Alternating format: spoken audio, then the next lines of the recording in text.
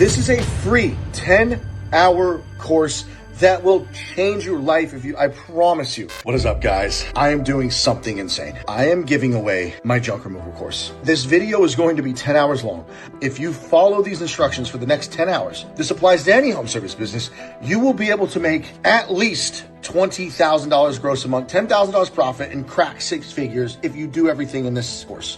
And here's the crazy thing. I'm giving this away completely for free because if you didn't know, I launched my software, Autopilot. If you sign up for Autopilot, which is only $50 a month, I give you more, way more. So if you are impressed with this 10-hour course and you like what I teach and you want to take this to the next level, I'm running an insane offer for the rest of May. You sign up for Autopilot and you stay committed for 6 months, $50 a month. That's it. Private mentorship. You're already a few classes behind, but it's just getting started. We're on class number 4 and they're all recorded. And we're doing like 20 classes. Like obviously this is gonna be tailored towards junk removal, but I'm teaching everything you need to know to grow and scale a home services business, specifically junk removal, but I promise you the marketing tactics, everything I teach can be applicable to any home service industry.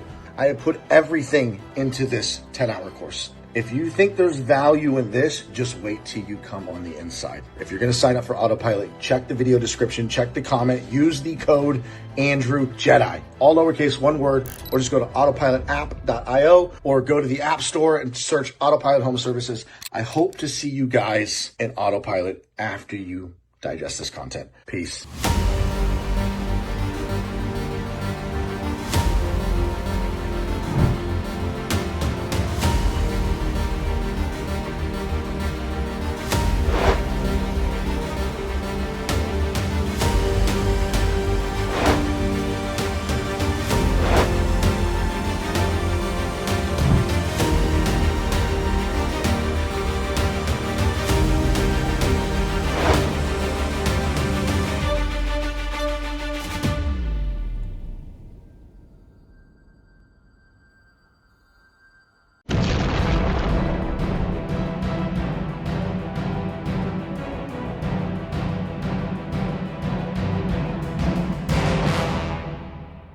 What up, guys? This is Andrew, and this is the first video of the course. The first video of this introduction is why junk removal. I probably don't need to tell you this because you probably already know the reason why, because you have purchased this course. I'm assuming you've done some research, but junk removal was the industry that I chose because it looked like it was the easiest way to make a quick buck. Not easy as in labor and dedication, but a non-skill. Not a trade that you need to learn, not a skill that needs to be learned. This is more of like you're willing to work hard, but you don't need to learn and acquire a new talent in order to make some quick cash. I'm not saying there's not talent needed to build a business or do this, because you need to learn how to back up a trailer, you need to be good with people, you need to know how to do all kinds of different talents, but we're talking about the specific skill needed to take trash or junk. Very easy, you can make $1,000 a day as long as you're not an idiot. So I didn't want to have to like program. I didn't want to have to learn a new skill. I didn't want to do drop shipping or FBA or fucking real estate. I wanted to make money immediately because I needed to make money. And I didn't want to do cleaning because I didn't want, cleaning kind of is a skill. I mean, it's not hard. It's just cleaning felt like something I would really have to kind of like learn procedures and systems, and it just wasn't something I wanted to do. Getting junk and lifting up heavy objects, now we're talking. That's cool. And moving, fuck that. Wrapping up stuff and with moving blankets, it's just a lot of work. Junk removal just seemed like so easy, but hard, if you know what I mean. And it's true. You can make very fucking good money pretty easily if you actually just put in the work and you're willing to get a little sweaty, you know? So that is why I chose junk removal.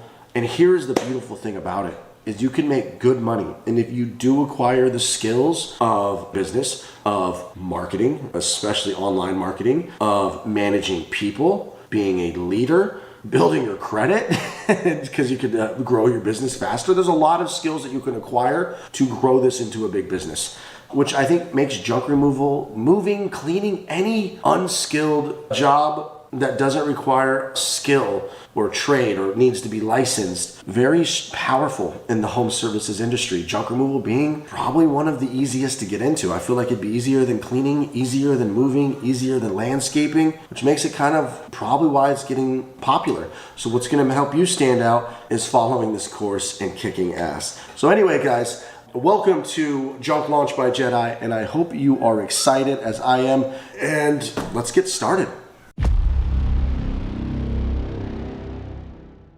Okay, so you made it through the why junk removal video. We are now on to the second video in our introduction, which is going to be how I did it and how you guys will too. I started with Craigslist and Thumbtack.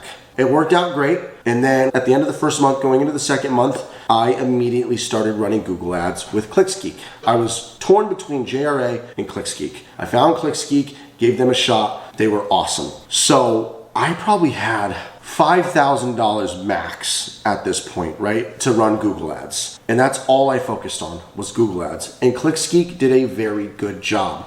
Now that doesn't work for everybody in their market because not everybody is gonna profit immediately from Google Ads. But it is 100% doable if you have the budget set aside. If you have at least like $5,000 and you could run ads and spend $200 a day and you're good at closing on the phone, you can start with Google Ads right out the gate and become profitable. But it's not going to always work like that because Google Ads, there is an art to it and it is getting more competitive. There's definitely plenty of opportunity, don't worry. But it always depends on who runs your ads, how good they run them, what your conversion rate is, and how good you are on the phone, how good you are at sales in person. But point is, guys, how I did it was with Google Ads and it worked for me. It worked great. And I did Craigslist. I was doing Craigslist and Thumbtacks. Eventually, I think 6 months in, I just dropped Craigslist and Thumbtack. But those were the three that I was running. Google Ads, Craigslist, Thumbtack. And I did 0 traditional marketing. Our goal is to get you to $250,000 the first year. Okay, that is the goal. That comes out to approximately $20,000 a month. Let's just do the math.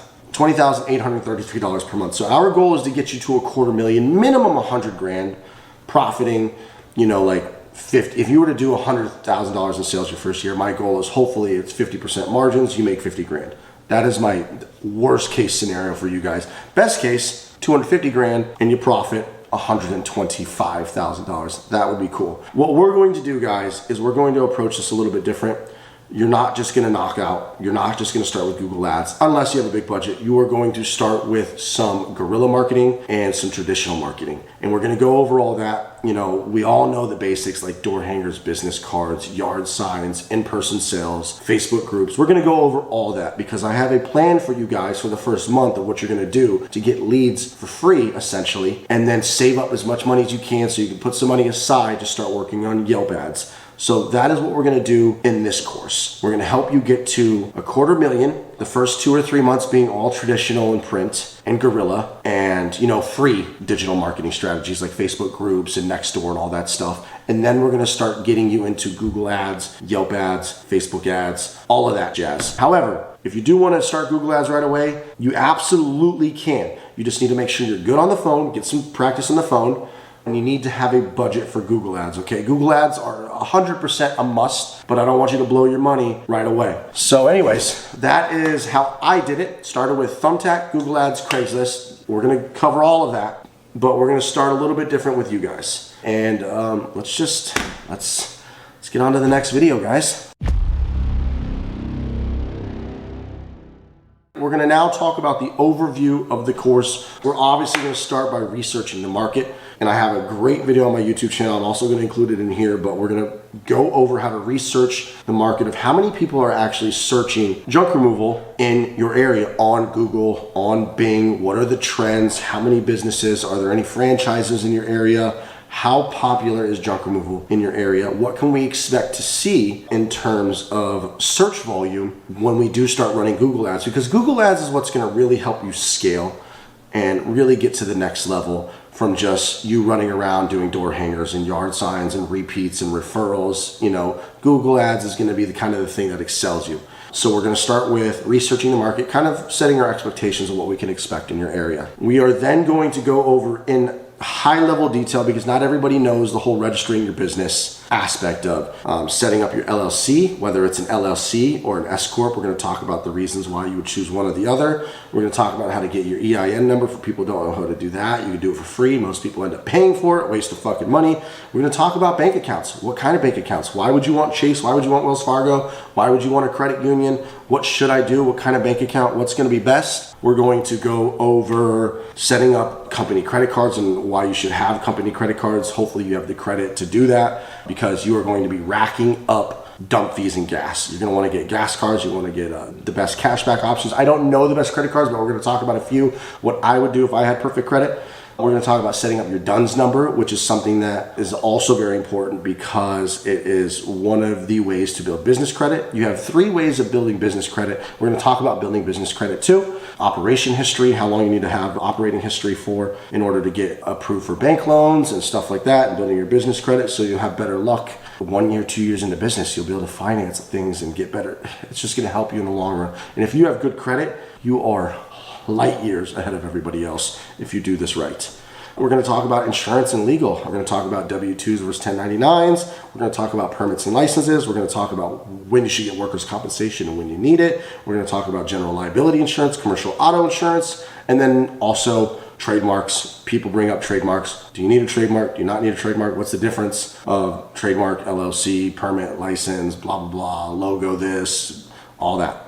We're then going to go over into branding and presence, which is your branding of your company. How do you build a brand? What makes you stand out versus everybody else? How do you make sure when somebody types in Jedi junk removal, people know what's up? Is your brand going to be your face attached to it, or are you going to be more corporate looking like JRA? And you know, what are you going to be more fun? What is your brand going to be? We're going to talk about your logo. We're going to build your website. We're going to get you on every goddamn social media platform so you're everywhere. And obviously your clothing and apparel. So that's branding and presence. We're going to cover that. We are also going to, man, there's a lot of stuff in here. Systems and operations, SysOps.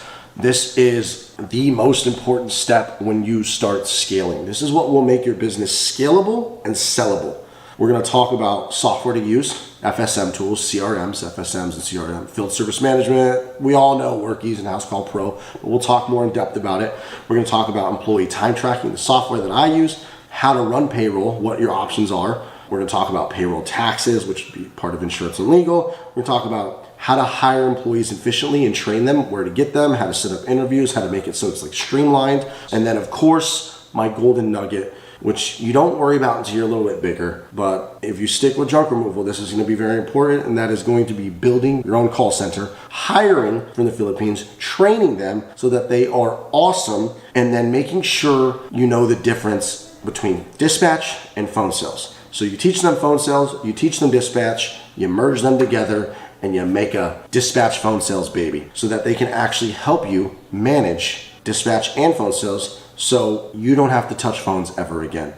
And then we're going to also talk about managing multiple trucks, which is a part of dispatch. And then, of course, we are going to go into tools and equipment. We're going to talk about the required tools. This is stuff I have to include in my course because I need to have a full course, but this is the easy stuff that you can easily YouTube any other YouTuber.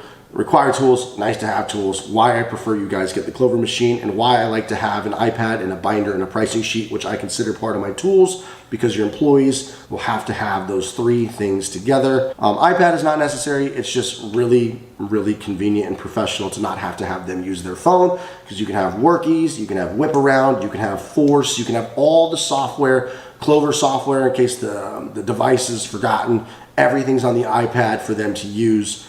We're going to cover all of that stuff. We're going to talk about trucks. We're going to talk about what truck to start with. We're going to talk about used versus new and why you should get used or why you shouldn't get used and why you should get new. Finance, leasing, paying cash, U-Haul, Home Depot. We're going to talk about all the truck options and trailer options, and we're going to cover all that.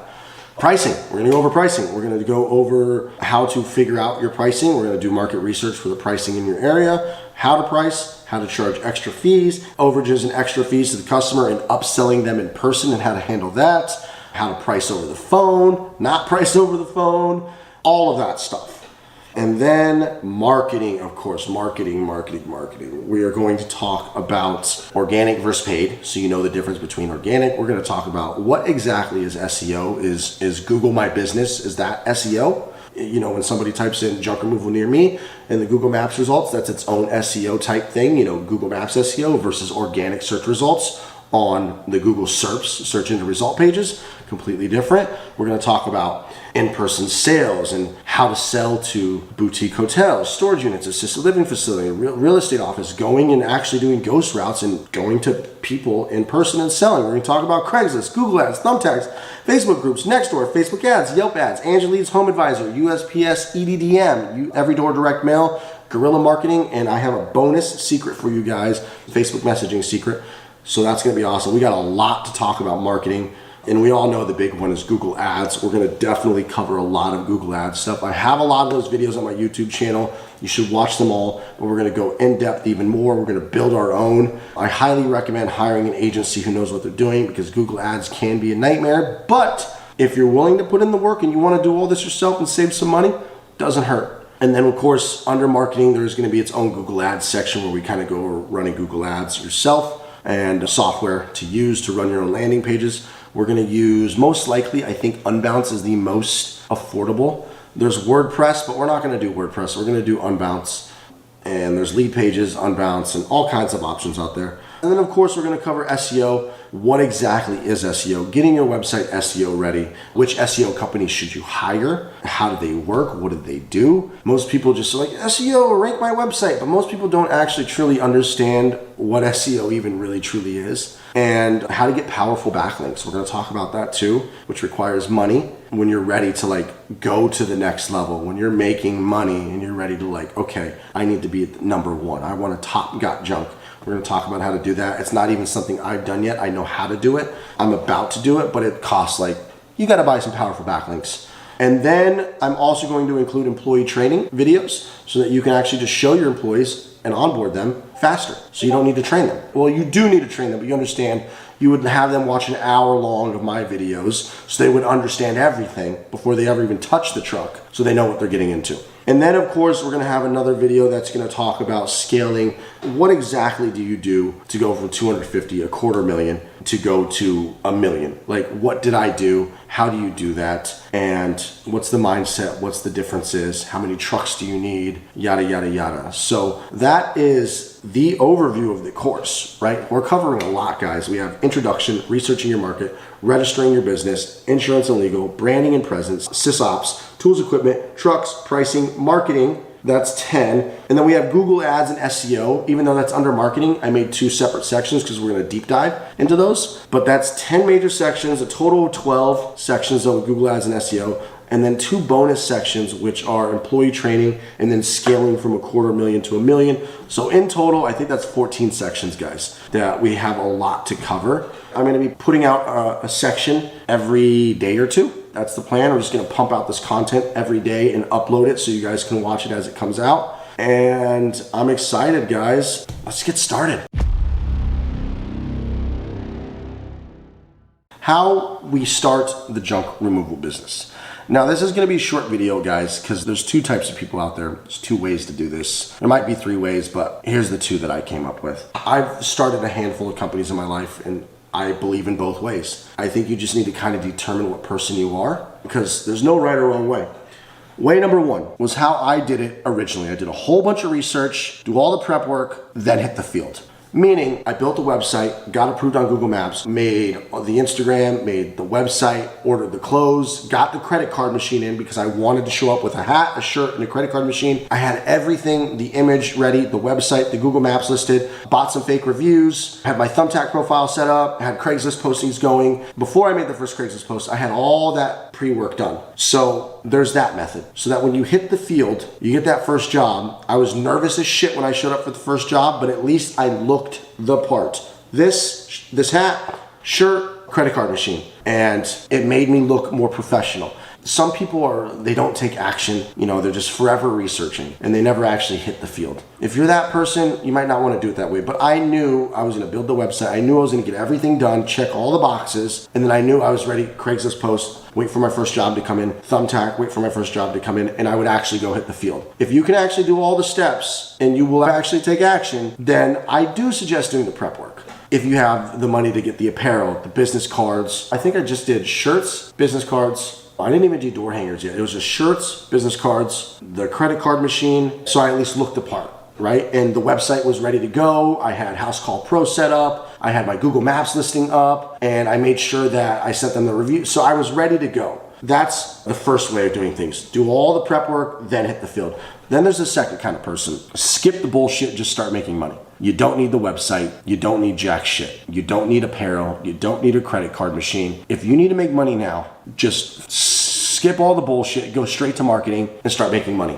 That is the suggestion that I have if you need to make money. There's nothing wrong with that. If you need to make money because you bought this course, go to the marketing section, follow my simple plan of the free marketing. Minus Craigslist is going to cost money, $5 a post. But then you can do all the other free methods and start making money. And you can just have them Zelle, Cash App, Venmo, check. Just get some money in your pocket. Get $1,000, right? Get $1,000 profit. Get $2,000. Well, we'll get into marketing later. But those are the two methods. Do prep work, then action. That's one type of person. That was how I do it. That's how I prefer to do it. But then there's the second type of person who just says, fuck all, you don't need to register the business. You don't need to fucking do shit. Don't worry about all that. You can handle legal later. You can register your company later. And that's true. You don't need to do all this shit. If you need to make fucking money, go.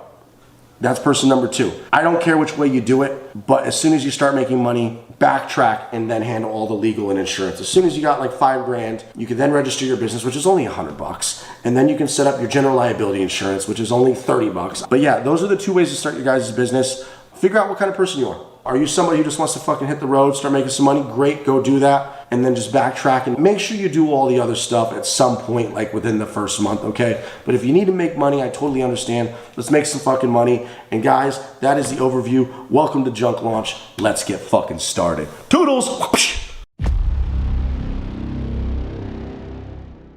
We're going to talk just a little bit about what the difference is between an owner-operator and a business owner. And I need to preface this. Everybody's going to want something different. There's no wrong answer. If you want to continue being an owner-operator and collecting profits and you want to stay on the truck, that's completely fine. But something that I think is really cool, guys, I was 18, 19 years old when I first picked up Rich Dad, Poor Dad. Everybody's probably heard of Rich Dad, Poor Dad. That's what kind of opened my mind to real estate and investing, which I still haven't got into, but it opened my mind to a completely different world outside of what I was doing, programming and building websites 18 years ago. I read like 5 Robert Kiyosaki books that led me down to the next book, Cash Flow Quadrant. It's a little quadrant, right? So you have E as employee, S as in self-employed, B as in business owner, I as investor. And he breaks down the difference of how you can start building yourself towards becoming an employee to self-employed to business owner to potentially an investor.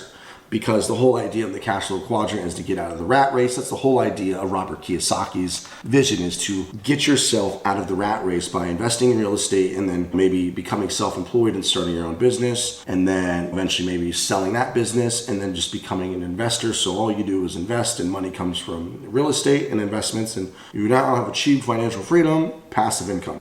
We all know passive income is bullshit, but the reason why I bring this up is because most of us want to escape 9 to 5. That is the whole reason we want to become business owners, is to escape the 9 to 5 and make more money. Financial freedom. Some people have bigger goals than others. Some people would just be happy with $5,000 a month. Some people need $10,000. Some people want to build an empire. Doesn't matter what stage you're in. It's important to realize the difference between E, S, B, and I. So when you go from E to S, most people think they're becoming a business owner. Yes, you own a business, but there's a big difference between S and B, business owner and self-employed. I could almost argue that I am still self-employed. The business could run itself, but not really. Soon enough, it can. When you become self-employed, what most people don't realize, yes, you have the potential to make more money. Yes, you get to kind of determine your hours, but you still need to work because you're helping customers still between the hours of 8 to 5 or 8 to 6, whatever, 9 to 5, is you have now become self-employed. You have not truly become a business owner because you are now an employee for yourself, but if you stop working, the money stops coming in. So you're still in the rat race. Now, did you get more freedom? Do you get to choose your customers? Absolutely. Can you make more money the harder you work? Yes. It is absolutely the next stage you want to get to from E to S, right? In the cash flow quadrant. And there's nothing wrong with staying self-employed. Some people are completely happy with self-employed. Now, the reason why I bring this up is because in the beginning of this business, you are going to be an owner-operator. An owner-operator wears all kinds of hats. Just like when I was building software, I would have to learn a little bit about legal. I'd have to learn about hiring employees. I would have to learn about running the business, raising money, pitching investors, all kinds of things. And the same goes in junk removal. You have now become from employee to self-employed, which means you now need to learn marketing. You need to learn operations of your truck. You need to learn how to talk to people with like sales. Hiring alone is a complete skill in its own. Hiring and firing and doing it respectfully, making sure you train people properly, making sure you do the right paperwork that they sign, make sure if anything ever happens, they get hurt. You need to learn about taxes and insurance and permits and licenses and DOT and registering your trucks and yada, yada, yada, yada, yada. The list goes on. So most people are okay staying in the S category.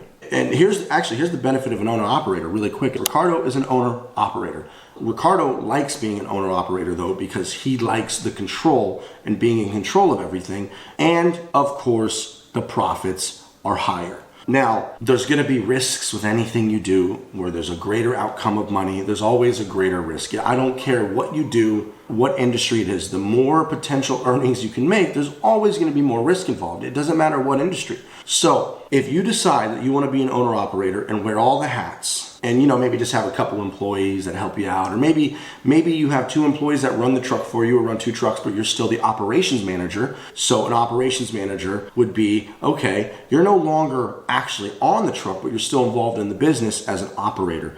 You're running the operations of the business, making sure the employees show up, running the books, doing the taxes, making sure the marketing is working, make sure the leads are blah, blah, blah, blah, blah. Most people want to get to the B in the quadrant though, and they don't realize that they've just got themselves stuck in the S, the self-employed. They're working their ass off. They're working harder. Yes, they're making better money, but they're more exhausted than ever. They're working 7 days a week and they can't seem to escape the rat race still. And that's where you want to transition to B. And I forget the exact thing that Robert Kiyosaki said. There's not a hard number on it. There's not a hard rule. Everybody's opinions are going to be a little bit different of what a business owner is. But in essence, a business owner is this. Can you leave for 1 month to an island, shut off your phone, come back and your revenue hasn't changed? That is when you truly achieved a business owner.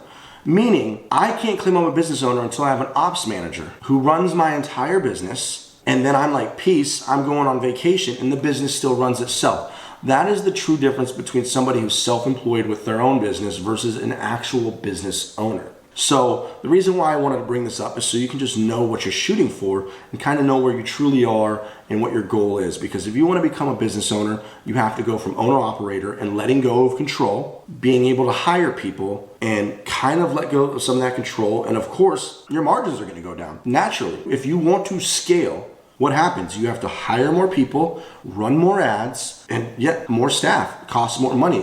When you scale, yes, your money increases, but your margins go down. But the thing is if you scale and you go from an owner-operator business from $100,000 a year, and you decide to scale to $1 million a year, that $100,000, you maybe profited 50%. 50 grand was profit after dump fees, marketing, gas. Fuck it. Let's just say all of it was profit. You just magically had no dump fees, no gas fees. All of it was profit. Okay, you made 100 grand profit, but you're working your ass off, risking your back. You're the one doing all the operations. You're the one on the truck 24/7, taking the phone calls. All the money's yours, but you're the one doing all of the work 24/7 on the truck. You want to scale now. And you're like, fuck, I can get to $1 million a year, but my margins are going to go from X, at this example, 100%. My margins are going to go from 100% to 30%. I just lost all of my margins. My margins are shittier now, but I'm still making a 30% margin. I did $1 million, but your margins were 30, so you made 300 grand. So you still scaled, your margins got shittier, but you still made more money, and you were off the truck. You weren't even on the phones. You were just pointing fingers. You just need to make sure that when you scale your margins, what your margins are going to be when you get more people in the truck, when you hire an ops manager, you got to run these numbers. You'll learn this in time. When you're running your business for 6 months to a year, you'll start to see. And this is something that you guys need to decide what you want to do. There's nothing wrong with being an owner-operator. I mean, if you want to be an owner-operator for 1 year, 2 years, 3 years, collect as much money, save as much money as you can, and then finally get off the truck and turn it into a business, more power to you. Some people want to get off the truck immediately and just be an operations manager. Maybe you don't mind being the ops manager as long as you're off the truck and off the phones. That's actually what I do is I don't touch phones, I don't do sales, I don't do dispatch, I don't do anything. I just point the fingers and make sure the guys show up and then rehire and fire. That's pretty much all I do. Payroll, hire, fire. And there's nothing wrong with that. But that's still not a business owner in my mind. I got 2 trucks running, almost 3. But the point is, guys, I don't consider myself a true business owner yet until it can run without me. I am now in the position of what you would call an operations manager. I think an operations manager could probably run 3 to 4 trucks at max before you need to get another ops manager. So if you have 3, 4 locations or 3, 4 trucks running simultaneously, consecutively at the same time, because right now I manage 2 trucks just fine. Give me a third, I'll be fine. 4, pushing it. But if you decide to step down as an ops manager and run your business, just realize you're still in the S block of the cash flow quadrant because your company still 1000% relies on you.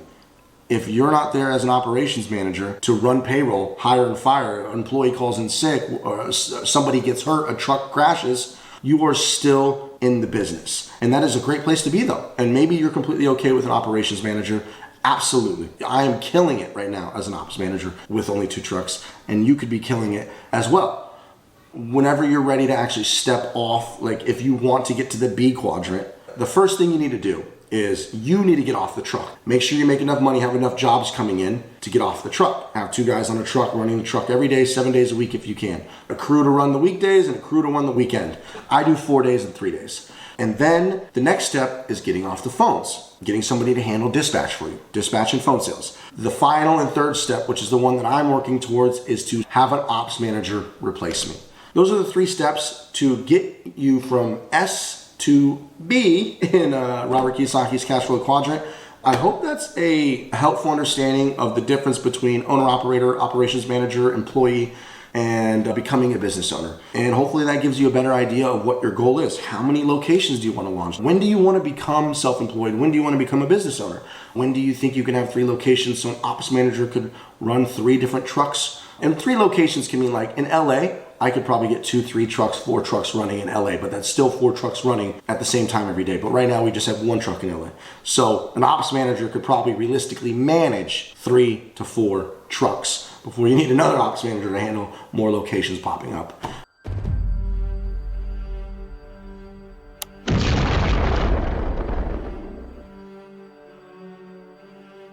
Today, guys, we are going to go over a question that I get asked quite often. This kind of was going to tie into an SEO video, but we're going to save the SEO for another video. We're just going to focus on market motherfucking research. I'm going to be doing the same, or I have done a lot of this for house cleaning, home cleaning, whatever, commercial cleaning, janitorial cleaning, but you can use this same information that we're about to do for any business you want to start, to kind of just get an idea of what's going on in your area. What we're going to talk about today is market research, to kind of just do a little research and see how the market is for junk removal in your area. But you need to remember the LA market, or right outside of LA where I'm in Ventura County, is just whatever my numbers show. Whatever I'm telling you, it could be different in your area. It's possible, like my numbers might say the search volume is 300 searches a month, because my population is 1 million and there's 300 searches a month. It doesn't mean if you have less search volume than me, it doesn't mean it's not possible. It just means that's what people are searching on Google. You can still go out and cold call, go to realtor offices, storage units, hotels, property management, but you can at least get an idea of what the market's going to be for junk removal in terms of internet searches. So the first tool that you guys are going to need to do is you're going to need to set up a Google Ads account. You can turn it on, activate it, or set up a Google Ads account and not have to run any ads. And real quick, before we jump into the first tool, you see my numbers this morning? This is garbage, but I'm not freaking out because I know it's going to change throughout the day or throughout the week. I'm already at $200 with one conversion. Like, oh my God. But I'm not freaking out because I know how Google works. Maybe by the end of the day, it'll balance out to a $50 conversion. But I know throughout the week, you want to look at your last 7 days, right? Let's see, 25%. Let's look at our last 30 days. This is a little bit of a small tangent. I'm sorry, but you'll see that it balances out. And anyways, let's start with market research tool number 1, and that is the keyword planner. I've never used any of the other ones, just the keyword planner. So you can discover new keywords, which is really cool. So let's just jump into this real quick. You can type in junk removal, junk pickup, junk hauling, furniture removal, appliance removal, house clean out, garage clean out. Let's just start with that. Get results. Look at this. We're going to narrow down our search later because this is obviously throughout the United States. And these are Google's numbers. This is what they're saying, 130. Here's a crazy thing. Here, check this out. Let's add in 1-800-GOT-JUNK, got junk, 800 got junk. Look how many searches they get. Holy shit. Their searches alone, 90, is more than junk removal itself. That is bizarre. And I'm not even really targeting ads towards them, but I'm going to run a set of ads targeting against them. Like, don't use 1-800-GOT-JUNK. Use a local family. I don't know what it's going to be yet or how I'm going to target it, but that is interesting. I knew they got a lot of searches. But anyways, guys, that is the keyword planner, discover new keywords. But what we're going to do is to do some basic market research in your area. Let's pretend I'm going to launch a new location. Let's type in junk removal, junk removal. I think the next was junk hauling. Honestly, you really kind of just need to like check junk removal, because when you build out a campaign though, and eventually you do this, you're going to of course put like 150 different variations of keywords, but just getting junk removal will give you the idea of like how many searches are happening on Google for junk removal. So let's do get started. So, we got some big numbers here, but now it's time to narrow and tighten our search results. Ooh, they're search partners. So with Google, if I remember correctly, you have people who have Google Ads on their website, which you don't want to show up for. So Content Network, it used to be called, and then now it's called the Google Display Network. I don't think you'll ever have to worry about this when you're building your campaign, but it will put your ads on people's websites, which is really, really bad. Don't ever do that. Make sure you never do that. But I'm wondering if search partners is like other search engines that use Google, like DuckDuckGo might use Google, and other browsers that integrate Google search engine. But for now, let's just stick to Google. Keep it simple, be safe. Real quick, guys, a little intermission. If you have any questions at all, please comment. It helps the YouTube algorithm. It lets me know that you guys are liking it. If you like the content that I'm putting out, please comment and like down below and subscribe. So anyways, back to the video. And here we go. Let's start targeting a new location. Let's just pretend I go out to Orange County next. Yeah, that's a nice little big area. Orange County population, 3.1. Let's see what Google says it is. So we're going to go back to here. And just so I can show you, my Ventura truck stays busy full time, one truck, 951,000 people. I'm just going to tell you my statistics, how it's been working. 951,000 population is enough to keep one truck full-time, Google Ads only. So I have that one truck, and it took a good 4 months. I was doing Craigslist and Thumbtack in the beginning, but that truck is surviving strictly from Google Ads, and I only get enough volume with 1 million people for one truck. I can't launch a second truck. Can I launch a second truck if I start doing other forms of advertising, like actually getting out there and doing traditional marketing, cold calling, yard signs, and then other online stuff like Nextdoor, Facebook, and Yelp? Yes, but this truck is purely surviving from Google Ads. Is that a dangerous game to play? Sure, absolutely. Should you do every other form of advertising? Yes, you should. Don't be like me. But what I'm here is to teach you guys about Google Ads and how I scaled to 1 million. million using Google Ads. I am planning on hiring a new call center agent to do cold outreach to try to land me commercial contracts, yada, yada, yada. But anyways, that gives you an idea for me how my truck is surviving. One truck, full-time, 2 guys, makes enough money to run itself 24/7 with this population right here, 1 million people. And you know that I'm spending about $200-300 a day on Google Ads for Ventura County. Let's check out Orange. And actually, you know what? I want to see how accurate this data is because it's been a while since I've used this. So we're going to target down to Ventura County. We're going to hit save. The numbers are now going to update.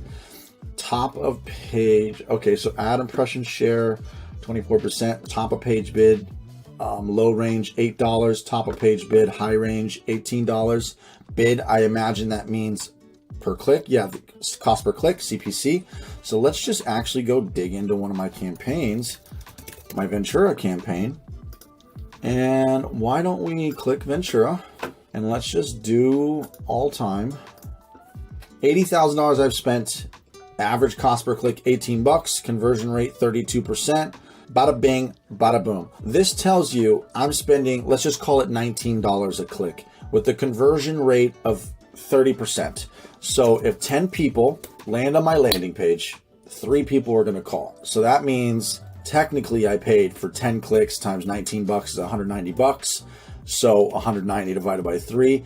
My cost per conversion was roughly $63. So that just tells you what you need to know is that approximately every 2 to 4 clicks will translate into a conversion. But what this also tells us is that this data is somewhat accurate, and that's cool. And I remember when I first started and I used the Google Trends and the keyword planner tool, this average monthly search volume, when I first got into this over a year ago now, look, it's gone up because I remember this was like 250 or something like that, which is kind of interesting because it doesn't seem like I've gotten double busier. But take this shit with a grain of salt, although it is Google's numbers and hopefully Google's telling us the truth.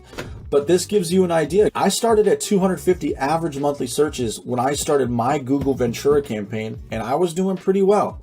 I was getting a good amount of business. So with a population of 1 million in Ventura County, my average monthly searches were 250 when I started on junk removal keyword.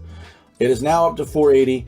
And I'm excited to see what the summer brings. I plan on doing a lot more advertising. I'm going to be doing yard signs. I'm going to be doing cold calling, yard signs, and a lot of cold calling for commercial stuff. I'll post results in the next couple months.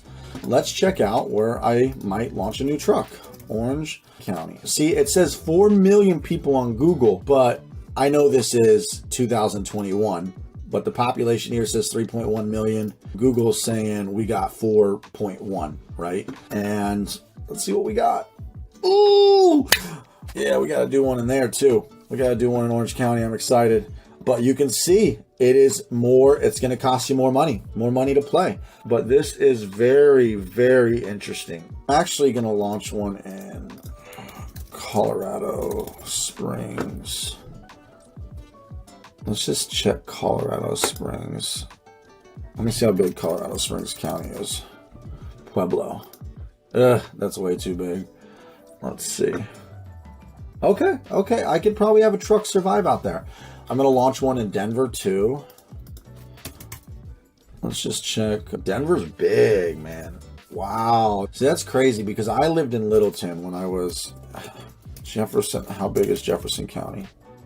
Okay. I mean, the search volume is ridiculous, guys. I know a couple people I was talking to. We got one guy.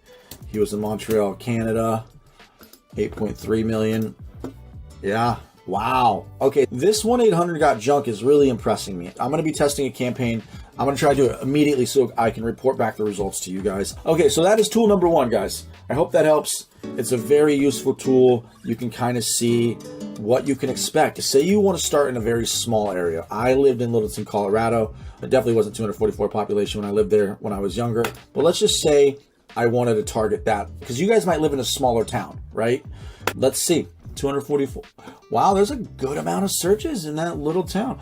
That is a good start, because I remember I started, my average monthly searches were 260. And that's just from Google, guys. That doesn't include you getting out there on the field and busting ass and going into realtor offices, storage units, hotels, and trying to close contracts, and yard signs and door signs and Facebook groups and Craigslist and Nextdoor. Like, there's so much shit you can do that I didn't even do because I just went all in on Google. But do it all. Don't be lazy like me. That is Google Keyword Planner.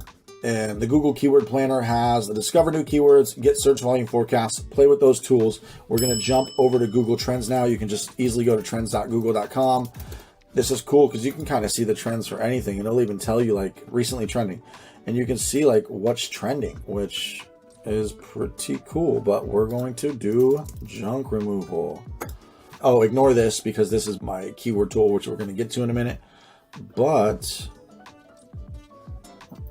is it like, oh, so this is actually showing, my keyword tool showing the, I think the volume of searches, while this is just showing you that number is not the amount of searches. It's a 0 to a 100 ranking in interest. So if you click here, a number represents search interest relative to the highest points. Value of 100 is peak popularity.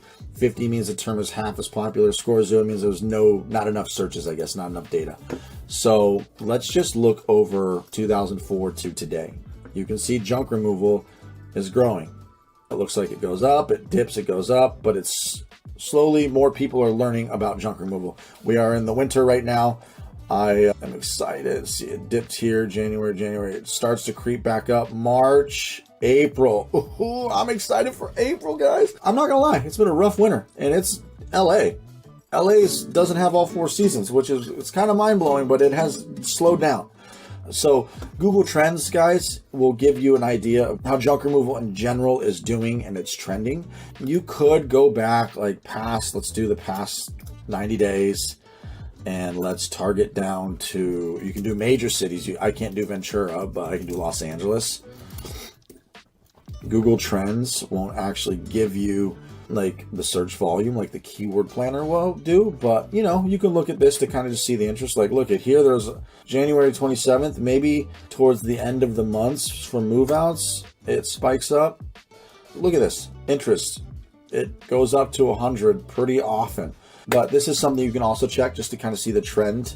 I use this more so for looking general. I guess California, I guess Los Angeles is not a bad idea to do. But you can just do the entire United States or Canada, wherever you're at, and just kind of look at like how junk removal is trending. And you can see that it's trending up, which is great. The more people that learn about it, the more money we can make. That is tool number 2. Now, let's go into, I guess we should do Google Maps, right? Maps. This is the obvious. This is another obvious one. You might as well check companies, junk removal companies on Google Maps and just kind of see how many companies there are and how many reviews they have. So 358 reviews, 182, 138. I mean, there's a lot of companies with a lot of reviews. Let's go search this area. There's a lot of junk removal companies, so that's generally a good sign, right? If you don't see many companies, it could be a good sign, it could be a bad sign, I don't know. But if you don't see a lot of companies and you don't have a lot of search volume, I wouldn't lose hope. I would just think that means you have to get your feet on the ground a little bit more. You're going to have to cold call 100 people a week to try to close commercial contracts. You're going to have to do yards. You're going to have to do all that shit on top of Google. It definitely doesn't mean you can't make money. People need to get rid of stuff. Like, that's just, they do. But yeah, so this is, oh, Legacy, what's up? Hi, Legacy. I don't know you, but I think you're in the Discord. I haven't seen you talk lately. But there's a lot of junk removal companies, okay? It is crazy. And then on top of that, you could also check Thumbtack. So let's log in. So I hustled Thumbtack in the beginning, and I should make a video on Thumbtack. I hustled Thumbtack pretty hardcore. Only 62 reviews, but you know, I used them pretty aggressively the first 4, 5, maybe even 6 months, but then I stopped using them. But view as a customer, we're gonna do junk removal. So that's Ventura County, but let's just check it out. Okay, look at it. We got a lot of people in here. We got this guy with 195 reviews. I know there's best value. Oh my God, 858 reviews. Jeez Louise. So you can also check how many junk removal companies are on Thumbtack, how many reviews are they getting, how active does it seem. But Thumbtack is a different ballgame, guys. So just don't use Thumbtack unless you're going to be like on your phone responding immediately. So Thumbtack is a good resource for checking the market. So we got Thumbtack, we got Google Maps, we use the keyword planner, we use Google Trends. I was missing one tool that I like to use. So this is called Keywords Everywhere. Okay. It's the most affordable out of the SEO research tools you can use because you have SEMrush and Ahrefs, which are great market research tools for checking keyword search volume and getting more keyword ideas, but they're expensive. However, Keywords tool, you can get 100,000 credits right here for $10, and it'll last you a good amount of time. And it's not like a subscription. I bought the credits like a week ago, and I haven't been going too ham on it, but the free version of this tool is great too. But if you get the credits, you can actually see more numbers. Now let me show you what's cool about the Keywords Everywhere. So anytime you type in something like junk removal Los Angeles, you can see the volume. And let's actually compare this to the keyword planner real quick. Junk removal Los Angeles. Let's change this back to United States. Okay, cool. So this is saying, 1.3, 1.6. Okay, so you can see this tool is giving you accurate data on certain keywords. Junk removal Thousand Oaks. We have 140 searches a month. It'll tell you the SEO difficulty. You can get other keyword ideas. And what's also really cool about this is let's just type in junk removal Los Angeles. Long tail keywords. Eventually, I'm going to make a more detailed SEO video, but you do SEO. You're going to want to show up for like junk removal Los Angeles junk removal, the cities, right? All the most searched keywords. But then there's other keywords that are like, how do I get rid of my couch? How do I get rid of my mattress? Long tail keywords is what these are called. You can click this, find long tail keywords. It'll give you some ideas, right? And this is like, this is using up my credits right now. So, but you can get ideas of other keywords. So you can type in like house clean out services near me, and then just kind of start getting ideas. So we'll click this, and you'll just get all kinds of other different ideas. And this is one of the tools for doing SEO research. We're still focused on just kind of like market research for you launching a junk removal company. So let's go back to junk removal Los Angeles, and you can see that this cost per click, it's absolutely not going to be $5. The longer the keyword, the less money you're going to pay. The longer tail keywords are generally cheaper because the broader, the shorter the word, the more difficult and more expensive it is, and the more people are trying to rank for that keyword. So it could be $5.35. But anyways, this is a great tool, guys. It'll show you the volume, it'll show you the difficulty, it'll show you related keywords, all that stuff. And it's just a Chrome extension. You can get it for Firefox or Chrome, and you're always going to see cool data. Okay, guys, that was the Keywords Everywhere. I think that covers the best ways to do market research for your junk removal company if you're about to launch it and you want to know like what's the population, what your potential search volume is, what you're going to be paying per click, the trends, keywords everywhere to use so you can get more data. I showed you Thumbtack. I showed you Google Maps. And I think that covers most of everything to do some basic market research. And I hope that helps, guys.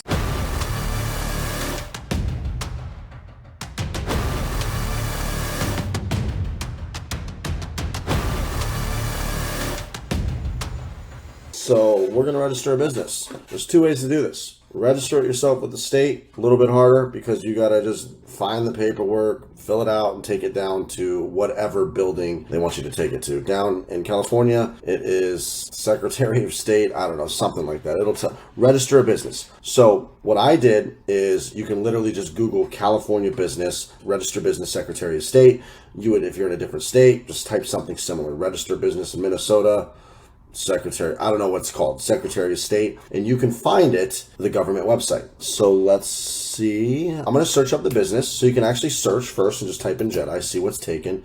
You'll see like there's a whole bunch of Jedi investments. And then I'm in here somewhere, Jedi junk removal, dun, dun, dun.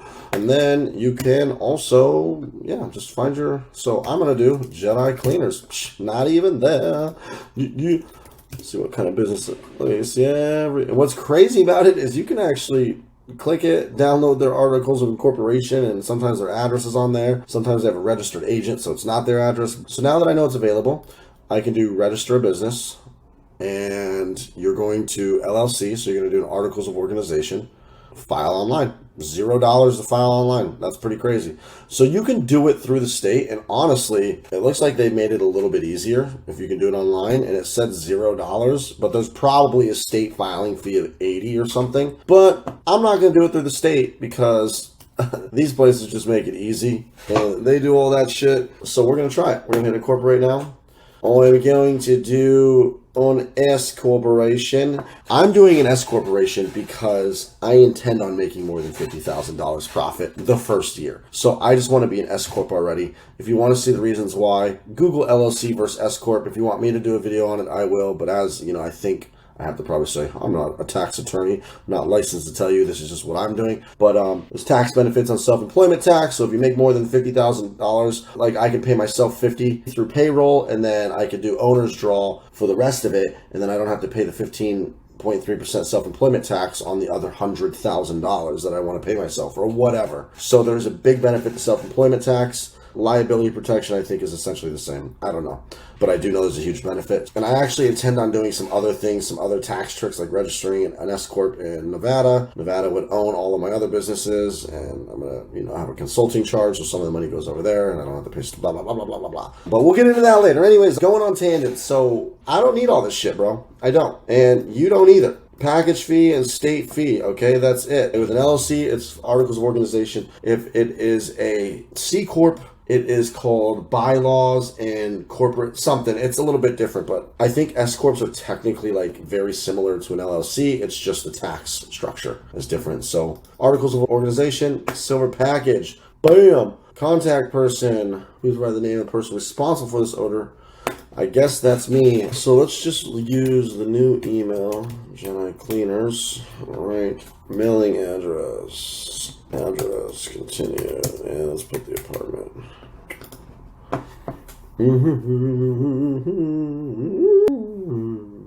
Okay, so here's where we have to pay. State filing fees? Oh, okay, that's kind of bizarre. Your state filing fee most likely is going to be somewhere between $50 and $100. California's, I could have sworn it used to be, I don't know what's up with that, but I definitely don't want to wait 4 weeks, so we're going to do 5 business days because I want to open up the business bank account right away. I am always about opening up the business bank account and having the money go into the business account right away, being able to show up with a credit card machine, a hat, a professional shirt, have that image on the spot, on the go. If you don't have the money to buy all that shit up front, you can just get started, post some Craigslist ads and start whatever home service you're trying to do, junk removal, moving. However, I like to just show up ready to go. Credit card machine, pricing sheet. Let's hit next. And S corporation name, Jedi Cleaners, designator. We are going to go with Inc. I just like Inc. Number of directors are going to be 1. So with an LLC, you can do member manage or managing members. With corporations, it's different. You have directors, you have board seats, you have a board of directors. Just a little bit different. In LLCs, you give away a percentage of equity, 25%, 20, whatever. And so you give up 100% of your LLC. Maybe you own 100%. In corporations, you give up shares. Let's just say we issued 1,000 shares in this company and I had 1,000 shares. I would be the sole owner of 1,000 shares, aka 100%. Then if I issued another 1,000 shares, we'd be 50-50. 2,000 shares are authorized or given out. Oh, right. Okay. So shit, look at that. I actually haven't registered this. And the thing is you actually have to buy your stock. So like 1,500 shares times 0.01. So you will actually have to buy your shares at $15. You're buying shares of your own company. That's how it works with corporations. And so like when you get investors who want to buy into your company, you're actually going to give them shares. So let's do this. Business purpose. to use to clean houses. I'm just going to keep it that for now. I'm not going to do any Star Wars references because if I do decide to expand, I don't want to deal with that later. We are in house cleaning. Oh, by the way, I am doing home cleaning. I am doing Jedi cleaners because I am building this business. As of right now, you can do the same thing, cleaning homes. You can do the same thing with your junk removal business. I'm just registering my company. Number of shareholders is going to be 1 for now. So 1,500 shares is fine. You'd have to file like an amendment or something if you ever wanted to add more shares and you actually do start raising money. You'd probably want to add more shares to the company, but we're not going to deal with that right now. This is fine. So we're just going to use my address. And is the mailing address the same? Okay. You do not need to get any of the EIN tax number. Oh, there's the corporate bylaws. You do not need any of this right now. Okay. So I'm putting a different owner. I'm putting my lady, and that is for different reasons. But yeah, now you want to select the president, CEO. Boom. You want to select your secretary. Boom. Your treasurer. Your vice president. So it's that simple, okay? So we are now going to register this company, and the shareholder is boom. Oh, they want the social security number. All right, guys. So Jedi cleaners, bada boom. Next. Now they're gonna want our money. Registered agent. So yes. Registered agent will protect you from getting a whole bunch of junk mail and people seeing your personal address, I believe. Let's see. Reduced many. So, $55? Okay. Is that it? No. Look. $70 for EIN number? That is ludicrous. It takes literally 5 seconds. That's insane. No. All the upsells. Electronic delivery. Perfect. No. No. Next. Okay, so we are paying $55. Here we go.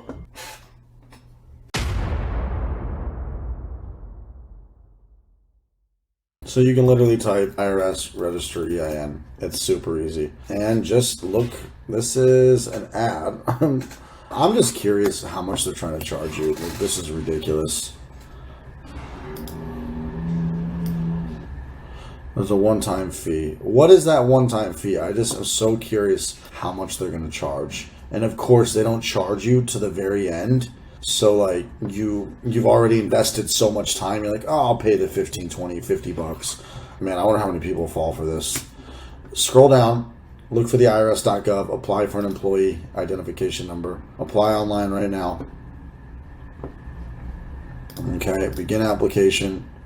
You're gonna do corporation, well, or an LLC. I did an S-Corp because I have the intentions of making more than $50,000. Talk to an attorney, talk to a tax accountant. But if you plan on making more than $50,000 personally, like, you know, let's say the margins are 30%. So let's just say you make $150,000 gross and you take about 45, 50 home. If you think you're going to make more than $50,000 profit margins, it's probably a good idea to get an S-Corp. If you're doing 250 times, you know, so you're bringing home 75 to 100 after business expenses, you might want to look into an S-Corp. And that's just a basic rule of thumb that I follow. Don't listen to me. I'm not a pro here. That's just what I do. But anyways, we're going to continue. And we are an S corporation. Started a new business. Let me just, what are the other options? Started, hired, yep. Okay. I am the president, CEO. Dun, dun, dun. Okay, guys. Now the address. We're just going to use the Jedi Junk main address. And we'll just use the main Jedi phone number for now. Should the mail be directed to a specific person? Do we have an address different above where you want mail? No. Mail will be sent there. It doesn't want P.O. boxes. So hopefully, this is not really a P.O. box. It is a co-working space.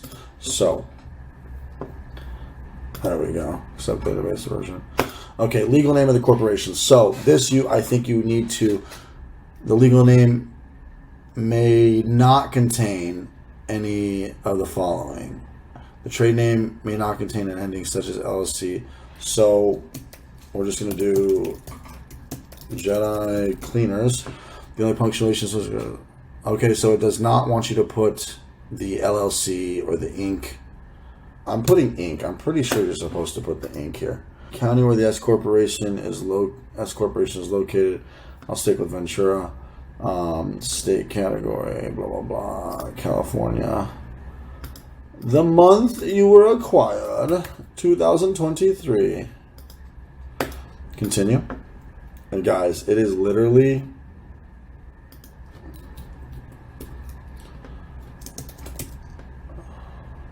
The legal name may not...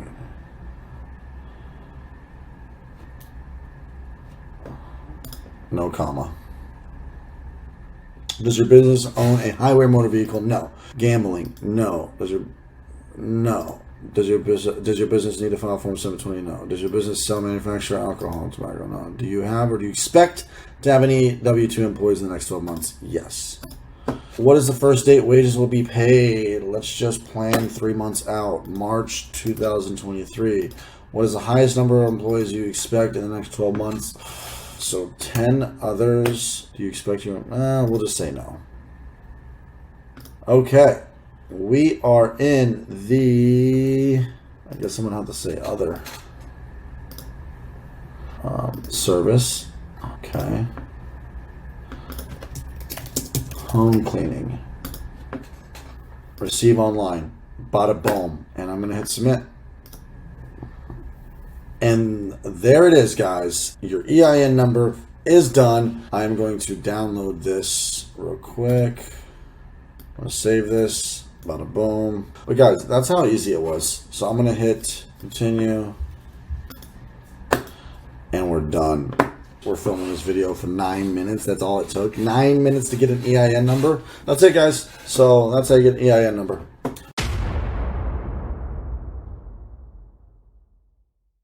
Choosing a bank account is kind of important. And the reason why I want to bring this up is people have asked this. And this is a tricky topic because you've got Wells Fargo, you got Chase, you have US Bank, you have credit unions, you have all kinds of different options. And I'm going to be completely honest, guys. I'm only going to tell you a couple of things why I would choose a certain bank versus others and what you should look at and what I think you should choose a certain bank. And do a little bit of your own research. But guys, credit unions, probably don't want to do a credit union, usually because they don't have a lot of branches. If you plan on expanding or you need the ability to get cash out because you have employees that you're just working with in the beginning and they want cash, it just makes it a little bit more annoying to not have the availability of a commercial, well-known bank around. So with that in mind, the first thing that I look at is, are you going to have employees that are going to need cash in the beginning? Most of them, yes, some will take Zelle, but quite often I was having to go to the ATM in the beginning to pay these guys cash. And that is one thing to actually consider. The second thing you want to consider is, which we're going to talk about in the next video, is building a relationship with the bank depending on which credit card you're going to sign up for. Now, Chase has some of the best credit cards because you definitely want to set up company credit cards, and that's in the next video. I forget the name of the credit card, the exact name of it, but Chase has really good like cash back and points because you are definitely going to want to build a relationship with the bank that you intend on getting your credit cards with too, because you are going to want to build business credit and personal credit and get these business credit cards set up. So you have the Sapphire for personal and then the Inc Business Unlimited. And I think you have to have like pretty good credit, but the point is, guys, is you do want to choose a bank that you want to build a long-term relationship with because you're going to want to build credit history, right? And you're going to want to build up your credit and get your credit limit higher. And you can only do that if you build a relationship with one of these banks. So if you go to Wells Fargo, you're gonna have a better chance of getting a Wells Fargo credit card and getting a higher limit and getting points and cash back and all that stuff. So do the research on what business credit card is gonna be best. My experience and what I've heard is the Chase business card. Now, I just know this because I've been working on credit my entire life. I destroyed it when I was younger, when I made tons of money. I've been trying to get it back, but I know a lot about credit, but I'm still trying to rebuild my credit. So I have a different credit card, which is Ramp, which I talked about in a different video, but we'll talk about Ramp later. Point is, guys, Chase has some of the best business credit cards, so I would recommend Chase. But do your research because there's US Bank, there's Wells Fargo. I can't think of all the banks, but check all the major banks and look into their company credit cards and their personal credit cards. Because when you start this business, 2 years down the road, when you build 2 years of operating history, because most banks are going to want 2 to 3 years of operating history. Once you have that and you show them like, hey, my business has survived, it's making money, look at the credit I built, you can start getting finance, you can get commercial loans, you can get business, you can do so much. And it is so important to start a relationship with the proper bank, so then you don't have to start over later. I was with Wells Fargo the first 6 months, then decided to switch over to Chase because that's where I wanted my operating history with, that's where I wanted my business banking history, and that's where I want to set up all my credit cards. So choose the bank that you think. Now, another thing is, in one of my videos on my YouTube channel, I talk about the Clover machine. Chase and the merchant processor that I work with allow Saturday deposits. Wells Fargo, I was not getting Saturday deposits. Chase, I was. This is a question that you'd want to ask your merchant processor if they pay out on weekends, Saturdays or Sundays, and then you want to talk to the device as well. I don't think Clover or Pax is gonna have any impact on that, but you wanna make sure you have weekends set up. I think it's just automatic with the Clover machine. And then you'll find out from your bank as well. But the merchant processor should be able to let you know. So having access to cash and being able to just run to an ATM and have banks everywhere is kind of convenient, because in the beginning you're gonna be paying contractors or employees with cash usually. Number 2 is banking relationships, because you are gonna want to get business credit cards. And number 3 is weekend deposits. Those are 3 of the things that I look at that, obviously every giant bank is FDIC insured. But yeah, that is my tips for choosing a bank account, guys. I was with Wells Fargo, switched to Chase. Chase has been great. I hope that helps. That's it for business banking. So in the previous video where we talked about which bank to set up, which my recommendation is Chase, because I have a good experience with Chase and I know that there's some of the best business credit cards that you can get when you get approved. We talked about the credit cards. So let's talk about company credit cards. First things first, we're going to talk about building business credit. We're going to get into that in the next video, because you definitely want to start building business credit. Now, most people cannot get approved for business credit cards right out the gate unless you have good credit. So if you have good credit, you're off to a good start.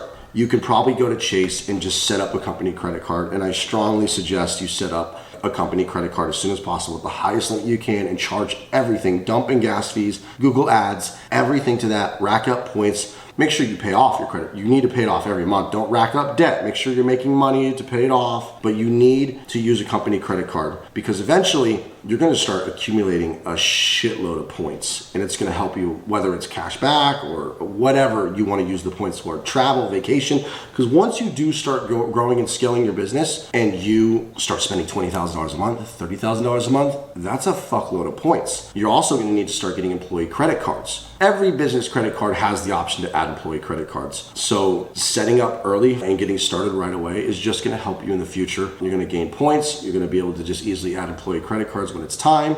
And yeah, because that is one of the trickiest things when you finally set up 2 trucks. The first truck is easy. You can just have them use your credit card. But when you get the second truck, you need 2 credit cards, right? So you add an employee credit card. Ramp is what I use. You can use Ramp, but you have to have, I think, 50. I don't know if you have to have 50 grand in your bank account anymore, but it's a great alternative for people who don't have good credit. Okay, so here's 3 options that you guys can try if you don't have good credit. Brex, B-R-E-X, Ramp, and Divvy, D-I-V-V-Y.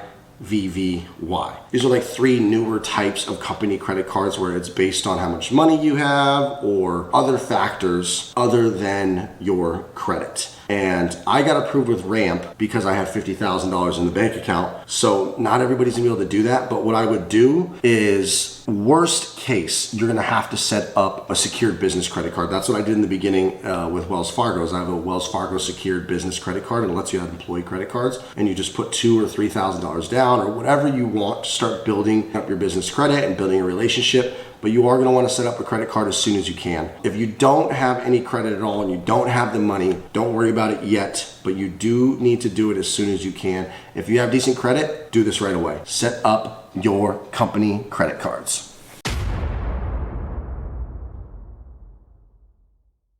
What DUN stands for is Data Universal System Number. It's a unique number similar to an EIN number that you can create. Duns & Bradstreet is the company, dnb.com. So you want to set up your DUNS number as soon as you get your business bank account set up, as soon as you get your company registered, as soon as you get your EIN number, your DUNS number is next. This is also a number that's going to be assigned to your company for the rest of your life. Some companies actually require you to have a DUNS number. I know this is completely unrelated, but Apple requires it. There's going to be other instances. Apple requires you to have a DUNS number when you're building your app and putting it onto the App Store. There's going to be a lot of other cases, but the most important reason you're going to set up a DUNS number is because it is one of the 3 of the credit bureaus for business credit. With personal credit, you have Experian, Equifax, TransUnion. With business, you have Dun & Bradstreet, D&B credit. You have Experian business credit and Equifax business credit. Those are the 3 major bureaus. So Experian, but it's a different Experian. It's Experian business, completely unrelated from your personal Experian. So you have Experian business, Equifax business, and Dun & Bradstreet. And Dun & Bradstreet is one of the most important bureaus when it comes to business credit. So getting a head start on this and just registering your company so you can actually start building your D&B credit. They have a credit builder program that I recommend using if money's not an object. Remember, always if money's not an object. If 100 to 150 bucks a month is not a big deal to you, get it started. So you have a year's worth of history. By the end of the year, you'll have 1 year of operating history. You'll have your business credit card set up. You'll be using your business credit cards, and then you'll have your Dun & Bradstreet, okay? And we're going to talk about business credit a little bit more, but you definitely want to set up your DUNS number. It is a requirement. I think the description's down below with all the links, and you can set up your DNB DUNS number. All right, guys. So in this video, we're going to talk about something pretty important. I'm not an expert in this, but it's important you start this right away. And I strongly suggest you do this. It'll make a huge difference, especially if you guys already have decent credit. For somebody like me who has started this business with bad credit, this goes a long way and takes time. But the reason why I want to let you guys know about this is because if you do this now, and 2 years from now, 1 year from now, you will be thanking me that you did this. First of all, let's talk about credit. Everybody knows how important credit is. I fucked my credit up at a young age and has made life absolutely difficult. I made a bunch of money when I was younger, fucked up my credit, and just fucked it up more. I made blah, blah, blah. Made money, lost money, made money, lost money, right? I was just a young kid who kept making money through tech and blowing it and fucking up my credit. Now, with good credit, you have a lot of advantage. If you know how to run a business and you can do things, you can get loans, you can make things happen. But yes, it's also, you can easily go into debt. But the point is once your business is established, you'll start getting smarter within the next year or two of what you can do with the money that you pull out. I'm not saying go into debt now, but let's get ready so that you build a business and a year or two from now, you're like, shit, I want to get a $100,000 truck. Another one, 2 of them, 3 of them. I want to start building your business credit and also obviously work your personal credit. But let's start with how to build business credit.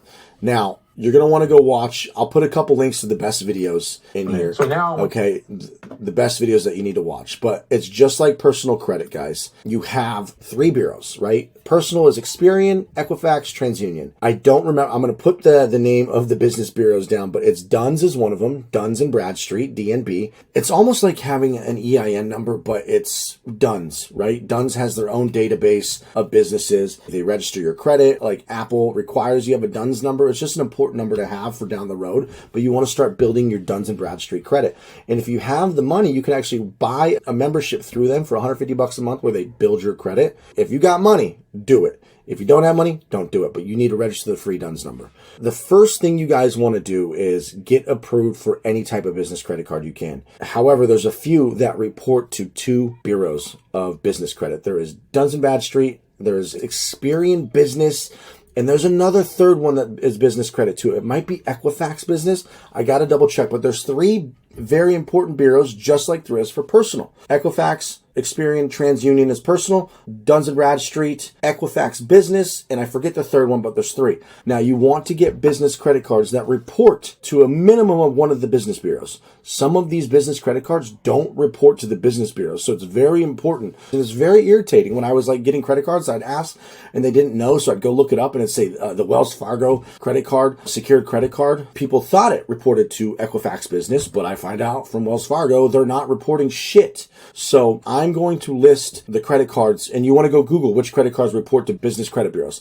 So you want to get a business credit card as soon as you can, and you want to use it. Second, you want to get some of these net 30 vendors. These are vendors that they'll just have some shit that you can buy and they bill you 30 days later. Here's the thing though. Sign up as many of these. You're going to have to buy some of their fucking products. They might have a minimum of $50, a minimum of $100. But don't do this if you have no money yet. Wait till you have some money, then you can do this. But if you have money, do this now. Sign up on all 4 of these. Buy a stupid product they need you to buy and make sure you do not forget to pay it.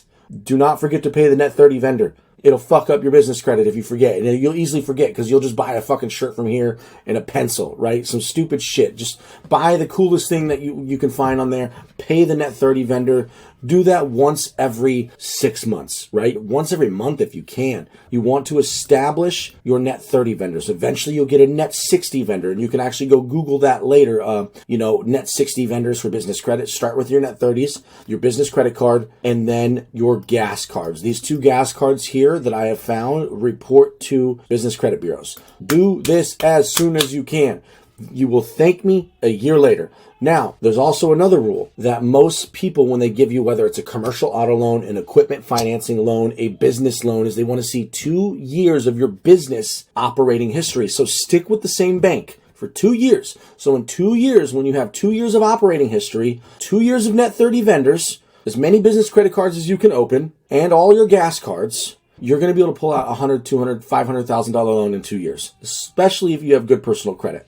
If you have good personal credit and you build your business credit, you will be able to pull out $500,000 no problem. So let's just say you just do this for 2 years and you're a small owner operator. If you're just a small owner operator for 2 years doing $200,000, $300,000 a year, and you get to that level, but you do all these business credit steps, you have decent or good, great personal credit would be better, and then you have 2 years of operating history and you do all the steps that I just told you, you will be able to get approved for a $100,000, $200,000, $300,000 equipment financing loan so you can scale 2-3 more dump trucks. Obviously do 1 dump truck at a time, but you'd be able to get a dump truck no problem. So guys, business credit is very important. If I didn't sabotage and fuck up my credit, this would have helped me drastically. I'm doing this as well, of course, except my personal credit just sucks, but I'm working on it. I really screwed it up when I was younger. So trust me, I know a lot about credit because I dealt with this with the IRS, with credit card companies 3 times since I was 18 years old to 30. I was just all over the place with millions of dollars and fucking up credit, trying to repair it, fucking it up, trying to repair it. Anyways, guys, get to work on your business credit and you will thank me in 2 years from now. You will come back and be like, shit, man, Andrew from Jedi was right. Toodles.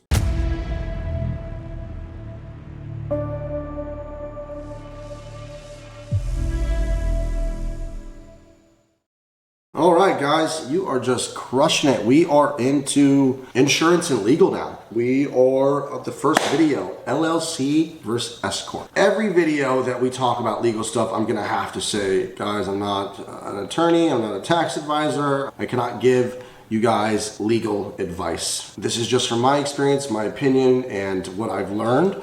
Legal advice, always Google it, YouTube it, just double check everything I'm about to say. But you have LLCs and you have corporations, right? You have sole proprietorships, you have limited liability companies, LLPs, limited partnerships. But at the end of the day, you kind of have the 2 major ones, which is LLCs versus corporations. And you have S-Corp, C-Corp, you have LLC, LLP. People usually choose LLC or corporations. Let's get into corporations real quick, just so you guys can learn a little bit of what I've learned over my years. One of the big differences between LLCs and corporations is corporations sells you shares, stock. It's not a percentage. LLC, when you sign a company with somebody, whether it's you or another person, you sign 50% to the other person, 50% to you, or 100%. There's no shares, there's no stock certificates. So it's just percentage. I have 50%, you have 50%. If you add another partner, you're 33, 33, 33. Now with corporations, you are issued shares. When you register the company, you actually get to choose the amount of shares. Most people choose corporations because they intend on going public or bringing in investors. So the only way to truly bring in investors is to have the ability to sell shares. If you just brought in investors on an LLC, it would get very complicated because you give him 10%, but then you bring in another investor and they want 10% and another one at 10%. It would make it almost impossible to dilute all the other partners as you bring in new people. So corporations make it easy to bring in investors. So at the end of the day, you're most likely not going to want a corporation However, when you're building a big business like an app, like I was in the past, you are required to do a corporation because the intention is to go public and IPO someday, and you're bringing in investors. And to get investors, you sell shares of stock. So short answer is you're not going to do a corporation ever with home services business unless you intend on building like an empire, you intend to make it big. Let's say you are a giant junk removal company like Junk King, 1-800-GOT-JUNK, and you have all these small ones, and the big one owns it. But this big one would definitely be a corporation because you're probably going to sell shares to other people in the future. You're probably going to raise money. You know, it is now kind of a corporation. So you'd have the C or S-Corp, which would then own all these other LLCs that are registered in different states and whatnot. So corporations, I tend to look at it like this. Do you intend on raising money and building an empire? You can still build an empire with an LLC, but really, if you kind of plan on going big, you're gonna want a corporation that owns all these other little versions, all these other little LLCs or LLPs. Now, this is where S-Corp comes in. There's two ways to do this. This is where things get fancy, okay, guys? You can have your LLC, and then you can register a second S corporation. Your S corporation owns your LLC, and I'm going to get into why you would do this. And please just Google LLC versus S corp. They'll explain it a lot easier than I would. But you can also elect your LLC to be taxed as an S corp, and you can actually elect it at any time. You can have an LLC right now. You can elect it. And if you elect as an S-Corp, you can then be taxed as an S-Corp. Here's the big difference. S-Corps are limited to 100 investors. AKA, you could never use an S-Corp to go public. So you have to do a C-Corp. That's the big major difference. S-Corp, 100 investors, C-Corp, unlimited investors, which gives the attention, like you can do crowdfunding and get hundreds to thousands of little small investors giving you 100, 200 bucks. You can go public and sell millions of shares to millions of people. So that's the big difference between corporations and LLCs. Now, the reason why you can elect an LLC to be an S-Corp, I don't know the reason why actually, but you can. And that gives you the ability to be taxed like an S-Corp. I'm not a legal attorney, it's just what I know. Let's just say you make $1 million. Actually, for the sake of simple math, we're gonna do $100,000. Let's say the business's expenses are 20. I wanna say your profit's 80 grand. You pay yourself 80 grand, your company makes 80 grand, whatever. You have to pay taxes on the 80 grand. That sucks. Now, here's where the beauty of an S-Corp comes in. You make 100 grand, your business expenses are 20. What you can do with an S-Corp that you can't do with the standard LLC is that 80 grand, you can actually pay yourself. Just say you pay yourself 30 grand. So you only pay standard tax, whatever the tax bracket is for that 30 grand. Self-employment tax is 15% of that. So what you can do is you pay yourself 30 grand, but the other $50,000 that you would be paying taxes on stays with the S-Corp. I believe it's called an owner's draw, and you're not taxed the same on the 30 grand, but you have to pay yourself a reasonable salary, 30 grand, 50 grand. So let's just say the reasonable salary is 30 grand. There is now 50 grand that you do not have to pay the 15% self-employment tax. So if you take the $50,000 and you subtract 15% that you no longer have to pay because you elected as an S-Corp, you have saved $7,500. Do this on a larger scale, $250,000. Your company profits. So S-Corp is only when you know you're gonna start making over 50 grand profit. That's an okay rule of thumb. I'm not a legal advisor, I'm not an attorney. It's an okay number to say, okay, it's time to get an S-Corp. So if you make $250,000 profit, I don't know if you're gonna get audited or not, but your reasonable salary is whatever you think is reasonable for where you live, right? For whatever a reasonable salary might be 50, okay? My company profited $250 last year. I'll know the exact numbers. We're still going through my taxes, but anyways, let's just say the profit was $250. My reasonable salary is $50. I paid myself more, but let's say your reasonable salary is $50. You're smarter than me, you budget better, you pay yourself $50. What is 15 per the other $200,000? You would normally, with a normal LLC, have to pay that 15% self-employment tax still. But since you don't with an S-Corp, you just saved $30,000. 15% of 200 grand self-employment tax, I think it's actually like 15.9, it might even be closer to 16%. You saved 30 grand from just doing one thing, electing as an S-Corp.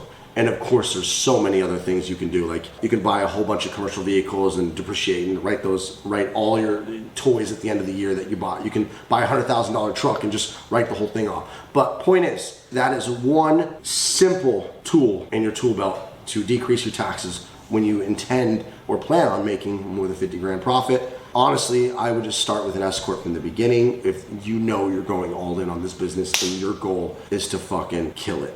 Otherwise, I mean, registering an S-Corp is just as easy as registering as an LLC. So you can use InkFile. Actually, if you do use InkFile, use my affiliate link, I'll get a couple bucks. And as I discussed in previous videos, do not pay for all the fancy bells and whistles. Do not pay for the EIN number. I think that should help you understand the difference between LLCs and S corporations. Corporations, there's C and S. And there's all kinds of different like LLC, LLP. And by the way, guys, I do need to reiterate real quick. If you don't have the money and you just need to start making money, you don't need to register a company. Like if you can just go get a couple jobs, post on Facebook, post on Craigslist, and take payment through Venmo and Zelle, and you need to get some money, go do that. It's not a big deal. Yeah, you run a slight little risk, of course. There's a risk in everything. Yes, you're not technically protected and you can be sued personally. Yes, that's all very true. But there's actually a lot of things to LLCs that you could easily be sued and you're not protected, that people are breaking the rules left and right. And we're gonna talk about that because it's some of the rules that I broke where I wasn't protected, and I'm gonna teach you guys. But anyways, guys, LLC versus S-Corp, I hope that helped. This video, we are going to talk about W-2 employees versus 1099 contractors. This is a very, let's just go straight out and say it. Everybody breaks this rule and is doing it illegally. Most people. Some people are very smart from the beginning and they want to be protected and they just start right out the gate with W-2. But the fact of the matter is, and I'm going to be completely honest with you, if you have guys on regular hours using your truck, they are an employee. There's no way around it. People constantly want to try to say they're contractors when they're not. If they need to show up and work for you at a certain time and they're using your equipment, they're an employee. It's very hard to get around and say that they're contractors because a W-2 employee, you're required to pay payroll taxes. They have to pay taxes on their paycheck, and you also have to pay taxes, payroll taxes on top. It sucks because on top of that, when you have W-2 employees, check your state, but I'm pretty damn sure in every state workers' compensation is required. You then also have to pay workers' comp insurance, which is in relative or in proportion to how much payroll you're paying every month. So let's say you have one employee, you're paying $5,000 a month. That employee is gonna have payroll taxes taken out of their check, of course, we all know that. But on top of that $5,000, you're paying payroll taxes, which might be $200, $300, $500 a month for that one employee that you're already paying $5,000. Now, California is a lot more expensive than most states. So the only way to truly know what your payroll taxes are is to sign up through a service like Gusto or QuickBooks Payroll or what I use, Homebase. We're gonna talk about 1099 contractors. A 1099 subcontractor, you would usually give them a form to fill out. So a 1099 form, guys, would be what you'd issue if they're a subcontractor. And a subcontractor means they don't wear uniforms, they don't have a set schedule, and they aren't using your equipment. Those are the three major things that differentiates an employee versus a contractor. You would issue them a 1099 contractor form so you get their social security number, and then you could report them as a deduction. They are responsible for their own taxes, their own insurance, their own liability. And this is where things get dicey, very dicey. If they're in your uniform, they're an employee. If they're using your equipment, they're an employee. If they're driving your truck, they're an employee. If they have a kind of a set schedule, they're an employee. If they have to be here and stay there from a start and end time, and they don't have flexibility, like you need them to finish so-and-so job, be there at 8 a.m., finish it to your complete, take my truck, they're an employee. Now, is there loopholes with anything? Yeah, but the thing is, in the state of California, you do not want to fuck with them if somebody gets hurt. If somebody gets hurt and they're an employee and you're paying them and you don't have workers' comp, you're fucked. Now, I know this because it happened to me. The court case has not happened yet. I have an employee who got hurt and he's trying to sue me because I didn't have workers' compensation because he was considered an employee, not a 1099 contractor. Now, that court case has not happened and it's probably not gonna happen for a year, 2, 3 years, right? They're suing technically the state of California because I didn't have workers' compensation, so they're trying to get money from workers' comp, yada, yada, yada. Are they gonna win the case if they're an employee? Probably. Do I know for sure yet? No, but the lawyer that I've spoke to said California takes this shit serious. I thought I was a great boss. I was nice, I was kind, I was very flexible. I did everything right, at least I thought. And he still sued me because he wanted me to pay him out because he broke his leg. Yes, it sucks he broke his leg. If you're just a one-man show and you're on the truck with him and he knows you don't have a lot of money, he's probably not gonna sue you. I'm thinking that I got sued because he knows I have multiple trucks. He sees the company growing. He sees the numbers that they're processing. You know, he sees, oh, $2,000 a day, $5,000. Like, you know, that Ventura truck was doing $1,500 to $2,000 a day. They don't know my expenses. He probably just thinks I'm balling or some shit. Just like, oh, I'm just profiting. But anyways, you got to be careful. Once you start scaling and expanding, people are going to fucking sue you, threaten you. It happens all the time. So if you're going to use 1099 for a while and you're going to try to avoid payroll taxes for as long as possible, remember, try to have them sign a 1099 form, have them sign a gig contractor form. I'll put all the forms here. And the only true way to really make sure they're a contractor is there's no set schedule, they're not using your trucks, and they're not in your uniforms. However, everybody breaks these rules, right? And just pays Zelle. They're working with you consistently. They're on the truck with you and you're Zelling or Cash Apping them. Now, I need to tell you, legally speaking, that is illegal. Like, I know you want to say, no, they're just a contractor. The schedule's not the same every day. They just help me out Mondays and Tuesdays. If they're in your uniform, they're in your truck with you, they're helping you consistently in here or there, they're an employee. You got to pay payroll. Now, can you get away with it for a while? Yeah, I know you want to trust everybody, but as soon as you start expanding, you got to be careful because they're technically employees. Now, as far as W-2 goes, I use Homebase for time tracking and running payroll. And we'll get into workers' compensation in the future videos, but I hope that kind of breaks down the difference between like independent contractors and W-2 employees. How it works is you're hiring a contractor with a job and they just have to complete the job with their tools, their schedule. You can give them an end date, but they get to choose everything in between. Complete freedom. That's an independent contractor. They are responsible for their own insurance. They are responsible for their own taxes. But at the end of the day, you have somebody on the truck with you helping you. They're an employee. And there's no way around that, especially in California. So just be careful and try to get to payroll as soon as you can so you're legal. But like I said, nobody's doing payroll taxes until you actually are making. It's just how startups are, guys. Like, you can get away with filing taxes and claiming them as deductions as 1099. Like, you will get away with it. However, if somebody hurts themselves and decides to sue you and you get audited, yeah, you're gonna get penalized with a fat fee from the state and your company might go bankrupt or you're gonna have to be paying. And I don't know what's gonna happen to me. I'm actually kind of excited to see what happens and talk about it and learn from this lesson. But anyways, guys, W-2 versus 1099, I know that's kind of a discouraging thing. Just be careful. All right, guys, in this video, we're going to talk about permits and licenses. This is a state and county dependent topic. In the state of California, you do not need a permit or a license to take trash.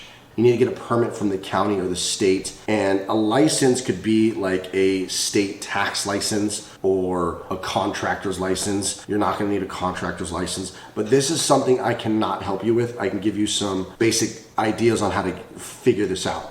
So I'll tell you right now, if you're in California, at least in LA County, you do not need a permit to move trash, okay? You don't need a license either. However, it is kind of tricky to find sometimes. So what you want to do is just start Googling trash hauler, junk removal, permit license, so-and-so county.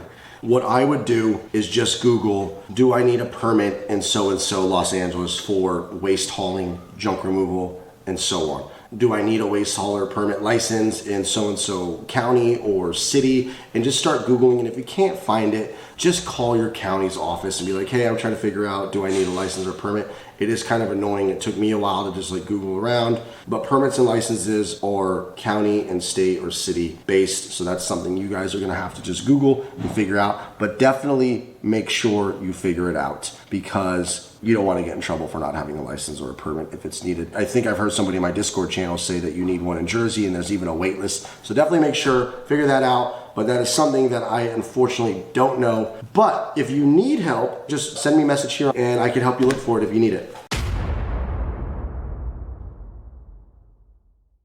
Let's talk about workers' compensation. Workers' compensation is frustrating, especially in California because it's expensive. It's about 9% of payroll. If my payroll, which some months is $30,000 a month, on peak months, you know, I got 2 trucks running full-time 7 days a week, spending about 30 grand a month on payroll. At 9%, that is $2,700 a month on workers' compensation that you would owe at the end of the year when you actually pay all your taxes. But if you are on a workers' comp plan and you tell them exactly how much your payroll is, if you tell them your payroll is 30 grand a month, they're going to bill you $2,700 a month, $2,700 a month. We're going to talk about that in a second.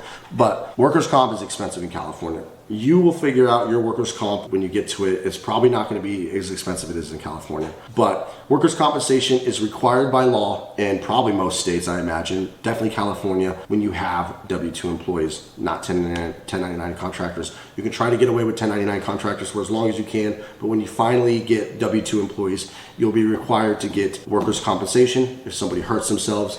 I am actually in a legal battle right now. Nothing has happened with the case yet. They sued me maybe 6 months ago. He broke his leg. You know, that's when I finally got workers' compensation, is because he sued me. I didn't pay him out, and he was being paid just normal, and I was just zelling him. You know, I wasn't running payroll at the time. I was just giving him money, and I didn't have workers' comp. So he's suing me for not having workers' comp. And this is something I'm excited to share and kind of learn. I mean, it sucks that I'm getting sued, but I kind of know the outcome of what's going to happen-ish because I've talked to an attorney about it. But if you want to avoid this problem, as you start growing, people will threaten you and sue you. So if they get hurt on the job, workers' comp is a big deal. It's taken serious out here, apparently. So protect yourself. Get workers' comp. Now, I use Byberg. It's Warren Buffett's insurance company, and they do all kinds of insurance. So you can Google workers' comp insurance. I use Byberg, so you can check them out. But workers' comp is definitely important when you start actually getting employees, and especially when you start scaling and they see you're getting bigger.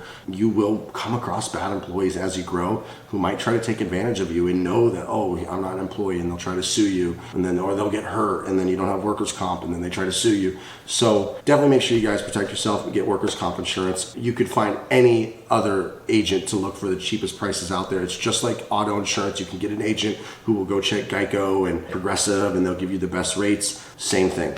So that's workers' comp.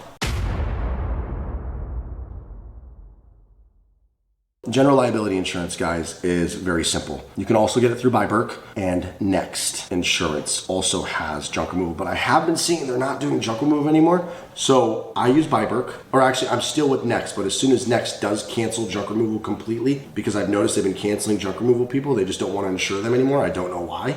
Maybe they've had a lot of claims or some shit, who knows? But for whatever reason, Next was the best. If you can get approved with Next and it works, they're like $30 a month. Byberg, I think when I got a quote from them, they were like 50 or 80, I don't remember. But I strongly recommend you set up at least general liability that will protect you and the customer for anything that happens on their property not related to the vehicle. Meaning it has to be on their property that this happens or whatever. If it's with your vehicle, you're gonna need auto insurance. The reason I say that is because one of my employees ran into a gate, a very expensive like community gate that, you know, those rich communities. He ran to the fucking gate, and we tried to go through my general liability insurance, but that didn't work. I think they ended up just dropping the claim. And then I was worried at the time because my F-150 and trailer only had personal insurance. It wasn't commercial auto insurance. So I was a bit worried if Progressive, no, or I think AAA at the time was gonna be like, no, you don't have business insurance, you don't have commercial auto, we're not gonna cover this. But anyways, you are going to need commercial auto to be safe. It's a lot more expensive. We'll talk about it in the next video. But if any insurance at all, make sure you definitely have general liability when starting. It might be smart to have that just to be safe, to make sure you're protected if anything happens. Because if you cause $3,000 worth of damage in somebody's house, that's going to suck. So Next and Byberg. All right, let's talk about commercial auto insurance. And just like I said in the last video, I had a case where we tried to file a claim through my Next Insurance. They denied it because a vehicle was involved. And the reason why I avoided going through vehicle insurance was because I didn't want my vehicle insurance to go up. Number two, it was personal insurance at the time. So I was like, fuck, you know, they're gonna come do an inspection because it was the trailer that hit the gate. He tried to zoom through the gate, and I guess, you know, the trailer with my big business decals, the trailer was the one that like skinned the gate and destroyed their gate, and my trailer a little bit too. But I was worried that they would be like, you know, it was an employee driving the truck going to a job. I was worried that they were going to be like, we're not going to help you. We're not going to cover this because you have personal insurance. You don't have commercial auto insurance. You were clearly going to a job. You know how insurance is. If you've ever been in a car wreck, they send out an investigator to check everything out, assess the damage, and ask questions. And I didn't want to get caught in a lie saying, ooh, I wasn't business. I was just doing a personal job. I guess I could have gotten away with that. The point is, guys, you can get away with personal insurance, and you probably will if something were to happen, right? If you were to get into a car wreck, you just say you weren't working, you know, it wasn't a business vehicle at the time. I was actually doing a personal errand. But if you have decals all over your truck, all over your trailer, personal insurance isn't going to last you long, guys, especially if something seriously bad does happen. Your insurance claim could get denied because they'll say you were using it for business. This is personal. Have I been through that? I don't know, not yet, but I would get commercial auto insurance as soon as you can afford it. Definitely at least have personal because you're driving around. That's totally fine. Probably get away with personal. Personal insurance won't cover a trailer. You're gonna have to get auto insurance. Get it as soon as you can afford it because it is expensive. Stick with personal until you can get commercial. But commercial is Progressive. They were a little more expensive. Byberk was a little bit cheaper, so I went with Byberk. They also offer commercial auto insurance. Set it up as soon as you guys can afford it. So this is going to be a quick video, guys, but I get this question sometimes and I want to make sure we make this clear. This is another video. I have to say I'm not an attorney, cannot give you legal advice. But when a lot of people that ask me when they register a company, they register their LLC, they register their S-Corp, they then say, do I need a trademark? So the short answer is no. You're wasting your time and your money. A trademark would be protecting a logo or a name that you don't want somebody else to use in the same industry. So if I was Jedi Junk Removal and I wanted to be sure nobody else used Jedi Junk Removal, then yes, you would trademark. But it's really not that important because the likeliness of somebody else building a brand that's going to be bigger than yours in the junk removal community with the same name, Jedi Junk Removal, is very unlikely. Because we are in such a niche industry. And to give you another example, the trademark Apple. That gives Apple the protection to use Apple computers, Apple Inc. in the computer industry world. It doesn't stop anybody from using Apple and having an Apple farm or an Apple refrigerator and starting a refrigerator company. It protects them just in that industry. So it doesn't mean that nobody could ever use Apple. And that trademark law gets a lot more complicated than this, guys. I'm just giving you a very high level overview of my understanding of it.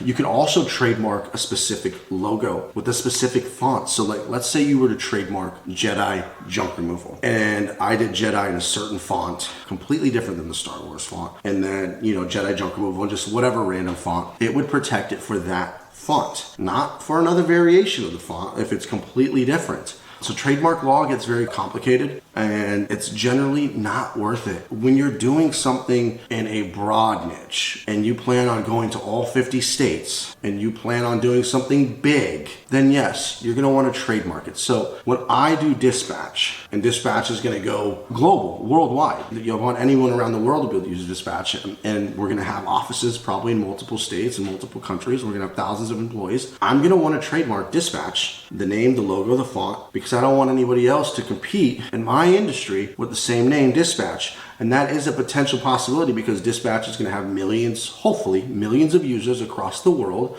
So I would want to protect the logo, the font, the name, and trademark it in that case. But when you're just building a small junk removal company and you want to trademark Jedi Junk, you don't really need to. It would be a waste of money. So the answer is no, you do not need to trademark. However, if you truly want to trademark your name so nobody else can use your name and you are worried because maybe you're just like something junk removal and you want to trademark that name in the junk removal industry, you can do that. But trademarks are not necessary and it's not going to always protect you because somebody can just say, we're doing a different variation of it. There's a lot of complicated trademark law. So anyways, I hope that helps with trademarks. I hope you guys kind of understand that now. This one is a little funky and it was pretty annoying. And I'm going to try my best to explain it to you because I've already gone through all this, so I can't really go through it again. And it's going to be different every state. But I believe in order to get your motorist carrier permit, DOT is going to be required with any commercial vehicle over 10,000 pounds. So go through this.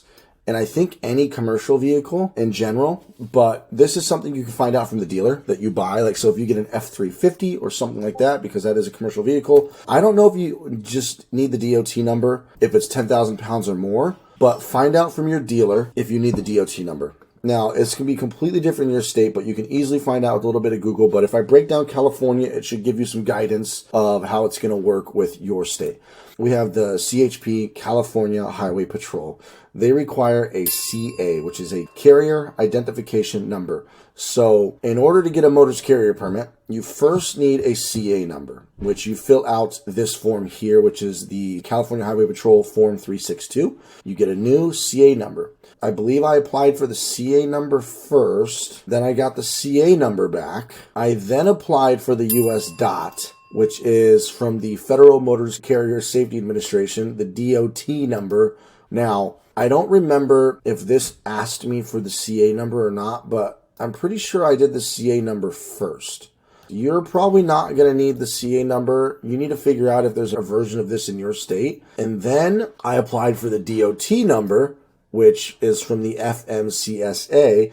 So after you have the CA number and the DOT number, you can then apply for your motor's carrier permit. But in the state of California, you can't even apply for the permit without the CA. So check your state. And then once you do this, you have to mail in a check. It's not too expensive. It was like a couple $100 for both of my dump trucks. And you send in proof of insurance. And then you eventually get back your motor's carrier permit. You have your DOT number and you have your CA number.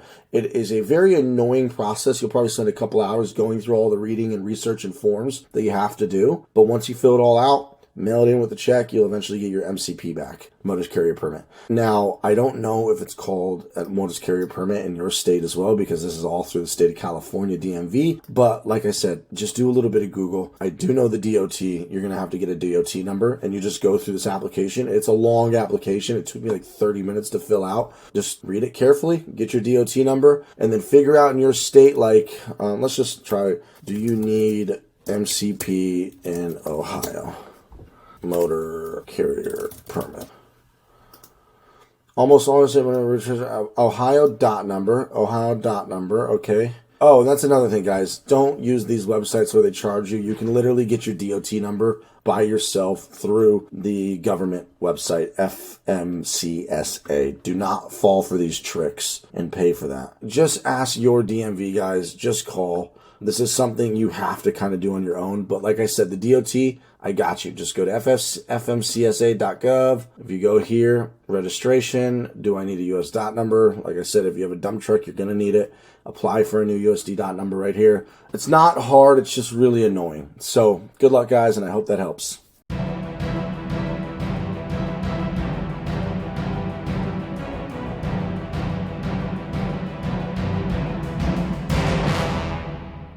The first video of this section is going to be what is branding. And most people, I can guarantee you, you know what branding is. So this is going to be a very short video, but I just kind of want to go over it really quick. What I think branding is, and I'm just going to kind of freestyle this because you can easily Google what is branding, but let's just separate the two, branding versus marketing.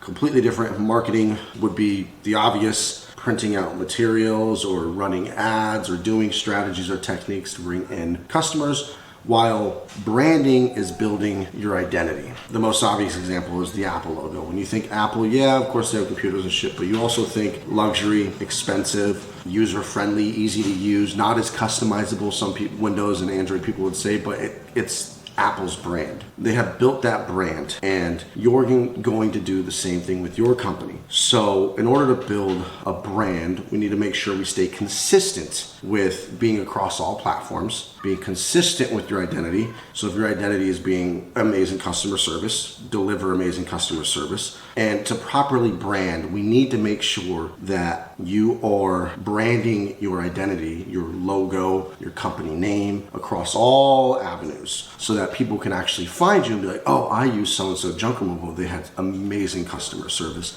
I recommend them. So then when they go type in so-and-so junk removal, they can find you everywhere. And that's what we're going to talk about, is making sure your brand and your identity is everywhere. Now, the cool thing about branding versus marketing is branding is a long-term play. So branding can bring you customers and be marketing because you build such a strong brand within your community that eventually your brand is marketing. And that's one of the strategies a lot of people do, is just try to get tons of eyeballs on their brand and run these crazy commercials that don't really talk about the features per se of a product. I can't think of any examples off the top of my head, but there's plenty of commercials, probably during the Super Bowl. They don't list the features of this product or whatever, but they'll run some hilarious ad that's branding. Maybe you're like, oh, I know what this is. But they didn't talk about the product specifically. They just did something funny and they got millions of eyeballs to build a brand. And you could eventually do the same thing where you're running your ads against so many customers. And maybe you just run something silly, I don't know, something funny. And it's not necessarily like, hey, we're gonna pick up your junk, we're gonna do this, we have this, we have this. You just kind of run something funny across a lot of eyeballs on Facebook. That would be technically a hybrid of marketing and branding, because you're branding your logo, your identity, your name, your customer story, the feeling that customers get from you. So branding can be marketing as well. So remember that. In junk removal, we're mostly going to be doing marketing techniques, but you definitely want to make sure you have your brand on point across every single platform, so when people try to find you, they can find you. And I hope that is an okay difference between the two that you can understand. Brand identity and marketing is very important in product. In junk removal, yes, your brand is going to definitely make a play. But we're in a very small local area. So yes, you want to try to build your brand to your local community. Marketing is going to be our strong suit for sure. But we definitely want to have our brand on point, so when they come find us, they can find us. And anyways, let's dive into some branding and get you guys branded.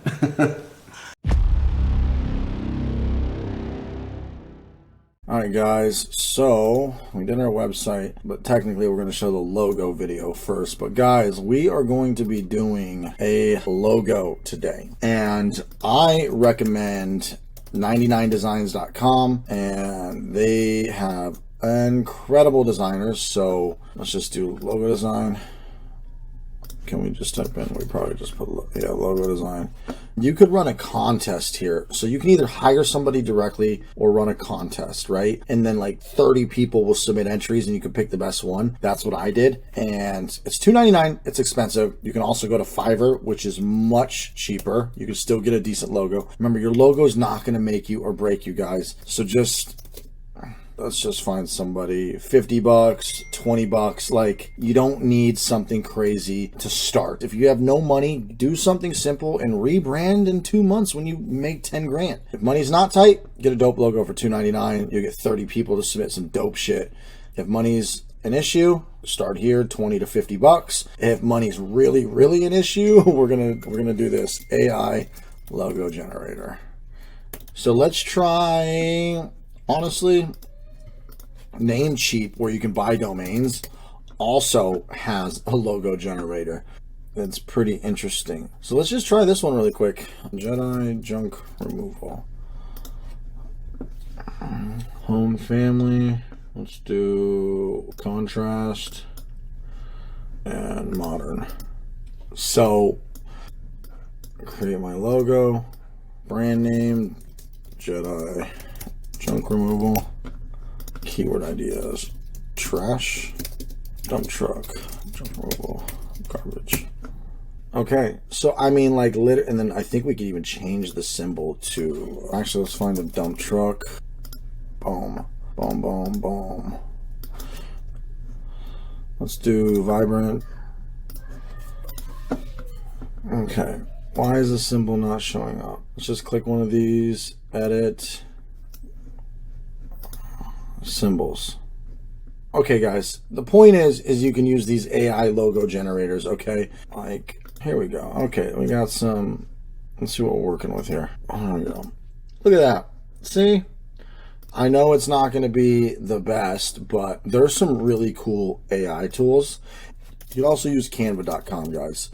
But if you just need to get something going, and that's what's important, is getting something going, this logo and website, don't let it hold you back. Like, literally, you can get started. So that's actually pretty cool. Oh, I'm not gonna lie. So we got Brandmark and Logo AI. Just Google a couple websites. What's going on here? Oh, look at that. Look at that. Look how cool that is. So if you guys like that, oh, I didn't even know this one. So they charge you $25. So you might be better just getting a Fiverr designer, but there's free ones. This one, how do you change the symbol with one of the ones that I chose? AI logo maker. Let's just try one more, guys. Let's try, logo master. Designs and artificial. Jedi junk removal. Okay, let's do, what do we want? Companies, organizations, businesses. Let's do businesses. Pick 3 that we like. I like that one. We got the hot dog. That's cool. And we got a little bumblebee. I don't know. Whatever the hell that was. Select a color. Green for cycle. Eco-friendly. Okay, here, let's try dump truck. Let's throw this one on there. Let's do a recycling logo so we look eco-friendly. Perfect. Okay, let's just see result. Let's see what we get. Website builder with Wix. Look at that. And then you could take this logo, download it, boom, done. Use it in Canva to do business cards, whatever. Look at this, guys. Okay, these ones suck. Ooh, okay. And you can edit these guys, but this gets you going, okay? These AI logo makers. We don't need to do too much more. Ooh, this one, logo.com. Let's just give this one a shot. Into your industry. Oh wow, junk removal industry is here. Okay, let's go green. We're gonna do bold. We're gonna do quirky, and we're gonna do modern with icons. Recycle. Dump truck. Oh, that's it. Let's get rid of that. Dump truck. Okay, logo.com is looking pretty fresh. I'm liking logo.com, guys. Ooh, look at that. Okay, customize. Not bad, guys. How much are they going to charge for this crap? Let's just see. Get your logo. Okay, I don't want to log in, but you guys get the idea, okay? You got AI logo generators. You've got 99 Designs, which is the best place. And one more, you got Fiverr.com, and then you've got Upwork.com. You can post a project, put your description of what you want, and people will apply. And I'm going to talk about Upwork.com in other videos, but that's how you get your logo, guys. Rock and roll, get your logo, and let's move on to the next step. This is like the cool platform Louis Vandervolk recommends. He says it's the best. And I figured, let's see what it's like to build a website with this platform. Now, I'm going to show you guys me trying software for the first time and trying to figure it out and building a website. So I thought it'd be really cool for you guys to see how I do in the beginning. Google's always nice and easy. Let's just do that. All right, we're in. Okay. But we're going to do the beginner option in case there's some settings that I design. I don't have experience. We're just going to do that one. Okay, we are not going to white label, no client management, no client building. Let's just create a site, guys. Okay, so you don't want a portfolio. A landing page is usually one page. We don't want that. I'm just browsing. We don't want a store. We don't like, I guess business site makes the most sense. Perfect. Look, professional services over. So these are templates, guys. And yeah, okay, so let's see, what do we got? Do we have junk in the trunk? Home. Wait, let's go to all templates. Look at that. Plumber. Okay, so look at this. Electrician. Professional services. Okay, yeah, so professional services. Great. Personal trainer. Limo. What is the closest? Handyman. Auto repair. Locksmith. This one looks really good. And look, you can see what it looks like on an iPad, an iPhone. Let's go locksmith. Let's preview it. Oh, that's cool. So you can click these to switch between devices. I'm liking this one. This one's pretty cool. So let's just hit start building. Okay. So I'm going to try to figure this software out, guys, and we're going to build an entire website over. You should watch the tutorial. I'm just going to dive in. All right, guys, let's get started. What I like to start with is a website that we can copy. Okay, guys? So let's start with the logo. I started as Jedi Cleaners, but we're going to Jedi Junk Removal. So let's just copy my logo. We're going to save this to the desktop for now. Let's go. Let's make a new folder called Play, Jedi logo. And honestly, guys, I've never used this software, so we're going to learn together. Not going to take my time and like try to make this like perfect, but just get the idea of how this software works. So I found the logo. We have it right here, but it is a lot bigger. It is 2,000 pixels, but for some reason, some platforms are just dumb. Watch what happens if I do this. I might have to resize it, which is really frustrating that it just doesn't do it on its own. Okay, I figured it out. If you just scroll down, there's cover, full, tile, no repeat. Just do full image. I mean, okay, you know what? This is good for now, guys. We're not trying to win some design award. We're trying to get a decent website, right? So let's just keep moving. I'm not going to do too much text because you're going to go do the text, right? At the end of the day, once we go through this together, you should have an idea. Like, for example, we could probably just delete one of these rows. If you don't have 4, just... What I'm really irritated about is the undo. Oh shit, maybe I was doing Command Z. Maybe we have to do their undo thing. So cool, good to know. Let's figure out how to do this background image and put this one. Save image as. Let's try to put that truck there. And looks like they have an image right there.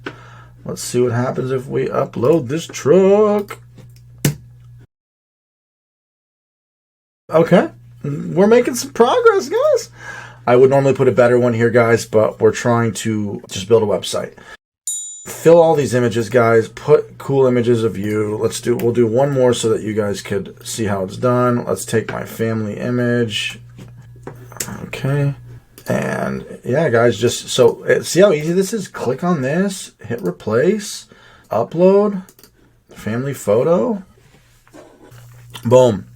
Our services. This is a photo gallery, which is interesting. I want to copy preview link. Let's open this up. Let's look at it on a phone. So does it just pull up a photo? Oh, that's dumb. I don't want a photo gallery. Can we make it go to a page? If not, we're going to delete this section because that's just stupid. Like, this needs to link to an actual page. We'll get back to this, guys, in just a minute, because what we're going to do is we're going to put a services section up here and we'll link it to those services. So for now, all right, let's figure out the menu. How about that? Pages. Okay, here we go, guys. To make this more obvious, rename. What we take, what we do, services, whatever makes you guys happy, okay? And then we have this really cool page. All right, let's rename this to residential junk removal. And then we are going to go to the about page. We're going to do some designing ourselves. Like, I think we can add widgets. Yep. Okay. So the about page is not a good locations page. Or actually, you know what we could do is let's add a page. Let's see what. Okay. So empty page, services. Yeah. You know what I'm going to do is I'm actually going to add a services, because I don't feel like designing a page right now. And that's what you could do on an empty page, is you can design your own page. We'll design a page later. But for now, the services page will work good for what we take, all those categories, and locations. So let me see, what did I say up here? Our services, and then I broke it down because LA is so big, but we're just going to call it locations for now. But if you have if you have Miami, Fort Lauderdale, whatever, you can break it down like this as well. But we're going to just do locations for now. So let's add this page. Locations. And about just is stupid. We're just going to delete this page. Articles is also not stupid, but we don't need that on the navigation because this will be like your blog. This is good for SEO. We'll write some blogs. What we do need is a pricing page. So we'll add that later though. So now let's get back to locations. Let's add a page and let's add another page, and we're going to call it Los Angeles. Okay. and we are going to put it under locations. Look at that, guys. And now the goal is that you make 100 pages, okay? I'm not going to do 100 pages with you, but I'm going to do one of each, so then you can just replicate this over and over. And it should be very simple. So we're going to go to residential junk removal, and we're going to name this residential junk removal. And you're going to change this background image to be, hopefully, something cool. Like you can do this blue background like I have. Or, here, actually, let's see what Duda has. Duda has some cool stuff, too. I bet you we could replace, and they might have free. I knew it. I knew they'd have a little free images. Junk. Let's do residential junk.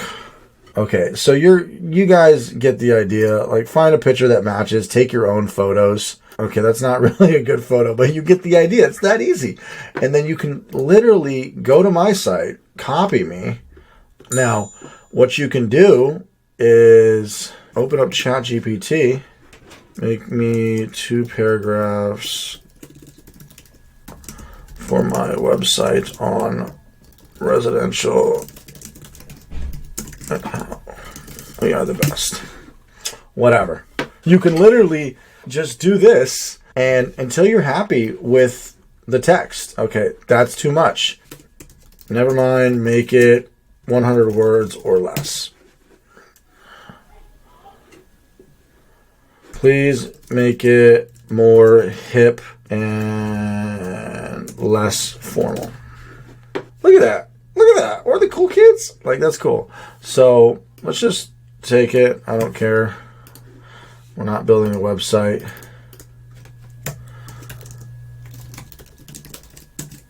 Cool. Go through, make it yours. Like, see how easy this is? Okay, this page, I'm going to actually change this image. It is bothering me. Let's just put something of junk removal, even though it's not residential junk removal. You get the idea, guys. These images suck, so you're going to have to take your own, but let's just type in, let's do something we all know. Let's do a landfill. Cool, a little better. So I'm just going to hit publish. And I can't publish because I have to pay, but can I save? I'm assuming it's auto saving. So let's just make sure it autos. Yep, all changes saved. So guys, you get the idea, right?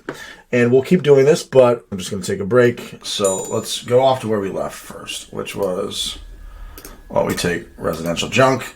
And is there a duplicate button? Look at that. So guys, you can literally duplicate these pages. So what I would do is put all these images, make it look good. I mean, this is like perfectly fine. You could just put all kinds of different junk images. You use ChatGPT, getting new furniture, whatever. I can't help you with this, right? Before ChatGPT, you'd have to write this yourself. Now, websites can be built, no code, and you can have things written for you with ChatGPT. So if you guys aren't willing to do this, you're not willing to be in business. And I know some people hate computers, and that's fine. If you got the money, do it. If you don't have the money, you got to do this. Change all these images up. Clear out old furniture. I probably just, yeah, whatever, same thing. So change all these images, guys, and you have page number 1. But the goal is to get to what I have. Check it out. 1, 2, 3, 4, 5, 6, 7, 8, 9. 9, 18, 27. 27 pages in just services. You should do the same thing. Now we can duplicate this page, and we will call it shed removal. Let me see what happens if we make it this long. No. It goes in here. Look at that, guy. Like, dude, it's so easy. Like, this is incredible. Like, shed removal and demolition. And then let's change this background. Oh, green, change this background. Let's go to replace. Free image. I wonder what premium, what do they use for premium images? Whatever, let's just try shed. Like, come on, guys. How cool is that? Obviously, get photos of you breaking down a shed. Make this very branded to your brand.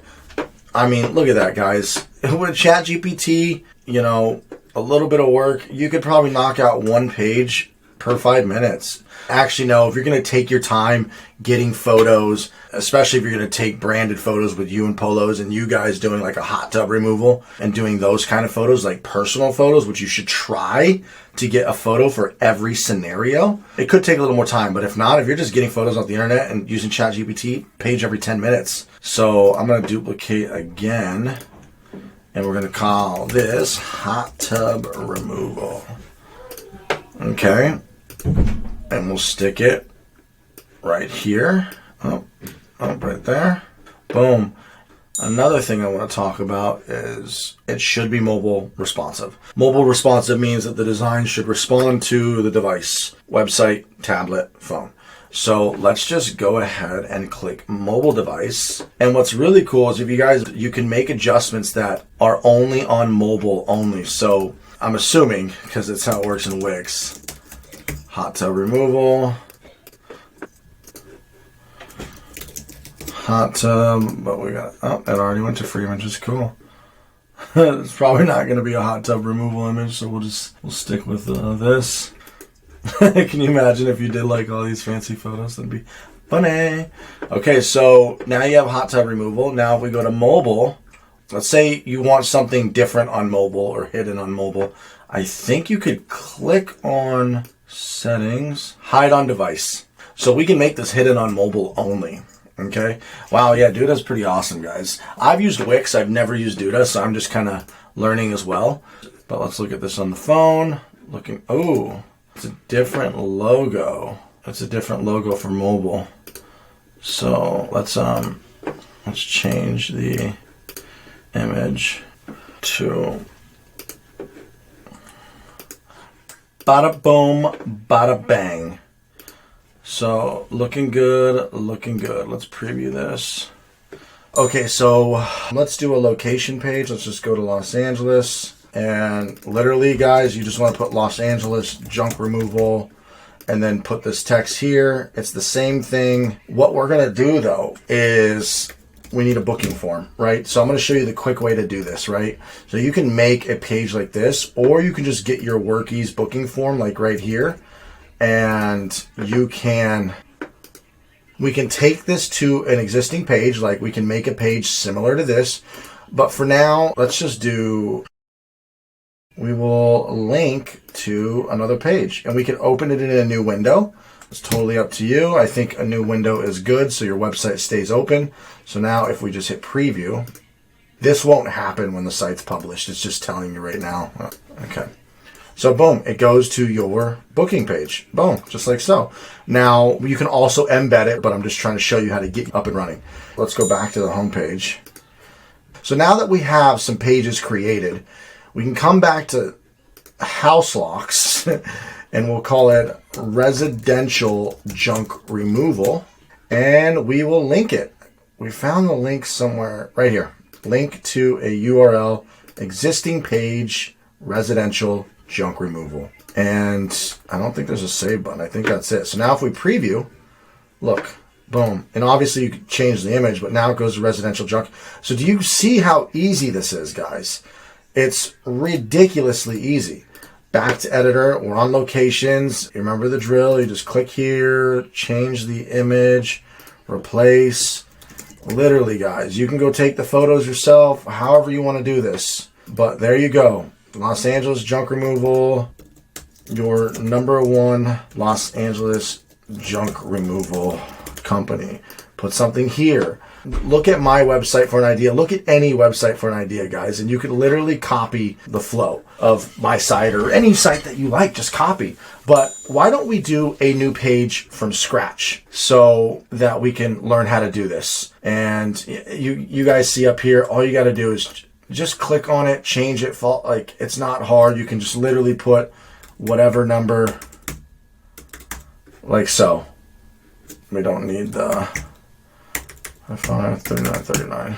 So what we will do, though, is we will make a custom page so you guys can learn how to do it yourself. And I've never done this, so I'm going to try this myself. But I think the best way to do this is, let me see. If I do an empty page, will it still at least have the header?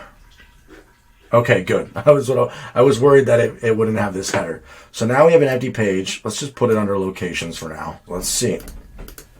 So we have empty page. So what we're going to do is we're going to add a section right here, guys. And this is what gives you the sections in your website. And they're going to have some pre-made sections.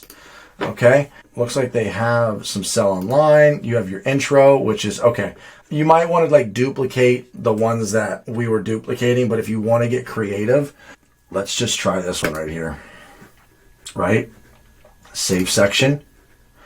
And I guess let's delete this section.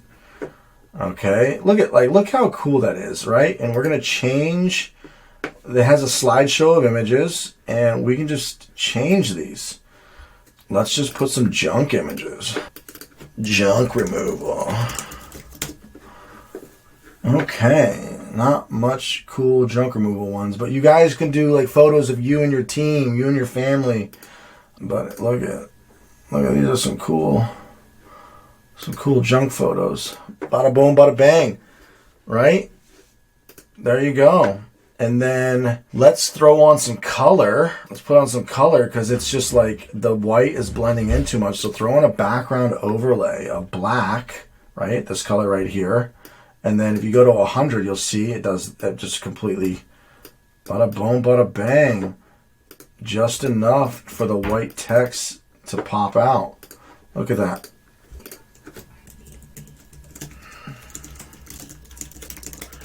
I mean, you don't need to be creative, but if you want it to like look really cool, I'll hire somebody. But I did my first website too. It was nowhere near as good as it is now, but I had her make it better. So just make something and then hire somebody when you start making money. Book us now. And then we can, go to web address and let me see whatever. You remember my booking form, but I'm not going to go get it right now. We'll just go to the contact page for now. Okay, guys, you see how easy this is? That's it. Let's add another section.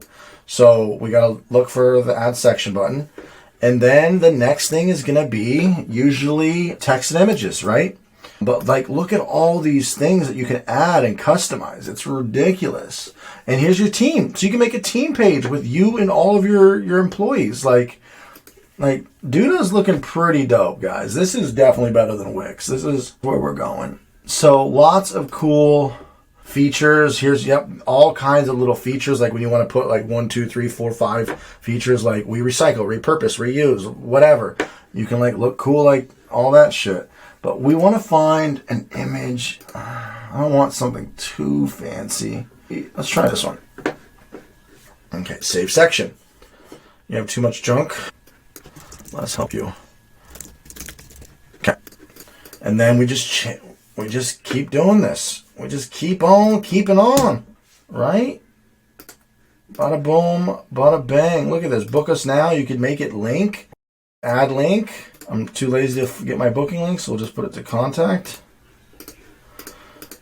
And then we're like in business, guys. And you see that? Like, look how, here, let's preview this. Look at this. Like, that's like not bad at all. And you just keep on making these pages. I already made 3 pages. I mean, I didn't finish them, but imagine if you just did it may take you a week, but if you're just starting, look at this, guys. This is too easy. Too easy with Duda. This is way easier. You can literally, I don't care, copy my shit. Just change the text a little bit so that you don't get penalized by Google. Copy my photos, copy this. I don't care. Copy me completely. And you guys can have 27 service pages. And you could have 60 city pages. Like you go to Simi Valley, look, Simi Valley junk removal. You can do the same shit, Northridge junk removal. Just do all this. Make sure you talk about Junkridge. Make sure you put Northridge. You could even copy this too. Let's do another custom section really quick. I want to try one more thing. Let's go back to the empty page, right? Do you just start dragging like a widget? Here, let me just try adding 3 columns. So you don't have to add a section. So you can just do widget 3 columns and then you can throw in an image in that column. Let's just do Jedi junk removal. And then, no, that looks cheesy. Let's replace. Okay. And then we can throw in another, so we go back to widgets and we throw in another image. Select here. We're gonna change this image to, so they all are like the same size. There we go. And then let's throw in another image, guys. Now to make sure it looks good, we gotta make sure they're all landscape images, or so they're all the same size, guys, and you're gonna have to use a photo editor for that, Canva, right? But for now, to make sure it's consistent, let's just do this photo again. So there, you got 3 photos. So you can also just drag widgets down here too. So let's say we just want like a big ass button right here. There we go. Can we drag this row down? I right clicked. Look it, move row down, move row up. Boom. Okay. And let's put a background color on this, guys, because the white on white, look at that. Look at, I'm like a little designer. Okay, I'm a really bad designer, but you guys get the idea. And then you can just put like, book us now. So this is a time to be creative, guys. And as you can see, this is me playing with it for 1 hour. I'm just fucking around, right? And I'm going to preview it. Okay, I know this is not the best new page. Okay, you can see why I'm not a designer. But, I mean, you have the building blocks to make a good enough website. And it's going to be responsive on your phone, too. Look at that. It doesn't matter what page you go to. What we take, locations. Let's go to the one we just made. Look at that. Look at that. It's already done, guys. All you got to do is keep working on it. Back to editor. We go to the footer. We change this. We put the actual Jedi logo in. Look at that. Bada boom, bada bang, guys. We preview. Let's look at it on a cell phone. Like, stop it, guys. Stop it. This is so good. Anyways, that should get you going on how to use Duda. Build your website. If you were to spend an entire week, like let's say you're just starting this and you're waiting to get approved on Google My Business, you're waiting for the Clover credit card machine, you're waiting for your polo shirts to come in, you're waiting for all this stuff to come in, bro, build your website. So guys, I hope this helps. If you have more questions about Duda, I can dive deeper into certain topics because I'll figure it out within a few minutes. Peace. We're in the branding section, guys, and we're going to talk about setting up a website. Now, one thing I do want to preface is this might be controversial. Some people might disagree, not disagree. But honestly, your Google Maps and your Google Ads and yard signs and all that other stuff is going to be more important than your website. Your website is not going to bring you leads immediately because if you run Google Ads, you're going to have a landing page. You should. I mean, they're going to discover you via Google Maps. Yes, they're going to want to click a website. Yes, it's going to help, but you're going to get business regardless without your website. You definitely need to set up your website. That's why it's in this tutorial, but you can make money without having a crazy website. You do not need to go crazy immediately to get started. So we're going to start simple. We're just going to set up a basic Wix website. I'm going to show you how it works. So obviously you're going to sign up. I'm obviously signed up with Facebook. When you get into Wix, you're going to have like this My Sites dashboard, right? So you'll see that I have Junk Launch, Jedi Cleaners, and Thompson.capital. This is for the future when I want to do investments into other people's businesses. And when we have Jedi Junk Removal. So we're just going to create a new site, guys. Yours will be empty and you're going to hit create new site. And let's just get started. Now we have a home services business. Let's just see what happens if we type in junk removal. Ooh, look at that, trash removal service. Let's see what they have. They'll give you some templates. So you can start from scratch. What was my company going to be called? California Clearouts. Okay, so let's see what Wix does for you. So I would avoid the chat, the bookings. You don't need any of this fancy stuff. Just hit next. And let's begin with a template. We're going to pick the simplest one. Okay, let's just rock with this one. So we're going to go view. This is a cleaning one. Yeah, this isn't too bad. And then let's see what it looks like on mobile. And honestly, guys, you could even start from scratch and do this yourself. If you want to, Google how to do Wix. It's really take an hour tutorial on how to use Wix and you could do this yourself. But you have desktop view, you have mobile view. You need to make sure it looks good on both. We're going to go edit this site, right? So this cleaning company website. Okay, so let's see. So we have sections and pages. So these are the pages right here, and we can actually add pages underneath those pages. But why don't we just start with changing this to whatever you want to say. You can put your logo here. It's been a while since I've actually, you would want to put an image there. So we'd upload media. Here, let's find my logo. We'll just use this, even though it's a cleaner. Oh, there we go, Jedi junk removal. And I'm not like designing good right now, guys, so bear with me. There we go. Okay, so what we're gonna do is we're gonna click this section for now, this big section right here, and we're going to go add element. We're gonna, under image right here, you got text, image. I'm gonna click this element. Now we are going to shrink it down like so. Now, obviously, guys, when you get the logo from whoever is designing your logo, or if you create an AI logo, I would technically want this text to be white, but this is just to show you. So you'll see this little section right here. You got these columns. So we're just going to delete cleaning services, this and this. And we are going to throw right. Bada boom. Now, remember, I am not a designer, so don't judge me. So, since it's inside this column, if we want to center it, I think we can go like right here. So this would be center. This would be aligned to middle and aligned to center. And it's aligning it to center of this. I don't know why. But anyways, that looks good, I think. And let's preview this. Okay. So, let's change this color, guys. And oh, actually, one thing real quick that you want to do is we want to go to mobile mode and make sure that the navigation bar up here looks good. So switch to mobile. Let's make it a little bit bigger. So you're going to actually want to make everything look good for both mobile. Yeah. Okay, so we're going to hit save. Okay, so now we are going to go back to the desktop mode. Put out whatever you want. Call us now. The most eco-friendly junk removal company in the world. Okay, now let's change the background. Okay, highlight the header, guys, and then you can come down to this section here and you'll see a quick edit, and then you can see your strip background. We're going to try to find a junk photo image. So you could search their stock photos, so you can like type in trash. That's really not good at all, so we're just going to find one of our junk photos. We're just going to use this. It's uploading. Oh, and you guys should technically compress these photos. Find an image compressor because you do not want a 3.8 megabyte file. You need that to be like under 500 kilobytes. So compress your images before you upload them, okay? This is bad performance. Change background. Bada boom. Now we need to change the settings. I think, there we go. Image opacity. Okay. Obviously put a photo that represents you better. Let's hit save. How do we close this out? Back X. Let's preview, kind of like what we're working on. Look at that. Obviously, we need to change this color to, well, I'm not going to change this color, but you guys, you just right click, hit this quick edit right here. Column background, color.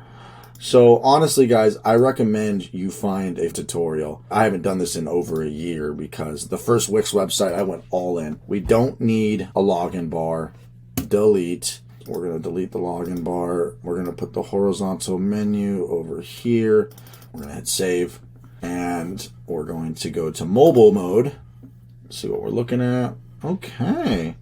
We're looking good, guys. So you just work your way down. Honestly, I'm going to do like a full video on this, but I'll do a couple more things. And then you guys just need to go watch a how to build a Wix website tutorial. Watch an hour video, learn all the tools. It's that easy. And then you're going to connect your domain. We'll talk about that in a minute, but let's just hit save and let's go back to desktop mode. But you need to go between desktop and mobile and make sure that it looks good on both devices. You don't need a live chat. I think we turned it off. I mean, unless you want it, but like, come on, let's be real, guys. Just get a phone call. I'm pretty sure we turned that off, so it shouldn't be there. Are you looking for junk removal? La, la, la, la. Whatever you want to put here. You can put trusted years, 3 years in business, 400 satisfied customers. Put anything like recycled 14 different things. Put whatever cool shit you want there, guys. And then this is obvious. Let's put it's a gallery. Manage media. Okay, you would put cleanouts.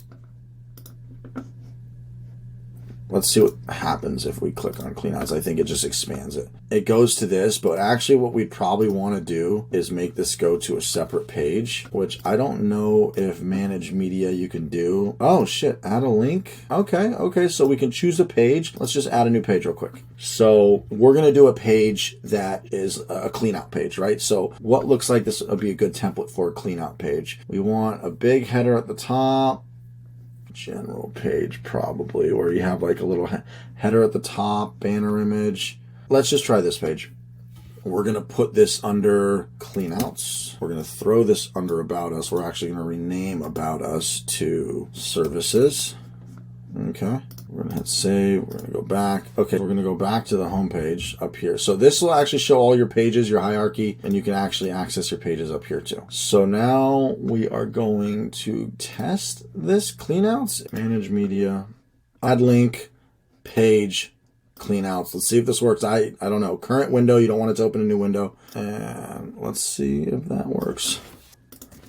Any and every type of clean out, blah, blah, blah, apartments, houses, storage units, bada bing, bada boom. And we're going to hit save.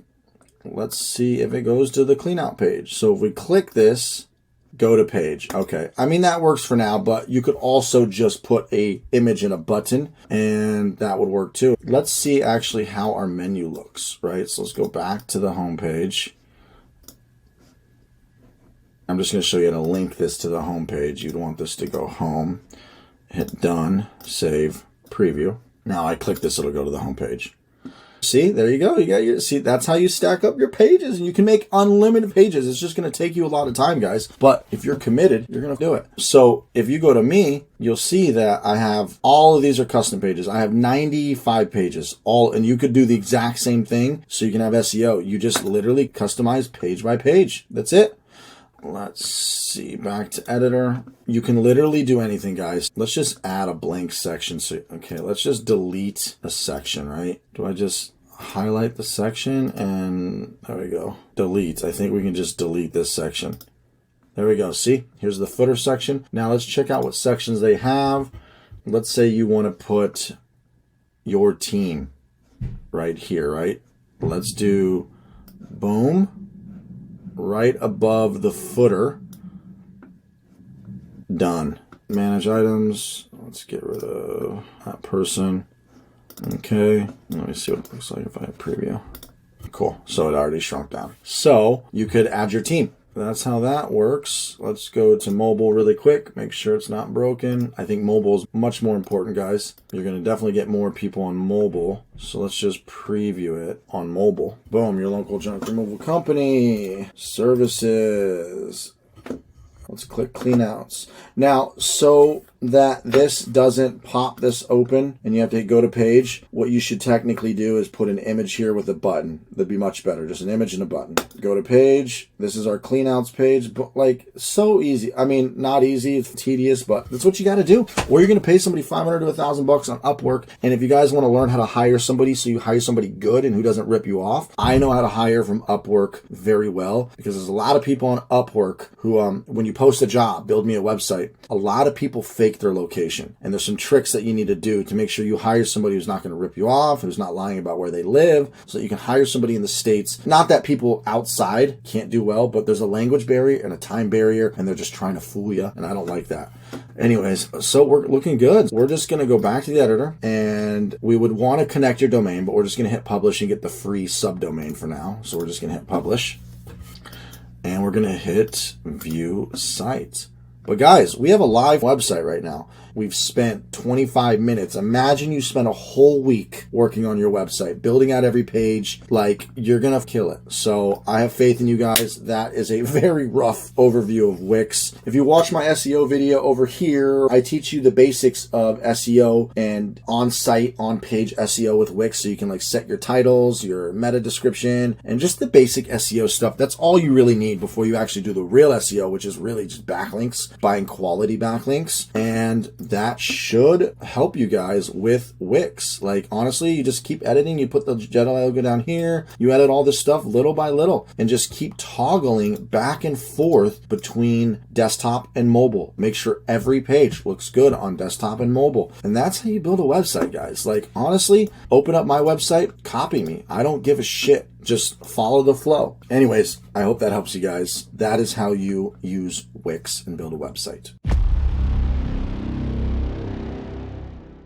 All right, guys. Can't leave you hanging with our website that we're building. We need to connect this to a domain, obviously. So we'll do that in a little bit, but we need to create a second page. So I'm actually just going to open up so we can copy and paste text. You guys type up your own text, all that stuff. But let's make a separate page so you guys know how to do this, to make a second page. So we started services and we started cleanouts. We kind of did go over that, but I figured let's kind of build one out just similar to mine.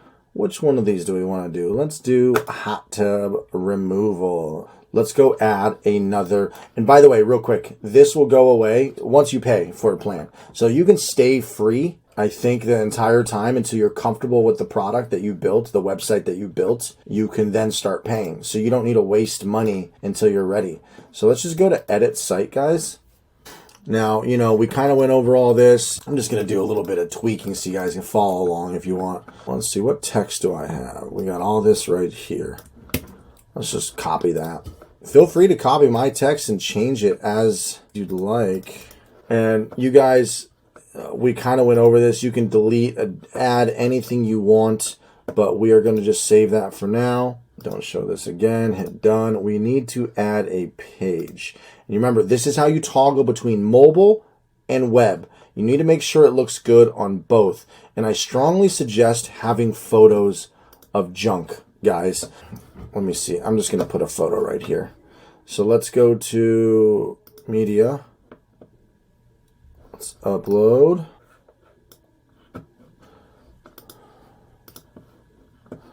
Boom. Now let me just show you guys how the mobile browser work, or the mobile view will work, because it's going to mess everything up, I think. So now if we go into mobile, oh, it surprisingly placed it pretty good, but you can adjust it in mobile. Go back to desktop. Okay, and make sure it looks good however you want it in desktop. Maybe we want it like right there. 6,000. Satisfied customers. This is this one will be technically 2 years, but you can always lie about that. 2 trusted years.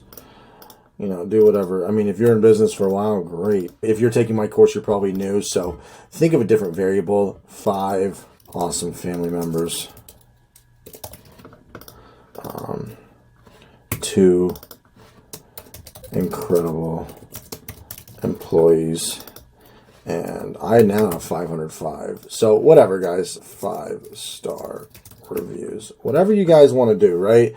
And this is the thing with building websites. Less is more. You can start deleting all this just unnecessary stuff. We remove all kinds of junk. Make this a call button. It can call you. And honestly, it'd be better to just delete this pro gallery and put photos. Let's just delete. And I don't really have any junk photos right now, so let me kind of just show you what I would do. Probably shrink this down. And let's just add a couple photos real quick, guys, so you can see what I would. Now, I'd probably put photos of junk here, right? So let's just put, or you guys working, you know, let's just put the photos that we have to work with, though, so that you guys can see what I would do. You know, you want images of you, your family, you, your employees, whatever, showing that you guys are hard workers, right? Oh, are these the grid lines? Okay, it's saying it wants it to, I guess that's the grid lines.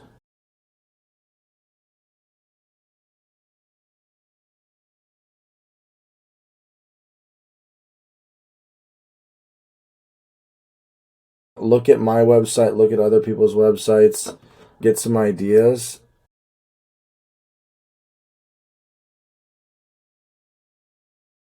Now, we got to go to mobile because it's going to look messed up on mobile, so switch over to mobile. See?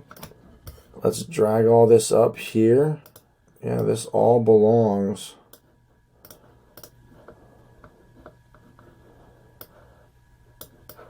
In this strip, right?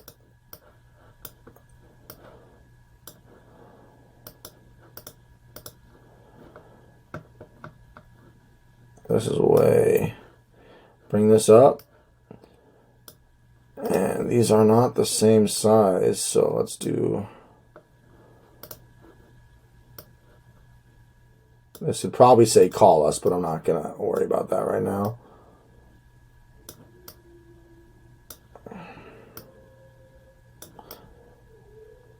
I don't need to make this perfect right now. But you guys get it. So now we go back to desktop. And yeah, so this template has it outside of the grid line, so I think you'll be fine. Honestly, you just need to preview it on your phone, preview it on your computer. So I'm just going to hit save. I'm going to go preview real quick. I mean, this is great. Yeah, those are the grid lines right there when the browser gets this small. So that's what it's talking about.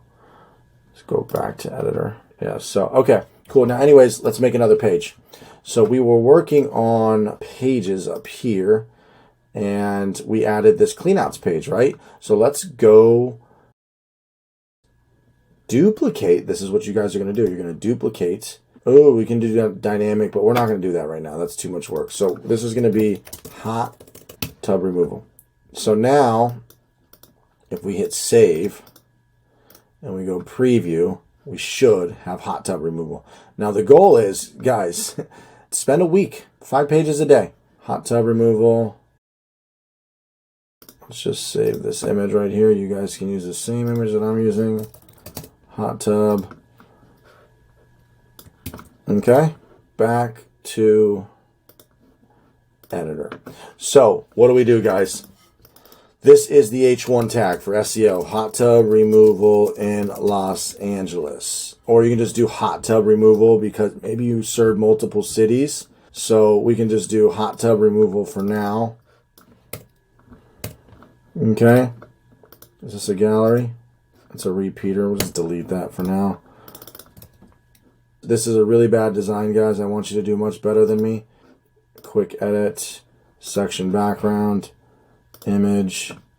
You know, you might actually enjoy this too. And if not, hire somebody. This is way too big of an image. We need to compress this. You can use an online image compressor. Just Google online image compressor. You do not want 800 kilobyte files. Boom. And then, you know, we can add another image. I don't want to go searching around the internet for more images, so I just put the same one. But guys, this is essentially what you're going to do. And then you're going to hit save. Look at my website, and I mean, you can add buttons. You can do all kinds of stuff, guys. And at the bottom, you can do this, and you can copy and paste this same element onto every page at the bottom if you want. And I'm going to just go ahead and publish this for now, so it goes live. Don't show. View site. Boom. Look at this. Okay, so we have this. Okay, so this isn't centered. We want to center this. So we'd go back, see how it's not. Look how much padding is on the left versus the right. So we'd want to go center it and fix that. Something you could easily do. It's just not in that grid properly. That's probably the issue. If we go up here to services and go to cleanouts, this is the cleanout page we haven't done. But if we go back up here and go to services and hot tub removal, you guys see, look how you can do anything you want, guys. And you have a website. It doesn't need to be amazing like mine until you got, I think mine's pretty cool. It doesn't need to be that impressive until you start making money. You just need to have all kinds of pages and contact, and then you'd put your Book Me link up here to your online booking platform, which I guess I should probably make a video on that too, setting up online booking, because that is very important. But at the end of the day, guys, you just need a decent website to get you through until you are making money to where it makes sense to get a really dope website. Like, even if I didn't have my website, I'd be doing fine. I get about 1-2 online bookings, 3 a day, and that's really all you need is your homepage. Make a good homepage, put some time into it, do the same thing, contact us, book with us. Look at every other junk removal website, okay, guys? It is that easy to add a separate page, and you can add as many pages. You can do add a locations in the menu, just like I have, locations, and then you can start adding individual cities and getting prepared for your SEO. And when you go to the SEO section, we'll go over on how to do SEO on each page. So guys, get to work on your website. Start with a simple one page. Just get one page done if that's all you need for now, and you don't want to spend too much time on the website, because the website is not going to be your lead generator in the beginning, okay? It's going to be you working and hustling on the streets and doing Thumbtack, doing Facebook, doing Guerrilla Marketing, doing all that stuff. Just have a one pager to stay simple, and then start adding these other pages when you have the time. And if you have the time, start adding these pages if you're doing nothing. Anyways, I hope that video helps, guys. Social media is important, and not just social media. We're going to touch on Google Maps too, even though that's not social media. Just kind of your general presence all over the internet. We all know about social media. Let me pull up Jedi Junk Removal. Let's do Instagram, Jedi Junk Removal, Nextdoor. Let me just pull these all up real quick, guys. You don't really need a Twitter, but you might as well make one. So we have Facebook, Twitter, and we have YouTube. There's a difference between my YouTube personal channel, and if you guys are also YouTubing your journey like I am, you probably want to have that be separate, because you don't want customers typing in Jedi Junk. I mean, obviously you can see on my videos because I talk about Jedi all the time, but you see I have a separate channel that I'm starting.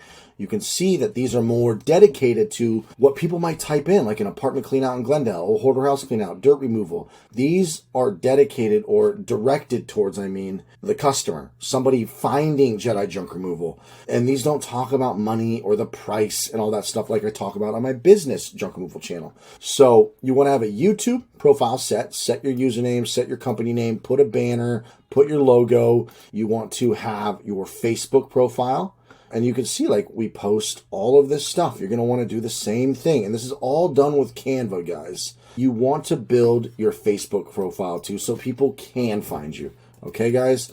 And even though this technically isn't social media, we're going to do Jedi Junk Removal. You'll see we have 1, 2, 3, 4 locations, right? This is the Orange County location that we haven't started yet, but we have 258 reviews here, 164 here, and 33 here. That's about 460 reviews that I've earned, or we have gained, in our almost 2 years of business. But let's actually go to Google and type in Jedi Junk Removal. We pop up right here, okay? You're not going to have 3 locations in the beginning, but you want to make sure you're on Google Maps too. You want to build out your Facebook. And guys, this is just an overview video. I'm going to do another video on building out new pages in case you don't know how to build a YouTube channel, a Facebook. But if you're going to run a business, guys, you need to learn a little bit of tech. Setting up accounts and uploading images for your logo. You guys need to at least learn these basics. I want to walk your hands through building a website and setting up the call center and all that stuff, but you should know how to do this or be able to figure it out. And if you're really that bad at tech, I would YouTube how to create an Instagram profile. You'll see I haven't focused on my Facebook too much. I am working on it, but it's there for somebody to look it up. I guarantee you, some people have found us have looked us up on Google, looked us up on Yelp. Yelp is not really social media either, but you need to have, see, I have 2 locations. You're going to want to do that eventually too, but I don't ever ask for Yelp reviews. I only ever ask for Google reviews. So these are like actual real customers who, instead of leaving a Google review, they went and left a Yelp review. But you want to upload your photos, put your name, start getting reviews on every platform that you can. Facebook, Google. Google's the most important. Focus on Google. Nextdoor, I had a few people that I know leave us reviews. We haven't actually gained anything from Nextdoor yet, but it's there. We have presence, the logo, the name, the address, the banner image. Same goes with Instagram, guys. We started building our Instagram. We're posting. So all this content we're reusing on YouTube, we're reusing on Instagram, we're reusing on Facebook. You can make one video and post it all over your social media. You can do this on Canva and just reuse it everywhere. And I do post to my Instagram stories sometimes, but you want to do all your social media. You want to set up your presence and at least get a couple videos or photos up, and your website. All your social medias need to point to your website. Look, my Facebook has the Instagram, the website, it has the email, it has the address. The Instagram has the website, it has a whole bunch of videos and photos. The Nextdoor has the website, the TikTok, guys. You definitely want to do TikTok too. I haven't been focusing much on social media lately because I'm going to be honest with you guys. You need social media presence because people can look you up and trust you. But social media is not what's going to bring you jobs, okay? It may bring you a job. You may get on Facebook and post into some Facebook groups. You might go to the for sale section on the free section and you might respond to some people, yes, but it is not going to be your lead source. Social media will not be your lead source. It's going to be your verification that you're legit. This is what people are going to use when they search you up and try to see your reviews. They pull you up on social media. So this is not your lead source. This is what people are going to use to trust you. So you need to have all these ducks in a row before hitting the field. Well, not before, but I recommend you do. And you don't have to have all these videos like I do. Just have the profile made, have one picture, one video, a description that you guys want. Honestly, you should change this to the company logo and put a better description. But yeah, so we have Google Maps, right? Let's go to, I hate now that one's 4.9 and all the other ones are 5.0. And on your Google Maps, guys, you need to upload photos, okay? You need to put your services, your reviews, get your reviews and upload. Oh, wow. This is like, dang, this is old school. But yes, guys, so we have YouTube, Facebook, Instagram, Nextdoor, TikTok, Yelp, and Google Maps, and then the other social media ones that you need to be branded across and set up. Set them all up. Put your fucking company logo, upload your photos, get all of your friends that you possibly can to leave Yelp reviews, Facebook reviews, and Google Maps reviews. It is very important you set up your social media. Use Canva. If you guys are too lazy, you can just jump on Fiverr, hire a graphic designer, just type in, you can literally just find somebody who does graphic design, pick somebody, let's do flyer design. Any of these guys who do flyers could probably do you some good social media stuff. You can just type graphic design, find somebody you like, graphics, business cards, any of these people. Flyer. Look at this. You know, it's poster design. I'm trying to see. Logo design. You guys can have somebody design all this stuff for $50 and then you could post thing like these graphics or whatever onto your Instagram. You can even get people to do like the videos and make you 10 little video editing. Here we'll do TikTok video. TikTok video ads. You don't need to get some fancy dude. Get the cheapest dude you could find. Get this guy for $15, right? $5, okay? Send them a whole bunch of clips of you guys working and talk, whatever. And then just reference some of my shit on my social media and be like, hey, I need 10 videos. And then he'll charge you $30 and boom, you got 10 videos for your social media so people can see that, oh, look, they're working, whatever. Pimp out your social media for $50, $100. You can have a whole bunch of content off Fiverr and just do this. Get inspired from my content, look at other people's content, but get all of your social media in a row, ducks in a row, and also Yelp and Google Maps and Nextdoor, okay? Nextdoor is kind of like social media, but yeah, I hope that helps, guys. This is how you get this on Google Maps. Just type in Google My Business, Google Business Profile, sign in. I'm already signed in. You will end up here. As you can see, I already have 2 businesses. So I'm going to try adding a new cleaner business to the same account. Now, since this is a start a junk removal course, you're just going to do your junk removal business. I'm going to do add single business. We're going to do Jedi Cleaners. Create a business. Business category. Oh. House cleaning service. You guys would probably do garbage collection service. There's waste management service, solid waste. Yeah, I think garbage collection makes more sense, but we're going to do house cleaning. Clear it, house cleaning service. Do you want to add a location? So here's the thing. is I feel like, and I've also read that you do get better results if you have an actual pin on the map. I put my house originally, and then I went and got a mailbox. I found a mailbox, a place that it was kind of like a co-working space. It got approved by Google. Like, you got to be very careful though, because Google doesn't want virtual addresses or PO boxes, and a lot of places are registered with PO boxes. I found a co-working space that comes with the mailbox, and I was able to get away with it. So you got to be careful. I don't have a co-working space down here right now, so I'm just gonna have to use my actual address. This location will show up on Google Maps. So, got to pick and choose your battles, is all I can say. If you're uncomfortable with putting your house and you can't find a co-working space, I mean, entrepreneurs take risks. That's all I can say. So, you're going to have to put your house, or you can do no, and you might not show up in the results as well. Up to you. What is the address? Yeah, I think I want to start. Yeah, let's start down here. So I live in an apartment building with 300 units. So I'm going to go put business cards on every single unit and offer 10% off. So we'll see how that goes.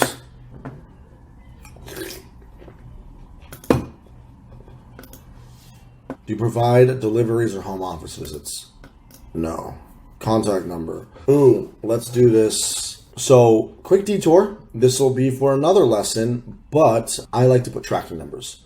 So I use CallRail, because I want to see how many calls eventually come from here versus how many calls come from anywhere else. So I'm going to create a number. I'll use it online, somewhere else, call somewhere else. And it's going to route to I'm going to do that number for now, because I'm actually going to change the routing to a call flow. So we want to do an area code, LA area code. So let's get an LA, and it's going to be called Google Maps, Marina Del Rey location. So this is, I like to record calls and active the tracking number. So now you have a tracking number, and it's this number right here. See active numbers, and I'm just going to change it to my call flow right here. Save and update call flow. So all these numbers go to the same call flow. We'll go back to here. Contact number. Website is, make sure my website pulls up. Okay, so JediCleaners.com. Boom. Okay. I obviously have to finish the website. First step I like to do, it needs to call me. Okay, so we're going to actually change it to not a call flow real quick. Let's go to Google Maps, Marina Del Rey, and let's edit this. Actually, I need to make sure that this says cleaning, and we're going to just forward this to my personal cell phone number for now, and call. I don't want to do text messages since it's a tracking number. So what's cool, watch, I'll just show you the analytics. Google's going to call it any second, I think. Okay, I don't know why that's not working, so let's do a text. Maybe I have CallRail tracking numbers on here already, used on Google Maps, so I don't know if it's smart enough to let's see, text conversations. Okay, I guess I'm going to put my business line for now. Is Google smart right now? Do they know? Oh, let's do email. Did I set up the email yet? Okay, let me pause. I guess I'll record this, and this is going to be a separate video, but we're going to do email verification. So what I did is I logged into my Wix website, my Jedi Cleaners. I typed in, let's see, you can do Gmail. Yeah, email. You want business email. This is the best way to link with Google Workspace, to get an email with your domain name and attach it to Google, so you can use Gmail just as the most convenient. So, we'll do this. Let's start. A little detour. We're going to do Andrew. I'll actually show you guys a quick tip. Of course, we just need Gmail. So select $5 a month. Ooh, I don't want to do a yearly. Hold on.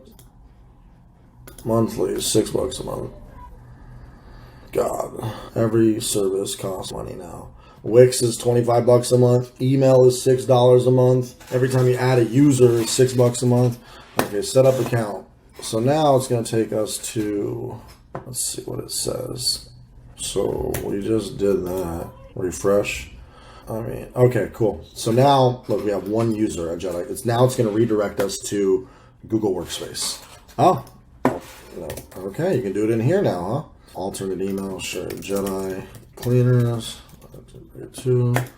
Submit. So I guess you can make your Google Workspace user here. Wow, I feel like I did it in Google Workspace last time, but it looks like Wix made it a little bit easier. So let's see. Let's refresh. Oh, there it is. It just popped up. So now I have a legit Gmail account. So, but I'm going to show you guys just a quick little trick. We're going to manage at Google. Okay, so we're going to go to manage at Google. So it will take me to Google Workspaces. Andrew, look at that. I now have a next. I understand. So now this is how you get to Google Workspace, where you can really configure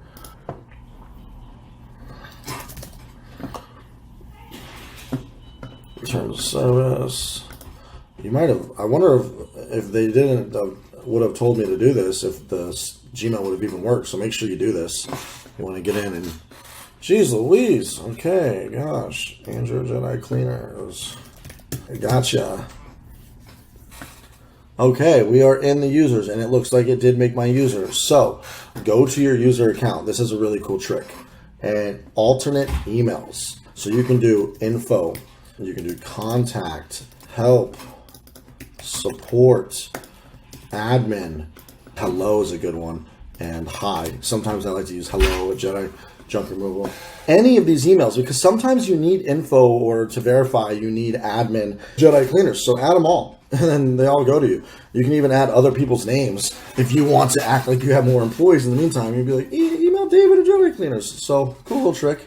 You can friggin' add as many as you want. I'm gonna hit save, and that's it. So now let's go back to Google Business. See, an info, but I am gonna put Andrew. Email. Yeah, I think it still has the number though.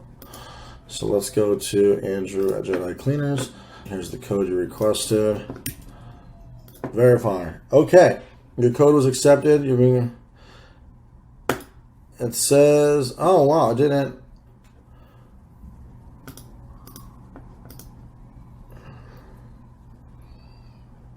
So it didn't ask to send a postcard. I prefer that way because it's like a guaranteed verification. So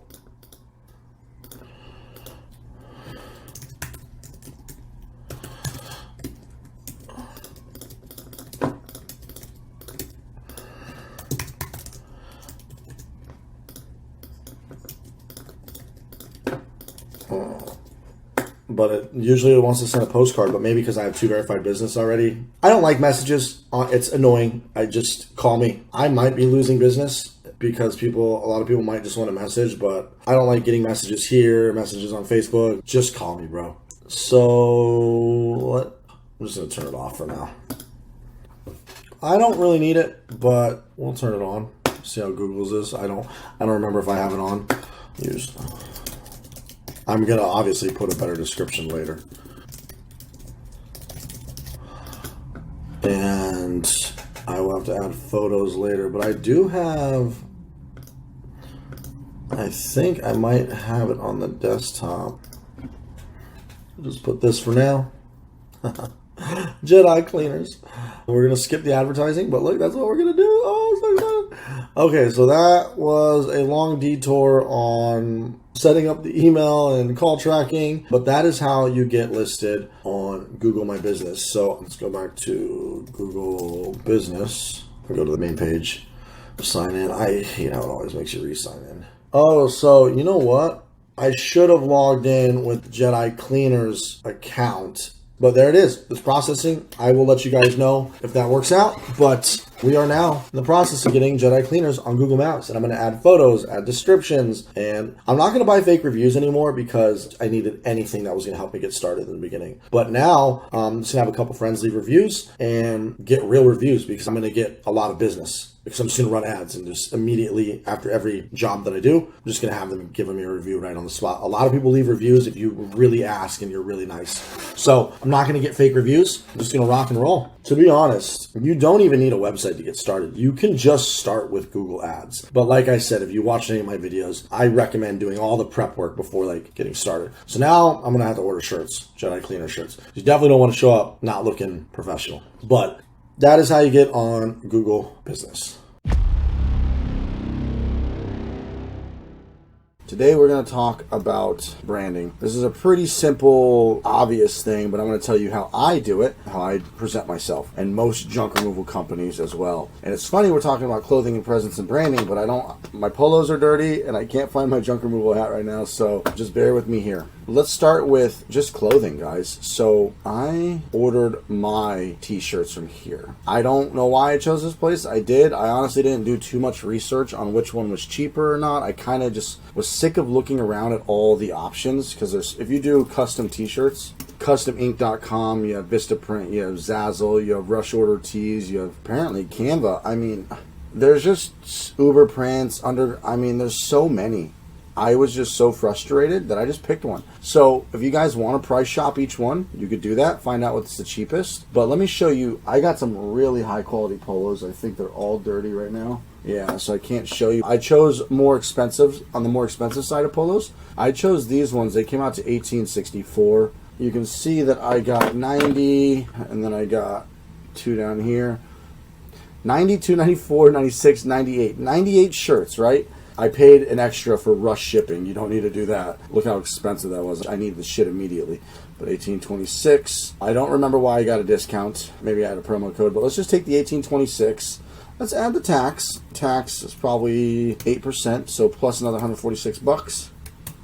$19.72 divided by 98 shirts, we said. So I paid about $20 a shirt. Now, the shirts, if you don't get that much, they're going to be probably a lot more expensive, because I bought almost 100. So I spent fucking $2,400 on shirts. But you don't need to do this in the beginning. I only started the 1 or 2 shirts in the beginning, and I'm going to tell you guys a secret. Well, not really a secret, just a little trick. Let's see how much it would cost if I wanted to order just...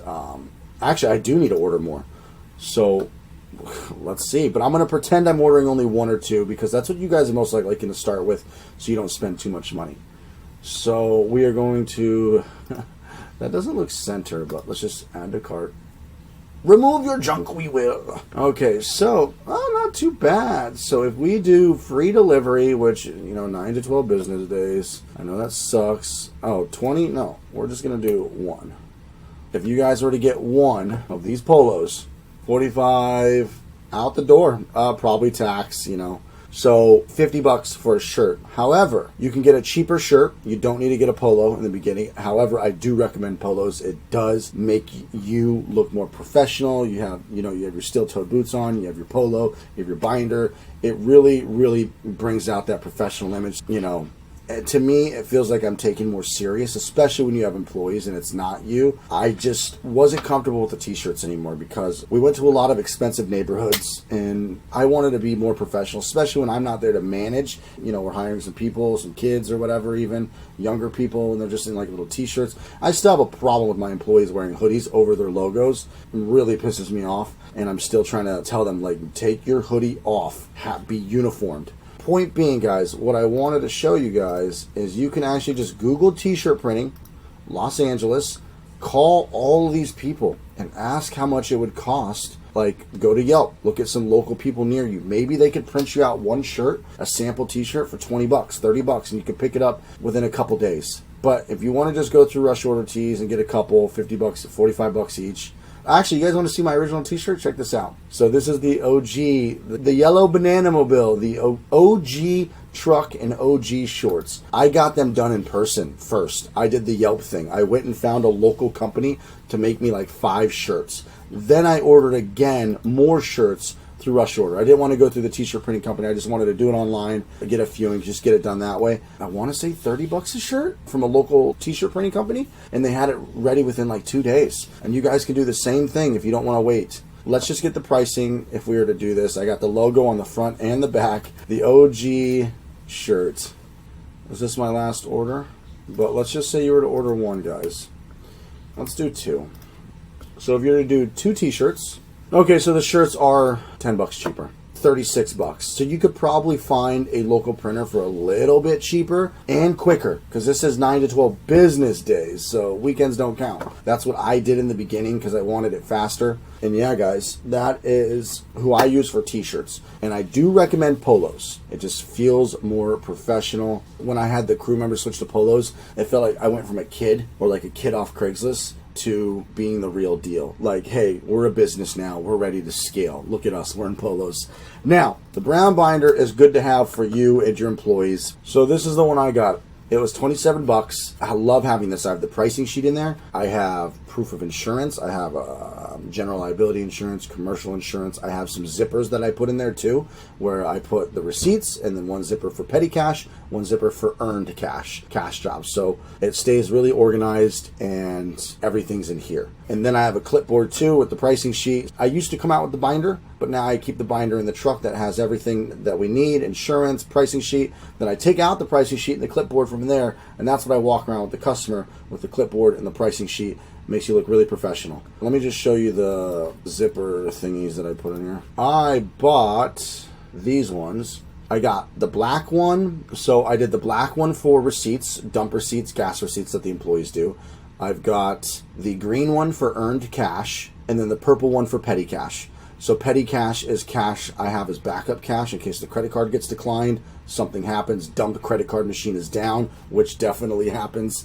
So I always, have a couple $100 in petty cash, and then the receipts that they get for the day goes into the black folder, and then all the money that they've earned in cash earnings, whether because some customers pay cash, goes in here, and then I collect at the end of the day.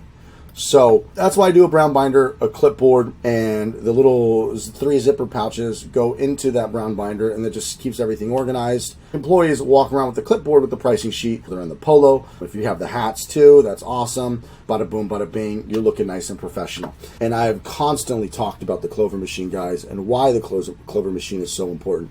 There's no reason to beat a dead horse right now. Although, actually, there is going to be a video in the tools and equipment section, but I talk about it on my YouTube channel all the time. But I strongly suggest getting a Clover machine when you can afford it. Stick with Zelle, Cash App, a small little credit card reader. It's 15 bucks. You can get the Square one. You can get the PayPal one. There's all kinds that you can get. I think Workies even has one. Do that until you can afford the $500 machine. Switch to this as soon as you have 500 bucks. It will change your life. You'll make more money on tips. You'll double or triple how much you get in tips. I promise you that, and your employees will be thankful, and you'll be thankful too. Pricing sheet's very important, guys. I believe it is very important because customers will learn or see that you have a menu, so they know they're going to get consistency. It makes me feel like they'll trust you because you're not pulling a number out of your ass. There's actually guidelines, so if they hire you again or they refer you, they know that you're getting consistency. Just like when you go to any restaurant or any fast food, you know what you're going to get because it's the same shit every time. There's not going to be any surprises, and it just feels like you're not making up a number and just kind of like ripping them off. That's my feelings about pricing sheets. I know some people and Facebook groups talk about not having a pricing sheet. It's totally up to you. I think a pricing sheet is smarter. It looks professional. You're uniformed. You have your clipboard. You have your polo. You have your hat. You have this awesome Clover device when you get it, and it spits out a receipt. It's just bada boom, bada bang. So guys, clothing, presence is an absolute must, and we all know this. Everybody talks about customer service, all of this stuff.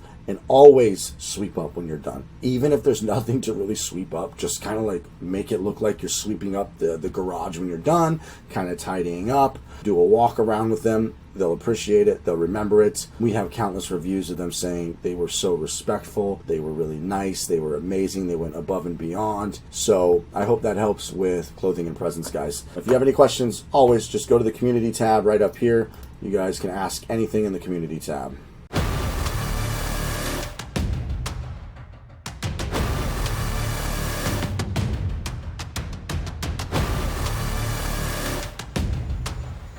Sorry, I am going to be looking down and whatnot. I have my laptop in front of me. So we are going to talk about employees in this video. Specifically, we're going to talk about hiring, managing, training, and firing. And what I've learned, because I currently have 8 employees on the truck and then 4 virtual assistants from the Philippines. So a total of 12 full-time employees. So I have some experience in hiring, firing, and training. So let's first start with hiring, guys. I'm sure there's a saying that you guys have all heard. Maybe, most likely you've heard, hire slow, fire fast. For this particular job, it's not the hardest as if you were vetting employees for, a senior engineering level where you have to like quiz them and make sure they actually know their stuff before you hire them to work on your app. Hiring for this business, in my experience, yes, you need somebody who works hard, but it's vetting out their personality, talking to customers, being able to sell. And that is very kind of easy to do through this quick 15-minute video call if you can kind of feel people out, talk to them, have a natural conversation, and feel their personality. So what I like to do for hiring guys is the two best places in my experience are ZipRecruiter and Craigslist. And yes, you are going to get some oddballs from Craigslist, but I found some incredible people there to get a lot of responses from your job posting in Craigslist. You would post in the Craigslist jobs for hire section, labor move, and then in ZipRecruiter, you just follow the instructions, follow all the forms. And I think ZipRecruiter is like 15, 16 bucks a day, however long you keep the posting up. Depending on which city in Craigslist, it's like $25 to $45, I believe. I can show you guys my job posting, what I post exactly on Craigslist, but you would put your job posting, you would describe everything, the payroll, what the job is, the perks, the benefits, whatever. And then I wait for all those responses to come in from Craigslist. Like I actually just posted a Craigslist job posting a few days ago and I've already had like 30 emails. I respond to each person with a Calendly invite link. And I strongly recommend using Calendly with Google Meet. You set up a Calendly 15-minute appointment and you can tell them what hours of the day through what days of the week they could book you and schedule you for an interview. So I like to just knock it out in the morning. So I do 7 a.m. to 10 a.m. Monday through Friday. Those are my slots available. They can choose any 15-minute block in there. And I like to stack them. And I'll tell them like, hey, try to book for Mondays and Tuesdays. And I'll stack like 20 to 30 interviews on Monday and Tuesday from 7 a.m. And I'll just be on back-to-back calls using Google Meet, a lot simpler than Zoom. And you just go in these meetings. I have my laptop open, right? So as I'm on video chat with them, I have my notes to the right. I screenshot their photo while we're on Google Meet. I put it into the notes and I have my questions already ready to type the answer. For each question I drill through, but I start with an introduction of what junk removal is, how it is going to require labor, how you are going to have to require to talk to customers, and I ask them the 15 basic questions. After I interview about 10 people, usually it's a good 10 to 15, I find about 1 to 2 good candidates for that position. And I will also be providing you guys my job interview questions. I have no problem doing that at all. So after you knock out 10, 20 interviews, I gauge based on most of the time personality. Work ethic we'll find out on day 1, right? And then day 2 of training or whatever. So that is how I hire guys. It's very simple. Look at my list of job interview questions. So you start with every Zoom meeting and you're going to be repetitive, but you're going to get really good at it. Every 10 interviews, you won't even need the script anymore. I always start with, thank you for joining us, John. Thank you for making the meeting, John. How are you?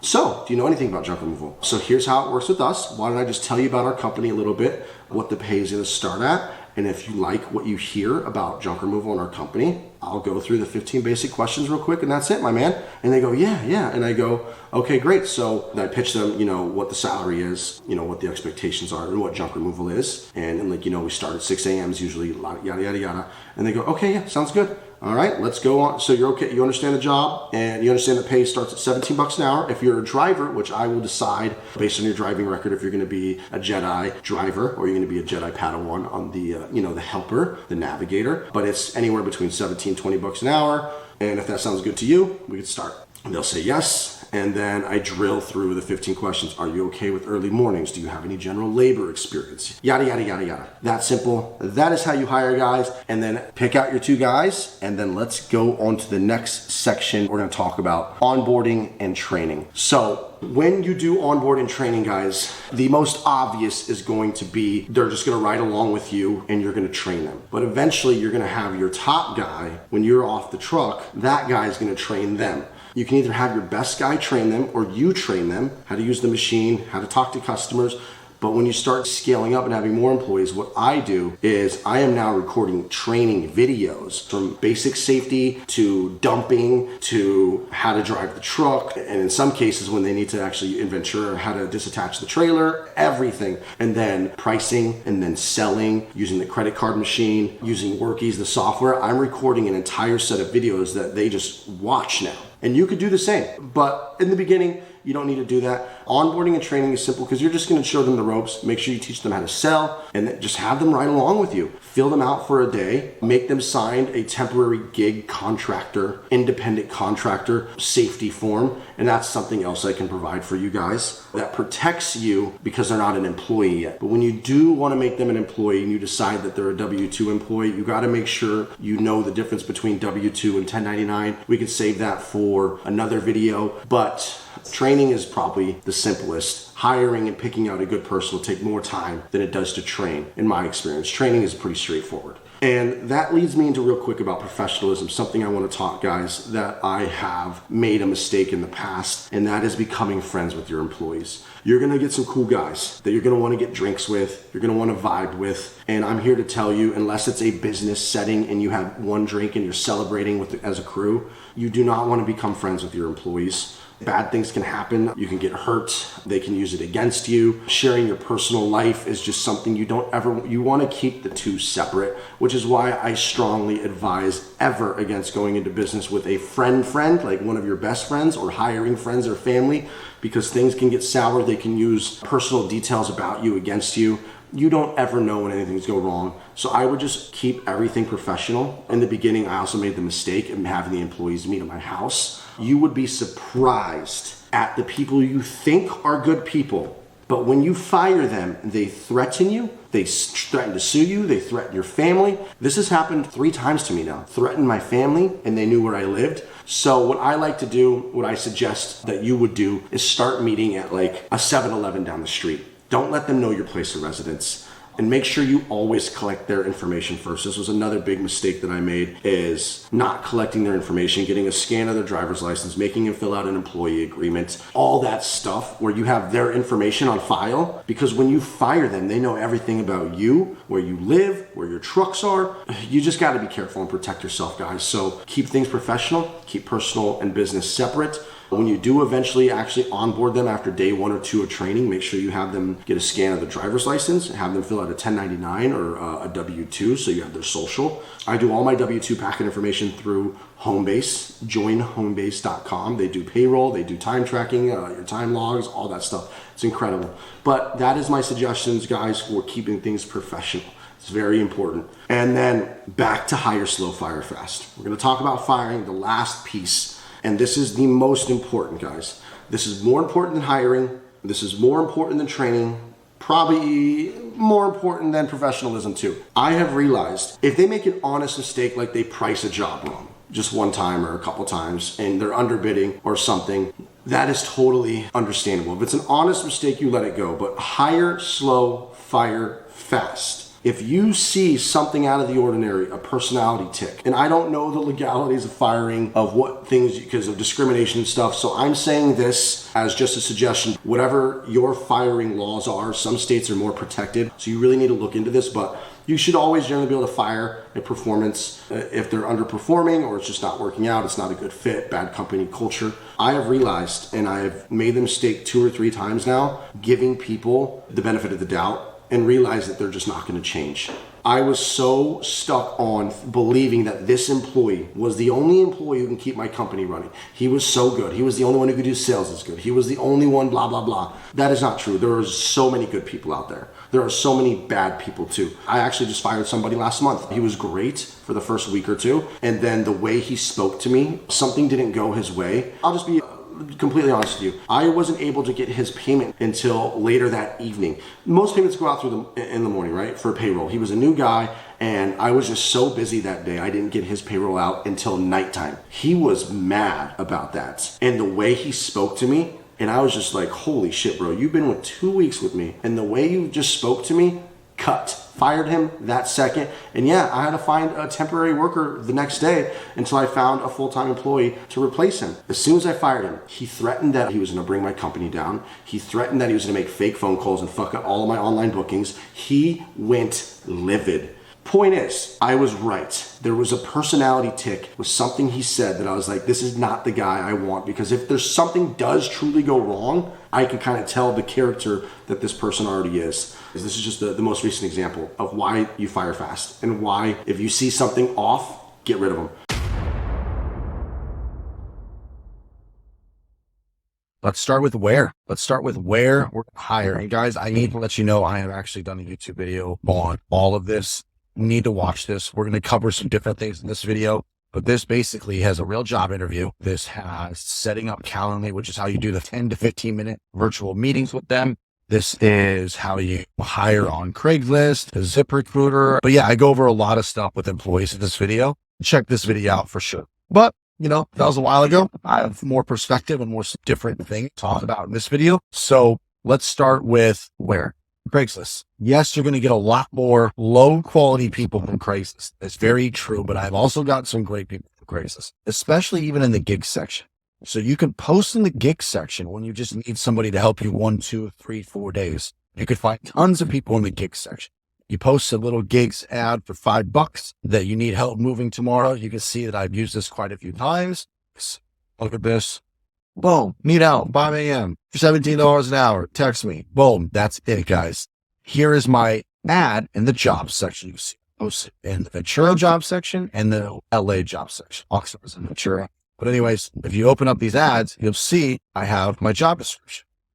And I am going to include interview questions, my job ads, and anything else that you guys need. I'll make sure to include it so you can copy and paste and just adjust, change it to what your base pay is going to be. I tell them they're going to average 23 to 30 bucks an hour. It's usually about 25 bucks an hour after tips. They get to keep any tips, any treasure. Days are long. This is different now that I'm on payroll because of overtime, but most people don't start with payroll in the beginning. And you don't have to. I mean, that's the proper way to do it. And it's the more dangerous way to do it. But most people just kind of pay Zelle or Cash App or give them cash as they're building the company. And you can do that. You can absolutely do that.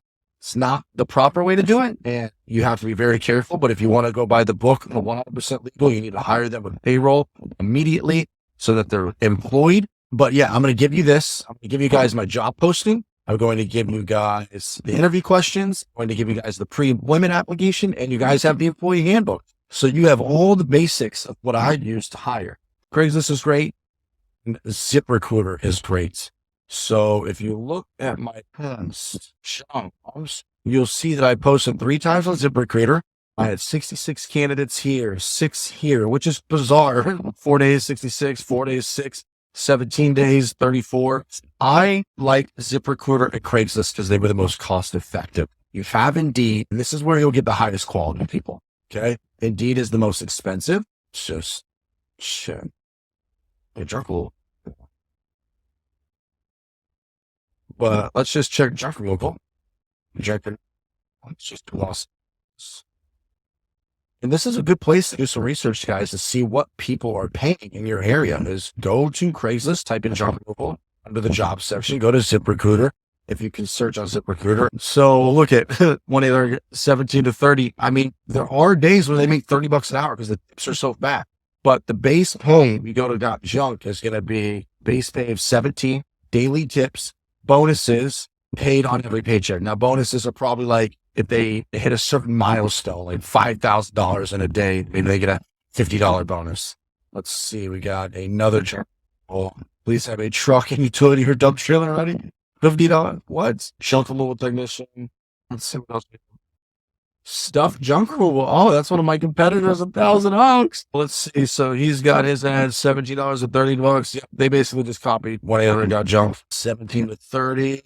So you can tell that they're using payroll, because there's an 8-hour shift and 10-hour shift, right? So 10-hour it goes from 17 to 1.5. So it'd be 17 times 1.5. So you can pay $5 an hour. Once you go past 10 hours, it goes 2 times your rate. So you pay $34. Unless you're doing a $2,000 job, you'll lose money at $34 an hour for 2 guys. You're doing 68 bucks an hour. So with California payroll, and I'm sure payroll is the same in every state, you need to look into that. However, if you do cash, in the beginning, you're only going to be paying 17 bucks an hour. And most people are totally cool with that because they're not doing taxes. You don't need to necessarily 1099 them in the beginning, but it's a proper thing to do. But if you do 1099 them, they're probably going to want time in it. Just need to work that out with them. What I did in the beginning is I claimed it as a deduction, told my person who does my tax, like, hey, I didn't get the 1099. I don't have their information. We left on bad terms, yada, yada, yada.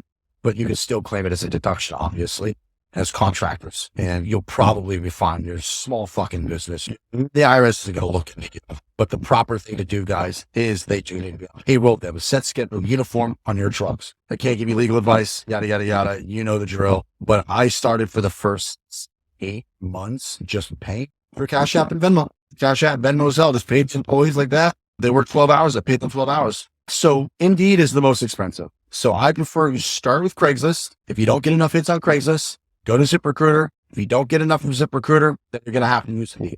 Follow the YouTube video because I teach you guys how to set up a Calendly account, which is how people can book video meetings with you guys on a Google Meet. So you don't have to meet, 5, 10 people. What I like to do is get like 5, 10, 15 appointments in one day. They book on my calendar and I go through all those interviews. And then from those 15 people, you can get a really good sense of somebody's personality within that 5 to 10 to 15 minutes. And then from those people, you could then do an in-person interview or just have them ride along with you on the truck and then make your decision from there. You need to be a decent judge of character. And then that's where you can do the background check. You send them the employment application, references, all that stuff. And then once you get the employment application, you can then run the background check. You run the background check, boom, you're good to go. Then you have them sign the employee agreement and you're ready to rock and roll. You got your first employees, your first employee. If I think of more tips, I'll add them, but these are just some notes I wanted to put really quick before I recorded the video is when you first start hiring employees, guys, I recommend having them meet you. If you're obviously going to start as an owner operator. If not, and you're just getting employees from the get-go, maybe you can park your truck. Maybe you have a storage unit, but if the truck's at your house for now, whether you're on the truck or you're not on the truck, if you do not have a warehouse and the truck's at your house, do not have the employees know where you live. You can have all of their information, of course. And this is something I learned the hard way. It was really uncomfortable because then when I had a bad falling out with some of the guys I fired, they got really mad. They threatened me. They said they're going to start their own company and I better watch my back. And I was always worried they're going to come slash tires. So I started parking my truck in a different area. It was messy. I also did not have them do an employment application. I had nothing on them. I didn't have a picture of their ID. I didn't have an employment application. I didn't have an employee agreement. I just hired some guys and just got started. I mean, this is in the first 3 months, just throwing shit at the wall and seeing what sticks. I had fired 4 or 5 people before ever even moving to LA to start the second truck within a 3-month period, guys. And they all knew where I live. It was so uncomfortable. My suggestion is tell them every morning, if your start time is 6 a.m., take your truck, drive to the nearest 7-Eleven, wherever you want to meet. That is my suggestion. Do not let them know where you live. That's all I got to say about that. That is my suggestion until you have a safe place to park it and then, it's protected and gated. They can know where the vehicle is and they can meet you there where the vehicle is. Neighbor.com is my suggestion if you cannot afford a warehouse or a storage unit. Now, second, looks like gather all employees' information, picture of their ID, employee application as work references, all that stuff. I'm going to include that in the resources down below. You want to gather all their information because this is another thing I learned the hard way. When you fire them, they retaliate. They are going to leave bad reviews. They did for me. I don't know what happened, guys. I got some crazy people and it sucks when you have no information on them. I feel like if you have information on them that they submit in the beginning, they're less likely to go crazy on you. And it's just good. You need this information anyways to call their references to make sure they're good people. Even though they can fake it, put some friends who will vouch for or what, but it still is good to have references, their current address, where they used to, just all that shit. So I'm going to include the employee application that I use and all that stuff. So follow the YouTube video though, because that YouTube video goes through the process of posting. It goes through setting up the interviews and I have a real life job interview on there and maybe I'll record some more job interviews and put them down in the resources. Guys, I hope that helps. Hire slow, fire fast. I'm sure you've heard that before. And this is what it means. Vet them through everything that we just talked about. Interview, see if the personality is good. And real life interview. On the truck, whether it's real life interview or you go on the truck and meet them, and then employment application before they come to the truck, background check, then go on the truck with them 1 or 2 days, wait for the background check to come. So the background check's done, sign the employee agreement, and boom, they're hired. If it's an honest mistake, do not fire them. If it is not an honest mistake, like I had one guy steal, fire. One guy showed up drunk, bad attitudes. One guy was so mad that I didn't pay him until the end of the day. It was Friday. Usually comes in the morning and I get it. Like they need their money and, we weren't on payroll. So I wasn't able to get him until later that day. Actually, I got him a good portion of the morning. I got him the rest of the day. Shit was just crazy. He gave me fucking lit. He gave me attitude. You do not want those kind of people. You get people like that, get rid of them immediately. I promise you, people are who they are. Fire immediately. No second chances. Second chances on honest mistakes. They underbid by accident. They show up late by 15 minutes. If it's a continuous thing, it's time to get rid of them. But I'm talking about honest mistakes, let go. That's fine. I've been through at least 20 employees now, probably 50 gig workers. Hire slow, hire fast.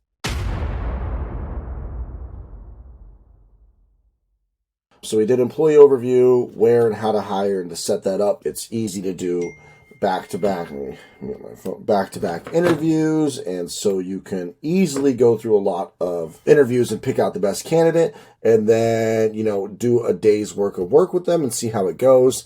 And now it is time to talk about background checks and drug testing. This is something that is optional, of course.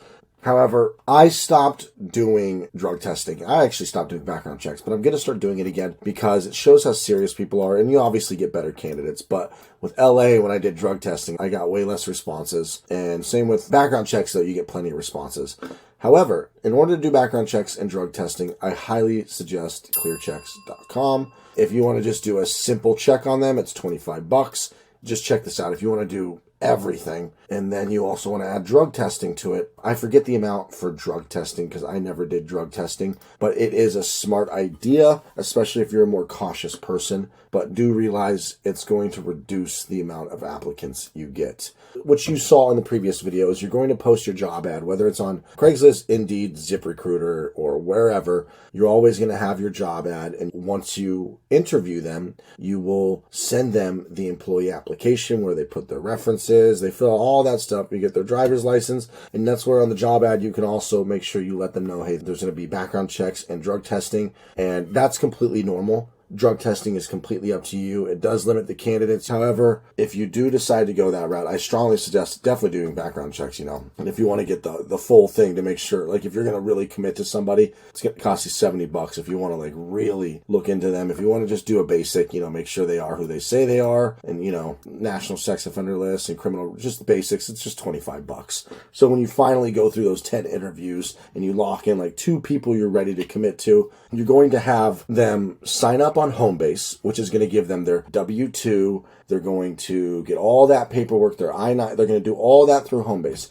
But you're also going to have them fill out the pre-employment thing where you get their name, their current place that they live, 3 references, all that stuff. And that's where you can call their references and ask how they are. You want to make sure you get all that. And you also want to get a scan of front and back of their driver's license or passport or whatever, but preferably driver's license, and make sure you get their current address. You want to have all this information. Then after that, and they pass the interview and the pre-employment check, you then run this on them. And then after they do 1 day of training with you and you have committed to them fully, that's where you can give them the employment agreement, and you can have them sign the employment agreement, and bada boom, they're hired.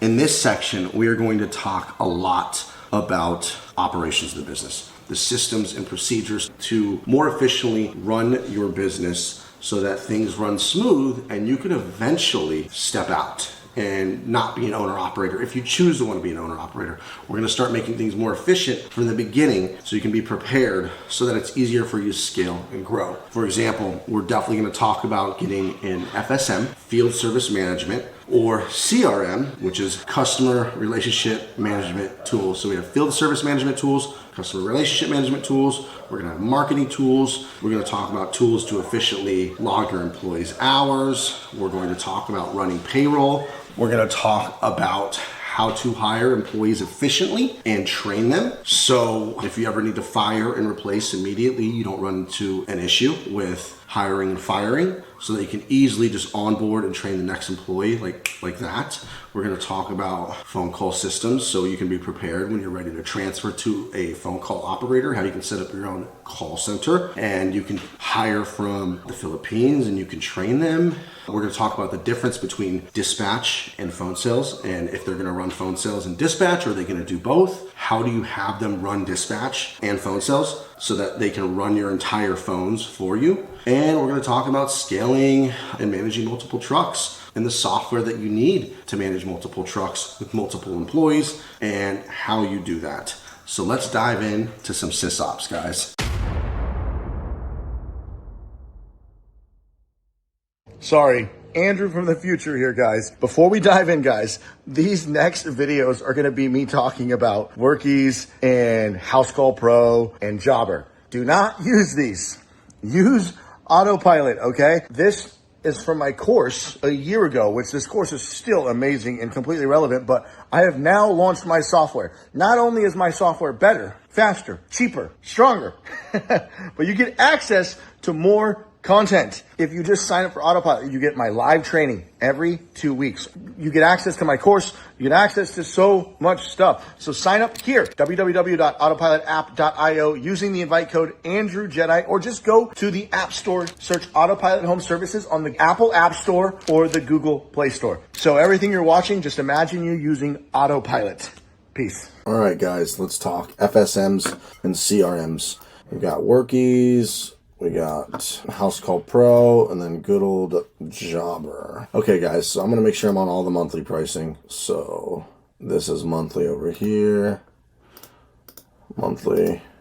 And they bill annually, but I think if you ask Workies, they'll let you do quarterly. It's ridiculous. So let's just get straight to the point. Let's first start with FSMs, CRMs. Field Service Management, CRM is Customer Relationship Management.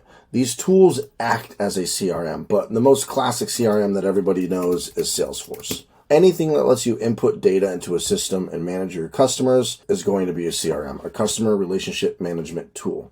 Now, if you want to get technical, all the software that we're using on the computer, just so you guys know, is called SaaS. SaaS is an ever-growing industry, which is software as a service. It allows users to connect and use cloud-based, basically applications that you can use. Software that is on the internet that you use on a website, desktop, here. So QuickBooks could be SaaS. Discord could technically be a SaaS if you use it for business, but something that's more SaaS-like is Slack. I'm sure you've heard of Slack. Zoom, Gmail, Workies. These are all SaaS tools.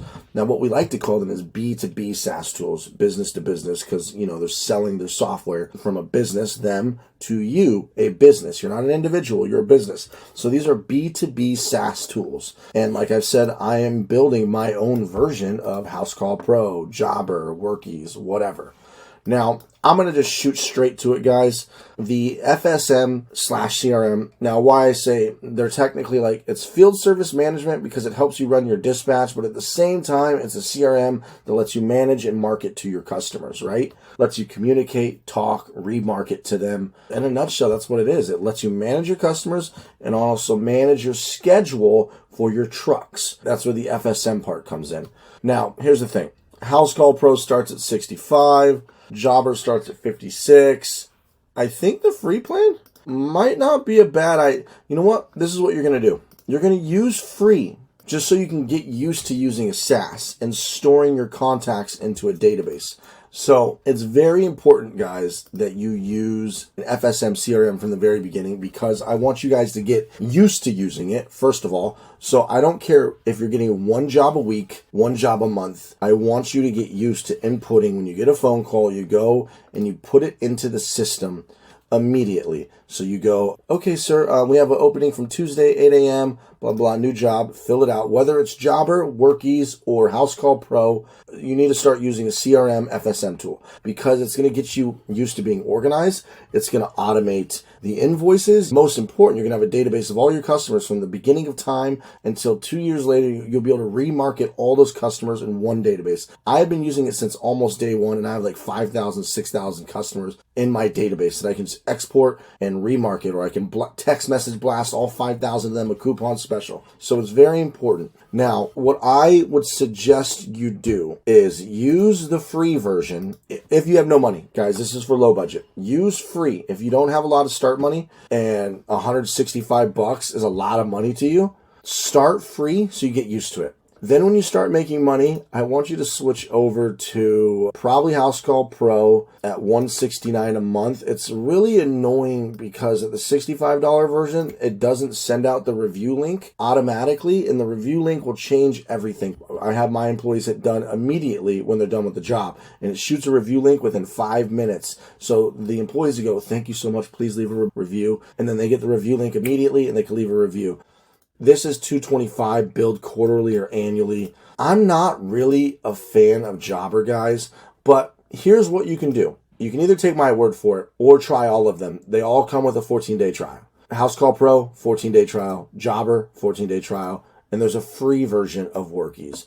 Now, like I said, if money's an issue, start with free. Force yourself to put in your contacts, schedule it on the calendar, use the mobile app, force yourself. I don't care if you're not a tech person. I don't care. Leave the notes like of what the job is going to be. I want you to get in the mindset of using an FSM because it's very important that you stay organized and you have all this data down the road. So if money's not an object and you're ready to just hit the ground running, you've got some money to start, you've got a couple jobs coming in, maybe get a couple jobs coming in, I would suggest starting with House Call Pro. It's easier to use, it's straightforward, a little easier on the eyes for me. Workies, I'm using Workies because it's better with multiple trucks. I do, however, like House Call Pro better for the user interface and just the simplicity of House Call Pro. However, Workies is a little more sophisticated. You can do more with it. So at the end of the day, as you start scaling, I think Workies is going to be better.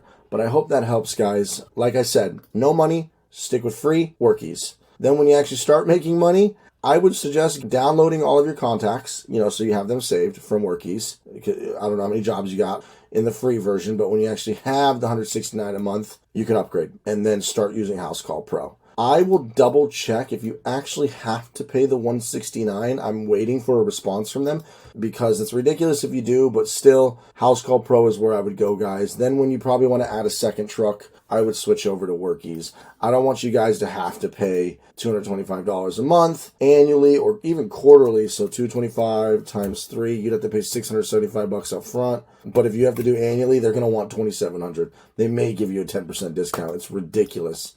But yeah, guys, that is FSMs and CRMs. That is what I suggest. I have 2 YouTube videos breaking down how I use House Call Pro and how I use Workies. I'll make sure to link those in the down below. There is multiple free apps you can probably find, or cheap apps where you can log your employees' time clock cards, and also you can pay payroll. There's multiple services out there. I'll find a really cool free one for when you only have one employee, but at the end of the day, even when you get your first employee, I strongly recommend this software. I don't remember the pricing. I know I pay like $50 a month, but it might be cheaper when you only have one employee. Let's go to Homebase. Pricing. So, okay, yeah, look at that. $20 is unlimited employees. I'm paying $60 a month probably, but it's only $25 a month for the basics. I don't know. Oh, here we go. Let's see. I'm not really using team communication because we use Telegram. Yeah, I could probably downgrade, to be honest.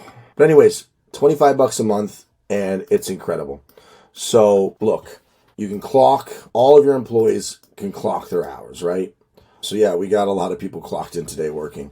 So what we're going to do, let's just pick out a day in the history and just check it out. So what's cool about this app is you can see their clock ins and their clock outs. But what really makes it useful is when you go here, you can see where they clocked in, right? 5:57 a.m. and where they clocked out.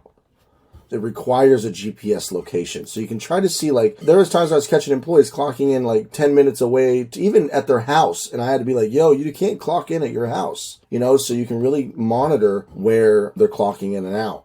And you can set the hourly wage so you know how much money they're making. And what's beautiful about it is you can run payroll through the system. You could set a schedule. However, I never use the scheduling because the mornings vary. So I just stick to timesheets. You have your timesheets, you have all of your employees, you can just see their time cards, how much money. It's awesome. I love Homebase. So guys, if you want to use this simply as just a time clock, great. If you want to use it for time clock and payroll, even better. So you can run your payroll through this, and this system's incredible. And I strongly recommend doing this for your time clock and for payroll. Okay. I guess let's go over it real quick. So, and just so you guys know, when you sign up, you'll go to your team, you'll add your team members. If we go show terminated, look, some of those might be test accounts, but look, 17, I have easily gone through. I've probably, fired about 20, 30 people. The only thing down here is these are linked, ignore those. But yeah, this is the current roster right now. Wow, this is crazy. Been through quite a few people. So it's an incredible application for time clock guys and running payroll as well. Oh, I forgot to tell you, when you hire them, you could choose them as 1099 or W-2, and it has them fill out all the paperwork, 1099 paperwork, W-2 paperwork. You don't need to do anything. This is the software that you want to use even when you get your first employee. It just makes it easy. Trust me. I hope that helps, guys. Enjoy. Let's talk about phone systems and call tracking. I did Google Voice, Grasshopper, Personal Phone, and there's all kinds of other apps. But I'm going to tell you guys right now, Grasshopper was okay. I forget the price. Google Voice is going to be your free, easiest solution. Grasshopper is a little more like involved. I forget all the features, but you can have multiple numbers. You can do some basic stuff like forwarding and custom voicemail, and you have your own app, your inbox, and all kinds of fancy features.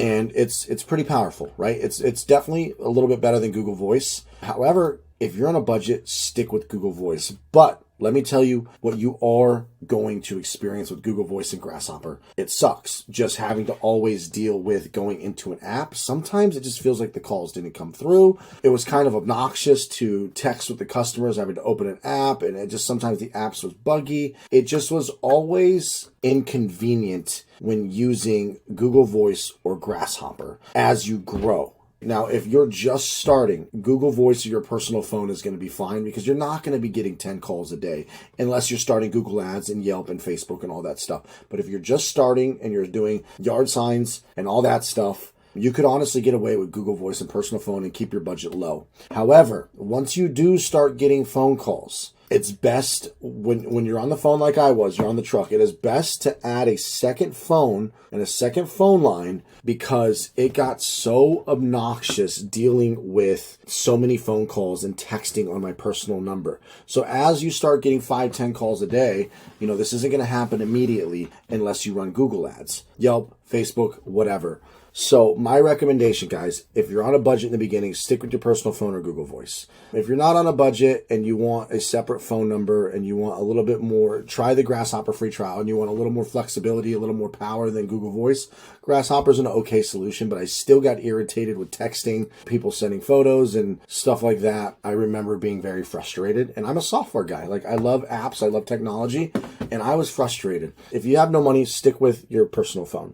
If you don't like the idea, even with just a couple calls coming to your personal phone and you texting, do Google Voice. Google Voice can separate it so they don't have your personal number, and it'll forward to your phone, and you can have the app on your phone and you can text and all that stuff just fine. But as you start getting calls and you start expanding, a brand new phone and its own phone line, especially Apple, a lot of customers have iMessage, and it's just so much more convenient to be able to do iMessage with customers because a lot of people have the blue bubble, and you know how it is. If you're an Android person, it's fine, stick with your Android phone, but a lot of customers do have iPhones, and it makes it very convenient to text and send photos back and forth if needed. Customers love to text photos. It's kind of annoying, but it is what it is. You don't need to even think about RingCentral or OpenPhone until you are consistently running Google Ads and spending $5,000 a month and bringing in a lot, or maybe even $3,000 a month, and you're actually bringing in a good amount of volume of calls, and you're ready to expand to a call center, which we're going to talk about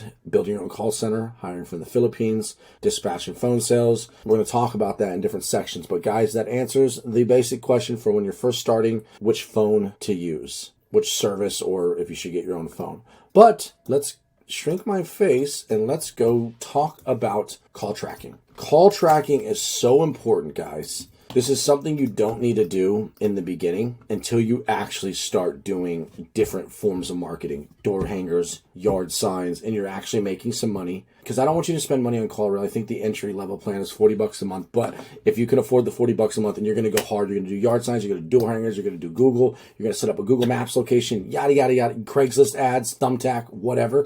You're going ham, you're going bananas. So you'll see 36 calls today. And you can see where they came from. Yelp, Direct, which is the number on the side of the trailers, Google Maps, Google Ads, yard signs, social media, Google. I have a phone number for every single Google Maps location. I have 4 Google Maps locations. One of them is a brand new one that we're going to expand to later, but I still opened it. But if you go down to settings and we go to tracking, I have business card phone number. I have Craigslist, each Craigslist location where the Clicksgeek Google ads, flyers, Google Local Services has its own phone number. So it's very important that you guys do call tracking. Now, how I have call tracking set up is, say you guys use your personal phone or you get a new phone line, whatever. You'll see I have it forward to Ring Central, and this is a fancy call flow I have, but you can simply just forward it to your business phone number, your personal phone number. So every CallRail phone number that you have forwards to your business phone. That's it. It's that simple. And you have 20 Thumbtack number. Perfect. I have 25, 30 different numbers, 23. Okay, tracking so I can see where all my calls are coming from. So I can literally go to activity reports. I can see where most of my calls came in for the last 30 days. We'll see that, look, 60 from Google Maps, 83 from Google Local Services, direct to my phone number on the side of my truck, 63. Oh, here's the breakdown. Look how many, like from my Google Maps location, SFV, 18, San Fernando Valley. Google Maps location, Los Angeles, 29. Google Maps location, 63. So once you guys actually start, how you have a website phone number, Thumbtack, you can have a different number everywhere that goes to one phone number. And that is how you keep track of where your calls are coming from. And it's just good to know so you can kind of double down where your calls are coming from. So as far as call tracking goes, the best and really the only one that I truly know of is CallRail. I think it's the industry standard. It's what every marketing firm, online marketing agency, I believe uses. I know Clicksgeek uses them. I know quite a few people use CallRail. It's very easy to use. So I strongly recommend using CallRail as soon as you can afford that extra $40 a month, because you're going to have a different number on your yard signs for tracking, a different number on your door hangers, a different number on your business cards, yada, yada, yada, yada, yada, yada. I hope that helps, and see you in the next video. This is something that's good to do on your first truck anyways, especially when you are off the truck and you have employees and you have them running your first truck. Some people run the first truck until they get to the second truck. I wanted to get off the truck as soon as possible. So I actually had my first truck running itself, running with just employees 7 days a week, 2 employees for the week, 2 employees for the weekend. I didn't start all of this stuff until like the second truck. And even in the second truck, I didn't do all this like right away. And it was really bad because there's a lot of things that would have made my life a lot easier. So let's first start talking about when you should launch a second truck. Most of you here are just trying to get your first truck running, okay? So you can just completely ignore this until you get to this point. This is pretty simple. When your first truck has enough jobs that it's running full time, maybe that truck is peaked out and it's sustained and it's running. Maybe you don't have enough jobs or you can't scale where you currently are at to do another truck. So you have to go to the next largest city and launch a truck over there. If you are overflowing in City A, Los Angeles, for example, and you can add a second route and do more bandit signs, increase your ad spend on Google, Facebook, and you just get more contracts and more business and, more repeats and referrals, that's when it's time to launch a second truck and scale the ads up. Don't launch a second truck until you're overflowing. Don't even worry about a second truck until that truck is maxed and it's making its maximum that it can make throughout the entire week and weekend. Yes, you need to work weekends too. You need that truck to make as much money as possible before you launch the second truck. Now, let's say LA is capped and you got that one truck and you want to do another truck in Orange County. If LA is running solid, you can then open up another location, okay? Pretty simple when it comes to launching another location. I like to think you need about $20,000 to launch another location, depending on the truck you get, because I'm looking at $5,000 to $10,000 down on the truck, maybe even $15,000, depending on what Isuzu you get, but try to get like a newer one if you intend on having employees, and then you'd have that other $10,000 buffer for ads. Oh, you need to stock up the truck. And of course you can go a cheaper route, get a used truck, but me, I'm kind of against that, especially with employees, but got to do what you got to do. And there's nothing wrong with a used truck when you're first starting and you're owner operator. Just want to put that out there. But that's when you launch a second truck, guys. Let's talk about how to manage multiple trucks and multiple employees and what you can do to make sure that you have systems in place to make this easier. Let's talk about time tracking, guys. I've mentioned this under employees. Homebase, I believe I mentioned in here. Homebase is great. Homebase, guys, is your best way to have your employees clock in, but you need a system. And Homebase makes it so easy and has GPS tracking. I think you can get as cheap as like 20, 30 bucks a month. You don't even have to think about it, guys. It's centralized. Everybody's clock-ins are there. You can set their hours. It can even collect their 1099. If you do 1099 them, it can collect all their I-9s and W-4, W-2 information so you can payroll them. And when you're ready to do payroll, you can run payroll through here.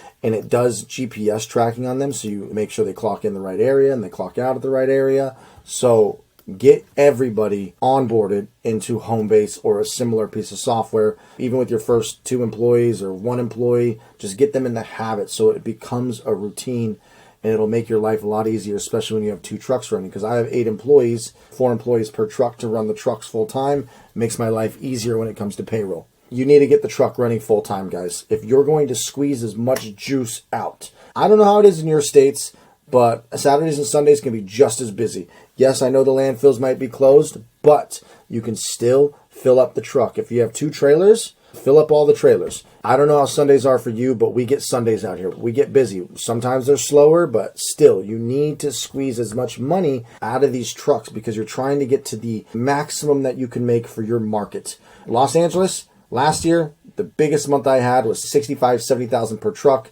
averaging 50,000 gross per truck out here in LA. That's in LA. Depending if you're in a place with a lower minimum wage than California, maybe you're in Wyoming or something, maybe the max that makes sense per truck is 20 to 30,000. But you need to figure out what your max is, what you're averaging for 3 to 5 jobs a day, 7 days a week, 30 days a month, minus some federal holidays. But you need to figure out what you can squeeze per month, per truck, so you can maximize and then have that truck running, and then you could launch the next truck. So that's why you want to get employees for the week and the weekend.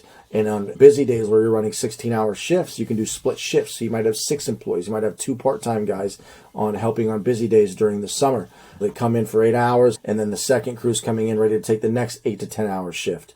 So make sure once you get your truck running nice and smooth, 8 hours a day, 5 days a week, it's time to crank up the volume and get that truck running Saturdays and Sundays, and then possibly a split shift crew if you're really overflowed, and you can have them come in at like 8 to 4 or 6 to 2, and the next crew would come in from 10 to 8 or something like that. Because we out here in California during the summer, we'll get jobs as late as, oh man, we worked as late as 10, 11 p.m. during the summer. It's crazy. I really, really love this tool, guys.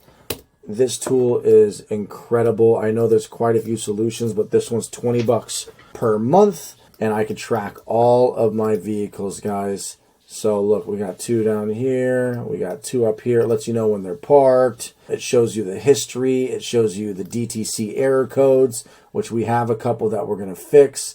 Some serious ones right here. We're getting the catalytic converter replaced tomorrow. Fucking $6,000. It tells you the history, the DTCs, the battery level, the driving conditions. But more importantly, it lets you know you have eyes in the sky. My dispatch knows what's going on at all times, and it's very important, guys. So you need to have GPS tracking, okay? It's an absolute must if you're going to start running a truck full time and you're not on it, okay? This is the bare minimum, 20 bucks a month per device. So I have 4 vehicles. I have them in all 4. So 80 bucks a month. All right, check-in, check-out sheets. This is a very good standard procedure to do where they check in and check out. Safety procedure in the morning and then an end-of-day procedure. I can show you guys my check-in and check-out. I will film that in another video. If I haven't uploaded it, just message me in the community. I make them check in, go through the safety protocols, you know, check blinkers, check brakes, check at the dump, the hydraulic, make sure there's hard hats, make sure there's vests, and then I have the inventory to make sure they have all the tools they need for the day. And then we have the checkout, a whole check-in, check-out process. My employees are required to do first thing before getting on the truck, first thing when they're done with the truck.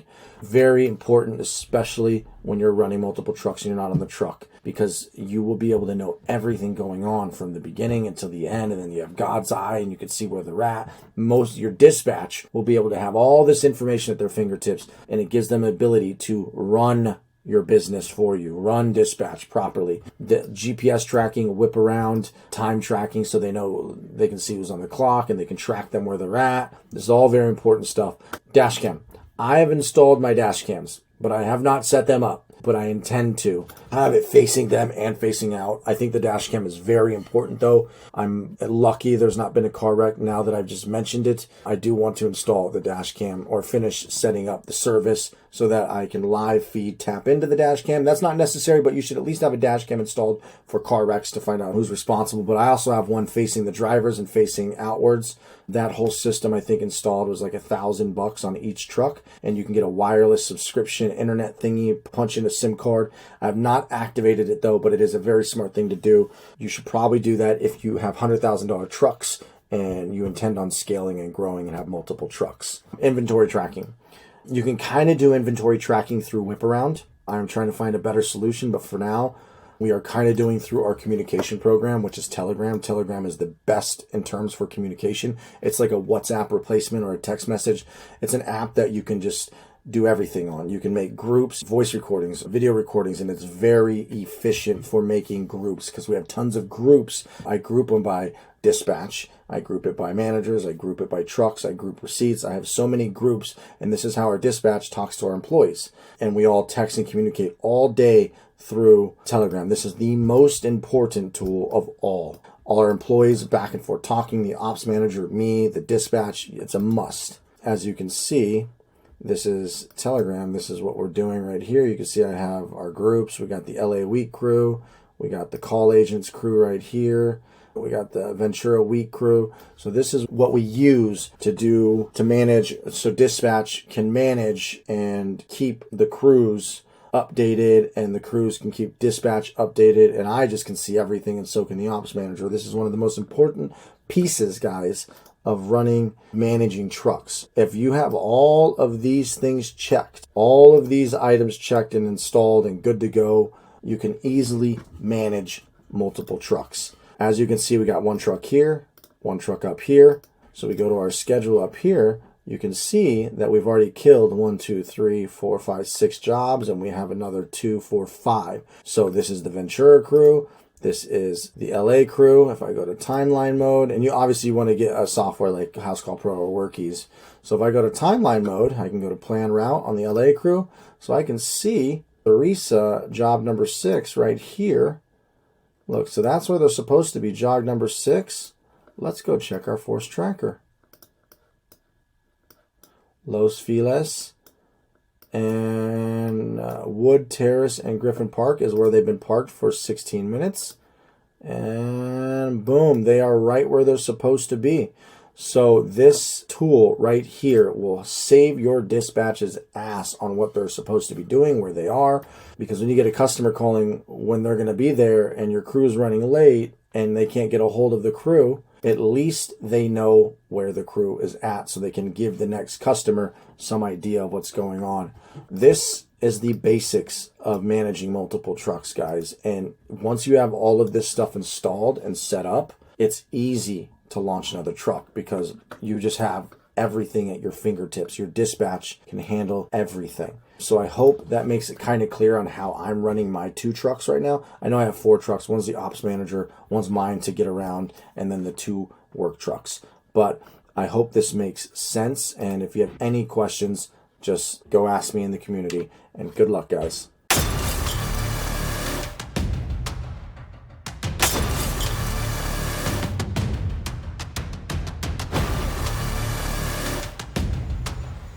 This is definitely nowhere near the most important because technically, honestly, you could start with nothing.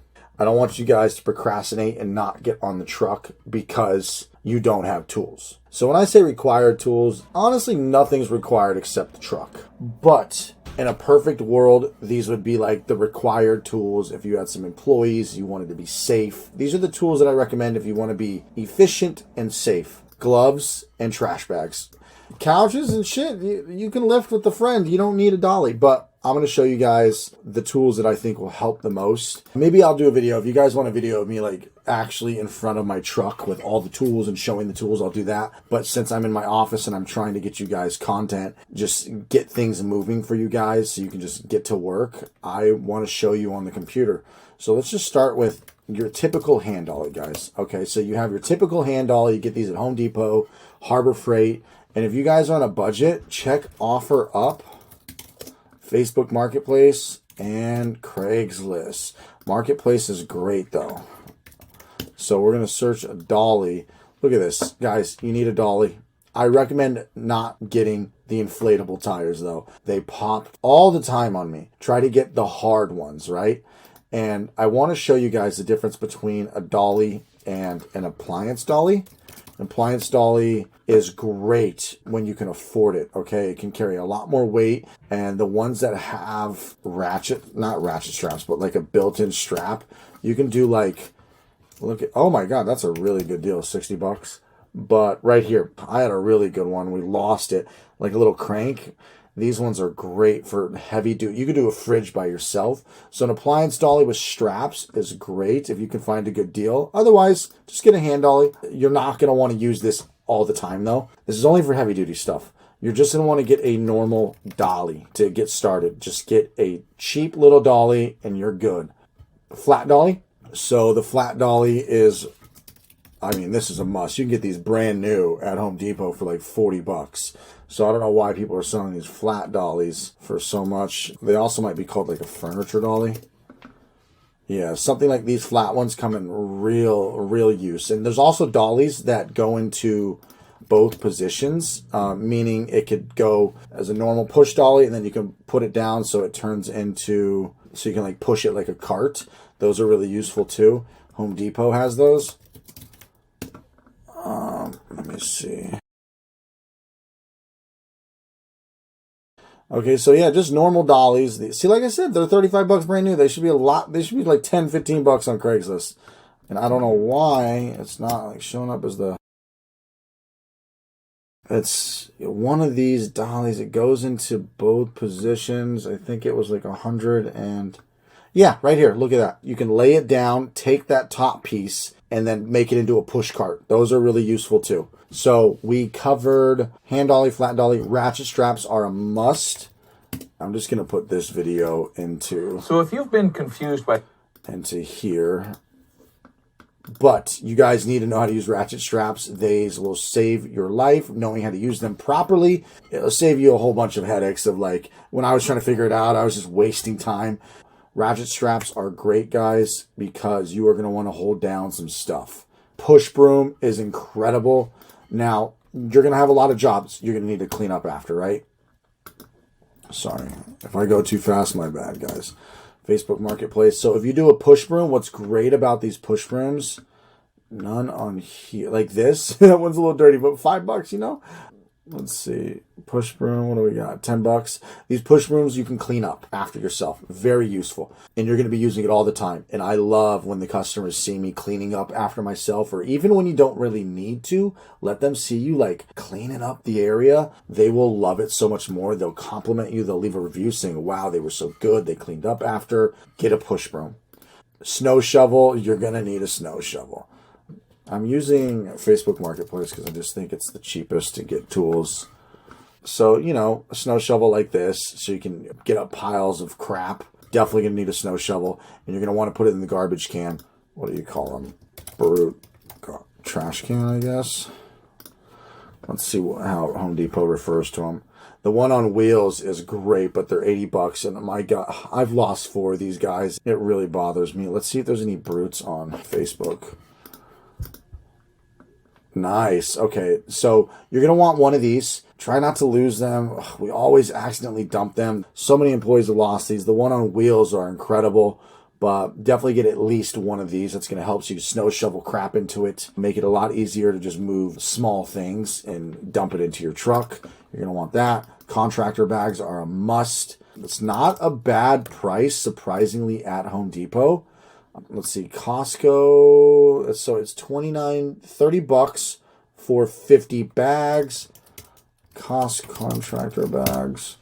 They have the hefty contractor bags. Costco. What is the price here? So you do 17 times 2, 34 bucks versus, so, you know, a little bit better of a deal at Costco. Check your Costco store for contractor bags. 42 gallon. But yeah, roughly the same price. Not too much of a difference. Contractor bags are very good for cleanouts and just putting shit in, because you're going to get lots of stuff that you're going to need to put in bags. Gloves. Let me just show you the gloves that we get. Honestly, there's probably better prices. There's probably better deals. But these are the gloves that I constantly reorder. You'll see that I get like 3 of these packs, these Guerrilla ones, because my guys just go through them. It is a pack of 25 for, damn, I didn't realize it was 43. Has it always been $43? Did the price go up? Anyways, this lasts quite a while. 25 pairs lasts a few months, and then I re-up when I need them. So those gloves work good. Definitely need gloves. And guys, obviously you need your bag of basic tools. You are going to get things you want to take apart. So have screwdrivers, pliers, wrenches, sockets, Allen wrenches. Just get a bag of bits, because sometimes you need to disassemble furniture. Now, the reason why I didn't put drills in here or Sawzall was because that shit's expensive, more expensive, and I just wanted to put required. The nice to have tools in the next section will go over all that. But guys, the required tools, that's really all you need to get started. It's not too complicated to remove junk. When you get into some demo and hot tubs, we'll talk more about that stuff, shed demo, safety, all of that. Oh, you know what, guys? Kind of have to put this because you might need this when going to dumps. And this is just good to have. Hard hats, safety vests. Some dumps require hard hats and safety vests. The bright safety vest or whatever they're called. We have those in the truck for both employees, a hard hat and safety vest. And if I think of anything else that I missed in this video, I will add it to this list. But guys, don't overthink the tools. This is the least of your worries. Just be safe. Learn how to properly lift. If you are not a manual labor guy like I was, I needed to learn how to, well, I kind of knew from weightlifting, but don't lift with your back, get down, use your knees. Just be careful, guys. Be out there. When you're out there removing junk, don't act crazy. Don't do dangerous stuff. Get the proper tools. Be safe. And good luck, guys. This is the nice to have tools. This is the I have money section, because this gets expensive. You don't need all this stuff to begin with, but I'm going to tell you why these are important and why it's nice to have these. And especially when you have employees, it makes for efficiency. Let's start with the Clover machine. Watch that in the next video, but I live and die by this machine. Your tips will go up double. The big machine, it's professional. It's not dinky. It's not on a phone. Just watch that video. It's $500. But it is worth every penny when you start getting a lot of jobs, because the tips will pay for itself. Power drill, there's an impact driver. Impact driver is a little bit better. Enough said there, right? You taking apart equipment, it's going to happen a lot. Make sure you have the bits. Make sure you have all the attachments for it, so it makes it easy to break down furniture. You're just going to run into a lot of cases where it's going to be nice to have a power drill, guys. And you guys know, you probably heard about Sawzalls, but let's see. The Milwaukee is the king. You can get a cheaper one from Harbor Freight, but the Sawzall, depending on if you get corded or cordless, is $200 to $300. If you do the battery powered one, the batteries start at like $100, $150, and you can get like all the way to the $300, $400 batteries, the Big Daddy batteries. So this Sawzall is great. I've lost 2 of them. My employees have lost 2 of them, or stole. I don't know, old employees in the very beginning when I was just like not tracking anything. But the Milwaukee's the best. You can get a Harbor Freight one, brand new, for $80. The Harbor Freight one, it can't take apart a hot tub. That's the thing. So if you guys are going to do hot tub removals, you want to get like the DeWalt's or the Milwaukee's. You want to get a good one. Angle grinders, okay? You're not going to need this too often. But angle grinders are awesome, because when you're doing concrete and you get concrete walls, right? And you get walls and you break them down and there's the rebar and you got to cut the rebar out. Sawzalls work. You get the right blades, but the angle grinders just make it so easy. You get the metal little discs, the metal blades that you can just easily crush through and just cut all the rebar out really fast. So this comes in hand. You're not going to need this too often, though. Don't worry about this. And the Sawzall can do it, but the angle grinder just makes it a lot easier. Just super fast. The Rhino cart. Rhino cart is incredible. Go watch the videos on the Rhino. Let's just... Dolly on the market, and it's always ready for a challenge, no matter what you throw at it or on it.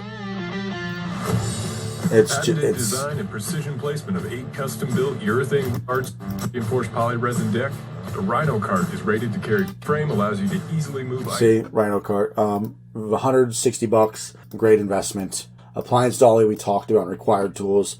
You want to get the appliance dolly that has the straps on them, so you can do heavy duty fridges and just heavier items that you can do by yourself. You can just put bigger stuff on an appliance dolly. Those are much more expensive than your standard dolly, but it's nice to have. Now, the chainsaw. I got the Milwaukee chainsaw. Let's see what. The 18-inch, I think, 12-inch. I don't, something like that. I forget which one we have, but we have the big. It's like a $300 chainsaw, the Milwaukee one, and then it's cordless, so we have like those big batteries and whatnot. It comes in a lot of use. We get a lot of tree jobs out here. Sometimes we got to cut big ass tree stumps in half. Like they'll have the tree already, right? And we'll cut it into pieces, or just cut anything. The Sawzall can do it, but sometimes you just get big pieces of wood. And we had a job that we had to get rid of a whole bunch of plastic. That just, the chainsaw's awesome when the Sawzall is just not enough. Like I said, this is a nice to have tool. You don't need it, but it'll help if you get a lot of those kind of jobs. And the wheelbarrow, of course, guys, we know what a wheelbarrow is. It's not needed unless you plan on doing dirt. But like I recommend, don't start with dirt or gravel jobs. But you're going to need this wheelbarrow because a customer might have a little bit of dirt or whatever. But like I said, you don't really need it because I'm telling you to avoid dirt jobs in the beginning. But definitely nice to have. Make sure you have it when you start growing or expanding or you decide to do dirt jobs. And yeah, that is really it, guys. There's not much to the tools. If I'm missing anything, I forget anything, I'll add it in the description. But if you have any questions, ask in the community. Let me know. In this video, what we're going to talk about is maximizing tips. And this is something that I was one of the first junk removal people on YouTube to kind of talk about this. Actually, I was the first person 6-8 months ago to bring up credit card machines. And this is something I want to talk to you guys about. You can use Workies Pay or House Call Pro Pay. You can take cash, you can take check, you can take Zelle, you can take all of these different payment methods.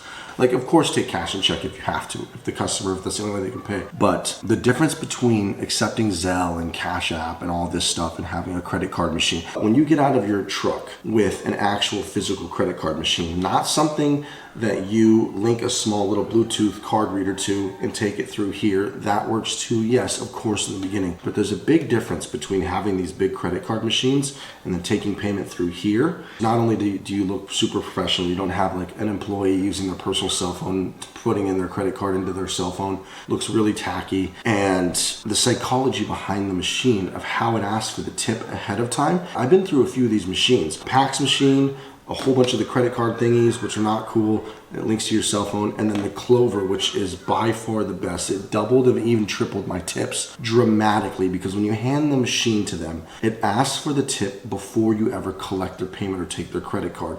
And I just need you to trust me on this. The machine is $500, but I promise, guys, if you use a physical credit card machine, it will double your tips for your employees and it will double your tips for you as well. I actually ran the numbers. It literally doubled my tips. My employees are so thankful for this machine. It makes the employee satisfaction that much higher because the tips are that much bigger. And I'm talking dramatically bigger. The psychology makes a huge difference. So guys, if you can't afford the Clover machine, which is $500, yes, it's expensive, but it will pay itself within a week. It's called the Clover Flex. It's the big one. Make sure you get the one that has internet everywhere. You can put all of your prices on there and it spits out a receipt. And then you can mark the job on Workies or House Call Pro. You can still mark the job paid. Like you put all the transactions in your House Call Pro or your Workies or whatever, FSM if you're using one. And then you can just mark it paid with credit offline. And then don't even worry about House Call Pro or Workies. Just process the payment through the credit card machine. It spits out a receipt. Check my YouTube videos. I break down the old credit card machines I was using against the Clover, and I break it down in my income and expenses and how much tips the employees made. Literally doubled. And some weeks it even more than doubled and tripled. So definitely check out the Clover. The next best thing would be the Square terminal that also prints out receipts. But I'm telling you guys, if you want to double your tips, you need to get the Clover Flex. It's a really big one. It prints out receipts. I'm pretty sure it's called the Clover Flex 2 or something like that. It is $500, and as soon as you can afford that, it will change the game on how much money you make in your business. I've repeated myself 100 times, but I hope that helps, and definitely make sure you do that, guys. So we actually touched on this in the clothing and presence module under branding and presence. Hopefully you've gone through that section. This is going to be a very simple thing, but I want to talk about it because I want you guys to get to this point as soon as you can. Obviously an iPad is out of the question if you're a startup. If you have an iPad lying around, get it, use it. But if you don't, your phone is fine. But once you get employees, it really helps to have an iPad. I just feel like this is something I want to talk about because it helped my crew a lot. And it helped them stay more consistent with workies, before and after photos, the vehicle inspection in the morning, start of day and end of day check-ins on Whip Around, the software. So it made the crews more consistent. And it just helped with professionalism too. I talk about the binder and how I did this and put my money zippers in here. It gives you that professionalism. You have a clipboard with your pricing sheets. Oh, I need to show you guys how to do the pricing sheet. So you're going to download my pricing sheet. You're going to hire a designer from Fiverr for $15 to take mine and make your version a little bit better. Or you can try to edit mine and do it yourself. You can use Canva, Photoshop, whatever. You're then going to just get a laminator. Okay, so currently unavailable. It looks like they updated it. So laminator. Let's see. Just get the cheapy Amazon one for $33. Yep. Blah blah blah. And then you get this. You get a whole bunch of these sheets. Looks like yep. Just get the 50 pack. So you're gonna get that, this, and that. I don't want all three. Bada boom, bada bang. Boom, $45, guys. Now, you could technically go to FedEx, Kinko's, and print the pricing sheet. Have them laminate it for you, but this is more effective because you might make adjustments. You might make something new. Like I laminated my insurance card for them. The general liability is insured. The commercial auto insurance is laminated. The pricing sheet, there's a front and a back to the pricing sheet, and then you could actually make another thing with like your logos on it and a QR code and laminate that so they can easily like pull up your Google Maps listing review. The possibilities are endless with this laminator, and you're gonna fuck up pricing sheets and lose pricing sheets. You're gonna have to make more constantly. I used to in the beginning. They've been pretty good about it lately, but it's not a bad investment for $45. And the iPad, guys, like I said, it makes it so much easier. You have the software on there already installed. You actually can have the Clover app too in case they lose the Clover machine. Hopefully they never fucking lose that thing. It's expensive as hell. It's $500. My first employees lost 2 of them. Well, it was actually the PAX machine in the beginning. Those were $350 each. So technically it cost me $700, but they lost 2 of them and it pissed me off. But it's nice to have your iPad with Workies, Google Maps, so the navigator can help the driver navigate. It's incredible. You have the Clover, you have Whip Around so they can do their vehicle inspections. It makes it so easy. They take the iPad. You can do an Android tablet too. It just really helps having these tools in the truck with your image. It makes you look professional. You got the binder, you got the clipboard, the laminated pricing sheet, the iPad for your employees or yourself, and it just gives you that sense of professionalism. You don't need the iPad right away. Just use your phone, but you got to get the binder, the clipboard, and the pricing sheet and laminate it. It'll make a big difference in your professionalism. And if you're on a low $0 budget, guys, and you bought this course, get this when you get your first job, right? Because I don't want you spending $50 on a laminator, $30 on a binder. Put that towards yard signs, guys. Get the yard signs out first and the door hangers first. Then get all this other, like the iPad and all that shit.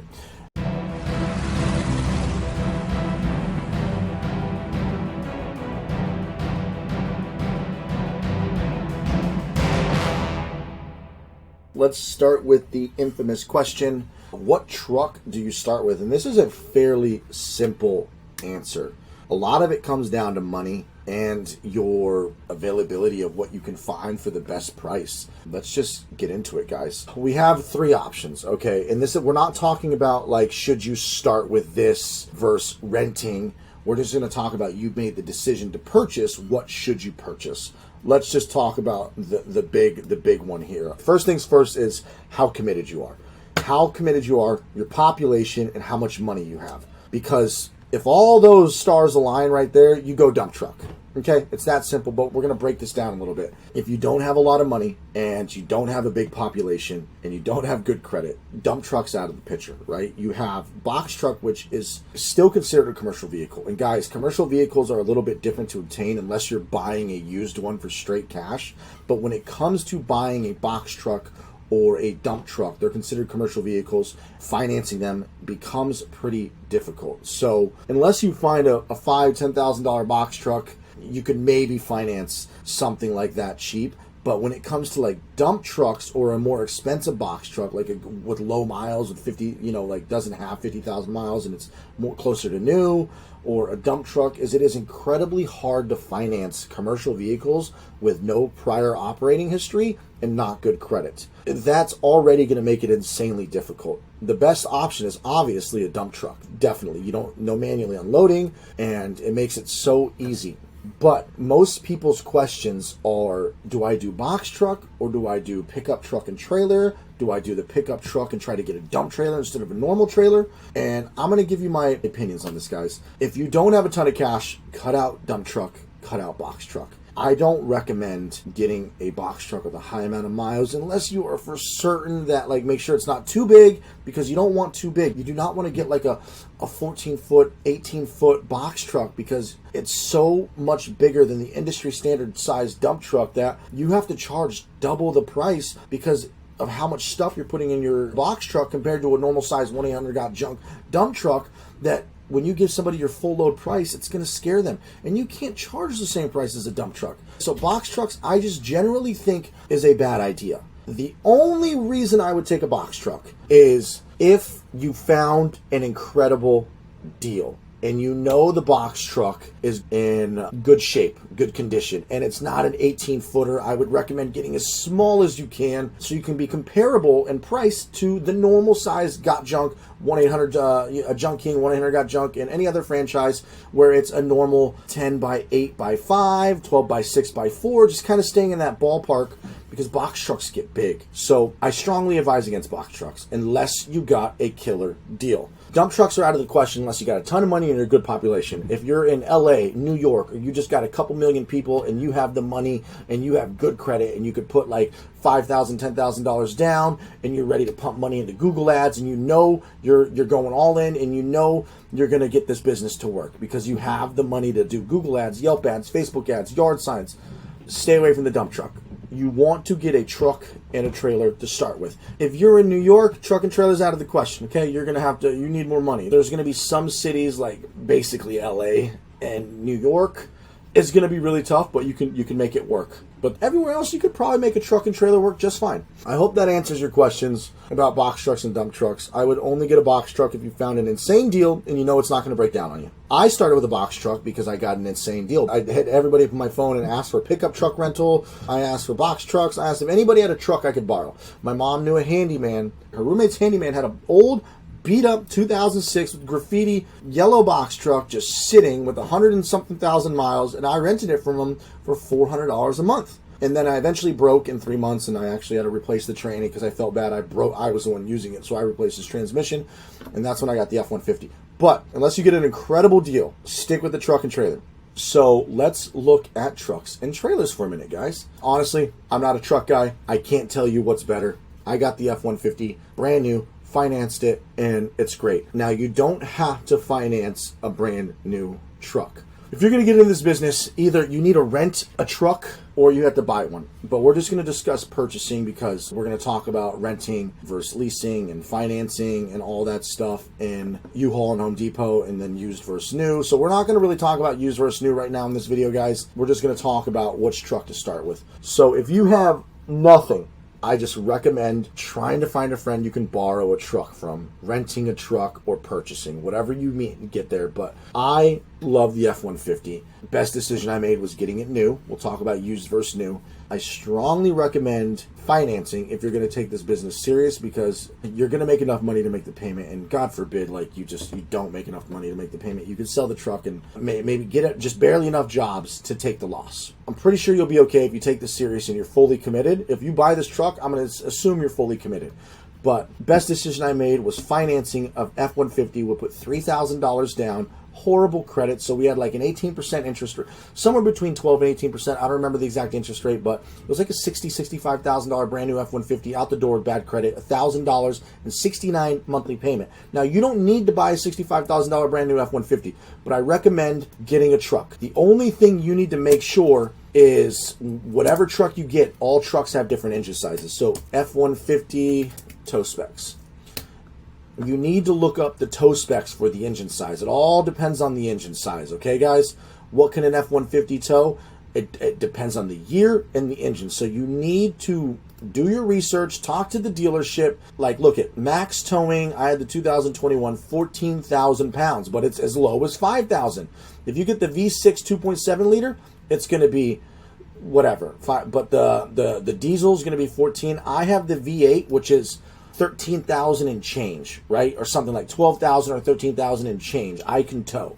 So you need to make sure the towing capacity is enough for your trailer and the load that you're loading, your average load size. And that all comes down to the engine size. It doesn't matter if it's Dodge, Chevy, or Ford. Make sure you check the year and the towing specs. When I asked the dealer, these guys, they're trained to sell the F-150, but they don't know the year and the engine size and the exact tow amount. And it didn't say it on the spec sheet. It doesn't say what the max towing and the payload is. So you're going to have to probably do a little bit of research unless you get a smarter guy at the sales department. Whatever truck you get, used or new, find out the tow specs. Now, as far as trailer goes, right? I recommend getting a truck, renting, borrowing a truck if you can, but then it comes down to trailer. Trailers are pretty expensive. Like, if you just go here right now and you type trailer, let's see. Let's look at some trailers. Look at this. This trailer is $2,000. This trailer is $2,200. This trailer, you're going to spend somewhere between $1,000 to $4,000 depending on how big and how nice of a standard trailer. Now, I'm on Craigslist right now. If you Google dump trailer, skytrailers.net.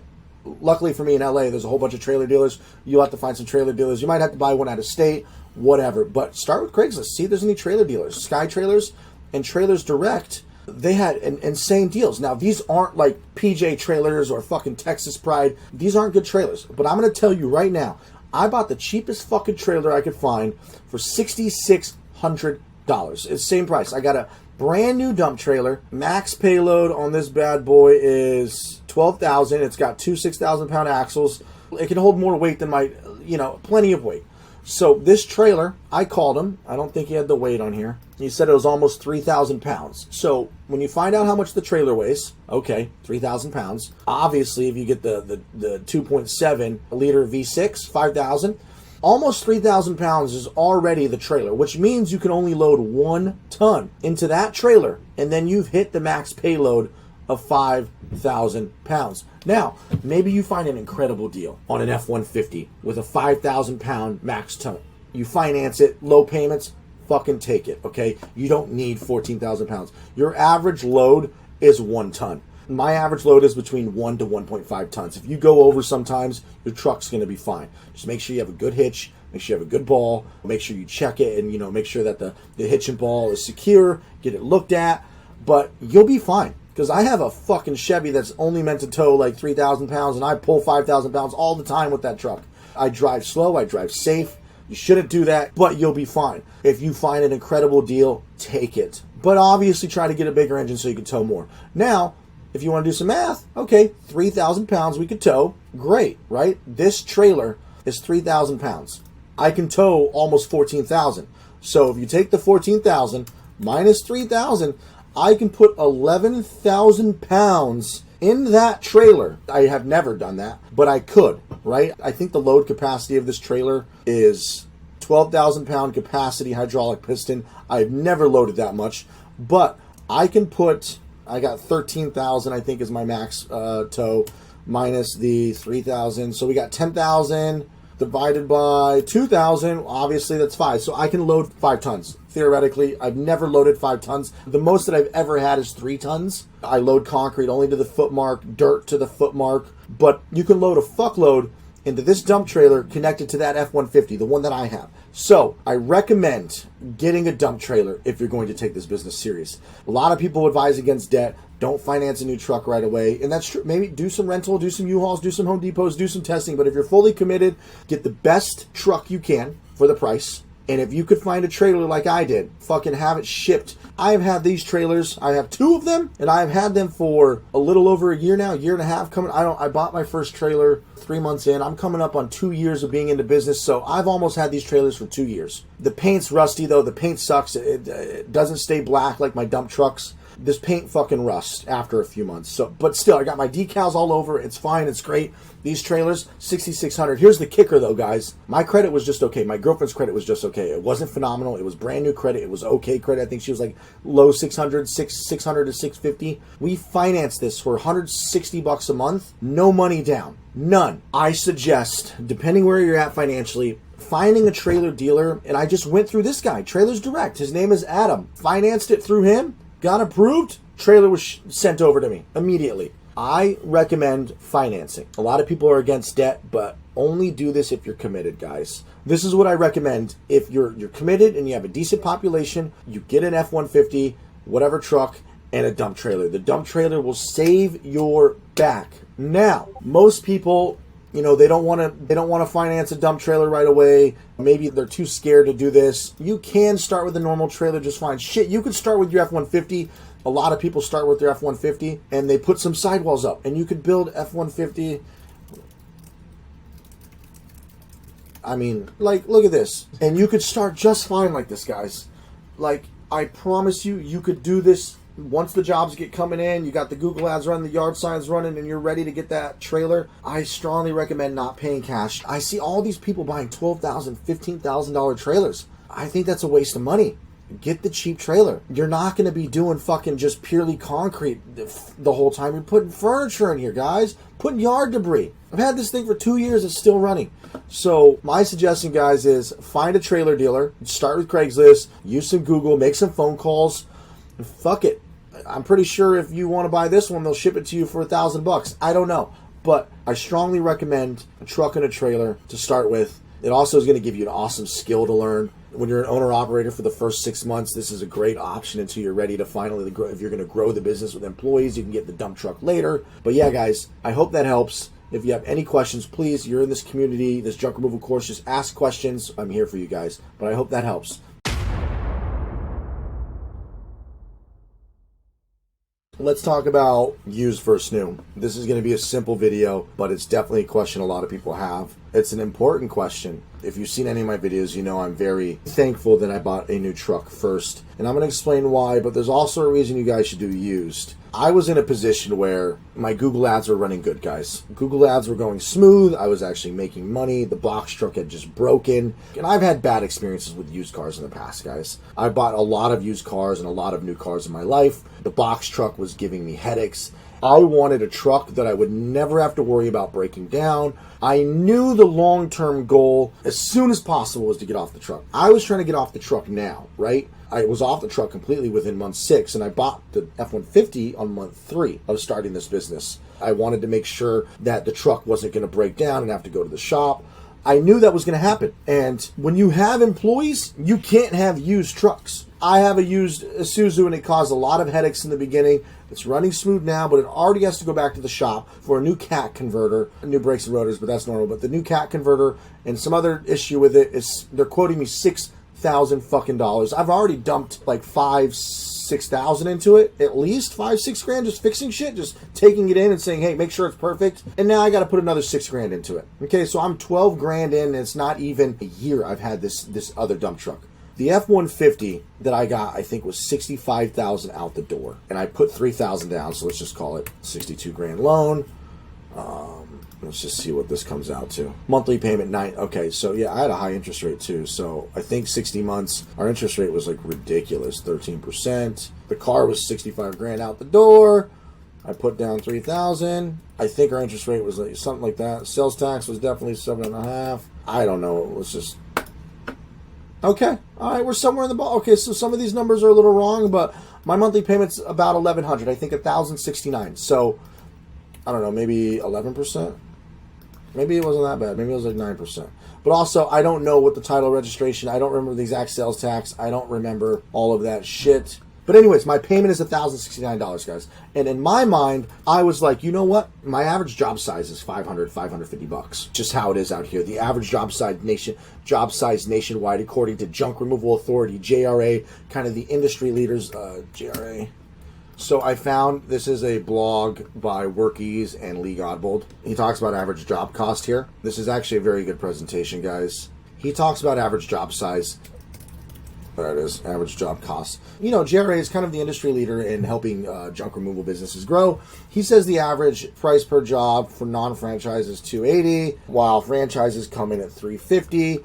Oh, wow, this is only a year ago. I have seen a new and updated blog post by JRA where they mentioned it's like $400 average job size. You know, the economy, the inflation. I've seen people talk about their average job size is $400, $450, $500. As of this year right now, because of one of my jobs was so big, my average job size is $550, but last year I think it was $450 to $500. Now, the reason why I brought this up, I was like, damn, I only need 2 jobs to pay this thing off. And in my mind, I was like, I'm going to get 2 jobs. So worst case, I pay the truck loan. I talk about one of my YouTube videos, but first month was technically like $3,000, and then it went to like $10,000, and then I think the third month I did 15. I don't remember the exact numbers, but I was like, you know what? We're doing good. We're going to be fine. I can afford the almost $1,100 truck payment. I know the trailer is going to be another couple hundred. I know insurance is going to be another couple hundred to $300. And I was like, we can get 3 jobs, 4 jobs to pay for all of this shit that we're about to buy. That was my mindset. I knew I wanted to get off the truck immediately, so I wanted to make sure we had good equipment. However, that's not always the right decision. I was in a high population area. We had $1 million in Ventura County, $2 million in San Fernando Valley, so $3 million right there that I was able to go. And I knew LA was right below us with another 9, 10, 11 million people. So I took the approach of risking it for the ability that I was going to get off the truck and have good equipment for the crews that were going to be running it, because I didn't want to risk the truck breaking down and costing me money. And I'm glad I did that. I scaled immediately. I started making like $30,000, $50,000 a month, and shit just went amazing. And I got off the truck, trained them how to drive the trailers. I'm still running a truck and trailer in Ventura County. It sucks when I have to fire because of the learning curve, but I'm making it work. And we have the dump truck in LA. Truck and trailer would be like nearly impossible in LA. It'd be doable, but there's a lot of houses we would not be able to go to with the truck and trailer. And we get a lot of jobs in like the hills and shit, and it's just wouldn't work out. But I decided to go new, and it was the best decision I've ever made. But for you, if you're just starting out and you weren't running your business for 3 months and already making money, and you didn't know what to expect, and you're not trying to get off the truck within 3 months, as an owner-operator, just getting into this business, I suggest you probably find the best used that you can and still finance a new dump trailer, because it'll only be $150 a month, $200 a month. Definitely get a new dump trailer, or, you know, because I don't want you to put $6,000, $7,000, $12,000 down in cash on a dump trailer when you can finance it. Save the money for Google Ads. So many people say they buy cash for their dump trailers, and I'm just like, no. Don't do that. Save the money for Google Ads, yard signs, door hangers. But you're going to be on the truck for 6 to 12 months before you get off, okay? You need to be an owner-operator in this business for at least 6 months. It is safe to do used, because if it breaks down, it's not your employees and you that suffer. It's just you, okay? Now, if it breaks down on you, that sucks still. Yes, it breaks down. You got to fix it. You're out of work right now. But it's a safer play, because you don't have employees relying on you, where you need that truck to run 24/7. With that being said, if you're going all in and you don't mind a $1,000 monthly payment, and you have the population, you have the money to run Google Ads, you have a little bit of bankroll, by all means, do new. If you're just trying to start the business and like not be on the truck too long and you got the bankroll, get a dump truck, because you're going to be on the truck for 1, 2, 3 months and you're going to be off, and you do not want to be training people on trucks and trailers. It is obnoxious. I'm still doing it. It's very possible. I don't recommend it. If I had the credit, I would finance another dump truck and replace the Ventura dump truck. I would take the F-150, replace it with the dump truck with a $1,000 dump truck payment, and then probably have the F-150 still work, be like kind of like a backup third truck still running and doing jobs, maybe some part-time workers. I don't know. But that is my recommendation when it comes to used versus new. If you have any questions, you're in the private community, guys, just ask. I hope that explains everything. I hope that makes sense. And yeah, toodles. This is going to be an easy one, but some of you might not know the difference. Some of you might generally really have this question, but I'm assuming most people already know this, the difference between financing and leasing and what you should do, because most people have bought in a few cars through their life. But let's just kind of go through this really quick and talk about financing and leasing. So leasing, you generally can only lease new cars. You're not going to be leasing older cars. You would only be leasing newer cars. Generally, when a new Audi or a new Rolls Royce or a new truck comes out and you want to lease it, you'll have the option to purchase it after 2 years or trade it back in and lease another vehicle. Leasing is the smartest thing to do when you just want to roll through cars. For me, leasing is smart because let's say I get the new Audi, but I know I'm going to get bored of it and I have ADHD and I'm going to trade it in 2 years and I'm ready for the next thing. Always lease if you're just going to be going through cars. However, if you are the kind of guy who is smart and you want to be smart with your money, you want to own the car, you're going to finance it. Leasing it, you don't own it, you're leasing it until you can own it, and you'll have a purchase price at the end, which generally works out to be about the same as if you financed it and then paid it off. And usually they run really good lease specials too on newer cars where you're just like, oh fuck, that's a really good deal. I'm going to take the lease special because it's a new whatever. But you're not going to be leasing commercial trucks, guys. You can lease probably a brand new F-150, but I would recommend you finance it because you're going to be beating the shit out of it, especially if you have employees drive it. I know you're going to take care of it, but you need to accept the fact that nobody's going to take care of your truck. Like, have insurance. Like, my truck is beat up now, guys. It's just beat up. Yeah, it works great though. It's a 2021, I think, that we got it brand new. And financing it, you own it. You have a sense of security that it's your truck. Because if I lease this F-150, I'd be fucked if I turned it in. The truck is garbage now. So you're gonna finance, guys. You're not gonna do cash unless you have bad credit. But the thing is, guys, even with bad credit, you can finance. You'll just have a shitty interest rate. I see a lot of people on YouTube, even other junk removal people. I don't know which junk removal person talked about how they bought a truck in cash. $10,000 in cash. Here's how I look at it. Yes, you might get a bad interest rate, guys. Yes, you're getting debt. But this is a work vehicle that's going to generate you money. But let's just talk about going to a dealership where you can walk out with the car no matter what. And if you're getting a used car off Craigslist and you find a really good deal, you should try to get approved for a used car loan if you can, instead of buying it cash. But here's the benefits of finding a decent dealer that has used cars. You may pay a little extra because it's not from a private seller. Yes, you may pay a little extra, but you can at least get it. Usually dealers have a minimum point inspection they have to do on their vehicles in order to sell used cars. They have to do a 36 point, I don't know how many points, but dealers by law are required to do a certain point inspection where the vehicle is sort of guaranteed to you. A private seller, no. And it's easier to get approved for an auto loan on a used vehicle through a dealership. A new car, you could walk out with, they might just ask like $5,000, $10,000 down.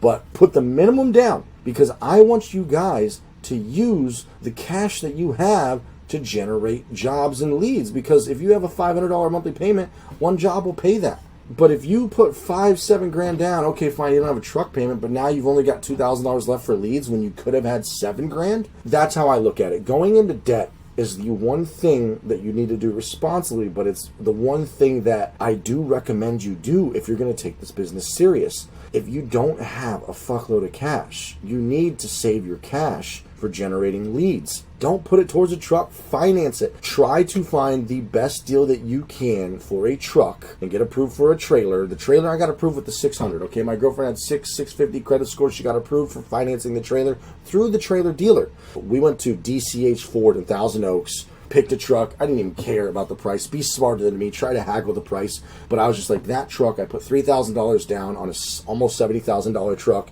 Walked out with almost an $1,100 a month payment. I was scared shitless. I was also 3 months into the business, guys. But the point is, guys, is I strongly recommend financing. However, I'm not a finance expert. I am not your financial advisor. It's just, it makes more sense to me to save the $5-10 that you were going to put down on the truck. Risk it for the monthly payment because you will generate 1 or 2 jobs to make that payment. But you do need to decide what's smarter on you. And I'm assuming you want to get a used truck from a dealership. Find the best used F-150. Fuck, CarMax is great, dude. Like, CarMax makes it so easy to get approved. You do have to put a little bit more down depending on your credit, but they make it so easy. If your credit's decent, go through CarMax, pick a fucking truck, and get rocking and rolling. But if you're a smarter car guy than me, take your time, find the right truck, but finance it and put as little down as you can so you have money to generate leads. This is the 2 things you're going to have to risk it for the biscuit, okay? You are going to have to finance a truck and a trailer. There's no ways around that. I don't recommend buying the trailer. If you find like a $3,000, $4,000 trailer, you might as well get the $6,000 dump trailer and finance it with 0 down like I did, and the monthly payment was only $160. If you find an incredible trailer for an incredible deal though, and you're like, okay, it's a $2,000 trailer that should be $6,000 and you have to buy it, okay, then maybe, but I prefer the dump trailer. And it's also, you got to take into account your guys' population. If you do not have a big population, if you're like 100,000, maybe I don't want you to go into debt on a truck and a trailer. So there's some variables that you need to take into consideration. If you're in a little city, maybe I don't want you to be risking it for a $1,000, $500 monthly payment plus a trailer payment plus, car insurance. So kind of be smart about this, but in general, finance with as little money down as you can on the best deal, the truck that you can find in the best dump trailer, and save that money so we can do yard signs, door hangers, Google ads, Facebook boosting, Thumbtack, all that stuff. So I hope that answers the financing, leasing, and cash question. If you have any questions, you know the community tab, just ask away. All right, guys, we're going to talk about U-Hauls and Home Depot rentals when you are really trying to start this business and you ain't got no money, no credit, no money to get a truck. This is your only option, is try to find a friend with a pickup truck that you could borrow. You can start with the pickup truck and you can put sidewalls. If you get a hold of a pickup truck, obviously you need permission from your friend, but if you just have a pickup truck, you can put sidewalls. And let's fix that. So what we're going to talk about, guys, is rentals. So rentals, U-Haul and Home Depot. So call U-Haul near you and then figure out what the price per mile is. So I think it's $1.75 out here. Let's say I have 3 jobs for the day, all 20 miles apart. That's 60 miles. Times going to the dump is another 10, 20 miles. Let's just call it an 80-mile day. Plus the $19 advertised dollar price, right? The $19 price or $29, whatever size you get. So you're at already at 160, but you have to count your miles is the thing. So even if you just did 40 miles, if you know you're going to do like 1 job and go to the dump and the dump is not far, a U-Haul might be cheaper. I only ever rented the Home Depot when I needed it and I knew I was going to use it for like multiple loads. So the idea here, guys, with rentals is you're going to try to stack as many jobs as you can, and then you use the rentals to go do the jobs. So if you put out a whole bunch of yard signs and door hangers and you try to stack jobs for an entire week for 1 day, then you could rent the Home Depot or the U-Haul and get all those jobs done. Let's type in Home Depot box truck. I think it was, yeah. So let's just punch in my current zip code. Okay. And you will see 2 available right there. That's literally just like right down the street. So you can reserve. 2 years ago, when I was doing this from the beginning, 1.5 years to 2 years ago, I wasn't able to reserve them, but let's just go through this process really quick. But check availability. Boom. Exact match. Select this store. Wow, you didn't used to be able to do this. So it's really cool, guys. Unlimited miles. And if you drop it off earlier, you're charged less money. But it depends on which Home Depot. Some Home Depots would let me keep it overnight. One Home Depot wanted it returned the same day. So just call and find out. But $140 for unlimited miles is a really good deal, because I promise you guys, when you do a U-Haul and you're going to the dump and multiple jobs and driving all over the city, at least for me, I was racking up more miles and it was costing me more money. So I stuck with Home Depot trucks and it was a lot cheaper. I used to get so many jobs back when I had the truck and trailer before I had the dump truck that I would rent the Home Depot. I rented 2 Home Depot trucks one time because I had the new truck and trailer. We had like 3 jobs on the board and then one of them was really big. It's like 5 to 6 loads and I was like, fuck. And I only had the trailer. So I was like, you know what? I rented 2 Home Depot trucks because I thought it was going to be 10 loads. It only ended up being like 3 or 4, but you could rent 2 Home Depot trucks. I did it and it was only $280. And also Home Depot has dump trailers. It's the 2-foot wall. If you're good with ratchet straps and you know what you're doing, you could fill those bad boys up and it's about the same price. Let's find out.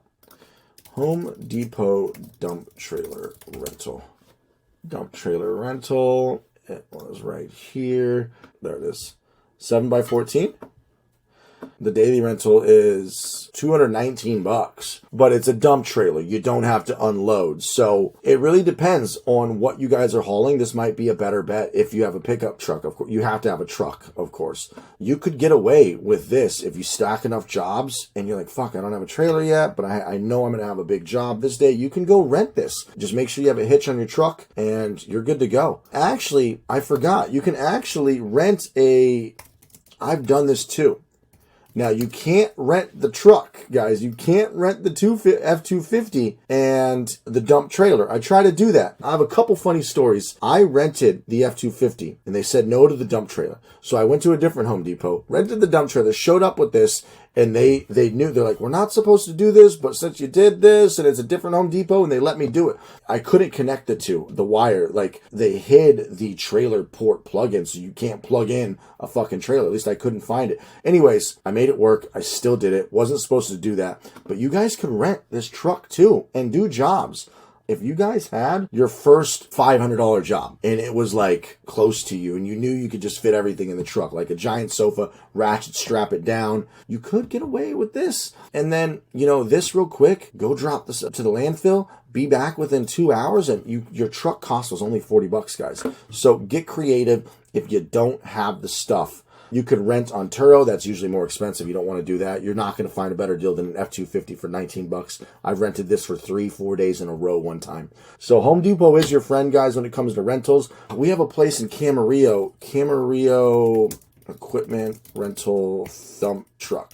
U-Rent, that's what it was called. So we have a place called U-Rent, and they have such good deals. They actually have a dump truck for rent for $225 a day, guys. So you need to do some research on all the rental places near you. I actually went here to rent the excavator and the Bobcat, and they had a dump truck there. So do your research, guys. Look around, see what kind of stuff you can find for rental places. You'll be surprised if you just drive around to some of the Home Depots, drive around to some of the equipment rental places that do forklifts and excavators and heavy duty equipment. They might just have a fucking dump truck sitting around. That is an incredible deal. $225 a day is an incredible deal. And I totally forgot about that until this video. Rentals, guys, are a great way to start. You need to job stack and do, rent a truck for 1 day a week, make $1,000. You'll do your Nextdoor, your Facebook posting, your social media, your Craigslist, your yard signs, your door hangers, your in-person sales, your gift baskets, and you go ham for 2 weeks straight. You gather all the phone calls, try to book as many as you can for 1 or 2 days, Fridays and Saturdays, whatever day you want to do. You can do rentals, ask to rent from your friends, borrow. I got lucky. There was a box truck that I was able to rent for $400 a month. So you might get lucky, guys. Anyways, that's rentals. I hope that helps. If you have any questions, the community tab, just ask a question.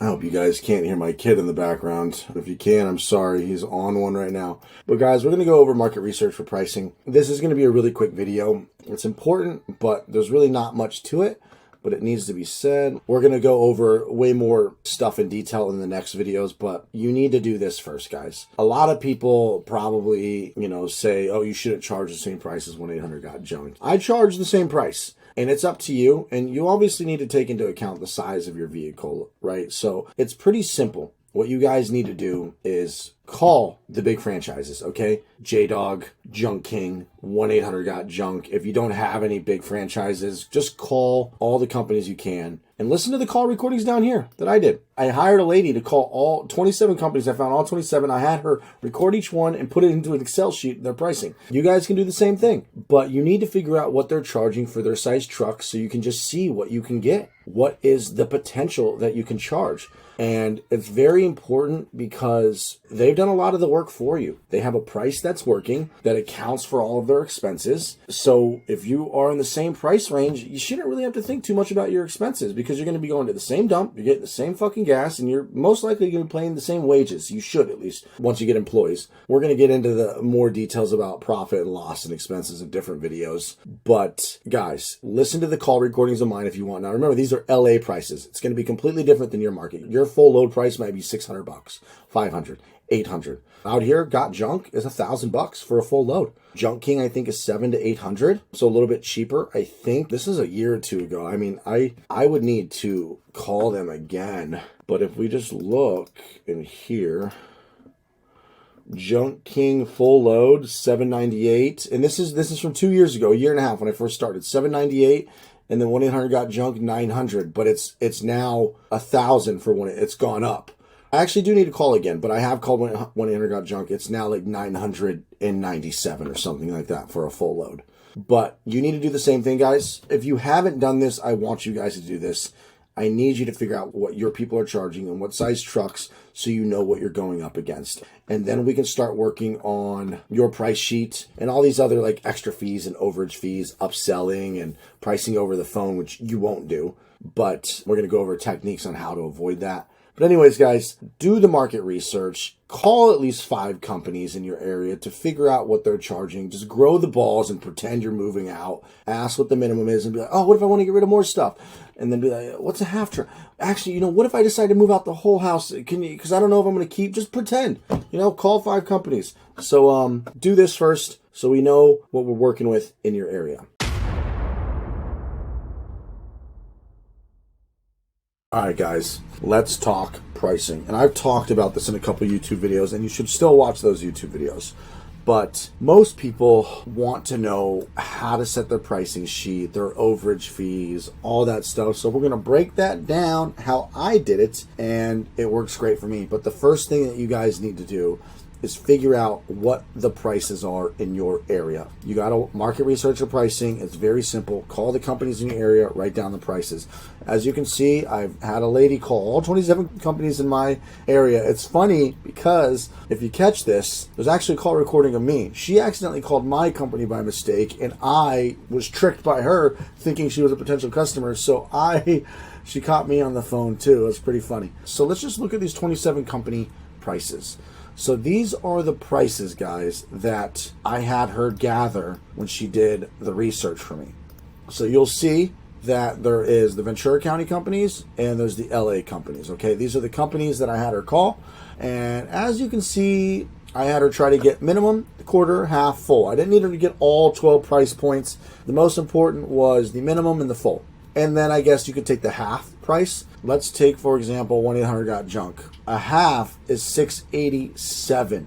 A full load is $897. Honestly, that makes me realize I need to adjust my prices. That's pretty crazy. $700 for a half load. So they make a lot of money in their quarters and their half loads. Look at this, $500 for a quarter, half load $687. So as you can see, they make a fuckload of money in there. But as you can see, guys, let's look at Junk King. Junk King's full load is $800. Their half load is $528. So if you were to do 2 half loads, they've already made $1,060. But their full load is $800. Not everybody has full loads, so you're going to make most of your money on the big jobs. You're going to get those once, twice a month big jobs. Then you're going to get a lot of quarters, a lot of 8s, a lot of half trucks, and a lot of minimums. So your money is going to be in this area. Obviously, it's nice when you get a full load. That's like a guaranteed 600, 700, 800. In my case, 1,200. In Ventura County, 800. See 7 up here, 795. That's my full load price. So you guys need to do your market research. Now, let's break this down. How to price. So we are going to take some basic numbers and do this. So we know that 1-800-GOT-JUNK trucks are 10 by, I don't know if they're actually exactly 8 foot wide, because my dump truck is 7.5. I really wish I could measure the inside of one of 1-800-GOT-JUNK's truck and see if it's 10 by 8 or if it's 10 by 7.5 or 10 by 7. But we're going to give them the benefit of the doubt, and we're going to say it's 10 by 8 by 5. Now we know their walls are tall. And then if you do that math, 10 by 8 times 5, here, let's bring this down here. So what we're going to do, guys, is we're going to multiply 10 times 8 by 5. 10 times 8 by 5. So this is how you get the cubic foot. So we now have 400. 400 divided by 27. I'll explain all this in just a minute. Basic math, if you guys remember. If you multiply length times width times height, we're going to get our cubic feet. But as we know in junk removal, and if you don't know, generally speaking, we talk in yards. I don't know why it's that way. It just is. A lot of people will even talk about like how much gravel or concrete or dirt, and they'll tell you, yeah, I've got a few yards of dirt. And we'll get into the weight and the price of dirt in a whole nother video, but in the beginning, do not mess with concrete, gravel, or dirt. Post in the community for some advice. But anyways, we're going to take the cubic footage. We're just going to go divided by 27. 27 is the magic number. This is, a cubic yard right here. So we're going to divide it by 27. It gives us how many yards that is. So we now know 14.8 cubic yards for a 1-800 truck. Let's do some math. I now know their price is $9.97. At least as I called, it might be more now. And I need to double check. But we're going to go with the price that I know it is now. 1-800 truck is $997 for a full load. Let's take the full load price, $997, divided by 14.8. That comes out to, and even if we give them the benefit of the doubt, we'll call it 15. They're charging $66 per cubic yard for a full load. But now we're going to take their half load price. So their half load price, which let's just say the half load price is the same. Okay, $687. Let's just call it 15 cubic yards, guys, to make it easy. But part of me wants to say this is 7.5. I'm getting off topic. But if they truly have a 15 cubic yard dump truck, which that is what they do have, but I do want to get the measurements. If anybody works there, please let me know. I think their half load might be up, but let's say half load is 687. So this would be 15 cubic yards. So 7.5 cubic yards, right? 7. So we're going to take 685. Divided by 7.5 cubic yards. $91. 91 per cubic yard. So as you guys can see, the price per cubic yard goes down the more you fill up. And you're going to do the same exact thing. And I just wanted to show you guys the math that you can kind of see where all these people are at. So why don't we just do one more company? So Junk King says it's 12 by 8 by 5, right? But let's grab somebody else. Ugh, 450, man, I'm gonna hire this guy. Let's grab 911 Junk. 12 by 8 by 4.5, 750. 12 times 8 times 4.5, 432. 432 divided by 27.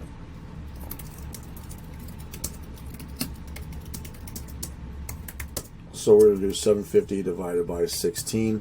He's charging 47 per cubic yard. The national average, according to Lee Godbold from Junk Removal Authority, is $50. That's the national average per cubic yard. That was also a couple years ago. Inflation, economy, it could be more. So guys, do this with a couple of the guys in your area. I have a theory though, guys. I don't believe the 5-foot walls make a difference versus the 4-foot walls. The length of the truck, you can fit more stuff in. I think because the 5-foot wall, okay, cool. The furniture's super tall anyways. That extra foot that you're working with, what you're putting dressers and all kind of mattresses and usually furniture, that extra foot doesn't matter because the furniture's so tall anyways. That extra foot only matters if you have like loose debris and you could actually pack in more loose debris, but usually you're stacking furniture that high. I think there's more value in giving them extra length and width versus an extra foot, that 5-foot wall. I do not care if I get a 5-foot wall. I prefer a 4-foot wall and a little bit longer of a truck. So if we do mine is 14 times 7.5 times 4. This is the Jedi truck. So we're going to go 14 times 7.5 times 4 equals 420 divided by 27. 420 divided by 27 is 15.5. We do my full load, which is $11.95 divided by 15.5. $11.95 divided by 15.5 equals 77 per cubic yard. That is my full load price. However, guys, I do discount my full load pretty often, so they end up getting this price right here. And like I said, this is 15 cubic yards because of that extra foot in height. That extra foot in height is of less value to the customer than the extra 4 feet I give to them in length. I hope that makes sense. So once you guys have done your basic math to see where you sit and how much you should charge per cubic yard, that is when you're going to start jumping to the pricing sheet. So figure out your minimum, Let's just say our minimum is going to be 150, and let's say your full load, you've ultimately decided with your truck size that your full load should be 1,000. Now, based on the truck dimensions that you have, the cubic yards, and the price per cubic yard of the other companies, try to see where you should be. So if you're like, hey, you know what, I want to be on the $47 per side now. Or, hey, I got a nice truck, I have employees on the truck, I'm insured,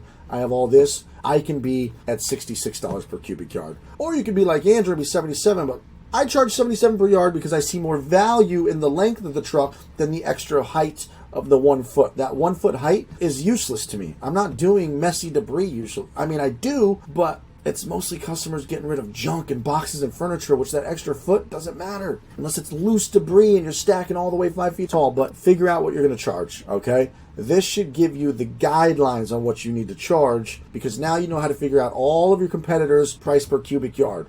Call them, figure out their truck size, ask for the full load. Now, let's switch over to Figma, which is what I use. You guys can download my design. You could hire somebody on Fiverr. But you'll see I have in Figma, I have the pricing sheet here for the front and the back. And this is my 11 yard, the trailer. So Ventura County. And then we have over here, LA. Now, my minimum is actually 150. I tried 195 because Got Junk, I think's minimum is, they're 200, but one time I called, they said their minimum was 300. So it just depends on the franchise location in California, but their minimum is like 295. But let's just pretend mine's 150. And I say 16 because it's 15.5. I just rounded up to 16. Okay, guys, bear with me. What you're going to do is you're going to set your full load price, right? Start with setting your full load price. You're going to put $1,000 here. And here's the thing. With the half truck price, don't put 500. I would say you can 60% of the full load price, but probably 70%. So you'd probably want to make this somewhere between $600 and $700. Actually, why don't I just go back to here? Half load. We're not going to do 500. We're going to go with 70%, okay? Then we're going to go to our quarter price. 1/4, if you don't want to do all 12, we'll do 2/3 and 3/4. 2/3 and 3/4. So guys, I'm going to be honest with you. You can do the math if you want. You could break it down to like, okay, this is 77 per cubic yard. And then you could just progressively go up in price as you go down. So you can just say this will be $85 per cubic yard. This will be $90 per cubic yard. This will be $100 per cubic, and you could do the math all the way down. But what I did, and just to keep it really simple, guys, I'm not going to lie, is I just put in some numbers. This was 900. This was 800. And so on and so on. And you kind of just make the numbers look good. So when you look at it like, oh, if I go from an 8, which is 195, and then 1/4 is 295, so 2/4 would make a half. You just have to make this make sense, guys. So we're just going to continue, make our way up. I'm just throwing out shit. 195, 1/4. Let's do easy numbers, guys. Let's just do 200. See, if you do this twice, it's more expensive, and that makes sense. It's cheaper. You do 350 times 2, it's 700. So the half load should so honestly, this should be 400. And then just kind of work your way down, guys, until the numbers make sense. If you were to do an 1/8 twice, that'd be 1/4. 2/8 is the same as 1/4. So this doesn't make sense. This should be more expensive. Now, if you're going to do an 1/8 again, it'd be 500. So it makes sense. Oh, it's going up. It's getting a little cheaper. It's 400 now. Half a load is 700, but if you were to do 2/4, it'd be 800. So it gets cheaper. So that was the way I did it. You could mathematically do a formula so the cubic yards just get progressively more expensive the lower you fill up. But guys, it's not rocket science. Just kind of come up with a price sheet that makes sense. And as you get these numbers, you can actually throw in the other measurements like 1/6, 1/3, 5/8, and so on and so on. You could take my pricing sheet to have some numbers to start with, but if your prices are dramatically lower, because $11.95 is, I know, pretty ridiculous, what you want to do is start with your minimum, your half, your full load, and then you can kind of work the prices in between. It's pretty simple. It just takes 20 minutes of finessing with the numbers until it looks appropriate. And that is how I did it. Now you can, like I said, break down the price per cubic yard at the full load price, which would be your cheapest per cubic yard price, and then just work your way down. Like, okay, 66 per cubic yard for a full load. Now we'll go to 75 per cubic yard. So you can work it that way too mathematically. Totally up to you which way you want to do it. Obviously, this way it take a little bit more time. And I hope that helps, guys, with how to price. You are going to be charging by volume. We're going to talk about extra fees and overages in the next video. Not every job is the same, and you're going to be confused on how to price. For now, this is just like how to price, how to set your pricing sheet, how to do your market research so that you can set your pricing sheet correctly and feel confident in your pricing sheet. And what's cool is when you know these numbers, you'll know exactly what your competitors are charging. You'll know what their price per cubic yard is, what their truck sizes are, your truck size, how you vary, how you compare. So it's good information to know. And yeah, guys, good luck.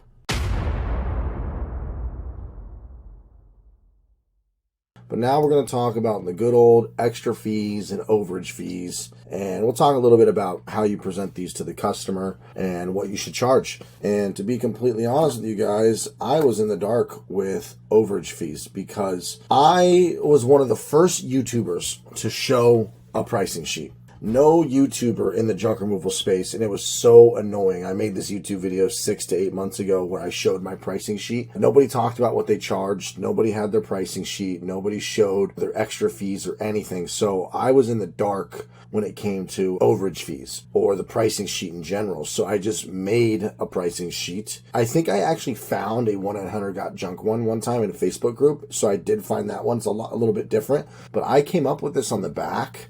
This is the front, this is the back. It kind of explains how a full load constitutes of 2 tons. So it shows that it goes up 1 foot deep, and that's considered a full load. I actually need to change this to 1 ton. And then the overages fees would cover for 2 tons. So anyways, this is what I put on the back when you explain heavy weight to them when it comes to dirt, gravel, or just things that are heavier in general. Pianos. Generally, I have a piano fee. But anything that's just generally heavier, construction debris is always heavier. You know, they'll have concrete, sheetrock, drywall, whatever. Just construction material is always a lot heavier than your standard normal appliances and furniture. Point is, I had to make up these overage fees, right? Take a look at mine right now. Let's just zoom in. So you'll see that when you start at the beginning, it might just be you on the truck. You might have an employee you hire. You might have a friend with you, but you're going to have extra labor. Extra labor is just if something takes a lot longer, or maybe you're just doing labor. This has happened. Maybe you get hired to just help do some work, some labor around the yard, and you take the job because it's slow, or maybe they want you to do some moving for them, or maybe they want you to do some delivery and pick up, whatever. Speaking of that, I need to change this to $75 an hour per person. So make sure that you guys charge for extra labor because you're going to fill up a full load. Some full loads may take you 2 hours, some may take you 5. And we're going to go over that in just a minute. So depending on what your hourly rate is that you pay your guys, I pay $20 an hour and then $17 an hour for the helper, $20 for the driver. So if we're charging $150 an hour, my cost is $37, but you have to throw on workers' comp. Tax, workers' comp in California is 10%, so we throw on another 10%. Ridiculous, right? So we throw on another 1.1, so it brings it up to 40%, or I mean 10%. 10% is another $3.70, so we're at plus 370. So basically what you want to do is figure out what your cost per employee. So we throw on the workers' comp, payroll taxes. We throw on your general maintenance, wear and tear. So you kind of come out with a rough number of what it costs you to run your business per hour. So say those 2 employees per hour is costing you, we're already at 40. I don't know all of my numbers right off the top of my head, but let's say you running your employees is costing you $60 an hour just because of your advertising expenses throughout the day, the wear and tear in the vehicle, the labor costs, the workers' comp, the general liability, the commercial auto insurance. So you take a rough number and you throw it on to what it's costing you per hour for those employees to run. So let's just be $60. While they're spending hours out there, let's say they're out there for 8 hours on one load. You need to be making money while they're sitting out. You don't want to just be breaking even because it's costing you money. So I charge $150 to ensure. I could get away with $50 an hour per person. I'd still be profiting $40 an hour. But if they were out there for 8 hours on one load, okay, I make $320. We got to make it worth our time if they're using up our guys for extra labor, okay? You need to be a profitable business. That is the extra labor fees. I just made these numbers up, guys, okay? And what's cool is you can discount these, okay, guys? We're going to get into negotiation tactics in a minute. But I charge $50 per 5 gallons. You need to check what you can legally haul in terms of hazardous waste. We can legally haul 15 gallons. And, you know, between you and me, there's been times where I get a lot more paint than that, and you're not supposed to, but we have places provided by the state that lets you drop off hazardous waste on the weekends for free. Household hazardous waste. So you can't be showing up in your company truck because they send me back. But I can show up and just drop the shit off for free. Up to like 30 gallons, you know, for people doing a painting project at their house or whatnot. But you just show up with the hazardous chemicals. They take fuel. They'll take fucking any oils. They'll take anything. Your state might provide free hazardous waste drop-offs on the weekends or whatever days. At least over here, it's the weekends. So we can easily dispose for free. But I charge $50 per 5 gallons. So if they have, you know, the little 1 gallons, I don't prorate either. So I say, hey, if you have 1, it's going to cost you 50. If you have 5 gallons, it's going to cost you $50. If they have the big buckets, which I think are 15-gallon ones, I charge $150 if it's completely full. If it's half full, you know, you kind of negotiate with them, but that's how I work out hazardous waste. And as you know, you can put kitty litter in it and have them dry it out, give them some suggestions, but I make some good money on hazardous waste. People wanting to get rid of fuel, oil, propane. You just need to figure out where you can drop it off. Propane tanks, you can usually drop off at like Home Depot or whatever. You can figure it out. I charge disassembly, $25 an item. I just put 50 drug paraphernalia. But if I find a lot, I tell them, hey, you got pipes and needles everywhere, this crack house, you know, so we charge extra. Stairs, 50 per flight. But I usually discount the stairs because I get the extra fees elsewhere. And I discount the stairs so they feel like they're getting a really good deal. 50 per flight. They have 3 flights, and you tell them that, hey, stairs, there's a lot of work. There's a lot, you know, you got a whole bunch of stairs. We charge extra for stairs just because, you know, we're going up and down, up and down. And then they're like, oh, I understand. But when you discount the stairs, they feel like they got a steal. Feces and urine, I put 100 to 300 because I've been in some cases where it's bad. That's an obviously explainable one that no customer is going to, you know, argue against when you come across a hoarder house with shit and piss everywhere or a homeless camp. Heavyweight, I charge $50 per quarter because usually, in my experience, if somebody has heavyweight, my average load is 1 ton, 2,000 pounds to 3,000 pounds. That's my average load. But a heavy load is usually about 2 tons. Usually, when I get a heavier load, it's around 2 tons, 4,000 pounds, maybe 5,000 pounds. It's $100 a ton out here. That's our minimum. It's $100 a ton. So I said, fuck it. If they were to do a full load of heavy weight, if I do 50 per quarter, that's an extra $100. The dump fee covers that extra $100 dump fee and then another 100 on top. So I'll at least break even on the extra heavy weight. So if I'm doing a heavy load and my load is, you know, let's say my Ventura price, $795, $800, whatever, same thing. If it's an entirely heavy load, I will charge $200 extra on top of the 800, 1,000, if it was an entire load they filled. Now, if it was just a quarter and it was heavy shit, I'll charge them an extra $50. And sometimes I'll discount the heavyweight too. Say, hey, you know what? Instead of the 200, I'll just charge you 100. And at least you covered the heavyweight extra dump fee when you get to the dump. Long distance, this is a big thing in LA. Apartment buildings, you can't park close. So we charge 50 per 100 feet. And this is something we just explain to them. Be like, hey, usually we pull up to the customer's house and we can load right here. But we have to park X, Y, Z, and we're walking in elevators. So I'll start tagging on, like, you know, you got $100 to $150 in long distance. You've got an elevator that we have to sit there and wait and go up and down. And I'll start stacking these fees. But then you could drop some of them. And the psychology behind them getting all these extra fees stacked and then you dropping them is going to help you sell the job. If you're already having a hard time selling a $500 job and then you tack on fees, just drop the fees. They'll feel like they're getting a deal. You got your $500 job, and you know you're not going to always get your upsells, but try. And then bagging and packing, I added this because when we're doing house cleanouts, it got annoying. We're going through tons of bags. We're basically maids cleaning up through all the cupboards and stuff. This is an obvious one people understand. I've never had any issues, but I'll drop the bagging and packing fee if I need to save the job or say, you know, if the customer's like, oh, all these fees, all these extra fees, just drop them. Drop the fees. 9 times out of 10, people are not going to care about the fees. Besides extra labor, you need to make sure if you do a full load, I include 30 minutes per quarter of free labor with 2 guys. So a full load gets 2 hours of included labor with 2 men. 2 hours, aka 4 man hours. If you go over 30 minutes or like an hour, and you can make a deal with the customer. But if you start taking a full load and it takes you 4 to 5 hours, you need to tell the customer ahead of time, this looks like this is going to be a really difficult job. Our standard full load includes 2 free hours. But with the whole distance, walking back and forth and extra labor, doing this, doing that, the hill, the extra stairs, we might hit extra labor. We were going to have to charge you $150 an hour, but we can drop some of the extra fees. You need to make sure, because your guys are out there burning hours on a single full load, you need to be making money, because that full load, if it takes 8 hours, okay, cool, you got a full load price, gas dump, employee labor, and then you just fucking burned all your profits because you didn't charge for the extra 6 hours it took to do that full load. And that's going to happen. So I hope you guys understand the extra fees and overage fees. Be upfront with the customer. Don't ever talk about overage fees over the phone. Talk about them when you get there. Have the pricing sheet with the overage fees. Explain to them, walk them through it, and you will sell the job. You give them the price. It's going to be between 3/8 and a half truckload. But, with the paint, the stairs, there's a couple extra fees, some overage fees, some extra fees down here, and then just feel the vibe out. And if they start hesitating, pull back some of the extra fees and you'll save the job. But anyways, guys, I hope that helps a lot with how you charge with extra fees and overage fees. If you have any questions, post in the community section.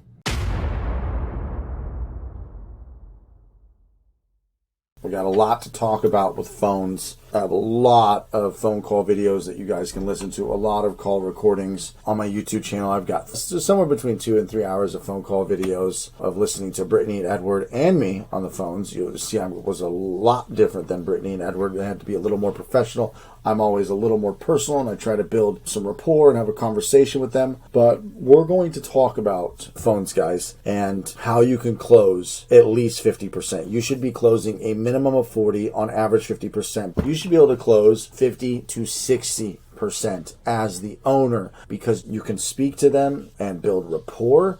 You can more laugh and joke with them and try to have a real conversation. My call agents have a harder time with that, as English is not their first language. Well, Brittany is, and she's a little bit better with it. They do great and they do incredible, but there's still that little barrier to where they can't just kind of shoot the shit kind of conversation and build rapport and ha ha ha laugh as we can with our we can do that because, this is our culture. We all live in the same city. So you should be able to technically close better, because you need to have a conversation, build rapport. And we're going to just kind of go down this list and you'll see what I mean. First things first, guys, let's kind of go over greeting properly. This is very important because so many people do answer the phone and go, hello. It is insane. And they just sound so bothered and annoyed. Even if you're caught off guard, don't answer like that. Snap yourself out of it and go, Jedi Junk Removal, this is Andrew. How can I help you? Snap out of it. My grog, you wake up in the morning, you didn't expect a 7 a.m. call. And hey, hello, hi. No. Hey, Jedi Junk Removal, this is Andrew. How can I help you? You need to greet properly. Okay, guys? Don't sound like you're annoyed. And try to stop using ums and don't sound unsure. If you have a stuttering problem, obviously you can't control that, but try not to repeat the same words and try to get over that. Obviously practice. However, if you have kind of an issue with that and you were born with that, that's different. I totally understand. I do it a lot too, guys. But you should be able to build your confidence with practice, and you should be able to just be smooth off the tongue. This should just roll off the tip of your tongue. That's what I was trying to say. Once you get your pitch down. And I'm going to give you my little pitch and my sales script. Remember, there is a portion of it where I do repeat the same thing when I go into the how it works. But after that, it's just having a conversation. This should be obvious, guys. Being insanely friendly, overly friendly. Hi, yeah. Oh, yeah, we could definitely come out and help you. You're in Malibu? Oh, yeah, Malibu is a great area. Well, of course we serve that area. Just be overly friendly. And remember, you are trying to help them. You are doing them a favor. You are on their side. Meaning, when they call you and they have this problem, you are trying everything you can to help them. Ask questions and lead the conversation. Ask where it is. Ask if the access is difficult. Ask if things are unplugged or need to be unplugged. Ask anything and everything and just have a conversation with them, guys. Lead the conversation, build rapport, and the longer you build rapport, the more likely they are. They're not going to want to call another person just to go through the 10-minute phone call they just had with you. So guys, just ask questions. If I said, okay, I'm in my office right now. Hey, I just need to get rid of a desk and a dresser and yeah, and I'd be like, okay. So is it one of those heavy duty desks, like the really heavy ones, or is it kind of like a lighter desk that you'd get from IKEA or something? And they go, oh yeah, lighter desk from IKEA. And they go dresser. You go, okay, standard dresser size, like 6-9 drawers. Or is it a bigger dresser, a heavy one? Oh, heavy dresser. Okay, and then is it on a top, second floor, first floor, easy access? Where is it located? Is that all you're trying to get rid of? Is there anything else that I need to know about? Like, no, that's it. Okay, awesome. So just the desk, the dresser, we could definitely help you out with that. Real quick though, where do you live? I want to make sure we serve your area. Oh, I'm in Malibu. Oh, Malibu, yeah. Try to go sir.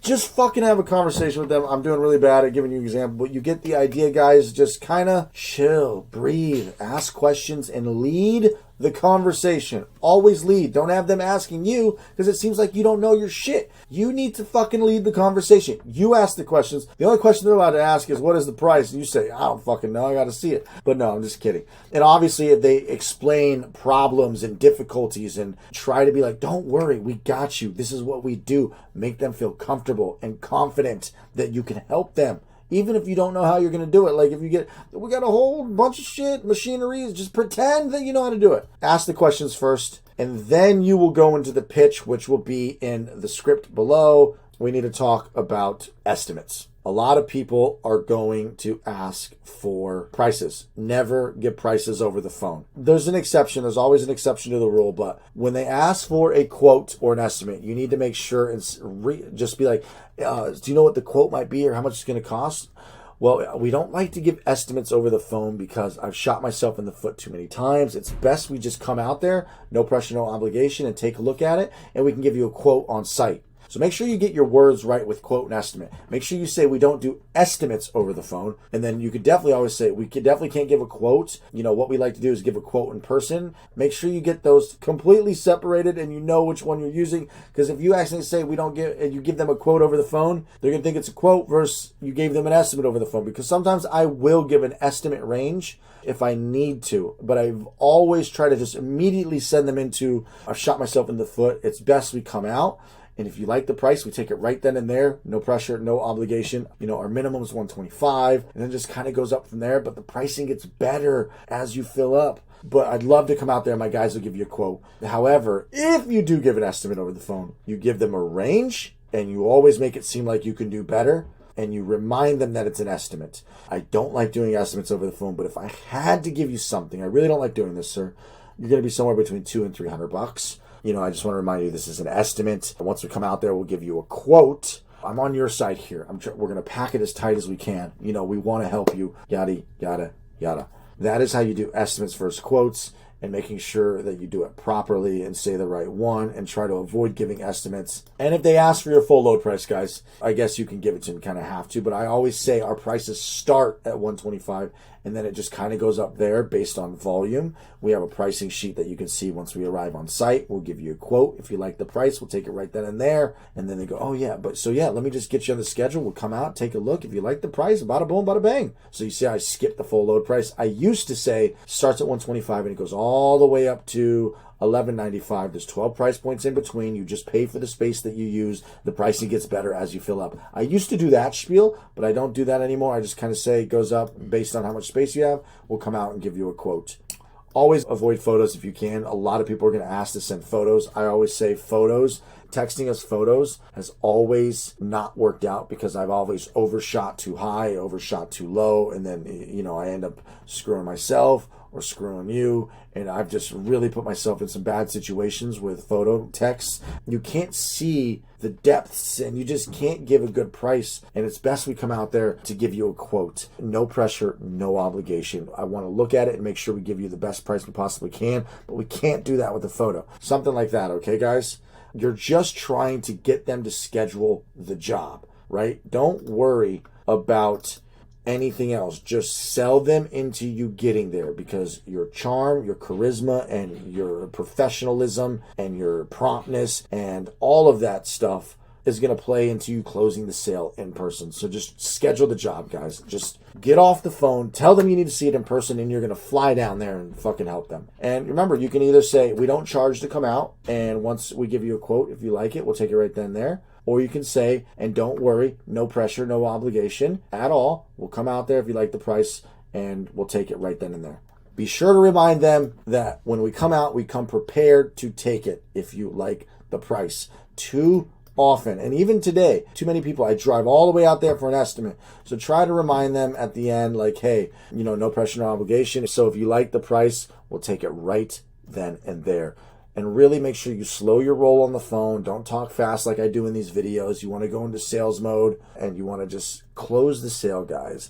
And the only way you're going to get good at phone sales is practice. And remember, these people are calling you for you to do them a big favor. This is a luxury service, not always luxury, but the people who are doing it to get rid of junk out of their homes, that's a luxury service. Well, actually, even for eviction cleanouts and hoarder out, it's a luxury service because they don't want to pick up their trash, So remember, you're doing them a favor. So these are hot leads. Close them, guys. It is not that hard. Offer to come out there. Obviously, you're going to have the price shoppers. You're going to have the cheapies. In this, you will learn on how to deal with them, or when you're running Google Ads, or maybe like avoid certain keywords so you're not getting the price shopper. But there's no avoiding it. So just do your best to close it. When you get a price shopper, guys, how I like to exit the conversation is, thank you so much for calling. And please, if we could help, we are a family, local owned business in the area. We would love to help you so much. Please call us back if I can help you. Maybe we can even work out a discount if you decide to come with us. So thank you. Have a nice day.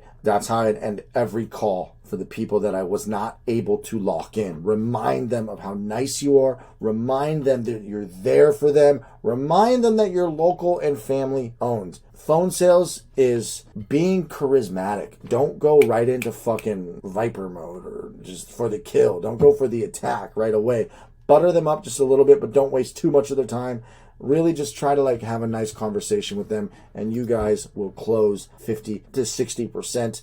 My phone operators close 40 to 50%. When I'm on phones, 50 to 60, 50 to 70, but it's your business. You're not hiring people from the Philippines yet. If I was on the phones, I'd be closing more jobs, but that is what comes with delegation and scaling. Nobody will ever be as good as you and care more about your baby than you, and that's just how phone sales is. That's the name of the game, guys. I hope this helped. Go watch my YouTube. I'll put the link to all 3 of my phone call videos so you listen to Brittany and Edward.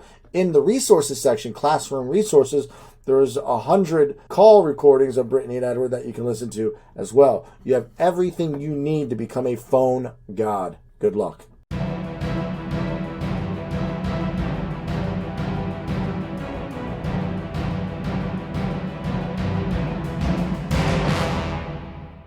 Alright guys, we're going to cover where to start your junk removal marketing journey. Okay, so we registered the business. Like I said, some people like to jump in both feet, skip all the bullshit, and we'll deal with that later. It all depends on the kind of person you are and your finances, because not everybody's going to want to just go through all this and get the credit card machine, register the company, might cost an extra $100. You might have no money.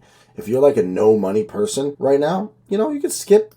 I think most of this is free. The only thing that costs, honestly, setting up all this stuff. You can set up a Google site for free. Okay, all this is free. The only thing is registering your business that might cost $50 to $100.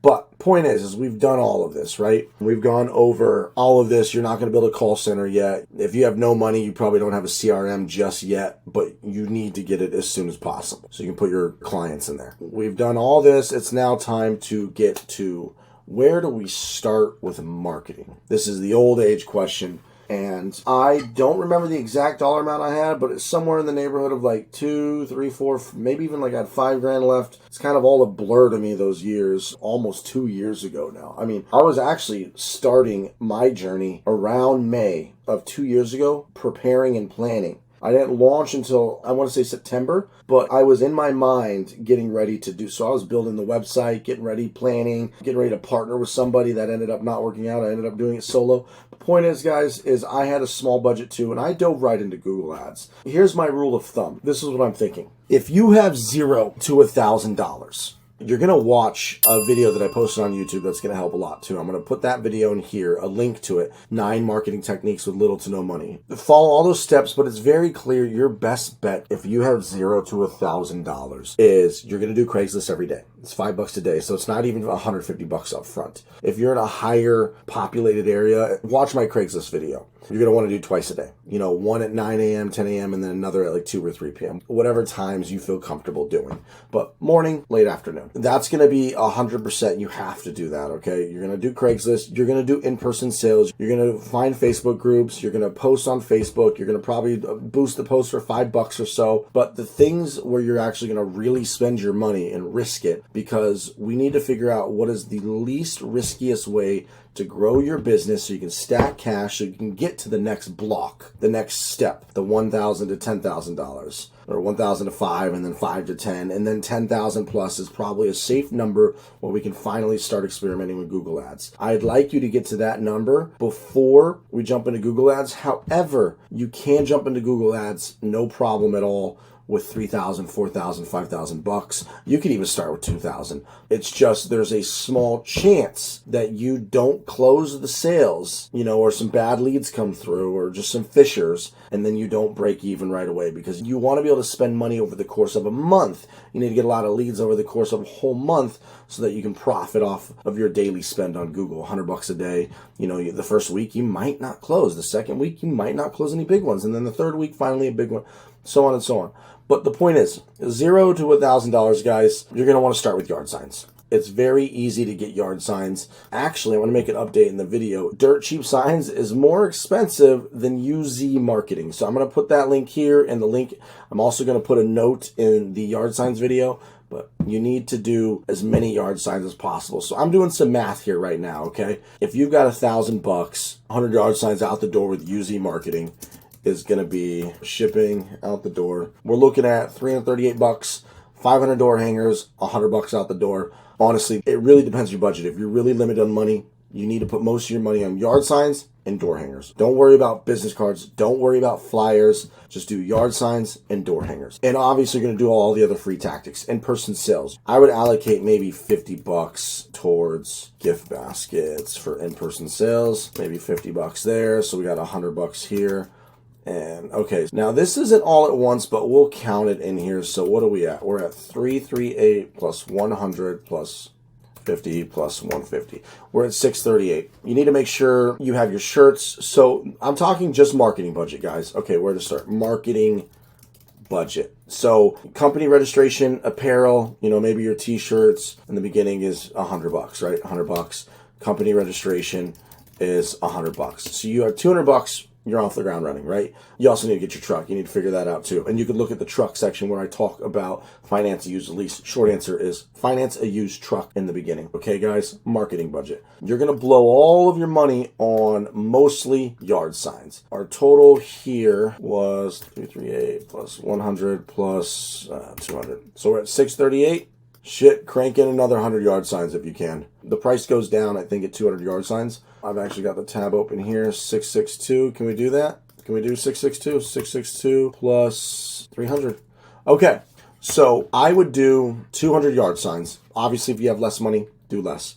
So we're at 962, guys, and this is through Vistaprint. So that's what I would do. So it looks like we're putting 662. We are putting 60% of our budget. This is what I would do if I was starting over. Crank this up to 1,000 if you can. I don't want to check right now, but try to get 1,000. It might be like 150 or something. So it looks like 60% of your budget yard signs, 10 to 15% of your budget to door hangers. You're going to do Craigslist, but remember, this is only $5 a day, so you're not going to spend the 150 till towards the end of the month. It compounds every day. So hopefully in the first week, you get your first job, it pays for itself. But the goal is, guys, is you're going to put out 20 yard signs a week. 20, as many yard signs as you can. Maybe it depends on how busy you are, what your current schedule is. You might be doing this as a side hustle, but try to put out 10 to 20 a week, okay? you're going to be hitting the streets. This is the only way to get started with a small budget. And then you're going to do gift baskets, and you're going to go to real estate offices, assisted living facilities, nursing homes, real estate offices, and maybe smaller apartment buildings. You're not going to land any big contracts yet, which also leads me to insurance up here. Insurance with Next or Burke. I will see if there's any other options too. Burke. That's going to be like $50 to $100. But for now, those are the two that I know of. I have Burke. Or no, I'm still with Next. They have not canceled me yet, but apparently they're canceling a lot of people. That is what you're going to start with, 0 to 1,000, guys. Yard signs. You're going to put out yard signs, you're going to answer the phone, and you're going to close the sale. Yard signs, from my data and research, depending on market, city, and placement, make sure you YouTube this and watch my video. Just go look at yard sign strategies. It's fairly simple. It's not too hard of a concept to grasp. But some people say they get every 50 signs, they get 5 calls. Some people say up to 15 calls. You're going to get a decent amount of calls, and this is what you're going to use. This is going to be your strategy. Door hangers, door knocking. Door knocking, if you have the balls, you're going to get better conversion. Drop off 1,000 door hangers, okay, over the course of a month or over the course of 2 weeks. Knock on half the doors. Knock on 100 of the doors. You don't need to be like pushy. Just be like, hey, in the neighborhood, I own a junk removal company. I was going to put this on your door, but I figured I'd say hi. My name's Andrew. How you doing? I'd love to help you if you need our services. Yada, yada, yada. In-person sales, Craigslist every day. Bada bing, bada boom, 0 to 1,000. This strategy right here will get you to this next block, 1,000 to 10,000. Now, the same strategy applies, okay? Except we're going to add in, we're just going to crank up the volume. But this time, you can also throw in USPS EDDM, every door direct mail. I suggest only doing this down here, okay? So I want you to have over $5,000 if you're going to do EDDM. You're just going to crank up the volume up here. You're going to have a friend help you, pay him $10 an hour because he's your friend. He's going to help you. Lots of yard signs, lots of door hangers, lots of in-person sales to what I told you. Door knocking if you can when you're dropping off the door hangers. Craigslist every day. And don't forget, you're going to be doing all the free stuff online too. You're going to be hustling Craigslist. You're going to be looking at Facebook groups. You're going to be looking at Nextdoor. You're going to be posting on your personal Facebook, on your profile, and having your friends share the posts. You're going to be boosting the posts, $5-10. Once you get to the $5,000 mark, this is where you can do EDDM. And also, you're going to start playing with lead gen. But you got to be very careful with Yelp and Thumbtack, especially Thumbtack, because Thumbtack can charge you an arm and a leg. Just watch the Thumbtack video when we get to Thumbtack. But I want you not to spend too much. I want you to set a limit of how much you're spending per day, because these lead gen companies, you have to be careful. You can hustle them and you can make good money. And when I say hustle a lead gen company, it means you live and breathe these lead gen companies, okay? You have it on your phone, your notifications extra loud, and you never miss a message. You respond right away. But you have to realize lead generation companies, they sell the lead to, on Thumbtack, default sends it out to 3 people, but they can actually optionally send it to 5. People are looking for junk removal on Thumbtack or Yelp, and they send it to 5 people. It's dispersed. And you're paying for that lead no matter what. All 5 fucking junk removal companies are paying $7 to $30, $40, depending on how big the job is. So you pay regardless, okay? Lead gen companies are sending to 5 people that are just messaging, waiting for who's going to give them the better price. Usually first come, first serve. As the person with the cheapest price. No, it's 50-50, because sometimes the person who responds right away gets the job right away, is willing to show up right away. But nowadays, man, people be responding fast on these platforms. They don't care if you have a cooler company name, if your customer service is better. Every junk removal company now is 5-star rating. I Google junk removal. Everybody's got good customer service. The only time I ever see bad ratings is with cleaning companies. Never junk removal companies. Every junk removal company in my area, 200 of them, 5-star ratings. So if you're going to play with lead gen companies, they absolutely work, but it's a race to the bottom. They're not a forever thing. Yelp, maybe. Thumbtack, you could hustle. You're just going to have cheaper prices, but that's okay in the beginning.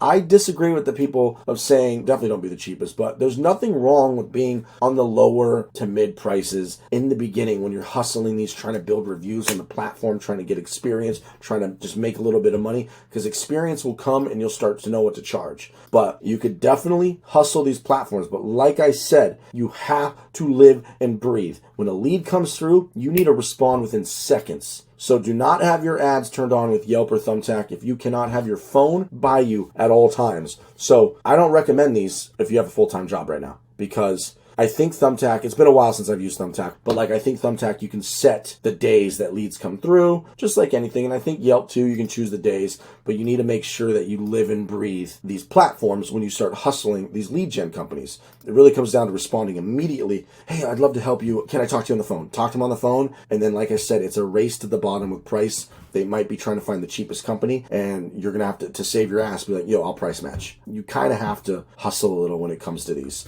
Now, with the $5,000 or more marketing budget, you're going to keep doing what we're doing up here, but now you can start experimenting with lead gen companies. If you're more of a gambler or more of a risk taker and you want to start scaling faster and you want to do Google Ads, you can do it at the $5,000 mark. Absolutely. And you can contact me personally and we can discuss what I think is the best strategy, but I recommend getting to $10,000. Google Ads is getting a little more competitive. It's getting a little more costly. Some people have a slower learning curve. When I say learning curve, until profitability hits. Okay, until Google is optimized perfectly and you're killing it on the phones, takes time. But once you hit the $10,000 mark, it is time for you to play with the big boys. It is time to run Google Ads. It is time to do $100 a day. It's time to rock $100 a day until you can hit that $200, $300 a day, and you're spending 5, 10 grand a month, and it's bringing you 50. Okay, so this is where we start. This is where we kill it. This is where we go, and this is how we grow. And from there, it goes from Google. And then once we crush Google and you're mastering Google, you start launching new locations. I'll make sure we can do Facebook ads. So you can run Facebook ads and Google ads. And also there is success in Yelp. But like I said, it's a different game. I know a few people in our Discord in my Discord channel who's killing it on Yelp. They spend like $4,000. I forget what he says, but you're going to probably have to price match and be just a tad bit cheaper because they're just looking for the cheapest person since the message is dispersed to 5 people on Yelp. Yelp even has a stupid feature where you can business owners can pay extra to see nearby leads. So once that lead is sold to 5 people, meaning you search junk removal, yada, yada, yada, and then it's messaged to 3 or 5 people, other business owners can pay to see that lead. And then more business owners can reach out and say, hey, I'll do it for $200. So Yelp is tricky. And I personally do not use Yelp yet. Like I've mentioned in a few of the other videos, there's 3 rivers that bring constant traffic. Facebook, Google, Yelp. Most people go to Google because that is the hottest leads, warm leads, hot leads. Yelp is hot too. You got hot leads, except it's just sold to 5 different people. On Google, it's different. They click an ad, they call, okay, and I'm not going to call every fucking ad. Just, get over here and take my junk. It's completely different. But guys, that is where to start. I hope that helps. Let's fucking make some money. Keep watching all the other videos and we will talk all the marketing strategies. This is a basic understanding of how you can start making money and stacking some cash so we can get you playing with the big boys. Anyways, toodles. We are going to talk about organic versus paid. You should know organic is any leads that come in that you haven't paid for. Referrals, repeats, word of mouth, search engine optimization that didn't cost you any money. Well, actually, search engine optimization can cost money, but at the end of the day, you end up sticking up there and the leads come in from the work that you put in. Paid is obviously paid ads. And we're going to kind of just go over that really quick. And I want to break down search engine optimization and organic so you guys just kind of understand a little bit better, just in case you're not in tune with SEO that much. But let's take Yelp, for example. 3 ads right here, which we call slideshow. Then we have 10 more sponsored ads and another slideshow, sponsored still sponsored. We have about 10 sponsored ads, including 2 slideshows of 6, so 16 ads before we get to organic right here. This is organic. This is like the people that just show up organically. So on Yelp, it's almost like it don't mean jack shit, honestly. Like I can almost guarantee you, people are going to probably just click one of the sponsored ads before they even get to the organic listings down here. This is 2 pages worth of sponsored ads. Let's look at Google. You have local services, which is different than Google Ads. You have Google local services, and then you have Google Ads, which are these 2 right here. Sponsored, and then you have 1 sponsored right here on Google Maps. So it's actually showing Google Maps too, real quick, because it knows that there's junk removal companies in the area. I'm not paying for my Google Maps listing right here. This is a new location, so that's just natural Google Maps, organic SEO, you can call it. Google Maps and ranking keywords on the search engines is a lot different. We're going to get into it. And then after that, they finally down here show you the organic results. Each page has 10 results, 10 websites that have been ranking, right? So if you look at all of this, let's do something like hot tub removal, right? We have 2 ads, 3 local services, so 5 ads, and then we finally see the first result, which is Yelp. Then we see the second result, which is SoCal spa removal. So they've done some really good SEO for ranking for hot tub removal in their area. Let's just see, and we'll click this page. You'll see that it goes to SoCal Spa Removal / Spa Removal Los Angeles. Your classic SEO. You build a page dedicated for it, and you try to get some backlinks, right? So that is organic, guys. And if you want to be a nerd and you want to learn a little bit more and you want to understand more, a lot of SEO guys refer to these pages as the SERPs, your SERPs. A lot of people talk about SERPs, ranking on the search engine result pages. So SEO is ranking on all of these pages, on Google, on Yahoo, on Bing, but of course everybody just cares about Google. And SEO stands for search engine optimization, guys, and realize that there's also app store optimization, ASO, ranking your app in the app store. So the reason why I wanted to bring this up, guys, is organic versus paid is just good to understand that there's all kinds of ways to do organic leads, right? Any type of marketing that has cost you no money might be organic, but specifically related to the internet, which we're going to be talking about SEO, ranking on the SERPs, the search engine result pages. That is the organic stuff that most people talk about, is when you put in the work for hot tub removal, or let's do pool fence removal. Okay, so we got, somebody running ads dedicated to pool fence removal. So when we have pool fence removal here, that's an ad. And then we go down here, it looks like it shows a YouTube video, but the first result is this company, Los Angeles County Removable Pool Fences. So this would be what we call organic results, guys, because they're not paying for this anymore. It may have costed them time, maybe some money to get some backlinks. Maybe they hired an SEO company and it could have possibly cost them money. Maybe they did it themselves. Maybe they just got some backlinks. Maybe they got lucky, but this is what we're talking about when it's organic. Most people are referring to being ranked on Google SERPs, search engine result pages. But now let's talk about maps. Google Maps also has its own SEO in a sense. It's not the same because ranking for keywords, junk removal, hot tub, pool fence removal, that is completely different than ranking your local business. It's not even showing the maps this time, but if I type in near me, I bet you the Google Maps, boom, it knows we're talking about companies, and it's showing companies in the area that Google thinks is going to be the most related. So if I type in junk removal right here, boom, we got 2 Google guaranteed. But then look, this is a new location. I have 3 locations in total. So if you check out Jedi junk removal, I opened a 4th location. I'm getting ready for the Orange County. But you'll see I have 252 reviews here, 139 here, 33 here. How many do I have? 252 plus 139 plus 33. Damn, I'm at 424 reviews. Okay, but if I just typed in junk removal on Google Maps, you'll see that I'm first right now. I'm not even logged into my Google account. But there is SEO. Is there a name for Google Maps SEO?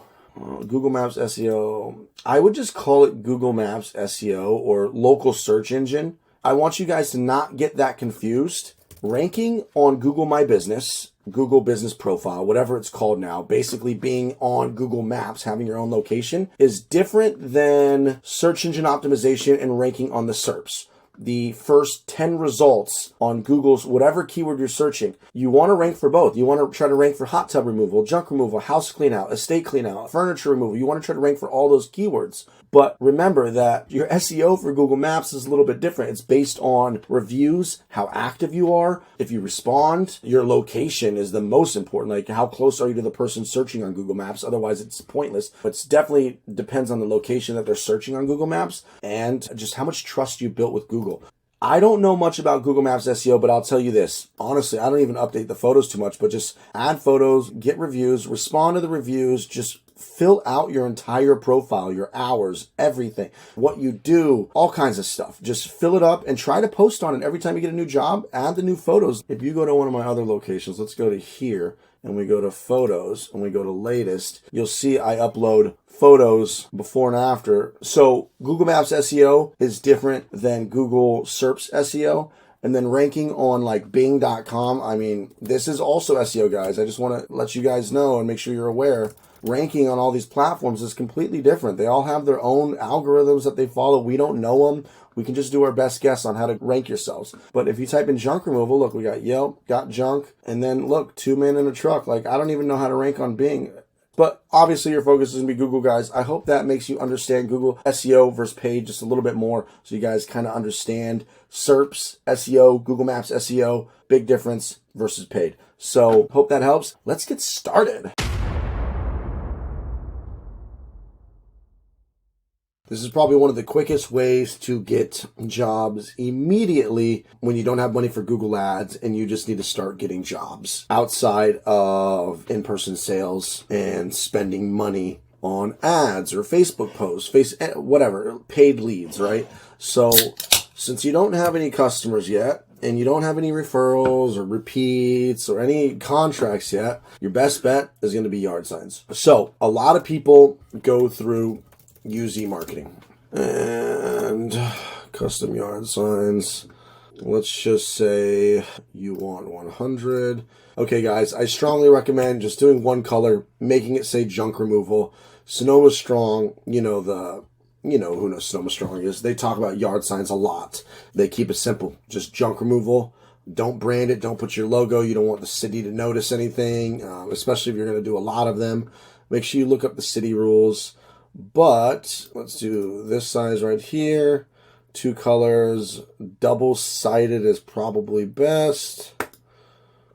And 24-inch wire stake. Okay, so if we were to get 100 here, $338. That's probably not even including shipping as well, guys. But look, $339 each. Let's go check out the place I recommend. Yard signs.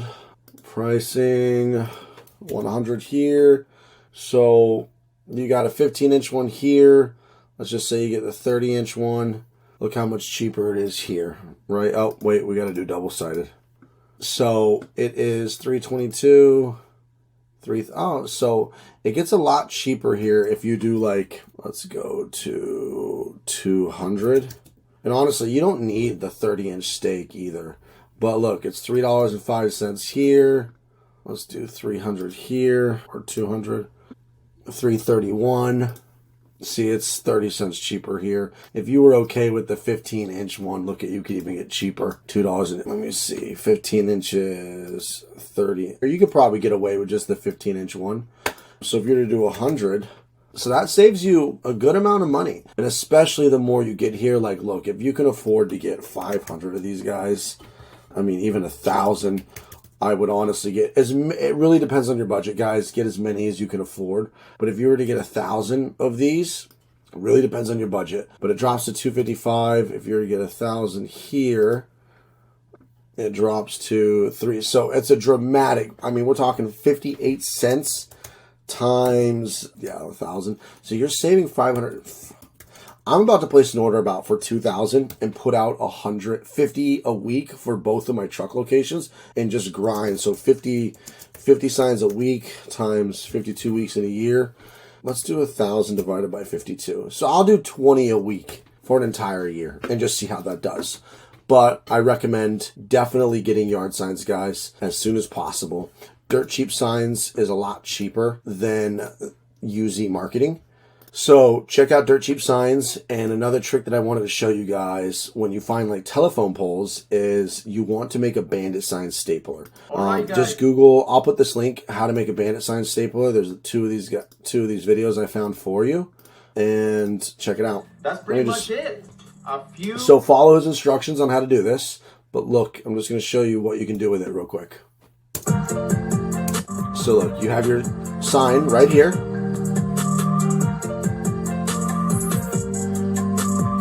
Bam! And then you can knock these bad boys up, high up on telephone poles. High on telephone poles, so it makes it harder for people to get them down. So just imagine you're putting like 20 of these a week. You know, it's going to be a lot harder for people to take these down. So definitely make a bandit sign stapler. And let's get into door hangers. So Vistaprint is probably the most cost effective for door hangers. I mean, Google around, like, let's just cheap door hangers. Let's just see if there's a better deal.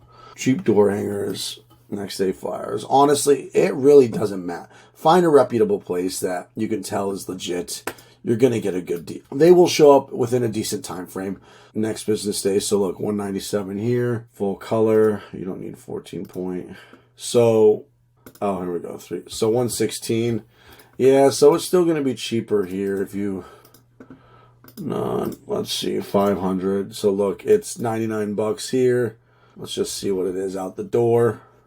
You definitely want to get door hangers, guys, and yard signs. More effective than flyers, more effective than business cards, especially if you're willing to door knock and you don't even have to sell them. Just be like, hey, I was in the neighborhood. Here's a door hanger if you ever need junk removal type thing. These are more effective than flyers and business cards. Yard signs and door hangers, guys. You are going to need a business card, though, for in-person sales, so don't forget about business cards. Vistaprint is great, guys, by the way. They have pretty much everything. They are, like, the go-to for everything. They've been around so long. I remember using them years ago. I'm talking, like, 15 years ago. Back was in high school, so we're talking, like, 20 years ago. I was using them for business cards for my skate company. Like, it's ridiculous. Okay, I don't know what the shipping's going to be, but $100 probably plus shipping. I don't know. So definitely Vistaprint for door hangers, guys. I strongly recommend door hangers. Door hangers and yard signs are very powerful together because you can approach specific like neighborhoods that you think will have good results of junk removal, which are usually like middle class, upper middle class,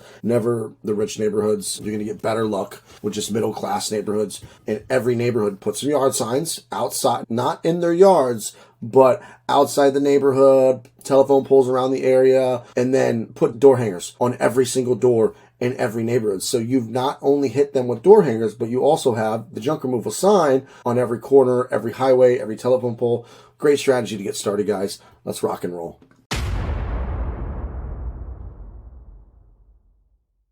All right, guys, it's time to talk about Facebook and social media and how to do organic growth through social media. And this is very important, guys. This is probably the most important strategy that you need to stick with consistently before you get to Google Ads. And we're going to talk about how to get exposure on social media and grow your brand, your junk removal company via Facebook.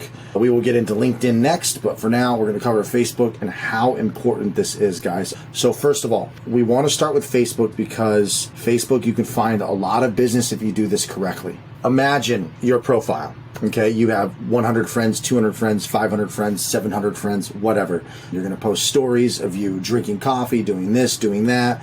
You launch your business. Maybe you post like, hey, everybody, I just launched my junk removal company. I'd really appreciate it if you supported me, blah, blah, whatever you say. Okay, guys, you're still going to continue your business and you're going to post on your Facebook. But here is where things change now. And here's how we take advantage of Facebook. What you want to do is you are now going to start branding yourself. Branding yourself is so important. You now need to be known as Andrew with Jedi Junk Removal. And that's what I did prior to, like, let me see if I have my old cover photo. Yeah, see, you can see I had the family photo. I had this photo. Prior, when I was doing Gypsy, my travel app, you can see I had Gypsy. I was branding myself as Guy the Gypsy. And then you can see where I started branding my YouTube channel. But I was always branding myself as Jedi Junk Removal. So you are now going to turn your personal Facebook. You still need to have your business Facebook account. You're still going to grow this. You're still going to post on this. So if people search you up, they could find you on Facebook. You still need to have some content here. You don't need to like go crazy with the videos like I did, but you need to have your logo, your cover photo, have just a few posts, some photos. You still need to have your Facebook business page. But we are talking about personal brand. This is going to be your most powerful because if people can put a face to the name, to the company, and they feel like they know who they're working with, they know the company they're hiring, Jedi Junk Removal, whatever your junk removal company is, you're going to make an awesome Facebook banner. You're going to upload it. You can either use Canva or you can go to Fiverr and you can hire somebody for $10 or $15. So if you look here, I've hired this guy to make a Facebook banner for $15 just today. I'm having him do something else, a different banner. But let's just scroll up and Look, I sent him all these photos, and here. So I had to make 2 Facebook banners. You can find somebody cheaper, guys, $5-10. Like, it doesn't need to be perfect, or do it yourself for free on Canva. But I had to make my junk launch banners, right? So let's just take a look at this. Check this out. $15. Junk Launch by Jedi. So when you go to my Facebook group, you know who you're working with. You know Andrew, Junk Launch, my brand, my face, my truck, my family. And now you start growing your Facebook, and that's what we're going to talk about today. And you can see I only have 1,000 friends. I should have been doing this every day, but I haven't because I did Google Ads so aggressively. But you should be at 5,000 friends. I think the maximum friends is still 5,000, and we're going to get to that soon. If you're going to take this business serious, this is like compounding interest as well.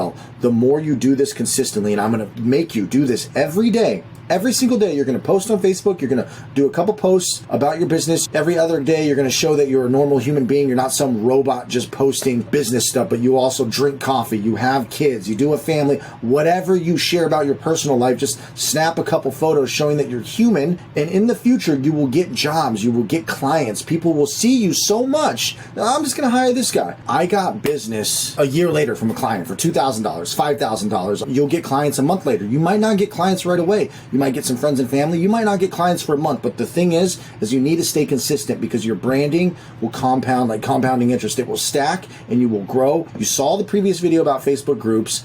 And I think I also discussed outreach, reaching out to realtors and whatnot, or just anybody and offering your services or going to the for sale section, blah, blah, blah, blah, blah. But we're going to talk about just growing your Facebook and being a brand. So you need to get a professional photo. No photo. No, get a professional headshot. Let people know you mean business. Let people see who you are. Get a cool banner with you in front of your truck. I don't care if it's a simple truck. I don't care if it's a simple trailer. Get a banner on your trailer from Vistaprint for $60, at least a long banner that just goes across your truck. Make sure you do some 4-foot walls on your trailer. If you have a 2-foot trailer, get some walls built in so you can hang a banner. And the perfect example that I always, for whatever reason, think of is Lugstars.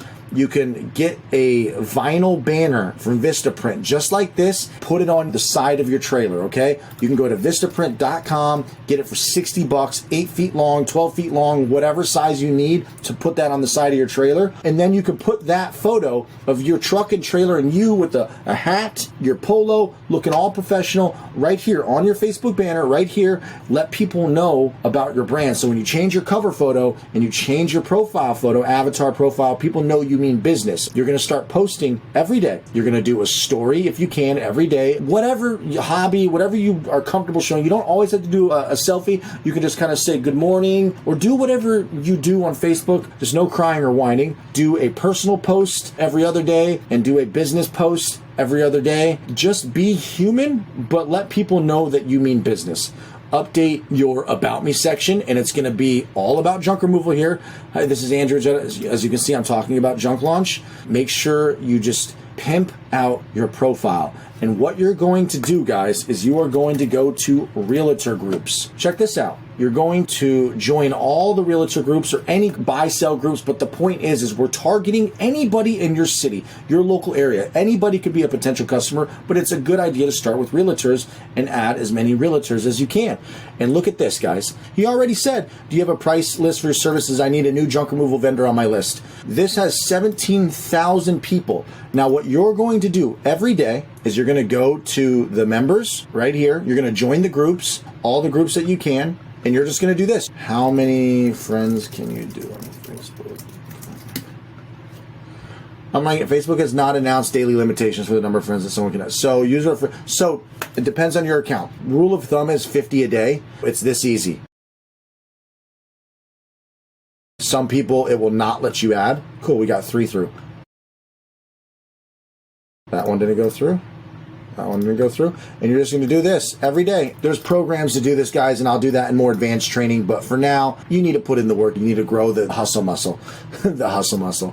Just add 50 a day. You'll actually see that I did it earlier. Look how many people accepted my friend requests. I got 30 new friends today. Make sure you have a dope cover image. Make sure you have a professional headshot. Make sure your profile is public. You can use your privacy settings to hide things that you want to hide. You can actually hide things that only certain people can see. Go delete it. Because if you're in the junk removal game and you don't have a lot of money to start with, I'm sorry, guys, you are now your junk removal brand. I am Jedi Junk Removal. That's how people know me. Andrew's the trash man. Accept that hard reality and own it and fucking crush it. And let's build your business and grow till you get to 5,000 friends. So when you start posting and people start sharing your content and you talk to realtors, people will hire you, okay? I have a couple ideas of how to scale this whole adding 5,000 friends, but we'll save that for another video. But when you run out of real estate groups, go to local communities in your area. Type in buy sell groups or just the community. Like, I live in a very small community, right? Playa Vista. This is my community right here. So I'm going to go to the members here. Playa Vista is a very small city, right? Very small. So I can be like, boom, boom, boom. So add people in local communities in your area, buy, sell, trade groups, yard sale groups. But start with realtors, right? Because that just makes sense. Realtors could bring you more business potentially. I feel like that's a good thing to do. And then eventually, guys, after you get to 5,000 friends, we're going to start doing outreach. Number one, you guys remember Pimp My Ride? You're going to pimp your ride, okay, guys? You're going to fix your About Me section. You're going to do your About section. Make sure you make your business page so that you can make yourself the owner of, I have partner. I just like the word partner. You need to have that. You need to just update everything. You need to change your cover photo, your profile photo, and make sure you get a couple posts first before you start outreaching everybody. So when they go to your profile, they see, oh, this is so-and-so with junk. They know who you are. You got a smile on your face. You're ready to take on the world, okay, guys? 90 days times 50 people a day is 4,500 people. If you get an average acceptance rate of even 25%, you in 90 days should have 1,100 extra friends. And you're going to do this every day before bed. Add 50, add 100, add as many as you can. Until you hit 5,000 friends, you do not stop.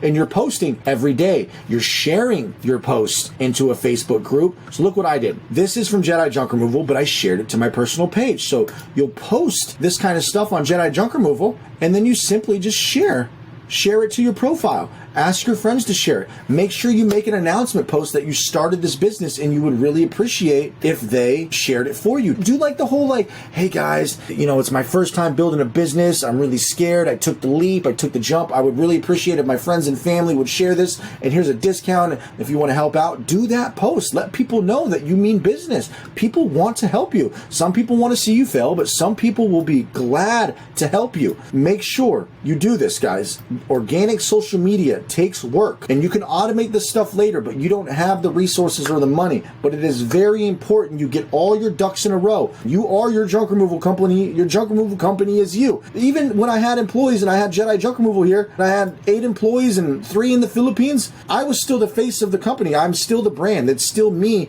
and my truck and me and my family. And I want to show you somebody who has nailed social media. And this is going to be our good friend, Matt Vick from Sonoma Strong. He talks about outreach to realtors and reaching out to realtors and adding them and all that stuff. Look at him. I'm actually surprised he doesn't have 5,000, but it just goes to show you how powerful it worked for him. And he's only at 2,700, and he talks about Google My Business, and he talks a lot about social media, Facebook.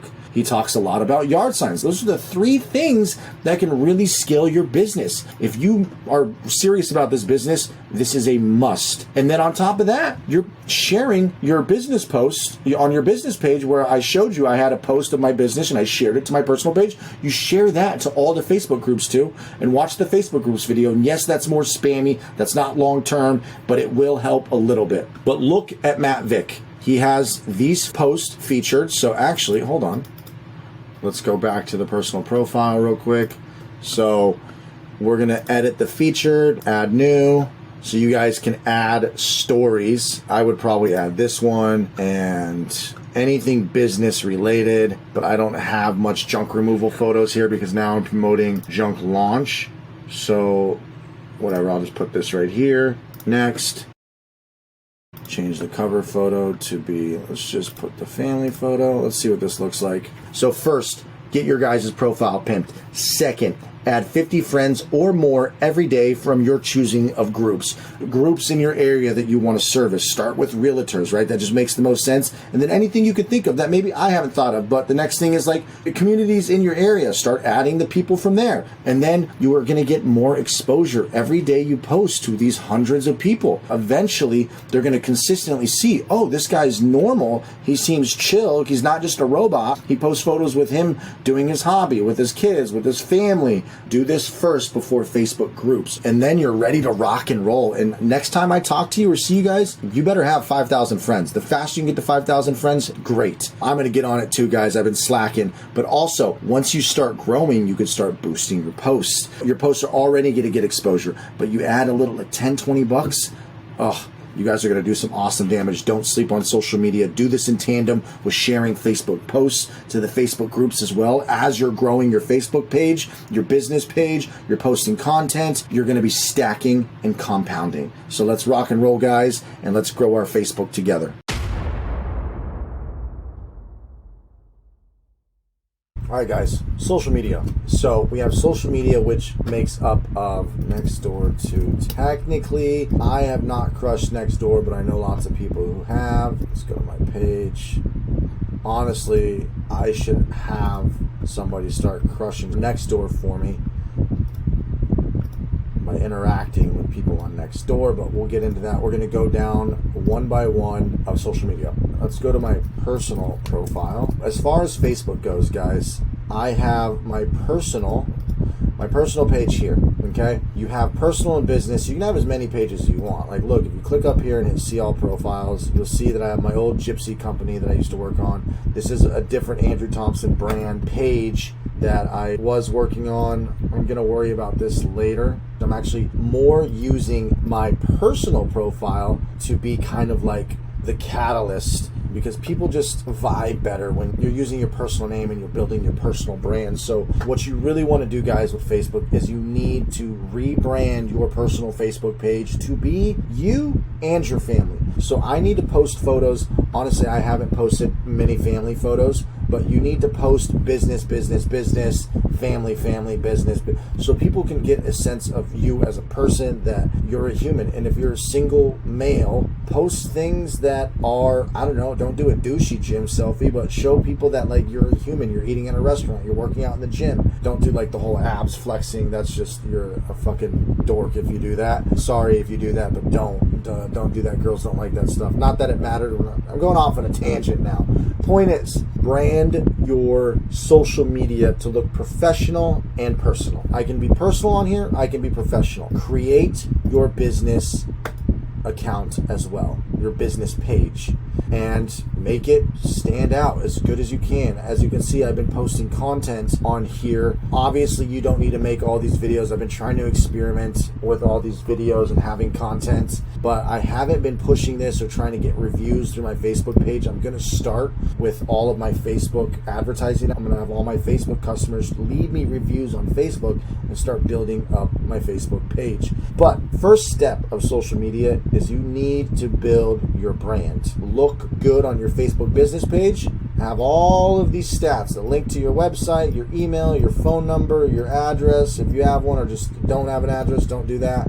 Have photos of stuff that you've done. You can see that we only have a few photos, but I've been experimenting with Facebook Shorts and trying to get them to go viral. It's not working out right now, and I think I know why. I think it's because the people from the Philippines are posting for me, and I'm getting blocked from getting traffic because they can tell somebody in a different country is posting for me. So I think I have to either have somebody else in America post for me, go try a VPN. But anyways, you guys can post videos if you get to this step, but just start with photos. Don't overwhelm yourself with videos. Just a few photos. Now, to take advantage of Facebook, switch to my personal page. There's Facebook groups that you can talk to, Facebook groups video that you can watch, but social media is all about interacting with it. You need to interact and post on your personal page. You need to post on your business page. You need to post stories. You need to post in Facebook groups, as 100 of them a week. You go through this in the Facebook groups page. You need to share photos, videos, and you need to do outreach. There are tools to help you with outreach, but if you want to start simple for now, you can add realtors. Outreach would be sending a message, but in the meantime, join some real estate groups, join some business networking groups, go to the people and start adding. Yeah, here's all of the members new to the group. 17,000 members, so I'm just going to add everybody.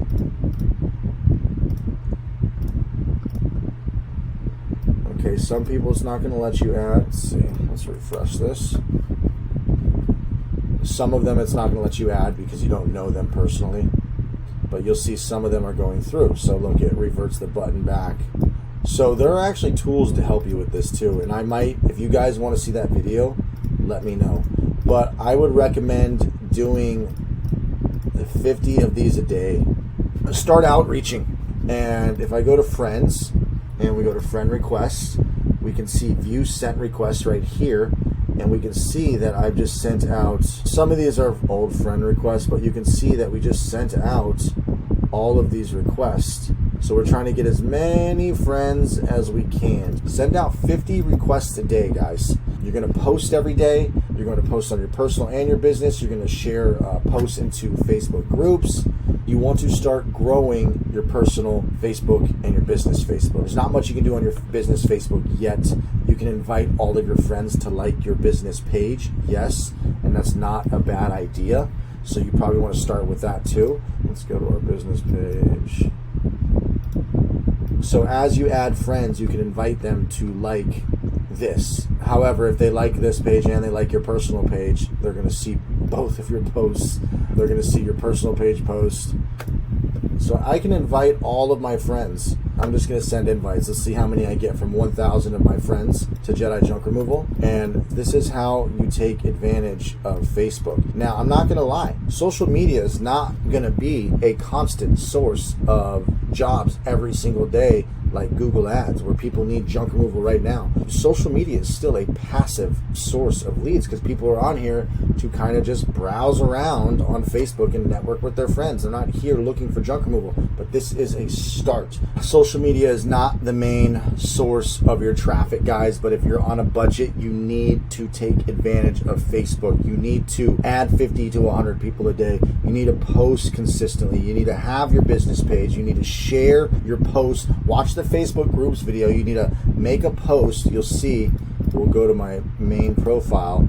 I made this post right here. You're going to do this. You're not going to do this 3 times a day. You're going to do this once a week and share it to 100 Facebook groups. As you can see, I shared it to just 2 Facebook groups for now. But I gave you an example because I have my VA do this. But you're going to post stories of you taking junk out, you working, interact with your Facebook. Just post once to 3 times a day on your personal page, your business page, and do your best to just kind of show the work life and your personal life within reason. So you need to be very active on Facebook and reaching out and adding people. And we haven't even talked about outreach. Outreach would be something like this. And I'm just going to give you an example of, I messaged like 5 realtors, sent this copy and paste all this to a bunch of realtors. Boom, he hit me up asking for my number.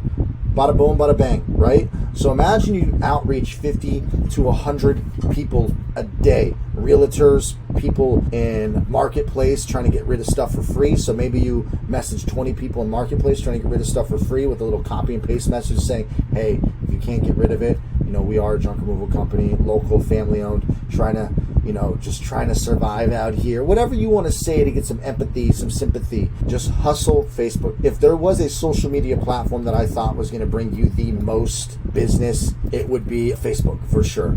So we talked about just posting, branding yourself, posting on your personal page, making your business page, posting on your business page, sharing posts to Facebook group, adding friends every day, sharing posts to 100 groups, buy, sell, trade group. Watch the Facebook groups video. You got to do all of this, guys, and then outreach. So sending out 50 friend requests is not outreach. Outreach would be sending 50 messages to realtors saying, hey, we would love to help you. Please let us know. We're a local junk removal company. Please call me.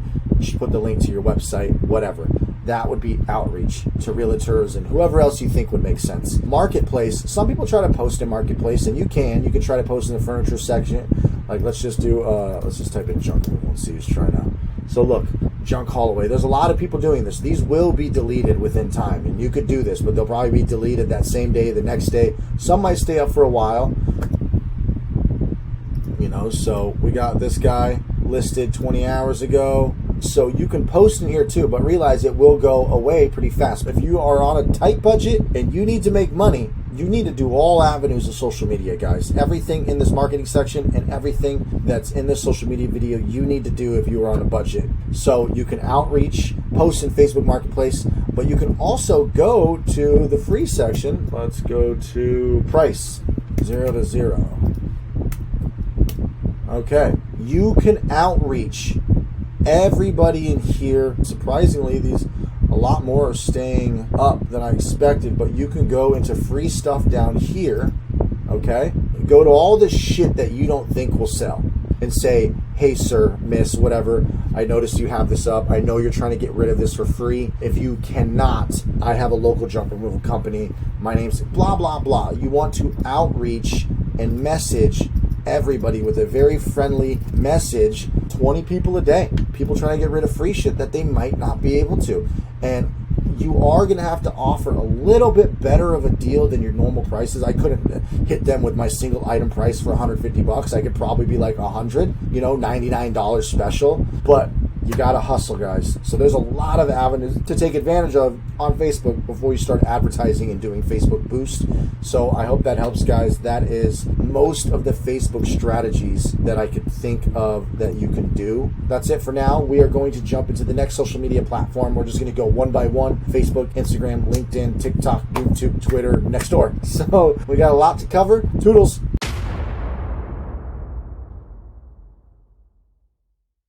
Hello. Today we are going to talk about Facebook groups. I don't do the Facebook group posting anymore. One of our VAs does our social media now, so I actually left all of the Facebook groups, but let's see if we can find a Facebook group, join it, and I'll show you how we do this. So guys, good old Facebook. We all know good old Facebook. I'm assuming you have a Facebook, but let's start with the essentials. You're going to need to turn your personal page into sort of a business page. You will have a company page, like so, right? You're going to make your business company page. I post all kinds of stuff. I'll make a video on social media here too soon. We post. Look, I post on social media. I have somebody post on social media, and you'll see that I try to post as much as I can. We got those. We got real posts. We got videos. I'm trying to get to a non-video post. Hold on. Okay, most of them are videos, right? But whatever. You get the idea. So set up your business page, but when you do groups, you're going to actually post from your personal page. You can use a family photo. Since I'm a YouTuber, I've been using this personal photo, but use an inviting photo. Have a cover image showing what you do. Look, I share my company post here. Make sure your page represents you and your company first. And what's crazy is I was even outreaching to some realtors. Check this out. I was testing something. Hey, Sean, I saw you're in a realtor's Facebook group. Look at, he actually reached back out to me here. Isn't that crazy? That was just a few realtors, and we'll talk about that later, but outreaching to realtors and whatnot is a great idea. So get your profile ready. Now let's go to groups. You can actually just type in buy, sell. I'm in Playa Vista, but let's just join the Los Angeles one for now. So let's check out this buy, sell. And there, a lot of these groups buy, sell things. Okay, let's see. Boom. Let's see if it's an immediate approval. Okay, so boom. So I am in one of these groups now. So check it out. So what you're going to do is you're going to find buy, sell, yard sale, real estate. I'll put a list of all the Facebook groups that you should join, and you join as many as possible. 100. So I have up in Ventura County, blah, blah, blah. There's a good handful of 50 to 100 groups that we're in. Let's go ahead and make a post. To make it simple, I'm going to copy this post. So from my Jedi junk removal page, I'm just going to save this as family photo. And I kind of want to find a fun little video of us working. So guys, find a clip, put together a clip that shows the professionalism of your company. This is just going to be a quick little example. Okay, so I'm going to throw this on the desktop. So we got a photo and a video. So what I'm going to do is I'm going to copy some stuff that I've already done. Okay, this is from Jedi Junk Removal page. But like I said, you can do it from company page too, but your personal page shows your face, shows that you're real, a human. And realize that some of these groups will delete this. But the point is you're going to do this to 50 groups every few days. We're going to delete the image of the website. We're going to add photos and video, desktop, boom, boom. So let's do that. So I am going to post this. But realize that you will get deleted from a lot of these groups or banned or in trouble. But if you add 100 groups, spend an entire 2 hours searching for groups that somewhat make sense. Buy, sell, yard sale, real estate groups. I will put a list of all the groups that we have joined, the styles of groups that make sense. And once you join 50 to 100, as many as you can, and you will share this post, get creative. Tailor your post for each group too and be like, hey guys, I know there's a lot of you realtors out here. You can think and be smart of how you think would make the most sense, that would be giving value and not be too this isn't scammy, but too salesy and kind of annoy people. But for now, I'm going to show you to just kind of mass blast every Facebook group, and you just keep doing this, guys. And then also there's other techniques too. This is just the Facebook groups techniques that we're talking about, but you can also go to Facebook Marketplace. They'll get deleted faster, but you can go get away with it for a little bit. You can also outreach, which is probably the most effective, and we're going to talk about that too. Anyways, we're going to post this to our personal profile first. So all of our friends are going to see it. Boom. Nothing crazy. So there's that. People can look at the family photo. We can now share to a group. Okay. So we'll just go back to our profile. There, I refreshed. There it is. So just share to a group, and we're going to go to buy. Private group.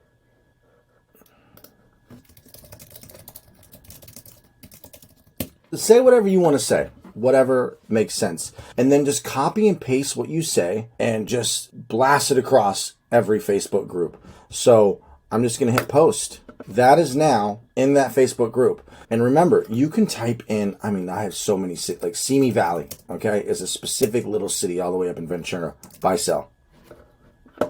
Or actually, just type in, look at that, 2,000 members, Simi Valley goods for sale. Just type in Simi Valley group. Probably don't even need to type group. Just type in all, like Los Angeles is a big city, but look, Simi Valley. Let's try just another city that I can. North Hollywood, right? And then go to groups down here, filter by groups. North Hollywood, yard sale, Los Angeles, groups. All of these yard sale groups, type in real estate groups, guys. You'll have to get approved for most of them, 50% of them, and then the other 50% will just let you in. Spend an entire day getting into 100 groups. Remember, if you guys want a budget, you have to do this. It's not going to take you much work. Open up your computer, start joining all these groups. And then you go to your groups tab, you'll see all of your groups you're a part of. As you can see, I'm a part of a lot of junk removal groups. I've left every other group because now I have somebody else with their Facebook account, and I had her make a new Facebook where she looks like a real person. Well, it actually really is her, but I had her like get a photo of her in a Jedi shirt, make the profile believable, yada, yada, yada. Oh, and you could find communities too. Like I'm just a part of the Marina Del Rey community. Let's just try to share my post there. Let's just go back to Andrew Thompson's post. You saw that was the post in the group. We will also share this to another group. Let's try Marina Del Rey. Okay, so whatever, it just said Marina Del Rey community versus buy, sell. So, type up a few of these dedicated towards yard sale groups, real estate groups, community groups, yada, yada, yada. Boom, we have shared to 2 groups today. Now, like I said, join 100, share to all 100. Within a few days, you'll realize which ones you get banned from, kicked out from, warned from, and then that'll leave you with 20, 30, 40, 50 groups out of the 100 you've joined, of which you can continue to do every week. Depending on how desperate you guys are for business, do this every once, twice, 2, 3 times a week. Switch up the posts. Don't just repost the same thing. Try to maybe find a different photo or a different video. Switch it up. Make sure before you do this, you have your personal page with your header, and then in your intro, it will link to your business. You will also have everything linked. I have all my personal social media, but you should use your business social media. So make sure you have your business page ready to go too. Make sure all of this is all set up. You have some photos, some posts. Put the prep work in first before you just start blasting. Okay? I hope that helped, and that is how you do Facebook groups. There's nothing better than feet on the street, boots on the ground. If you're on a budget, you've got very few options. You have door hangers, but yard signs are the most effective, but those are expensive. Your first batch is going to cost $300, but they're the most effective. You have networking, all the free stuff online, but of course, we are talking about in-person sales today. So, in-person sales, I have actually made a video that talks about gift baskets and going to the dollar store. And if you don't want to spend too much on gift baskets, you can actually go to party stores or Party City. Let's see. Gift bags. Let's see. So you can go to a Party City and find in bulk, just get the cheapest gift bags you could find, right? Where it's 50 cents to $1 each. You don't need to actually get a gift basket. Like that's not a basket. But point is what you can do, you can put your flyers, your business cards, and show your face. When you get there, you want to give them this gift basket. Eventually, when you start doing better, you might want to show up to bigger places with donuts. And this is a plan of mine that I'm going to be trying with some of the larger 1,000, 2,000, 5,000 unit places to get on their vendor list, is showing up with gift baskets every month and a box of 12 donuts. But start with like $1 to $5 a bag. So if you watch this video, I show you some stuff in the dollar store that you can get for like real estate offices, candy, and then like little things that might match the vibe of where you're going. But anyways, watch that video and just remember, have your gear on, look presentable, have a smile on your face, get cleaned up. Don't look like me. Do not look like this. I would normally get cleaned up and trim the beard and, put on the hat, put on the polo, talk nice and clean and respectable like you would any professional business. Smile on your face and go do 10, 20, as many as you can stop by a day. And what you want to do is kind of come up with a route. So if I do nursing homes, let's just see nursing homes in this area. Okay, so we have all of these. And then let's say I type in assisted living. Maybe it's the same. Okay, so we get some different one. Just cruise around. And then let's do real estate offices. Let's, just start cruising around, guys, to these types of places. And if you can't afford gift bags for everybody, do as many as you can, or just start with showing your face, dropping off a business card or a door hanger if you only have door hangers, a flyer, whatever, but show your face. And some of these places, usually apartment complexes, storage units, hotels, assisted living, they will have vendor lists that you can get on. Office built, maybe funeral homes, but these other places maybe not really a vendor list unless they're like some huge maybe corporate companies. They probably will if you get some retail stores or whatever. But I would start with real estate offices, apartment complex, storage units, boutique hotels. We've done quite a few hotel jobs. Some boutique hotels. You might not get like the corporate giants like Ritz-Carlton, but you can try to find the smaller ones, like maybe even hit some motels and hotels. Definitely assisted living facilities. Hit all these places, guys. If you're on a budget and you don't have the money for Google Ads, Yelp Ads, Facebook Ads, you have to put the work in. You need to door knock, cold calling. If you're good on the phone and you don't mind talking, yeah, start dialing out. I did hire somebody to do cold calling, but I'm having her do something now. I had her call for like in a 2 to 4 weeks straight, 20 to 40 people a day. She didn't get through to a lot of people, but we ended up closing like an $800 job from her cold calling all day. And I pay them $5 an hour. It ended up working out, but I actually had her go back to doing social media and other tasks and whatnot. But door knocking, in-person sales, guys, show your face, network, and gift baskets, guys. This is a very simple thing to do, and you can literally just cruise to like 50. I don't know how many spots you can hit in a day, but do it for a week. if you guys are just trying to get started, you have to do this. You have to put the work in until you save up 10 to 15 grand so that we can get you to start advertising, okay? Start networking, guys, and get your face out there and get on those vendor lists. And yeah, this is a really simple one. Go watch this video, how to make gift baskets. And I talk about in-person sales there too, more techniques, so go watch that video as well. Peace.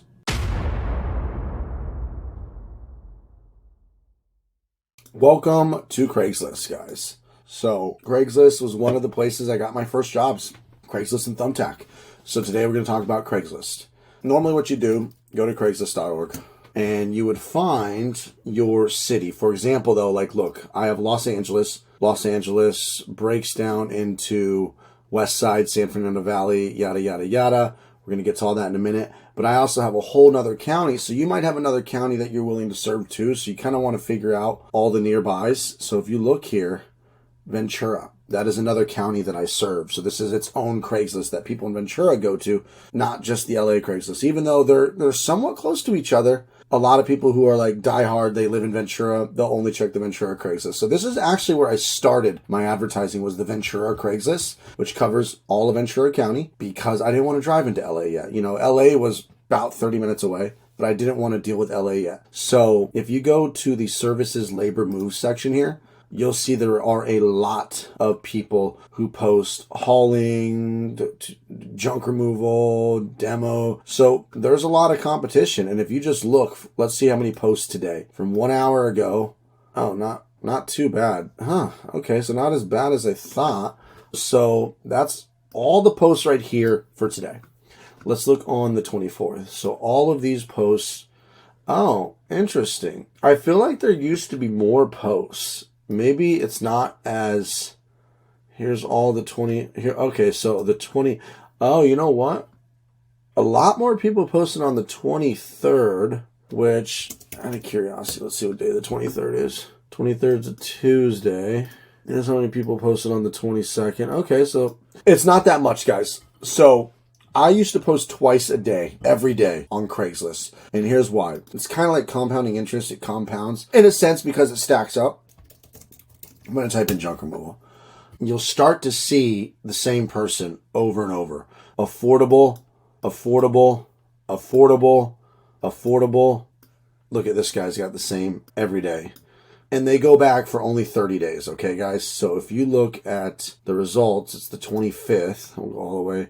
It goes back to the 25th of April. So you'll only ever see 30 days of your listing. But you can kind of see this guy, Affordable, has been posting every day. And this guy's been posting too, every day. So it gives you a sense of like, it must be working. So if you do one post a day times 30 days, $150. If you do 2 posts a day, $5 a post times 30 days, $300. Now, the reason I show you how many posts in junk removal, like let's just type in junk. So there's not a lot of posts. Now, the reason why I show you this is because this determines how often you should post every day. If we go to losangeles.craigslist, and we go, this is going to be crazy. We go to labor move. Now look at, this is ridiculous. Okay, as you can see, this is all today. Let's just type in something like junk removal. So we have all the way to right here, 8 hours ago. So you'll see that this guy is posting 2 times, 3 times. Pro. This guy's posted 3 times a day. Let's check this. Okay, so this Pro Movers junk removal, he's posting on the 24th 2 times. He posted again on the 24th here, 4 times. This guy is posting 4 times a day to stand out. So like if I were to type in moving, you know, full moving service 11 minutes ago, 47 minutes ago, an hour ago. So this moving company right here is posting a fuckload. So look, this is all today. This guy with the little truck in front, he's posted 1 time, 2 times, 3 times, 4 times, 5 times today, 6 times, 5, 6. Is that the same? Yeah, professional movers, 7 times. Oh, here's another one. Oh, wait, let's type in, I'm going to type in this exact ad really quick just to see how many times he's posting. Professional movers.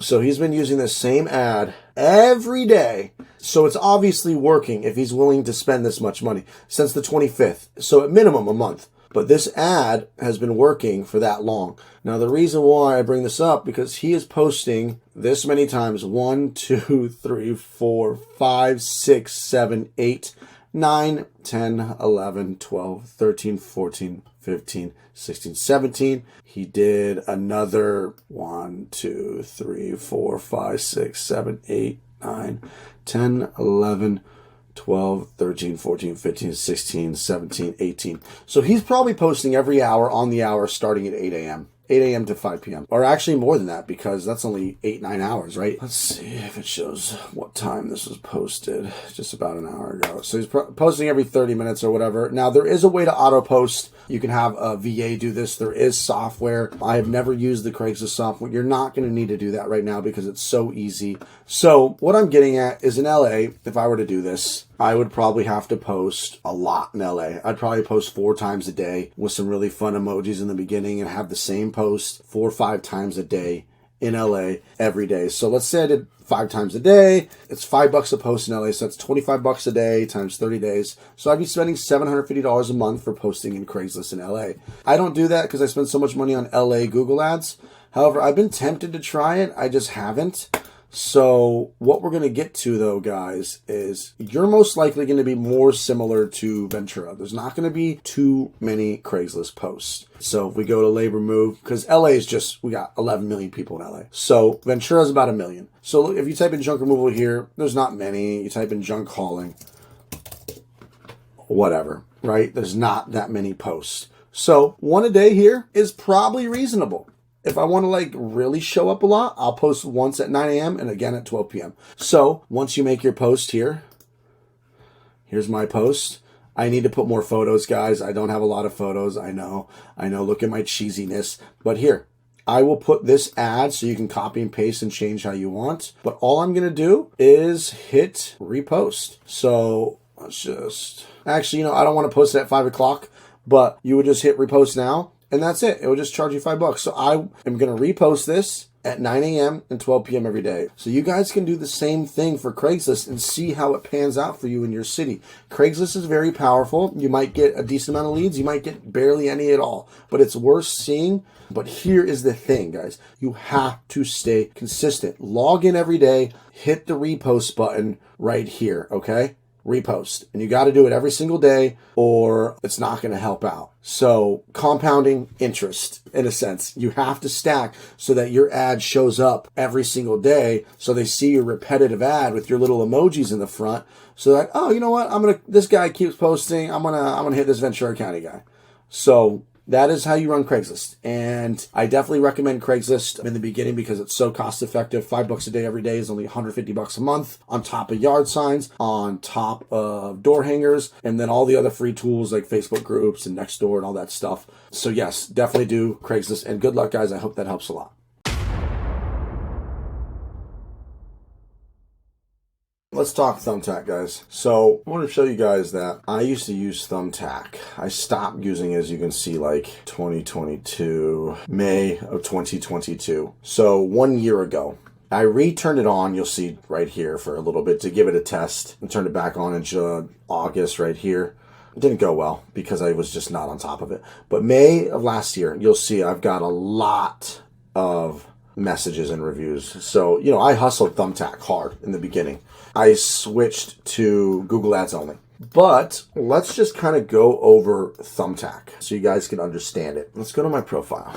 Something I want to remind you, let you guys know is in LA, it's pretty competitive. There's a lot of junk removal companies on Thumbtack. So what I did is I bought fake reviews. And I'll link in the description to the YouTube video of where you can buy fake reviews. And actually, I'm just going to put it in this course, the contact to buy fake reviews. But let me explain. I think I bought maybe a total of 10, 20. The reason why I bought fake reviews, not everybody's going to leave you a review, right? And since LA is so competitive, I was always at the very bottom of the list, always. So I was like never getting any of the leads because Thumbtack sells the lead to 3 people. They send it to 3 people, and I think sometimes even 5. And then you're competing for that lead. Now, in order to show up at the top of the list, Thumbtack bases it off of reviews, quality of profile, which is probably the very bottom thing. Like anybody can fill out their profile and make it cool and add photos and stuff. Response time, the amount of reviews, your review rating, your activity, how busy you are. So a lot of factors come into this. I imagine like having the app open, having it on your computer, but mostly response time. So what I did to get to the top, I wanted to actually start showing up in the results. I was like, fuck this. My response time was a little whack because I didn't know immediately how important it was to respond to people. So it'll say your average response time is like 1 hour, right? Or 2 hours. And you don't want that. Let me actually see if we can go to what this looks like. Let's go to junk removal. Let's do my zip code though. Let's see who's in here. I haven't even checked Thumbtack in my area.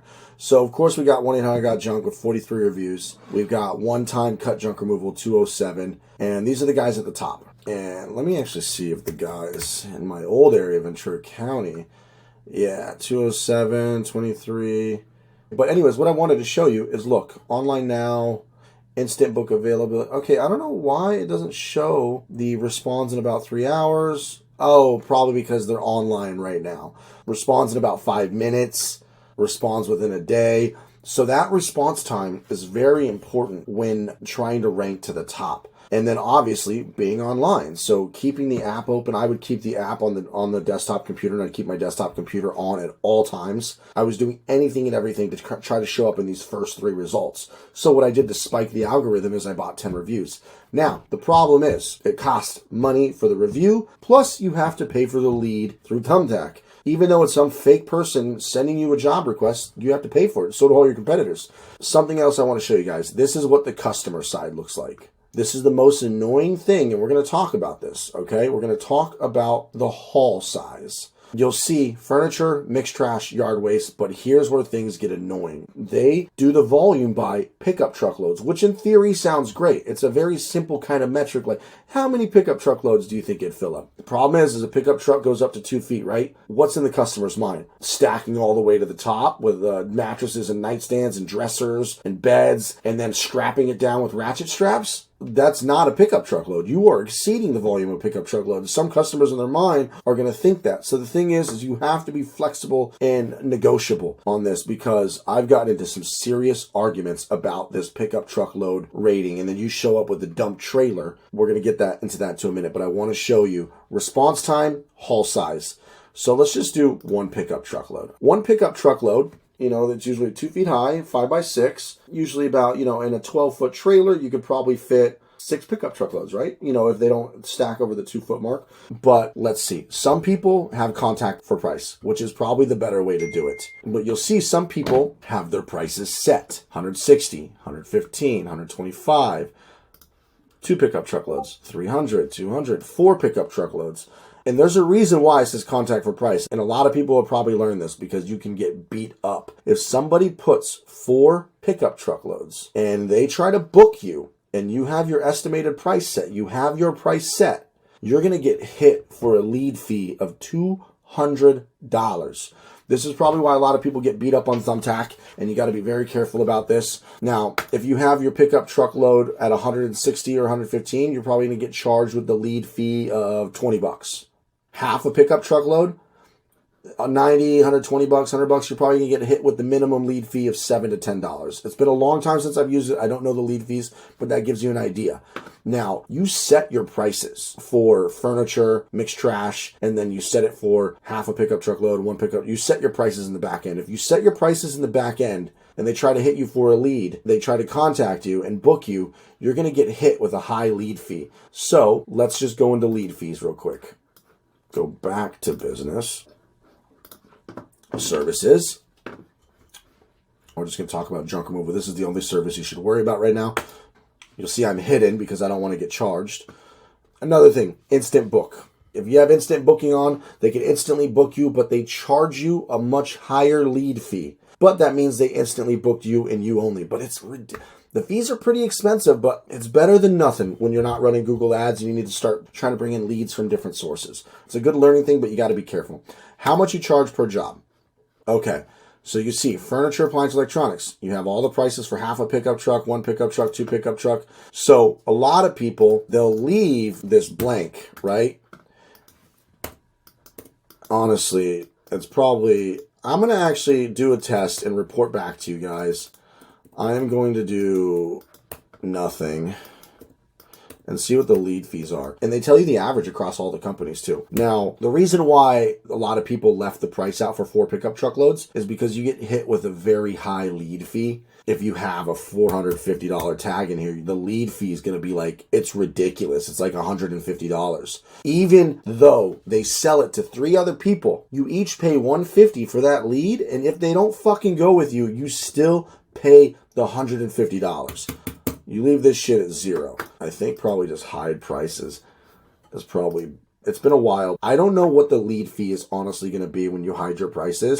So I'm just going to see what happens and I'll do a test. I'm going to turn my profile back on. Okay, I'm going to do a test for you guys and report back in the next week. But I can still educate you on all this. Instant Book is great, but you do get charged a higher lead fee, but it's usually 99% of the time they follow through. I've had a couple people who Instant Book and then fucking cancel. But if they cancel the instant booking, you do get refunded. But you have to ask them, you have to tell them, be like, hey, you just canceled on me. Can you please cancel the job on Thumbtack so that I get reimbursed?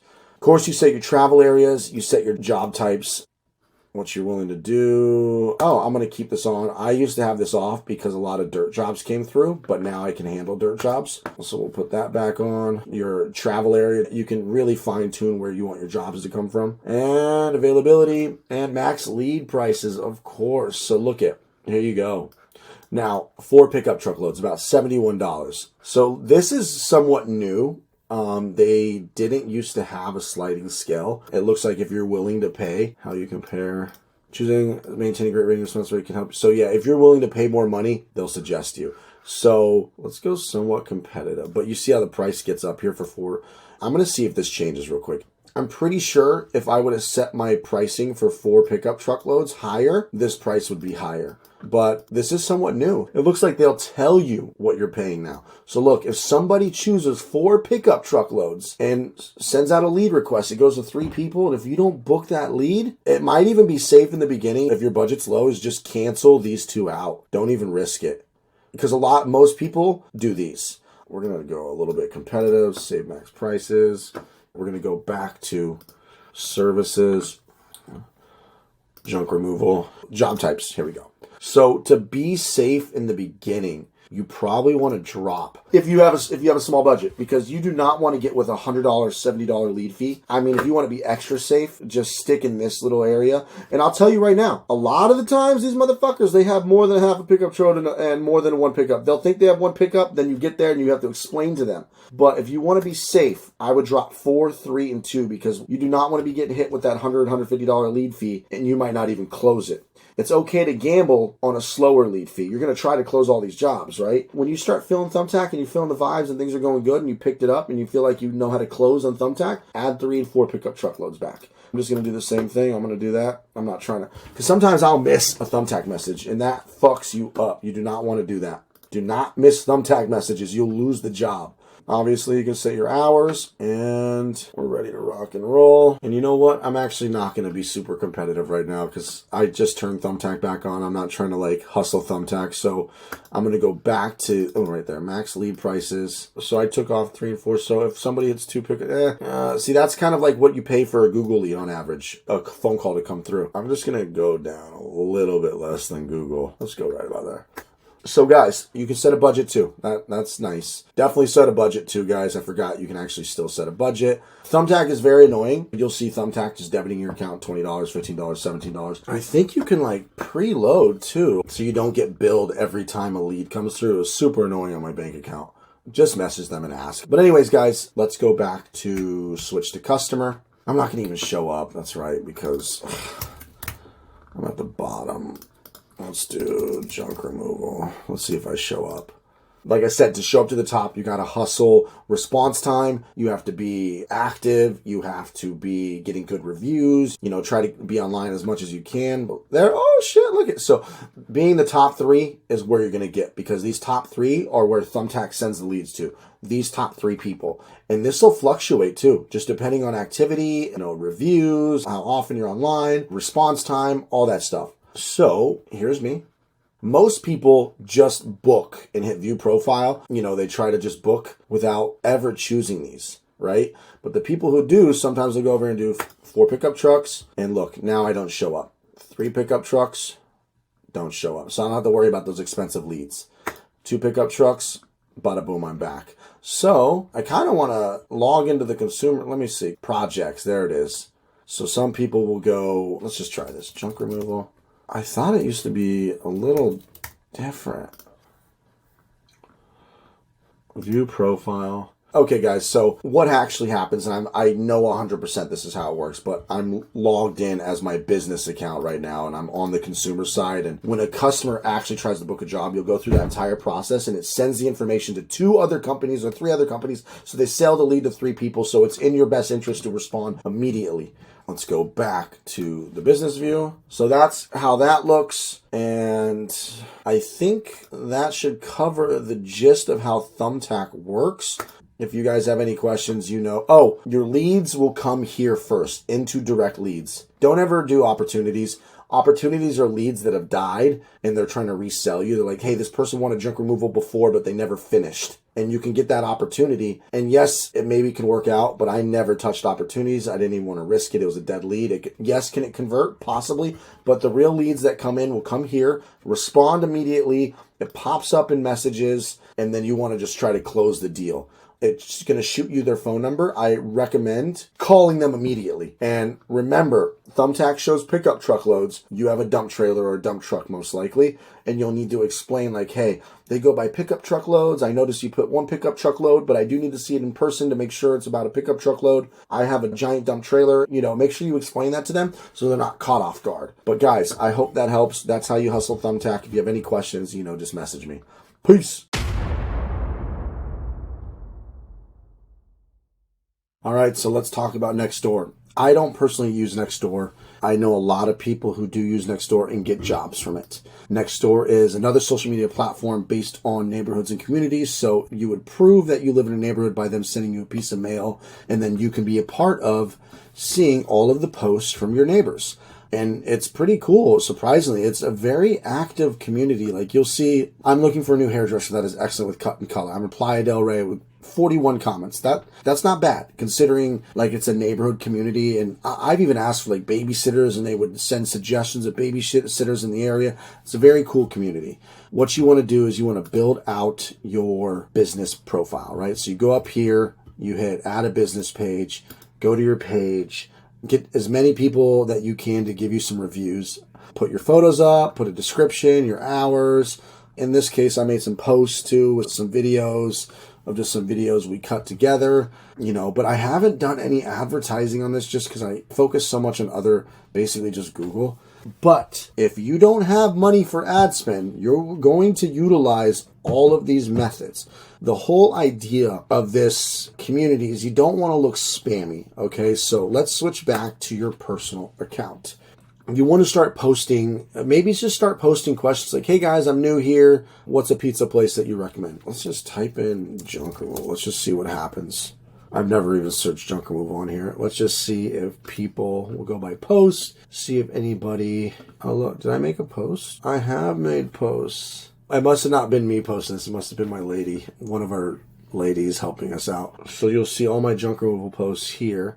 Now, it looks like not many people responded in this neighborhood. However, you would want to try and post and respond to people and see if they're looking for anything. And I have a post here that I'm just going to actually test. Nearby neighborhoods. Let's just do anyone. Let's just try that.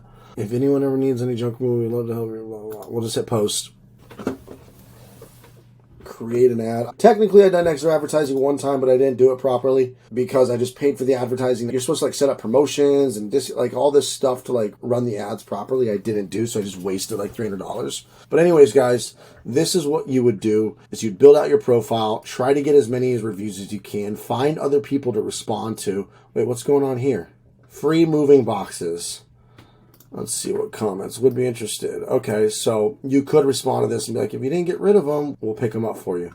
So I would just browse Nextdoor, make some posts, experiment with it, and see how Nextdoor works for your community. However, I don't want to spam blast because I posted already a couple times in the last few days, it looks like. So I'm just going to delete this for now. But get creative, guys, and see if Nextdoor works for you. Just mess around with Nextdoor because there's a lot of people on here asking questions. And I've seen people say, hey, I'm trying to get rid of this stuff. Do you know anybody? And you just go reply and respond. Anyways, guys, that's how Nextdoor works. Make sure you build out your profile. And your best way to get business from Nextdoor is building your reviews on Nextdoor, finding customers, posting, and building your reputation on Nextdoor. The stronger you get your reputation on Nextdoor, the more people will just start finding you and recommending you.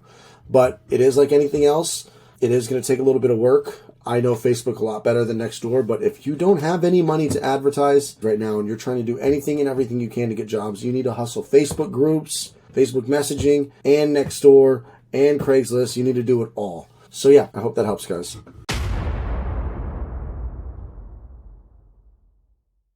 Let's talk the big daddy. So the big daddy being Google Ads. You got three daddies, okay? No, I'm just kidding. You got three main sources of places where you get consistent leads outside of traditional and contracts and vendors and all that stuff. You have Google, Yelp, Facebook. We're going to talk about Google today.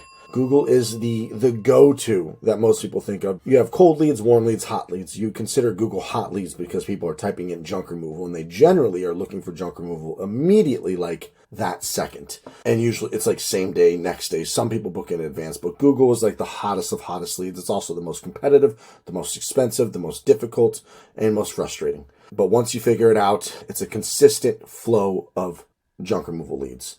So it is June 12th as I am filming this today, and you'll see that I have spent $636 with an average of $71 a conversion per conversion. A conversion is a phone call or a email submission lead. We're going to take the last 30 days and just kind of see. And by the way, I usually spend more than this. It's just we lost 2 employees, so we on a few days we're only running run truck while we get 2 new employees and get both trucks running again.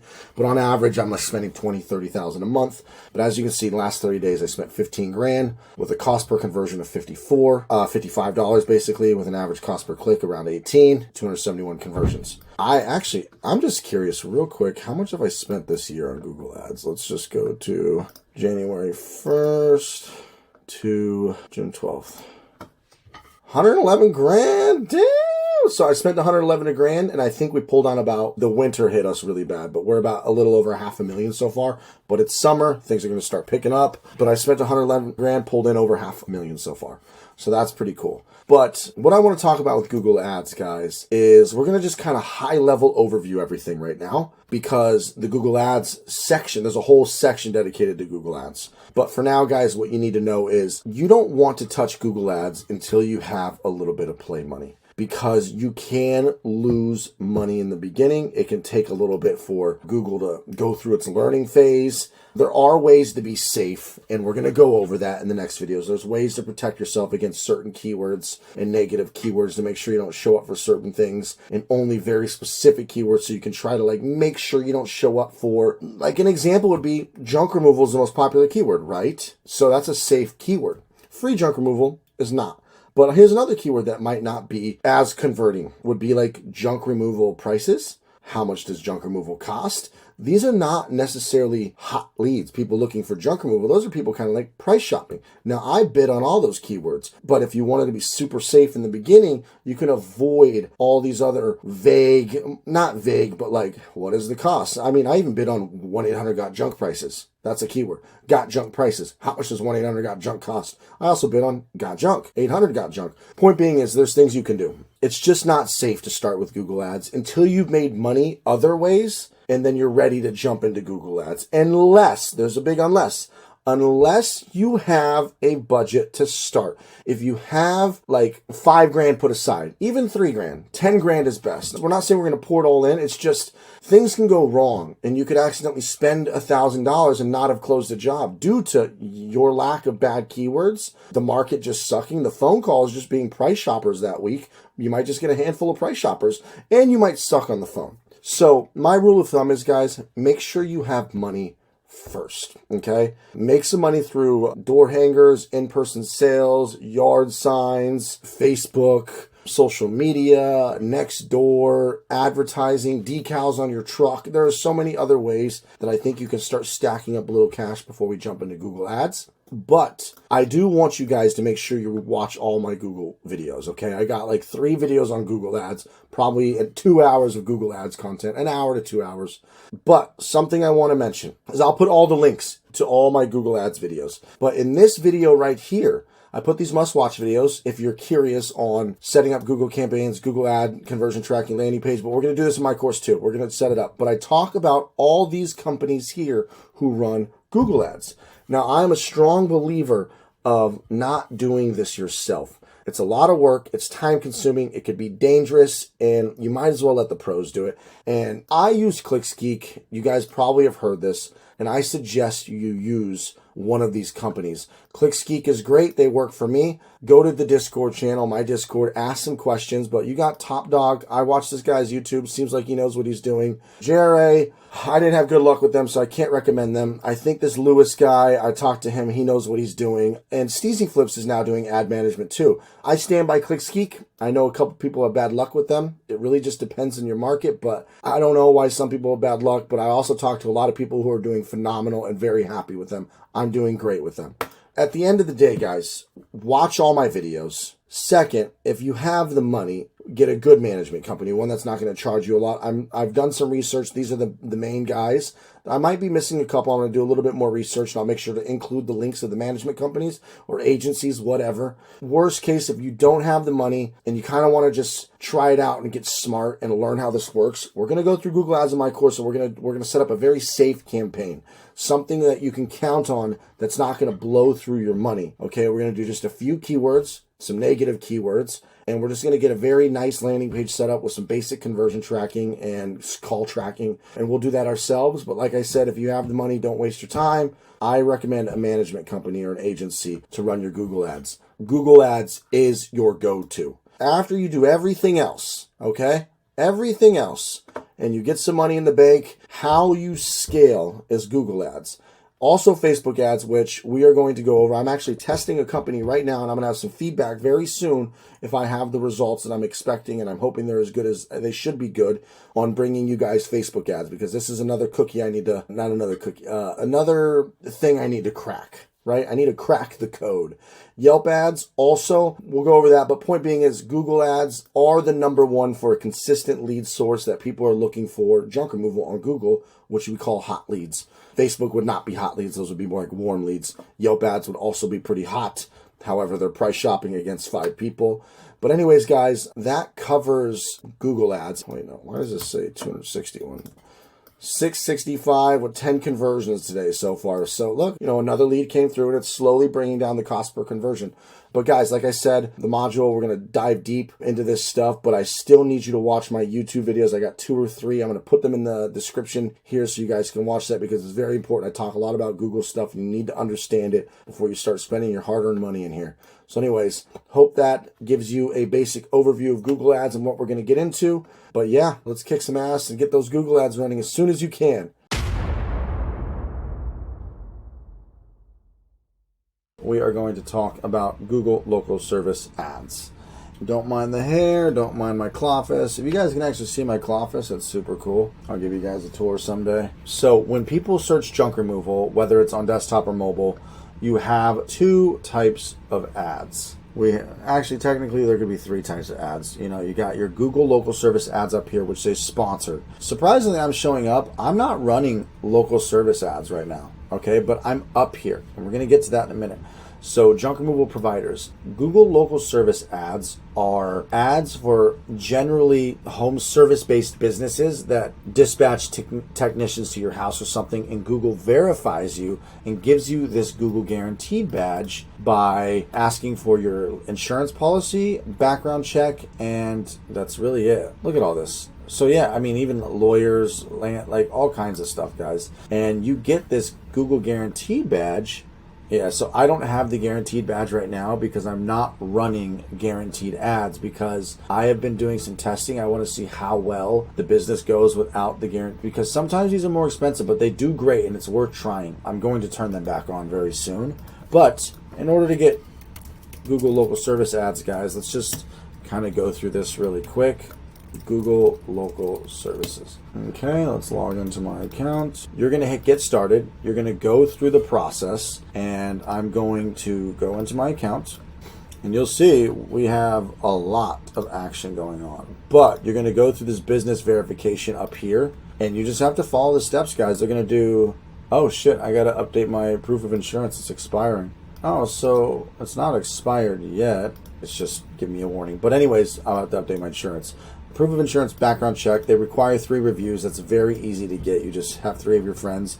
You set your budget, and it's not daily budgets. It's actually weekly budgets with Google Local Services, which is kind of annoying because it's different. And what's really annoying is they bill you in your Google Ads account. But it's great because they bring you qualified leads. But we're going to get into something that is frustrating, and I'm going to show it to you guys in real time. You see all your reviews here. Make sure the company name is the exact same as your Google Maps location, so that it'll go find your, it scans your Google Maps location. You don't like attach it yourself. It like literally, they go attach it themselves. You don't like link it. So it'll pull all your reviews. This is my LA location. I have like 200 and something on my other location and 30 something on my other location, but it'll pull from the correct Google Maps location. So if you have multiple locations, you'll see that I had 2 local service accounts in the beginning because I have 2 Google Maps. We'll go through profile and budget. And let's see. I set up a call rail tracking number. I strongly suggest you do this, guys. Set up your tracking numbers to track everything. Let's go through, set all this up. Your business bio, they let you choose all these things, which ones you want. I have, oh, why the fuck do I have video at? I don't need that anymore. Okay, let's see. We can actually drop local because family owned implies. Free estimate. We'll just put discounts available because I do discounts. Cool. Job types, guys. So appliance donation, definitely not. Hazardous waste, no. Some people recommend not having appliance removal on because that call can cost you a lot of money, and then you're kind of just throwing money away because Google phone calls here are kind of expensive, and appliance removals tend to be single items. So I'm going to go with that being off. And of course, upload your photos. I don't like message leads, never have, because they're going to ask through a price for that. That gives them the opportunity to just, what's the price going to be? Send you photos. I don't know. I don't like it. I like phone calls. Definitely set up your service area. They'll do their best to make sure that phone calls are within that service area. Ooh, business hours. These have changed.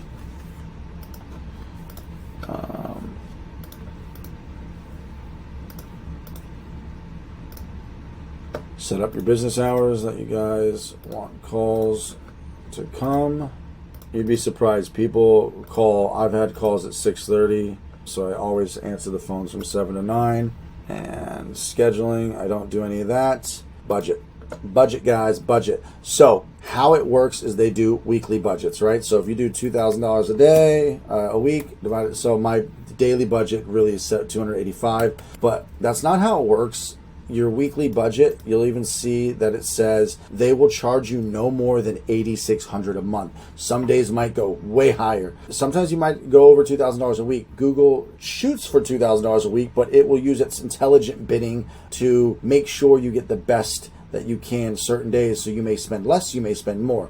There might not be enough search volume too. There might be a lot of search volume and they're just like, hey, we want to give you as many calls, but we'll make sure you never exceed $86 a month. That is how Google Local Services works.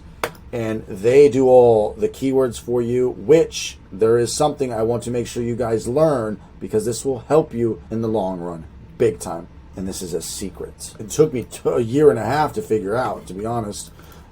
Billing, promotions, account access. Okay, yeah, that's what it sounds like. So here's the deal, guys. Let me show you something that's really obnoxious. We're going to open up a private browser. We're going to go to Google. We're going to type in junk removal. Okay, so pretty cool that I'm showing up even though I'm not paying. I don't have the little Google guaranteed icon.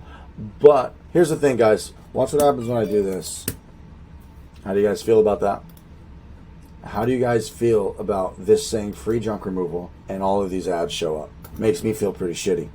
So, look at that. Pretty annoying, right?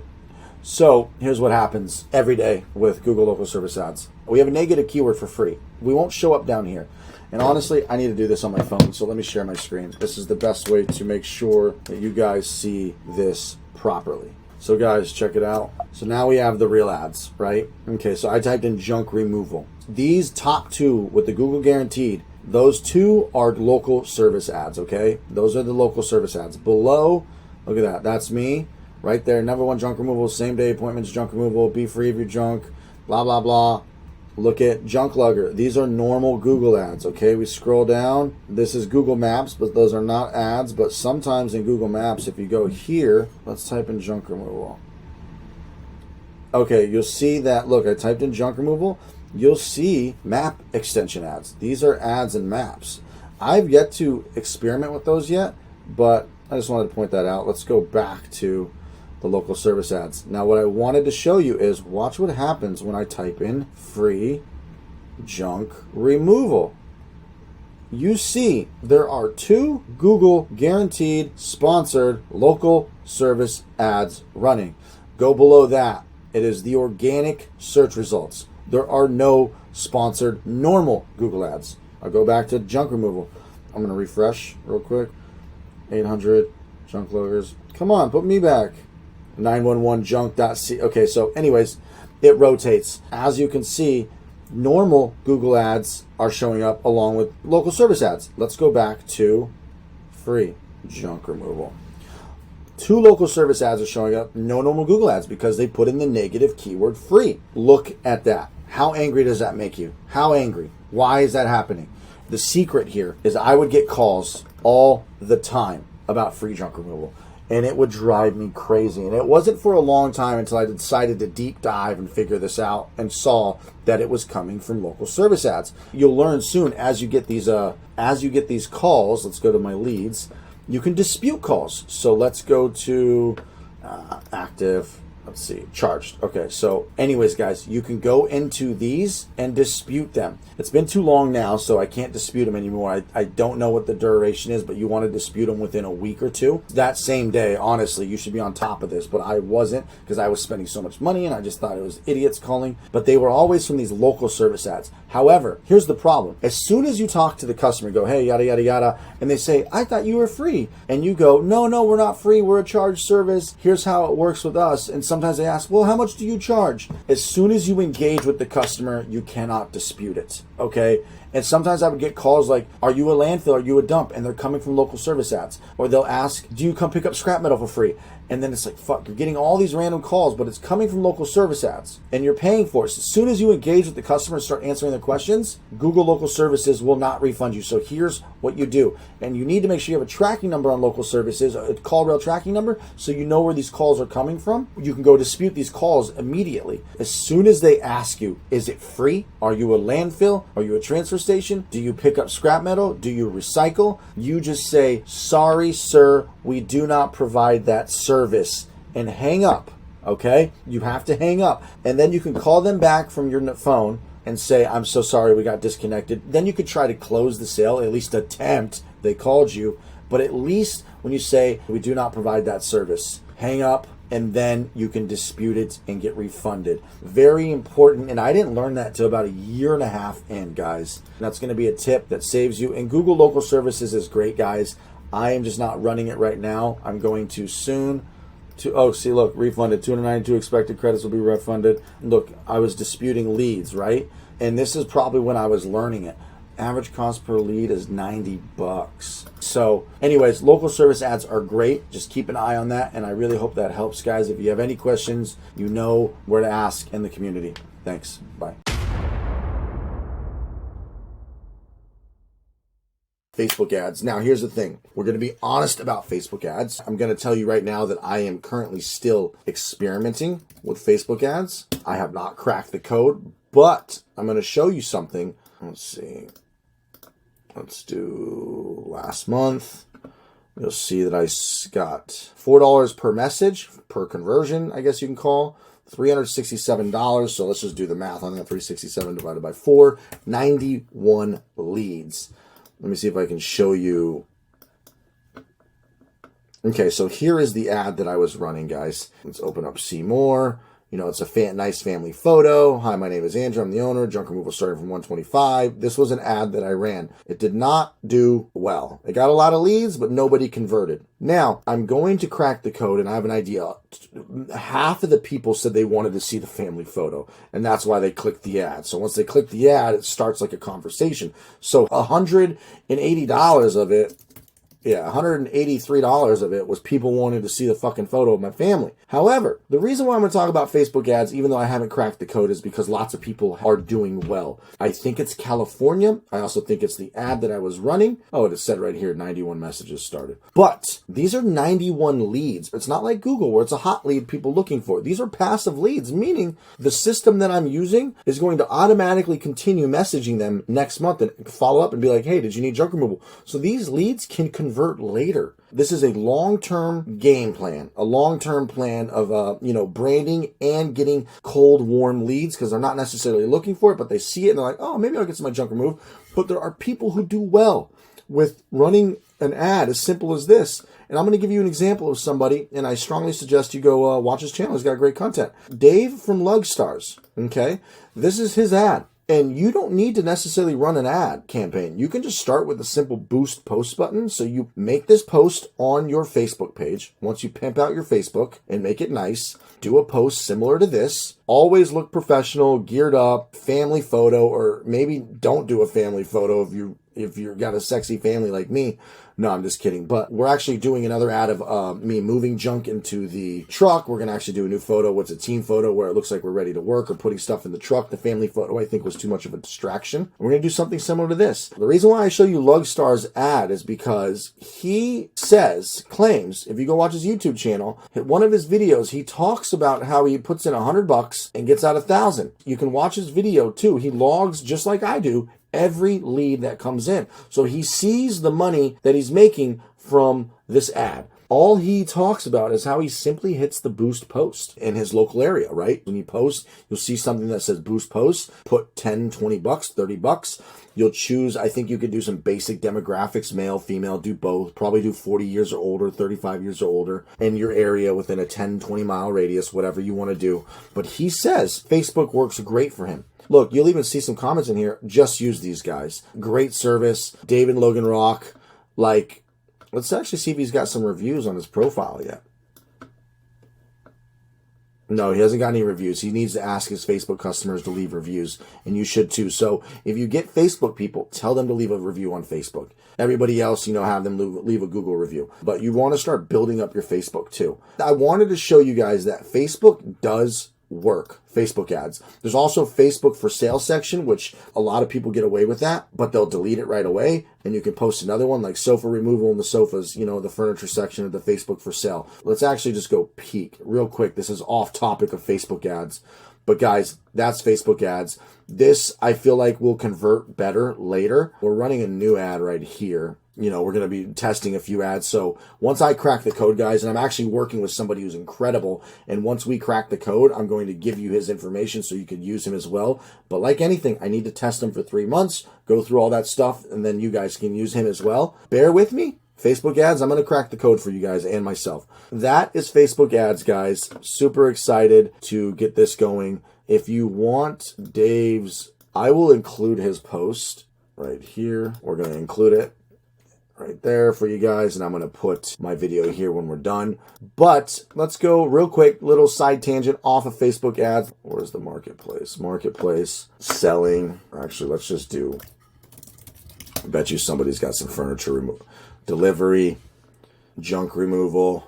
I've seen people go into each of these sections, like electronics removal. In the furniture section, they'll do like couch removal, sofa removal, and then they'll go in other sections and do like yard debris removal. So you can post in the for sale section. You can find city and town groups to join, like Marina Del Rey community, whatever city, yard sale groups, all that stuff. I have not done the video on Facebook groups yet. I'll leave that for another video, guys. But you have Facebook ads and you can boost posts, or you could run an entire campaign, but just stick with boost posts for now and give it a try. And then you have Facebook groups in the Facebook for sale section. Facebook groups and for sale are free. Just hustle Facebook, guys. But I wanted to make this temporary video to get you started, to give you an example of a post that you can actually start and try boost posts. Try $10, see what happens. Try 20, try 50. And if it does good, try 100. I hope that works for you guys. I hope you guys get some ideas for Facebook posts, and good luck. And as always, real quick, if you have any questions, you know where the community tab is.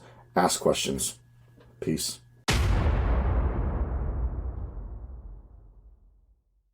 Let's talk about Yelp ads for a minute. Let's go to the Yelp side, customer side. Let's just type in junk removal and hauling. You see it pops up automatically. Ooh, let's go to one of my profiles. Okay, so I actually have 2 locations. Ignore the third location, that's Jedi Cleaners that I'm currently working on, but I have this location and this location. I've actually never asked for a Yelp review. I always send them the Google review. It says, please leave a review, and it goes to Google, but some people just go to Yelp. Yelp is a bit different. So when you go to Google and you type in junk removal, you got a whole bunch of ads that show up, right? But you have these, which are local service ads, which Google only charges you for a phone call. Google does all the work for you. You just got a couple toggles, really easy, LSA. It works. However, these are normal Google ads. Now, Google ads are more of hot leads because somebody clicks, for example, let's just click this dude's landing page, right? Sorry, man, I'm doing this. I have to. GoJunkFree.com, right? And it goes here, and it goes to a landing page. Somebody pretty much knows what they want. They might type in fence removal, junk removal. That's a pretty damn hot lead. They're going to most likely just call this number. Man, how does this dude, his website is all over the place. Anyways, they will land on this landing page, and they will call. And it is up to that guy to sell the job on the phone, and then get there in person and sell it in person. Now, there's a bit of a difference with Yelp. It is the same thing as people are looking for junk removal, right? So we go here and you get a fuckload of sponsored results. Google shows 1, 2, 3, 4, 5 before you get to the organic results down here, which is all the organic people who just the search engine top rankings of the sites that are relevant to that query that are not paying money, right? Just what Google thinks is the most relevant. 1-800-GOT-JUNK. Junk King. They throw in some Google Maps locations if Google thinks these are possible businesses. If I were to type in like furniture removal or like couch removal, there probably won't be a Google Maps. Okay, I'm wrong, but sometimes there won't be a Google Maps if you type in certain keywords, right? But anyways, you have your organic results and your ads above that. Now, what I'm getting at with Yelp is you do have your ads. Okay, a lot of them, like 10. You got a slideshow up here of 6, followed by sponsored results. These are all Yelp ads. And people are looking for junk removal, right? They're going to request a quote. This is about, oh my God, look, it's still sponsored ads. Look at this, still. Finally, we get to non-sponsored. Let's request a quote. I feel bad doing this, but I have. Honestly, it's been a long time. I need to see the process again. All right, we are in to my old account. It's been a minute, but this is funny. My forehead looks giant right there. Okay, let's go back to junk removal. Junk removal. Let's see who's near me. Okay, let's request a quote. It's been a long time since I've used Yelp. Not a long time, but I'm going to break down what's going on here, okay? So I'm going to request a quote. Recycling, junk removal. Ooh, this, I wonder if it defaults to this or if you create this. Select all that apply. Dang. Wait, is this normal? Let me just click a random company and see if it's the same for every company. And let's go to non-sponsored. Let's just do Hauling LA. Request a quote. Junk removal. Okay, so it looks like Yelp might be building this out. I don't remember this being here a few months ago. But let's just do appliances and furniture. Okay, keep it nice and simple. Just a few things I need removed. Zip code 994. No photos. Send requests. So here's the thing, guys. Even if you don't do this, okay, even if you don't get competing quotes, most people are going to keep that on, right? And it's going to sell your lead to 5 different people. Let's see how many people. So this is why Yelp is a little bit different of a beast. Kind of similar to Thumbtack, right? So see how it sold the lead to 1, 2, 3, 4, 5. 5 people, okay? And the problem with places like Thumbtack and Yelp who are selling the lead to competing people is they don't care about your customer service at this point unless you're a donkey and you say some dumb shit. But like at this point, you are now fighting for the bottom price. While on Google, they call you and you just sell them and they're just like, sure, okay, most of the time. Some are price shopping, of course, but it's way less likely. They're just going to book somebody. With here, it's easy to message. They'll just be on their phone and they'll just be waiting for who has the cheaper price. And it's like a race to the bottom. Now, here's the thing. Even if they uncheck the box prior to this, just a few seconds ago, that said get competing offers, here's the problem. With Yelp Ads, there is an option, guys, to where you can add a product in here that lets you see leads that have been submitted. Meaning, if I, as a customer, just submitted for junk removal for a quote to these 5 companies, or even one, even if I had that checkbox turned off, me as a company, I can pay for the ability to see these people, these customers, so that I can personally reach out. So what I'm saying is more people can reach out to me if they're paying for that ability to see leads that are going. So more companies can send a message and be like, hey, this is Andrew with Jedi Junk Removal, even though it's already been sent to 1 or 5 other people. So Yelp, it's kind of a race to the bottom, but it doesn't hurt like when you're first getting started because you can start building some Yelp reviews and still make a little bit of money. I know people who are in our Discord channel who are doing great with Yelp. But like I said, you got to be very careful. You got to be very fast and you got to try to lock in the job. You might be racing to the bottom with price. However, it doesn't hurt to try. I am not using it right now. I didn't have luck my first time because I had messages turned off because I didn't want to deal with the messages. It was so annoying. But now that I actually have virtual assistants or call operators who can actually message for me, I'm going to try it again. But I wasn't responding on my phone fast enough because I was on the truck at the same time. But what you can do is if you look here, let's type in junk removal. If you look here, you can do 2 options where you can allow customers to message you or you can turn that off and they have to call you. Let's see if there's some people with the call button only. Request quote, these are messages. So message leads. Okay, so but they've all learned that you can't do that. Let's try cleaning. Okay, hold on. This guy, let's go to him. No request quote button. Boom, call. Now, that means he doesn't want to deal with message leads because message leads you have to be very on top of it. View, let's go. This guy has view website. I guess there was a couple that had view website only. Okay, so this guy has a request a quote button. He just doesn't have it on the main thing. But when I ran my ads, I did call only. Didn't work out. I think most people want the ability to request a quote. And actually, now I actually want to go back to junk removal. Who has a lot of reviews on here? 603. So you'll see this guy's had 413 recent requests. He responds within 50 minutes. So I would advise you to make sure you have the messaging feature turned on and not just a call only button. I think Yelpers are used to messaging and they just want to be able to message you and get a price or an estimate. One of my pieces of advice with Yelp is don't try what I tried because it didn't work out, the call only button. You definitely want to make sure you accept messages, and that's a setting that you have to turn on onto your Yelp business page. I think I have to call in or something to get my Yelp ads back on. I think when you first sign up, you can just turn them on. I would recommend Yelp when you have a little bit of play money as well. I wouldn't suggest Yelp right off the gate. Definitely list it for free, but you're not going to show up, under all. You're going to show up way under the sponsored results. I hope that kind of breaks down how Yelp works. And yeah, if you have any questions, just let me know.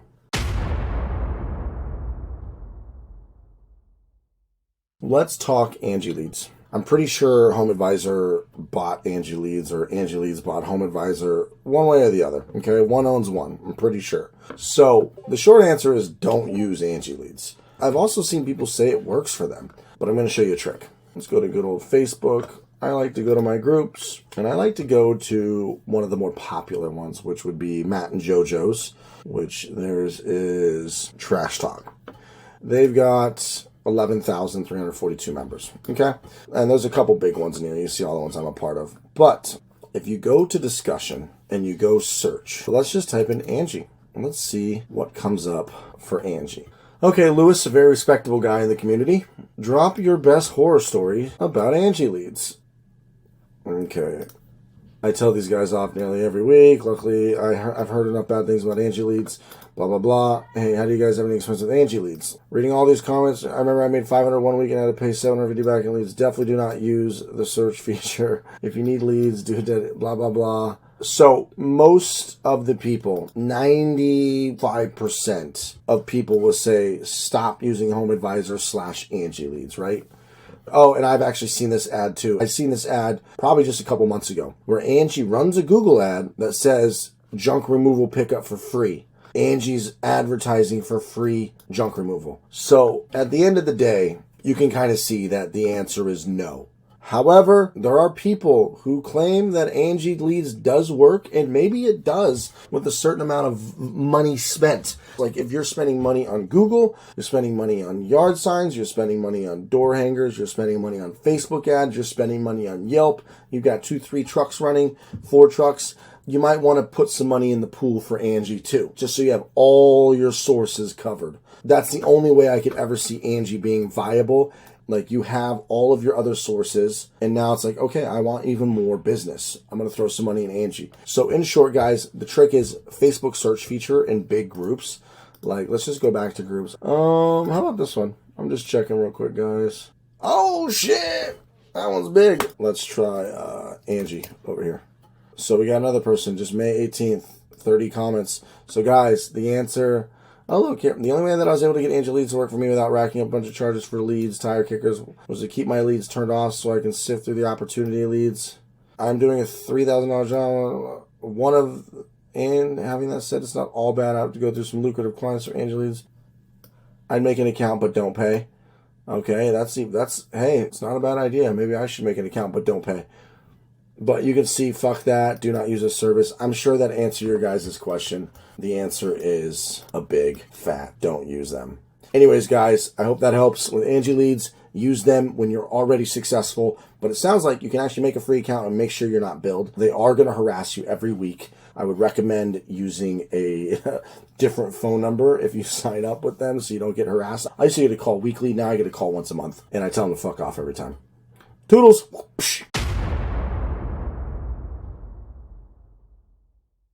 We're going to talk about good old guerrilla marketing. I'm going to be honest with you guys. This is not something I had to do because I jumped straight into Thumbtack, Craigslist. Let's just say Craigslist wasn't the big one for me. It's a great start, though, to get a few practice jobs a month, and you should do that, too. You might even only get 1 job a month. It depends on your area and how often you post. You might get 2, 3. But anyways, guerrilla marketing, I didn't have to do because I dove into Thumbtack hard and tried to close every job and Google Ads immediately. But I've heard of a couple good ideas, and I want to show you guys how to explore it. Some people spell it gorilla. It's gorilla from the military. If you look up guerrilla as the dictionary definition, it is a person who engages in irregular warfare, especially as a member of an independent unit carrying out harassment and sabotage, referring to actions or activities performed impromptu without authorization, blah, blah, blah. It's basically some shady tactics, and look at using guerrilla tactics, intelligence, ambush, deception, sabotage, and espionage.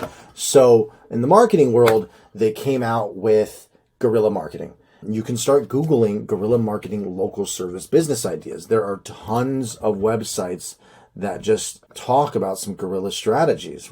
You want to look for local service businesses, guerrilla ideas. And if you are on a budget, you need to just Google and research this and be very smart and take your time. There are countless articles of ideas and you can get some great ideas. But first things first, guys, you need to join every Facebook group. And I'm going to show you in a minute, but I searched guerrilla because not everybody spells guerrilla correctly. So I searched guerrilla and gorilla in one Facebook group, and this came up. And what you can do is go through all of these and copy and paste everybody's ideas. And if you scroll down here, he talks about guerrilla marketing ideas. Now, to me, guerrilla is not bandit signs. That is a obvious. That is not anything that's using some crazy wit. This would be guerrilla marketing with yard signs. And honestly, if you are on a budget, guys, you need to get creative. I'm sorry that I don't have tons of guerrilla ideas. I'm more the helping you guys get through the Google Ads and setting up your business and getting it ready to scale and automate and systemize and get you guys on the right path, technical and back end,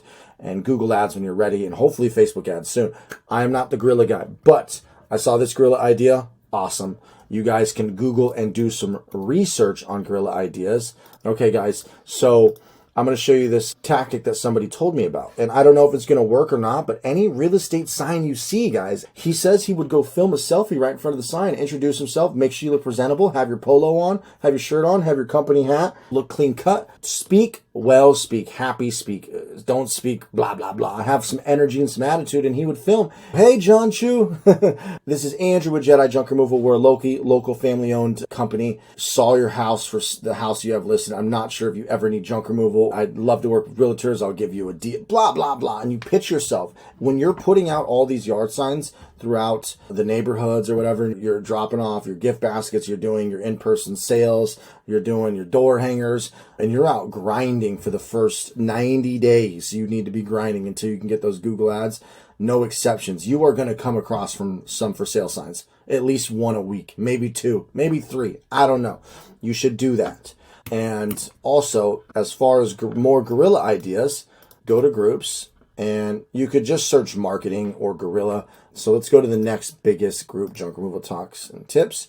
I'm in, as you can see, 15 Facebook groups. You need to join all these Facebook groups too to get ideas. Okay, so you can search marketing, right, and get marketing ideas from people. Just kind of browse around, get some ideas of what people are doing. So here's a post I found by Andrew Harrison, and it looked like he had some good advice. Find hyper-local magazines to run an ad in. Place yard signs on heavy traffic. A local breakfast place that uses paper placemats. Hand out business cards at local realtor offices. Attend events, have branded canopy. Add a logo to your... So some of this is obvious. Run ads on Hulu. This is an interesting one because I don't know how well that would convert. Obviously, it's more of a branding thing, and branding is when you have money and you're trying to get more broad exposure and get them into your funnel. But obviously, you need to be making money and be bigger and be able to sustain the cost of branding. So that's long term. This was from a Facebook group. I just found this. And this is impressive. He spent only $218 on ads and has completed 600. So you can find some really good ideas in these Facebook groups to help you figure out more guerrilla marketing ideas, guys. So get creative. Jump in Facebook groups, ask for some guerrilla ideas, just search marketing ideas, just start digging around and get creative with your guerrilla warfare, guys. I hope that helps. I know I was only able to give you one idea, but at least I was able to get you kind of started where you could look, where you could find, and you just need to start thinking what creative shit you can do. I actually showed you two. The junk photos. I don't like photos at all, but maybe it gets your brain to start thinking in a guerrilla way. So anyways, guys, if you come up with some good ideas, please share them in the community here on Junk Launch. Thanks. This is a technique I'm excited to do, guys, that I'm going to start doing mid this year, which is yard signs, door hangers, and USPS EDDM. Now, I call this the triple attack, or I don't know what you'd call this, but it's hitting the same neighborhoods 3 times in a row. I learned this from a landscaping marketing YouTube channel. So the cool thing about every door direct mail, USPS EDDM, I don't know how well this is going to convert. It's probably like a fraction of a percent, right? Probably not even 0.5%, to be honest. But it might help if you're hitting the customer from 3 different angles. Okay, so let's start with a neighborhood that I think will have some junk. Okay, guys, so what's really cool about EDDM is this actually lets you choose the mail routes. So this is very effective. I would imagine if you know the neighborhoods, if you could think of those those middle class homes that have junk, you know, neighborhoods of people where junk removal would most likely be common. Now in mine, I've noticed it's always family homes, somewhere between 700,000, 1.1 million, 1.2 million, homeowners, a little bit of junk, debris in the backyard, garage, you know, your standard middle class, upper middle class neighborhoods. Middle to upper middle class are the best neighborhoods out here in Los Angeles and Ventura County. So if you know those neighborhoods and you're like, okay, I want to target this mail route right here. Oh, I guess you have to like put the zip code. So let's just put 91360 and let's just add, there we go. So now we can go in here and then you can just start adding every mail route that you want. So we added that one. Let me add more mail routes. That one, there we go. That one. Boom. So I think it's 13 cents a piece. So let's do 465 divided by 2, 18, 19 cents a piece. So let's say we send out 2,500 and the conversion is not 1%, but even 0.5%. Okay. Let's just say we got 12 jobs from it. It might even be 0.25%. Let's just say you got 6 jobs from it. Your average job size is 550, or you might get some big ones. You could profit from this. But here's the beauty in this. I think if you hit all of these neighborhoods, your goal is now to go put yard signs on every intersection. Here, here, here. So you put yard signs in every intersection you can of every neighborhood that you sent out these flyers. And, you know, they'll give you the size so you know what flyer size to make. So not only have you put yard signs on each intersection, so boom, that's one point that you hit them from. And then you do the EDDM, you hit them from a second point. Boom, you've hit them from EDDM into their mailbox. Third is you actually do door hangers on all these neighborhoods, on every single house, okay? Now, this is something I'm getting ready to do, to hire people to do for me, and I'm gonna do a bulk test, right? I'm gonna do like 2,000 yard signs, I'm gonna get like 10,000 door hangers, I'm gonna probably do like 10,000 pieces of mail, and just see how well it converts, hitting them from 3 different angles. If you have a couple hundred extra bucks, throw that on top of your yard signs, like just try a couple neighborhoods first. Do some door hangers, hit every house with door hangers in the mail route that you chose. So say you just did this one mail route. Do door hangers on every single house in this mail route right here. Do yard signs. Every single entry point into this neighborhood, do yard signs. So you've hit that neighborhood from every angle. Door hangers, yard signs, USPS EDDM. And feel free to YouTube more videos on every door direct mail results. I've heard various things. I've heard, meh, not worth it. I've heard, yes, it was worth it. I feel like if you're hitting them from 3 different angles, mail, door hanger, yard signs, you're going to win. So that is a method that I'm going to be trying, is the EDDM soon, but I just wanted to show you guys a little bit about it, just in case you didn't know. So enjoy.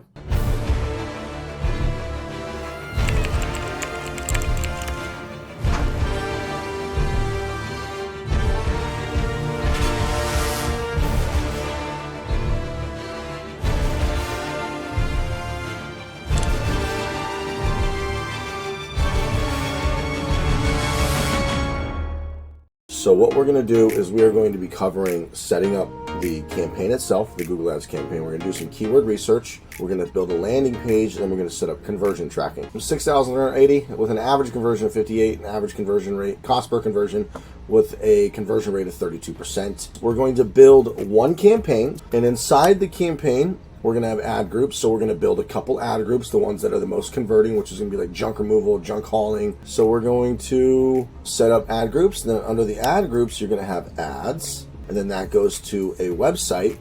Here's a landing page right here. If we shrink it down, this is what you'd see on the phone. After all that, guys, we're going to set up conversion tracking, which conversion tracking we're going to do within Google Ads. Will generate a tracking code. I hope you're excited. There's a lot to go over. We're going to be going over a lot inside Google so you guys can understand. And you guys, by the time we're done, you're going to be Google Ads pros, and you're going to understand Google Ads, and you're going to know everything.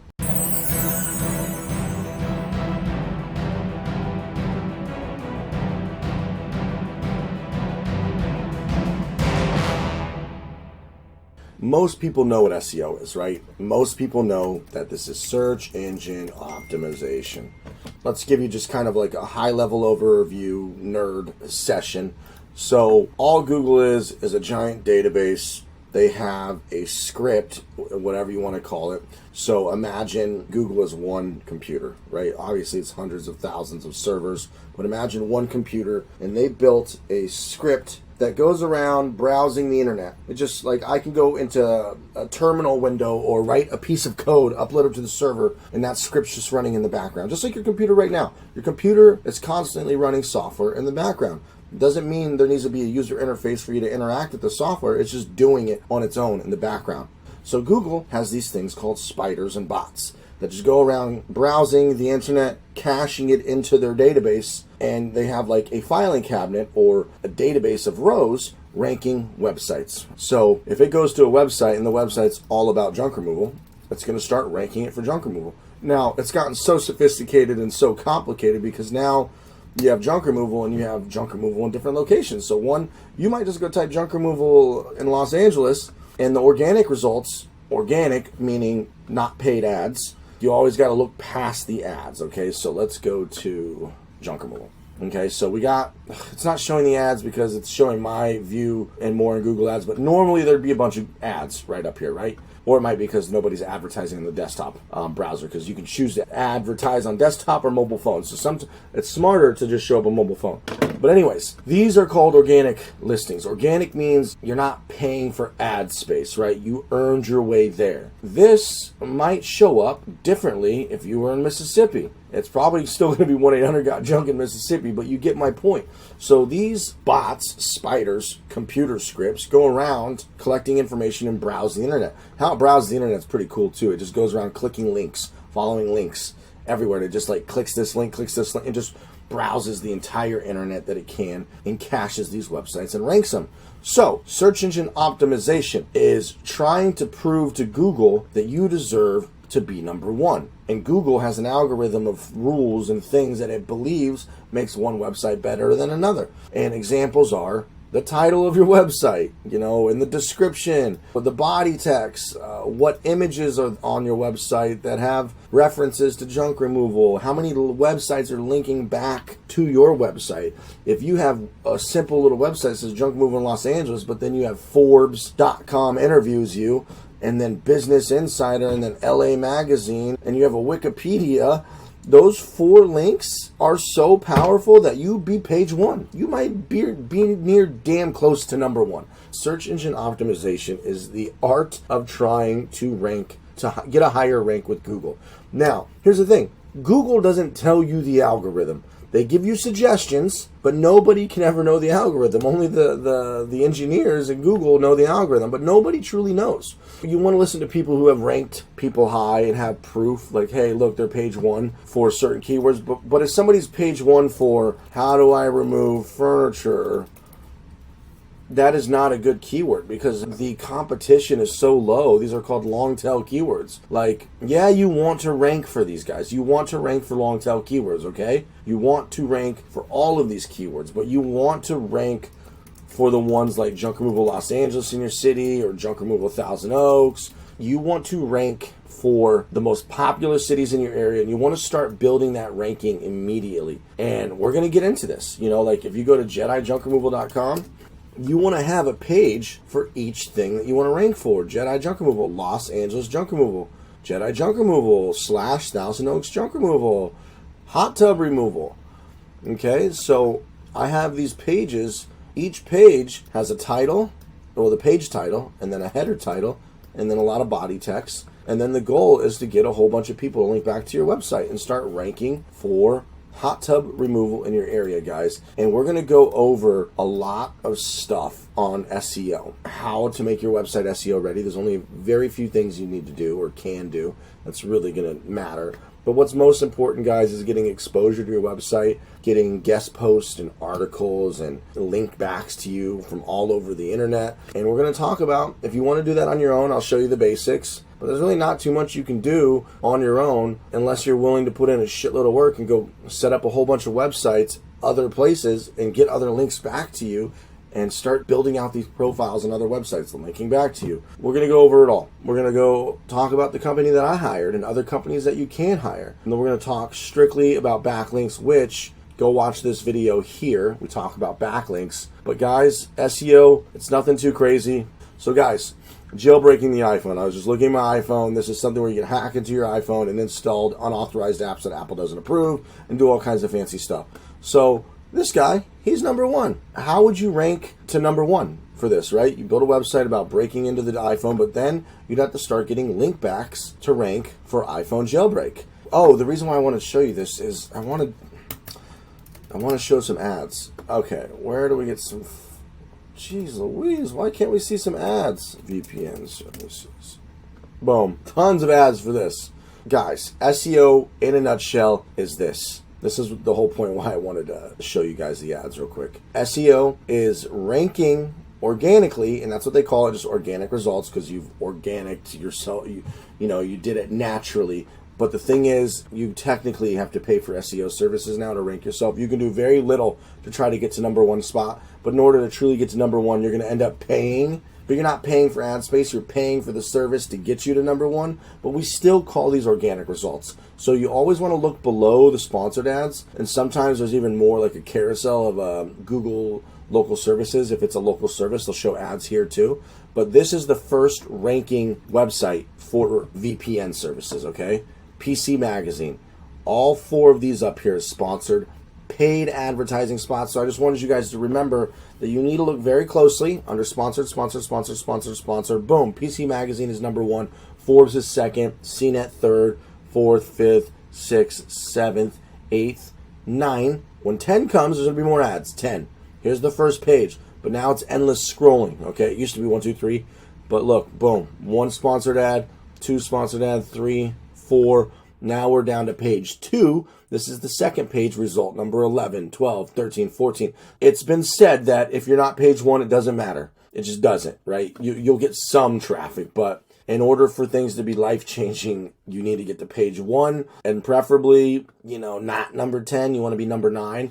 I'm on page 1 for the most competitive one, Jedi Junk Removal Los Angeles. However, I did just drop to the second page, but we're doing some new tactics to bring me back to number 1. But I have a very competitive keyword because I'm in Los Angeles with 9, 10 million people. Very frustrating. But I stopped paying for the SEO like on month 6 because I hit page 1. And now I just started it up again to ensure I get back to page 1. We'll talk about that in all the other videos, guys. But I just wanted to give you the basics of what SEO is. Make sure you understand. Most people understand this, but now you should really understand that, SEO that's all it really is just ranking organically, right? And I just wanted to also explain how SEO works on the nerd computer side of what Google's actually doing, cataloging all of the internet into their database.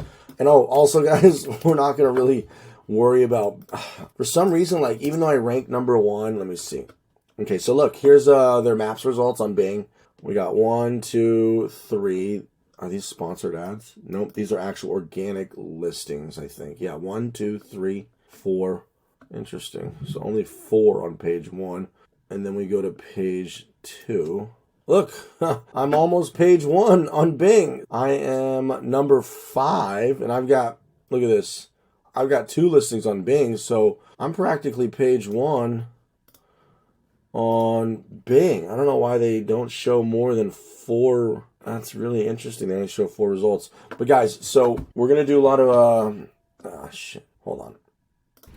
Well, that was a good phone call. Had to pause. My crew just called me and told me we broke our record in one day. Well, technically no, because we've had one big job, but it took like a few days. One day, guys, cracked 10,000. Our biggest was like 9,000 before, but we've had a $30,000 job. Anyways, I went on a little tangent. I got excited, but I figured so whoever sees this video, feel free to message me and say, good job, Andrew. You guys will be there soon, too. So anyways, guys, I hope you're excited to get into SEO stuff. If you're in a high population area, it's going to be hard to do this by yourself. You're going to want to probably pay an SEO company, but you can do the basics yourself and get started. You can probably get some basic backlinks, but I really am going to suggest that you hire a company. And we're going to go over that company. I'm going to show you the results that they've given me. And you don't even need to pay for the $400 a month plan. You can pay for the cheaper plan, but only pay for SEO when you're profiting in your junk removal company. SEO is long-term, and it's going to take you a while to get to the first couple spots anyways before people start seeing you on the organic search results and start paying and like clicking through your website and paying you. Like, it takes time. It doesn't really matter where you're at, but it's going to take a few months, guys. So like I said, pay for this service as soon as you can, but do not dip into your money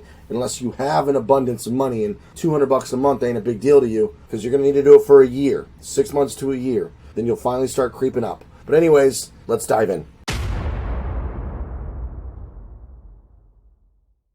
We are going to talk about making your website SEO ready, guys. It doesn't matter if you're using Squarespace, Wix, WordPress. WordPress does have a really cool plugin called Yoast. I'm sure there's other ones too. But at the end of the day, guys, it's pretty simple to have a SEO compatible website. You need to have content and talk about junk removal. You need to make sure you have proper title tags up here. You need to make sure you have multiple pages talking about what you do. For example, we have, hot tub removal right here, and it goes to a page that talks about hot tub removal. We have all of our cities. So like we had 30 city pages. Like, look at this. We have a Thousand Oaks page. In the beginning, you guys can have a single page website. Once you want to start expanding and growing for different keywords in different cities, when people type in different things, you need to have all the cities in LA. Like, there's even more cities I could probably put in here that I should account for, right? Every city that I could think of, every major city is in here for the most part. And there's always a header tag for each one. A header tag at the very top saying Mission Hills Junk Removal, and then we just talk about it down here. And anyways, you need to make sure you have all these pages for the types of things you take and the cities. So apartment cleanout services, right? Apartment cleanout, or house cleanout, house moving cleanout right here.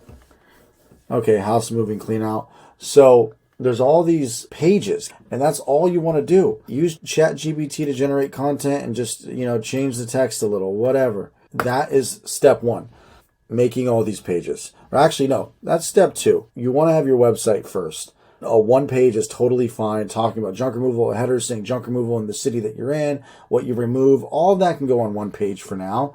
But what you want to do is, if you're using Wix, I'm just going to show you example with Wix, because you can easily go to your Wix page. It doesn't matter if it's WordPress. It doesn't matter what CMS or service that you're using, okay? Usually, you just got to find the buttons where they're at. For example, look at SEO right here. Let's see what's in SEO. Okay, so it looks like I need to continue to work on this. Let's see, view task, complete. You can technically go through the setup wizard on Wix. Let me see what it says. Let's see, add the homepage description for search results. Before I get into this, guys, we're going to talk about a couple things. You have what we call headers, titles, meta tags, body content. Let's just start with title tags. Title tags right here. That is what shows up when you type, type in junk removal. This right here, these are sponsored now. Let's go to the first. One day we'll beat 1-800-GOT-JUNK, right? Junk removal and Los Angeles. That is probably the title tag. So look, see the title up here? Junk removal in Los Angeles with the little pipe that goes in the middle. So junk removal in Los Angeles. So that is the title tag. That is the most important thing that's going to show up on Google. Then you have what's here is usually your meta description, or sometimes they pull from your body. We're going to get into that in just a second, but let's go back to Jedi Junk Removal. Hover over Jedi Junk Removal, you'll see it says Jedi Junk Removal, Southern California Junk Removal, because I cover all of Southern California. But I think what I'm going to do is we're going to change the title tag to Los Angeles Junk Removal, because I really want to keep ranking for Los Angeles. But I need you guys to understand something. The title tag is very important, otherwise Google won't index you for the most part. You could do some tricks on Google, but the point is you need to have the title tag right. But the title tag will not do anything for you because it's too competitive. Everybody's going to put junk removal Los Angeles. Second, header tags. Every page will have header tags. So let's just inspect this element, pull up some code. As you can see, This is in a header H2 tag. You have H1, H2, H3. It's just a way of saying the titles get bigger. It's just a generic font size that makes a header tag. So H1 by default is the biggest, H2 is the next biggest, all the way down to H6 being the smallest. You don't really need to know this about code, but header tags kind of imply to Google, like, hey, this is the topic of the website. This is Jedi junk removal is the fastest one, blah, blah, blah, blah, blah, in Los Angeles. This might be a header too, so let's inspect. This might be H3. This is a P element, a paragraph element. So that becomes body text, body content at that point. But what I'm getting at, guys, is you will have your title at the first, right? The title of your website, and then you will have header tags. And header tags you want to put in H1 or H2. As you can see, this one is an H1 tag telling Google this is the title, the header topic about this web page. Third, body content. Body content is just the content on the website, so Google scans it and sees that you're talking about junk removal related to the H1 and title tag.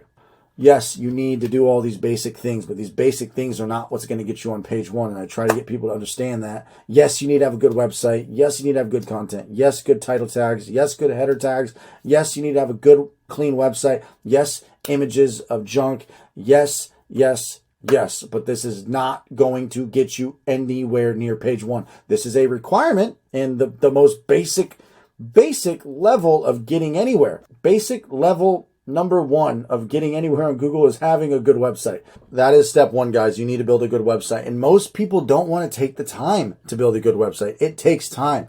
Before I got into junk removal, before I started, I spent an entire week building my website. And that is somebody who knows technology. But let me tell you this, I didn't know how to use Wix. This was the first time I've ever used Wix. I'm a programmer by nature. I build iOS apps. I used to do websites a long time ago, but I don't code websites anymore. I code apps. But it was my first time using a software like Wix. I was very familiar with WordPress back in the day, but I didn't want to do it. It's been 10 years since I used WordPress, and it was too much. But Wix makes it very possible. And it took me a whole week of just like moving things around, getting it good, making pages. It takes time to make a decent website. So you either take my course, which if you're on a budget, you do this yourself and you spend a week doing it and building a good website. The point is if you either fork up $250 for a one-page website, you fork up $2,000 so you can have 100 pages. Like me, I have 100 pages. This took forever. I did the first 5-10 pages, then I hired somebody after I started making money, and then paid that person $1,500. I paid $2,000 because I had them do some blogs too. But anyways, you could do it yourself and save some money. But if you really don't want to, you can get a single-page website for $250. But you need to do all of this: headers, titles, and body content. And then, of course, let's look at some code real quick. View page source. Now, if we go to the top of the code, we will see something called meta tags, right? This is just something that's in the background. It's HTML. This is code that just the browser can read that tells the computer that's scanning this website, it tells them this information. It doesn't actually display it on the browser. It's just like code in the back. So if we look at meta, okay, so the meta description tag is not on the home page. So you need to have your meta description tags because generally this is what shows up on your meta description. Your meta description usually shows up here. So let's go in here and let's go view page source right there. It says looking for fast and reliable. This is 1-800-GOT-JUNK. Let's go back and meta description says looking for fast. Okay, so looks like they actually pulled from the body. They did not pull from the meta description. Sometimes they pull from the meta description. You still need to have a meta description. So your meta tags, they're not really that important. Google will scan your meta tags and it'll make an assessment. It'll look at your body, your header, your titles, and all that stuff. But ultimately, this shit is not what gets you page one, okay? It's very important because it tells Google what you are, but you're still going to be on page 100 if you don't do anything else. So I'm actually going to just inspect this element real quick and see what it's sitting in. It's sitting in a P tag right above an H2 tag, okay? Same day, junk pickup, and then you can see the P tag right here operating in Greater Los Angeles. So Google used its little robot spiders and scanned this paragraph and decided to put that into the description right here. So how we do this is through your WordPress tool, which you might use Yoast, which is great for WordPress. WordPress Yoast. This is a great SEO tool. You can install this. It'll let you edit each page and do the title, the name, the meta tags, and whatever else it does. But let's just go through Wix because that's what I have. So we're going to hit Edit Site. And let's start with the home page. Okay, guys? Nothing too fancy. So we should be able to go to settings somewhere. Oh, let's go to pages right here. Okay, so here, look, we're going to open up all of our pages. As you can see, guys, I have 100 pages. We're going to start with the home, click the dots, and we're going to look at SEO basics. We're going to change the title of this to Los Angeles Junk Removal, Jedi Junk Removal, family owned and operated. Meta description, bada boom. Your #1 local and family owned junk removal company in Los Angeles, California. Call us today to get your description and search results. See that? But that's not the case all the time. Sometimes it doesn't pull from the meta tags. It'll pull from the content in the website. Call us today to get your junk removed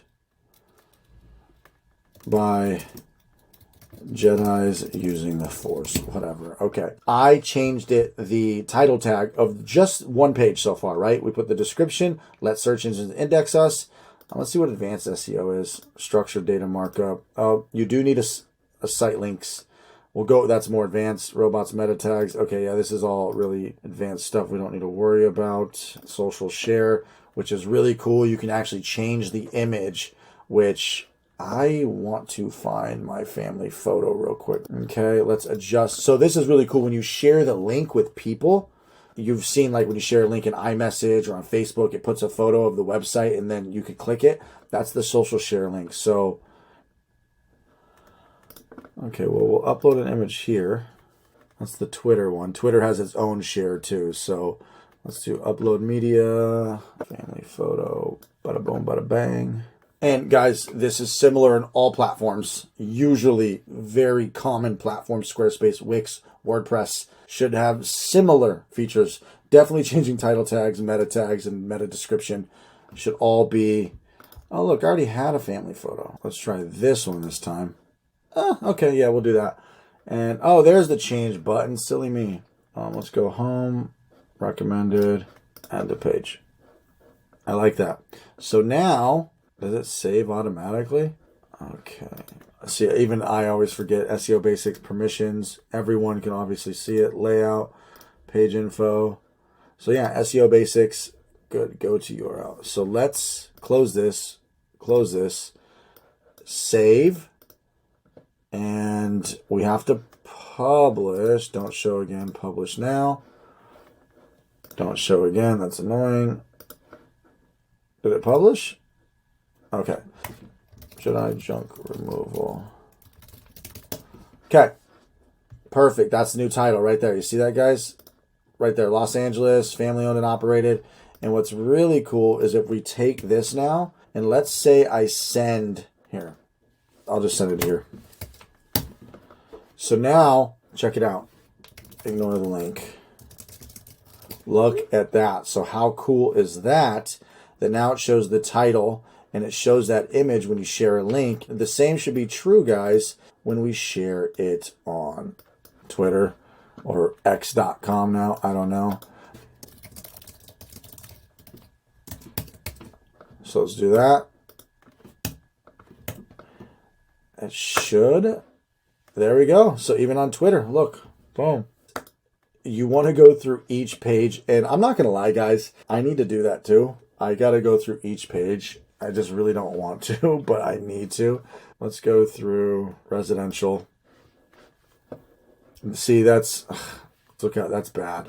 So we want to do, the link is wrong too, whatever, but that's fine. Residential, junk removal, Jedi junk removal. We'll just leave it at that. Residential junk removal. Have junk you need to remove from your residence. Look no further. Our Jedis remove junk using the Force. So this is just a little meta description. Make sure you have your body content and your header titles as well. And generally you want the URL to match the title. It just tells Google again. So the / general, I'd probably want that to say residential, but I don't want to do that right now because I don't know if I'm linking to it. It'll break anything yet. But that is much better than it saying the old thing where it just said residential. Now it says residential junk removal / Jedi junk removal. So we'll close that. Let's just check one more. Let's check commercial. SEO basics, commercial property services. No. Commercial. See, this is bad. Even I'm slacking. Let's go back to residential real quick. SEO basics. Let's copy this. Let's go back to commercial. SEO basics.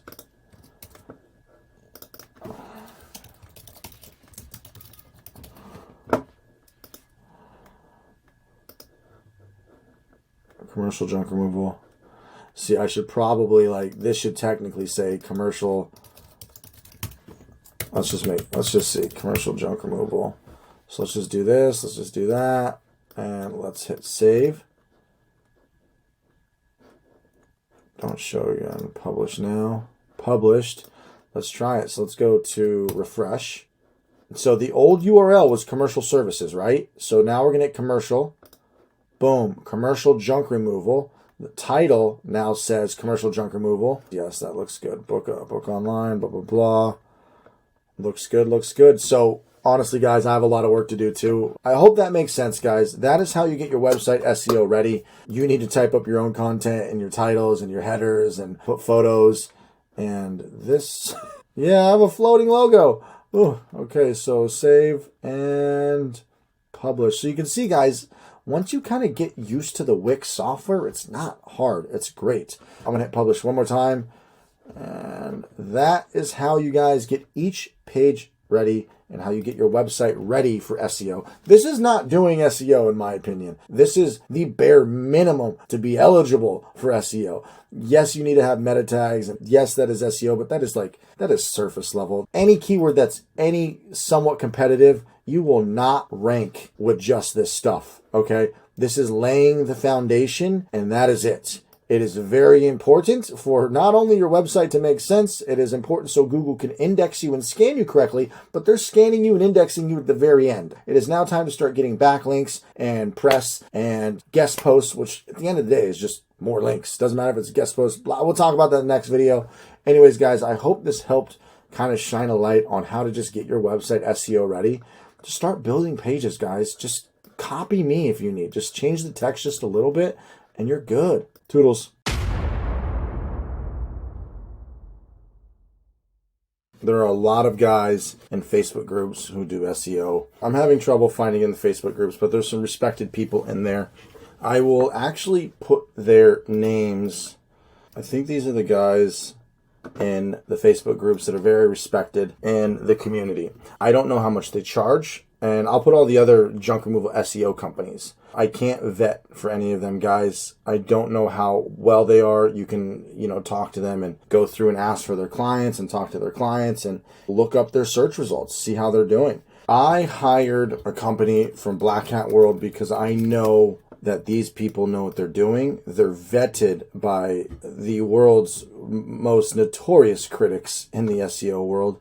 It doesn't mean it's Black Hat, guys. It's just called Black Hat World. That's how it started. There's Black Hat, White Hat. If you don't know what that is, guys, I'm going to put a link to my SEO video you must watch before making a decision.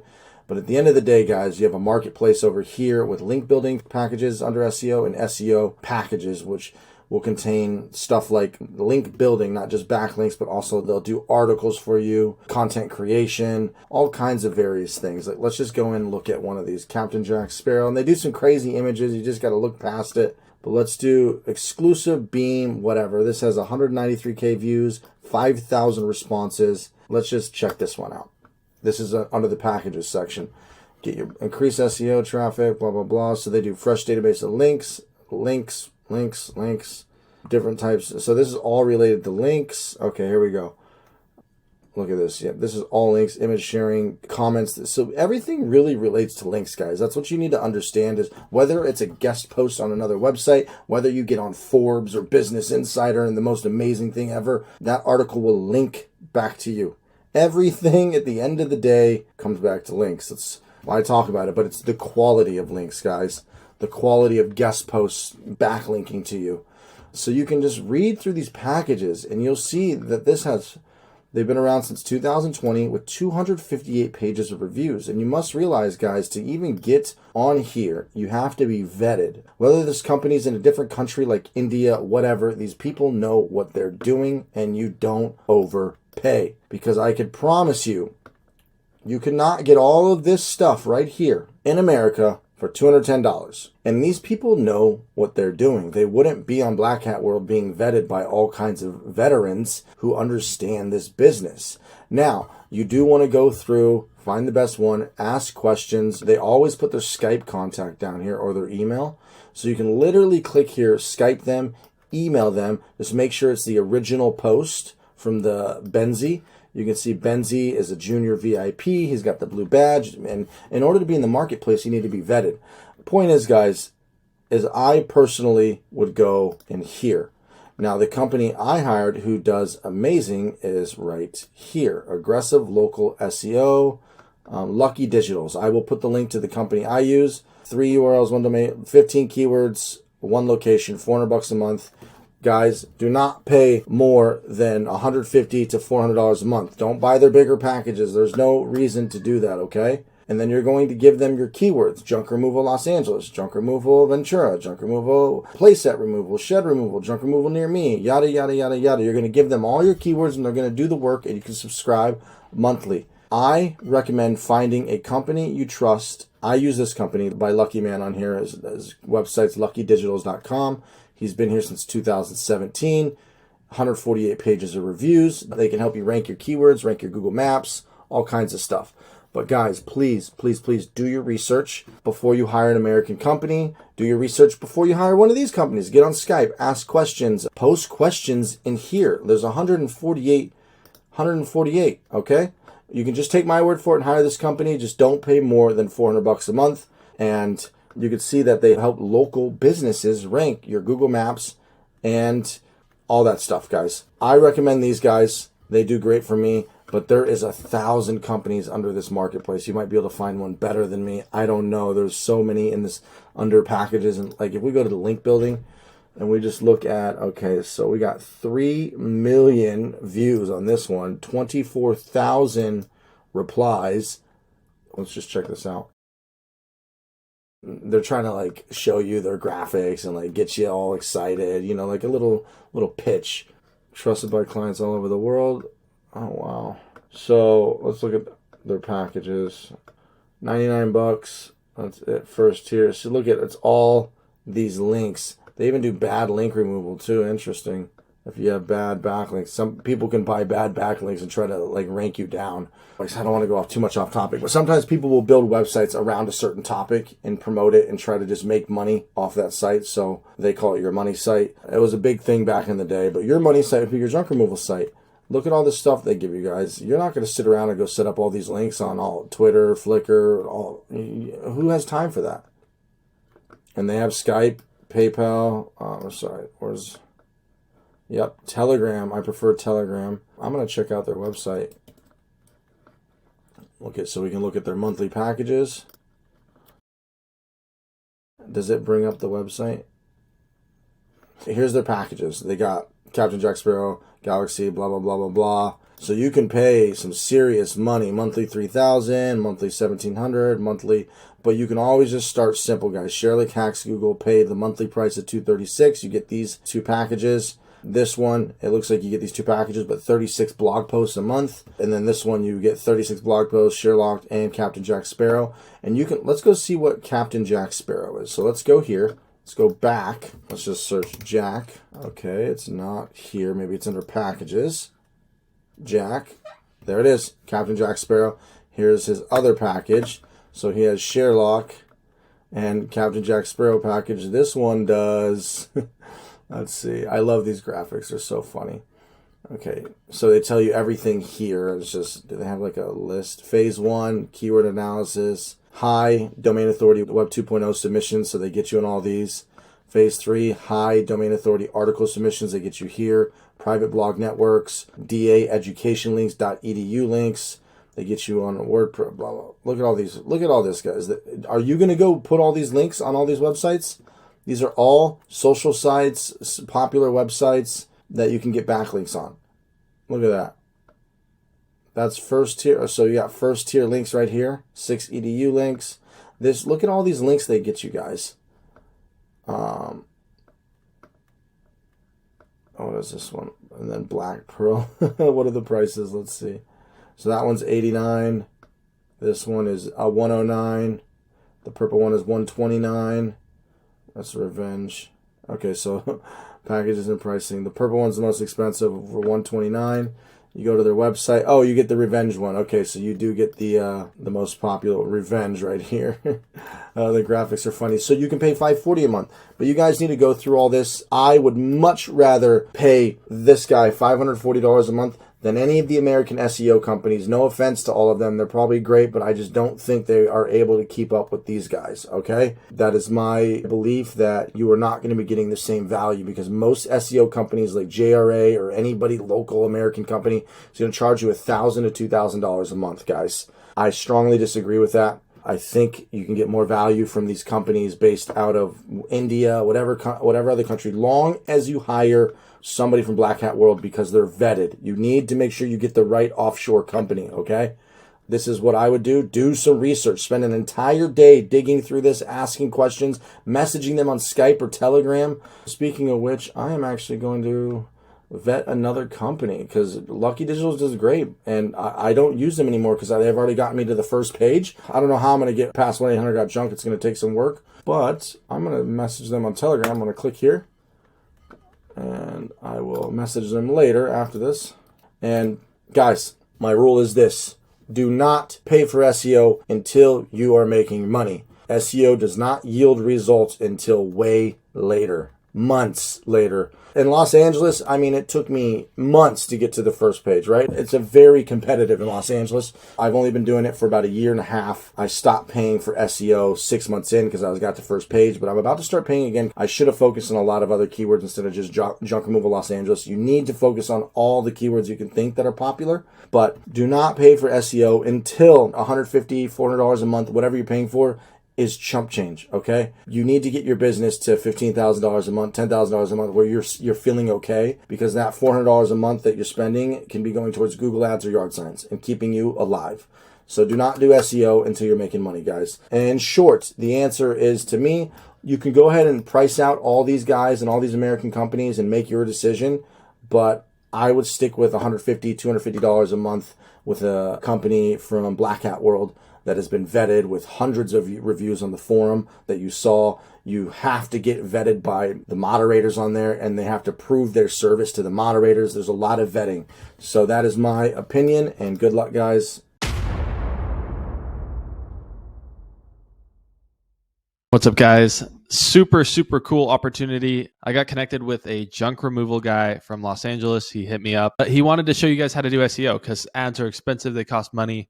How can you get organic traffic that you can rely on without spending money? Wanted me to build 100% in public so you guys can see every single step of the way. All you junk removal guys, you can, and any other business owner, you can translate this to your own business and follow my steps exactly. You should only work on organic before you start doing paid, because paid can run you out of business faster than anything. Unless you have money, you need to focus on SEO and organic ways to get leads without paying for money. I'm a huge advocate of Google Ads, but you do not want to dabble in Google Ads until you're ready. You want to do as much organic and SEO stuff before you touch Google, because Google can cost you a lot of money. You can fuck up, you can hire the wrong agency, things can go wrong, you could just blow through your budget and you're out of business. However, I know a lot about SEO too. I'm a more technical guy. I've been programming, building websites my entire life. I know a lot of programming languages. I started programming when I was 10, so I've been around the block. And I like to talk about something that happened many years ago. I think it was 2000 and somewhere between 2002 and 2006. I don't know. It was called the Google bombing. You can Google the Google bombing. So a whole bunch of nerds got together and decided that it would be funny if they tricked Google. So if somebody typed in miserable failure. Now, if you type in miserable failure today, you just get a whole bunch of articles on the miserable failure, what happened. You know, there's a whole bunch of news articles and videos and stuff like that. But back in 2006, everybody tricked Google that when you typed in miserable failure, the first result to show up, it was George Bush's whitepage.gov biography that showed up first. The ads weren't as crazy either, so it was just right there. So how do you achieve that? There was no text on the White House page. Not a single thing on whitehouse.gov/George Bush biography said miserable failure. There was no keywords on whitehouse.gov saying George Bush was a miserable failure. So how did they do that? I'm pretty sure you've heard of things called links. Hyperlinks. So if you get enough websites to link to whitehouse.gov/George Bush and the hyperlink says miserable failure, Google's going to start to believe that that website is miserable failure. Now, has Google's algorithm advanced since 2006? Absolutely. Is there other tricks you can do? On-page SEO, title tags, and meta tags, and renaming your images, and putting keywords in your body, and there's all kinds of like basic on-page SEO that you can do. Yes, and it's important. You need that. But the fact remains, the most powerful vote of confidence, an indicator that a website is what it is a lot of hyper.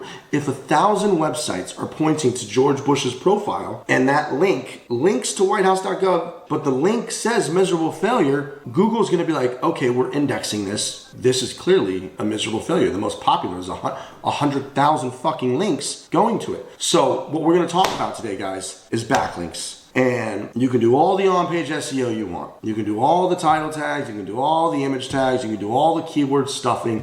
You could do all the things that you think will rank that page. But if you're in an area that is competing for a keyword and there's a lot of results, for example, junk removal, just because you make a fucking website that says junk removal is not going to get you to the first page. So you need to build backlinks. You can start signing up on social networks and putting a link to there. You can make a Google site and put a link on there. You can register on every platform you can possibly imagine and get backlinks. But backlinks to this day, I don't care what anybody says, is still the most powerful form of a vote of confidence, and Google indexing this as, junk removal Los Angeles. So backlinks, you can buy backlinks. Now this is where things get expensive. I don't want you doing this yet, but I do want to educate you guys on the type of backlinks. So let's just say you got a backlink for me. On Jedi Junk Removal, I had a separate page that linked to your guys' website. And let's say you're junk removal Columbus, Ohio. And I put your website, okay, boom. You have one backlink that says junk removal Columbus, Ohio from Jedi Junk Removal going to your website. Google now indexes that and says, okay, you know what? We're going to bump him up a ranking from position 32 to 31.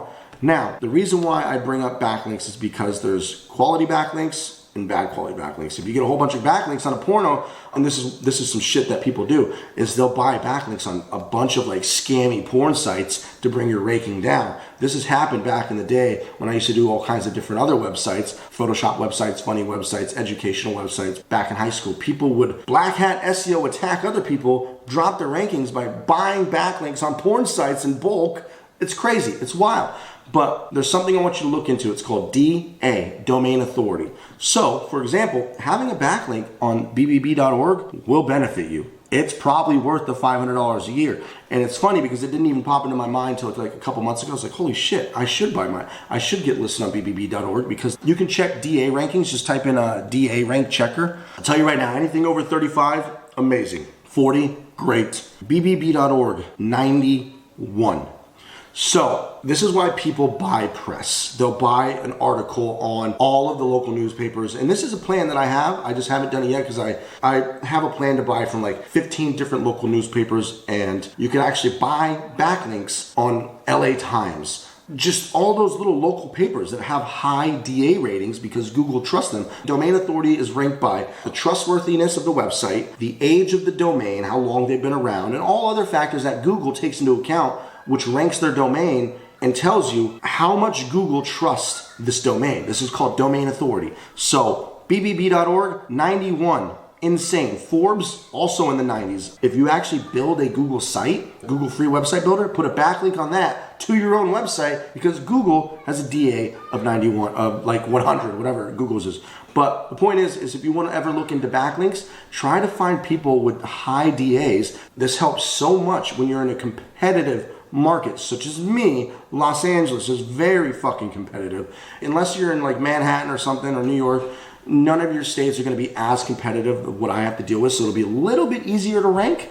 Don't buy backlinks and spend money until you have excessive amounts of money, but start looking into which places you can get links with higher DA, okay? And you can actually contact other bloggers or news places, news sites, anybody you can reach out to where you can volunteer a guest post or ask for them to interview you, so you can actually get a backlink as a guest post or being interviewed on their website. There's all kinds of tactics to SEO, but I wanted to specifically talk about backlinks because that is the most important thing when it comes to ranking a keyword in a very competitive market. When you're ranking a specific keyword, like if I was to try to rank for junk removal, junk removal is very competitive. You'd probably have to get some very high quality backlinks in order to get to the #1 position to beat 1-800-GOT-JUNK. It would take some high DA backlinks, and that would be the only way to become #1. The more broad the keyword, the more that it's going to be harder to rank for. And I guess I might as well mention the more keywords, junk removal Los Angeles, that's forward Los Angeles, junk removal Los Angeles, the longer the keyword gets, the easier. If somebody were to type in, how do I remove my furniture? That's a very long keyword. The longer the keywords get, they're called long tail keywords. They're more specific, they convert higher, they're easier to rank because they're specific, they're not as broad, so less people search for them, but they're more specific. So just keep that in mind. You have your broad keywords and you have your long tail keywords. So guys, I hope that helps. That is Andrew's advice on a little bit of SEO and backlinks.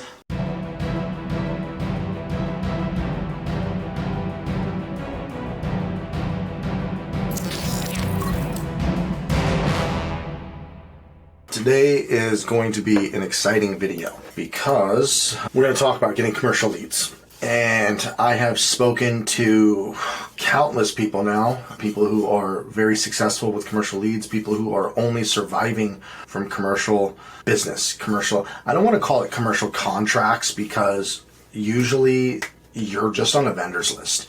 And that doesn't mean you have a contract, right? Now, there are people who have contracts where it's a monthly pickup, a weekly pickup, and you may get these contracts, but it's just going to vary on the business. But, the ultimate goal with commercial leads is to be getting consistent business from storage units, apartment complexes, nursing homes, businesses that need consistent junk removal. And I did some research, and I had a lot of commercial business too. Most of it was residential, but it was all from Google leads. So I decided to kind of do some research of how people are surviving from just commercial only. So I talked to a lot of people, and I'd say half of those people were surviving. They told me their business was 80% commercial. Some of them had, 50 apartment buildings. They were the lead vendor for those apartment buildings. And there's going to be some really cool secrets in here, guys. There's going to be some interesting things that you're definitely going to learn. But, one of the most effective is going to be what we already know, in-person sales. And we're going to dive deep into that. And I am going to share the secrets. And if you guys do what I'm about to show you, you can change the game. You might have to do it for an entire year. But I promise you, if you do what I'm about to show you, shit will get wild for you guys. So first things first, guys, if you go to the marketing video and you go to scraping commercial leads right here, this video will show you how to use Phantom Buster, okay? So Phantom Buster is the software that you can use to scrape leads from Google Maps. So you type in property, let's do apartment complex. There's probably thousands of apartment complexes in all of Los Angeles. Thousands. Like, how many apartment complexes are in the US? 5 million apartment complexes in Los Angeles. There are currently 27,000 apartment units. So obviously that means that's got to be buildings. So point is, guys, no matter where you are, there's going to be property management companies, apartment complexes, storage units. And this is not something I can put on YouTube, guys, because if 5,000 people see this video, that could be a bit of a problem, teaching people how to scrape and all that stuff. So first things first, guys, is before we get into all this, the first step is getting vendor compliant. And generally speaking, some of them might require workers' comp, some of them might require just general liability. I don't know, but I think probably just general liability, you should be fine. And getting vendor compliant means getting vendor compliant with, I think these are the three most popular, or not I think, these are the three most popular that you want to sign up for. Getting vendor compliant means you're showing vendors that you are a legit insured company. They're probably going to want to know, get a W-9, which is just a request for your EIN number, your general liability insurance, and they might want to see other types of insurance. So that is the first step, is getting vendor compliant. And we're going to pull up a couple of these, right? Let's just pull up net vendor. So what you're going to do is you're going to get compliant, because when you go to these apartment complexes, you can say, hey, if you use RealPage or Vendor Cafe, Net Vendor, Yardi, Vendorply, Nexus, we're compliant on all of these. Now, it doesn't mean that all these apartment buildings are using these vendors, this vendor software, but a lot of the big ones, like the ones that are 100 units, 500 units, they most likely use one of these big vendors, one of these three. So if we type in RealPage compliance, yeah, it used to be called Compliance Depot, I think, right here. So now it is RealPage Vendor Credentialing, formerly known as Compliance Depot. And then we have Vendor Cafe.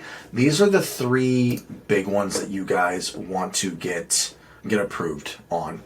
Once you get approved for these, you can actually, I know in some of these, I don't know which one, it might be Net Vendor, let's say whatever apartment building, and they are with Net Vendor, you'll have to pay an annual, somewhere between like $100 to $300 a year for access to that vendor. That property manager, you then have access to all the properties that they manage. You may have went and talked to one property, all right? And, you know, that property management company, we'll use an example of one of mine out here, Cushman and Wakefield. They use Net Vendor, so you go pay on Net Vendor the $100 or $200 a year, whatever it costs. But Cushman and Wakefield also has 20 other properties they manage in Los Angeles, or 100. You now have access to all those property managers, so you can start going to all those apartment buildings and say, hey, I just talked with Stacy over at so-and-so apartment. We're Net Vendor compliant, and, you know, I just thought I'd come over here and let you know we're on the top of the event. You know, we're an approved vendor and we'd love to work with you. And this is where your charisma comes in. This is where consistency comes in, because the fact of the matter is this: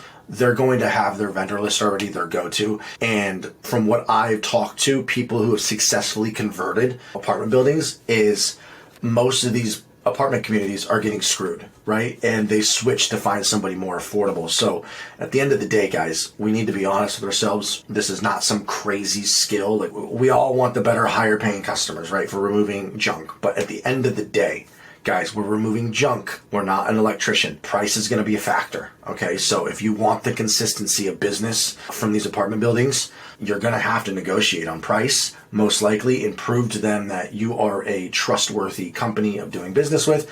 Because at the end of the day, the long-term game plan, don't screw these vendors. Don't overcharge them. So anyways, guys, step one, vendor compliance.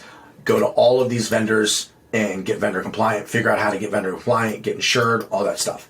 So once you have done that, guys, we are going to go over the methods of getting apartment complexes. We're going to call this scraping. Software. Scraping it's technically software, but I'll explain the software in a minute. Groundwork and companies, agencies, whatever you want to call them. We're going to talk about scraping, guys, and this is Phantom Buster, okay? So what you're going to do is go watch that video, guys. You are going to go scrape thousands of storage units, thousands, but we'll use apartment complexes. So you'll go scrape all these apartment complexes and you'll get a list of phone numbers and emails. You are going to then go record a voicemail and ring drop.co. Okay, so I don't know how well this will work for property managements. Probably not.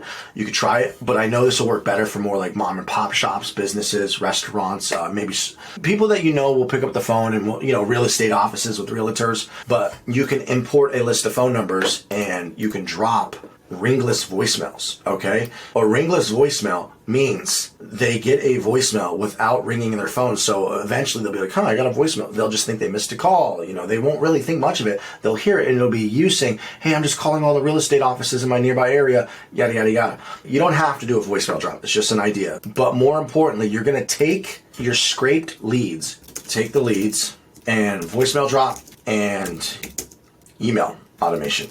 You're going to take all 1,000 emails that you collected from all the property management companies. You can use software like Go High Level, and I'll do a video on this later, but you can use Go High Level and it'll send out an email every week, every 2 weeks. So it'll be like, hey, hi, this is Andrew with Jedi Junk Removal. We would love to, earn your business and we're vendor compliant or, whatever vendor software you use. We'd love to figure out how to earn your business. If you're looking for a new junk removal company that is competitive on pricing and willing to work with you, we would love to be that company. Make it very personable and you just keep emailing them, okay? And this works. I've talked to multitudes of people who have done this, not the scraping part, but they'll go get a list from somewhere and then they'll just email for weeks, months, and they'll just continue to email these property management companies until a couple reply back. And it will happen if you stay consistent and you send out the emails every 2 weeks. And then you just keep sending these emails and you write an email for the first email that goes out, the second, the third.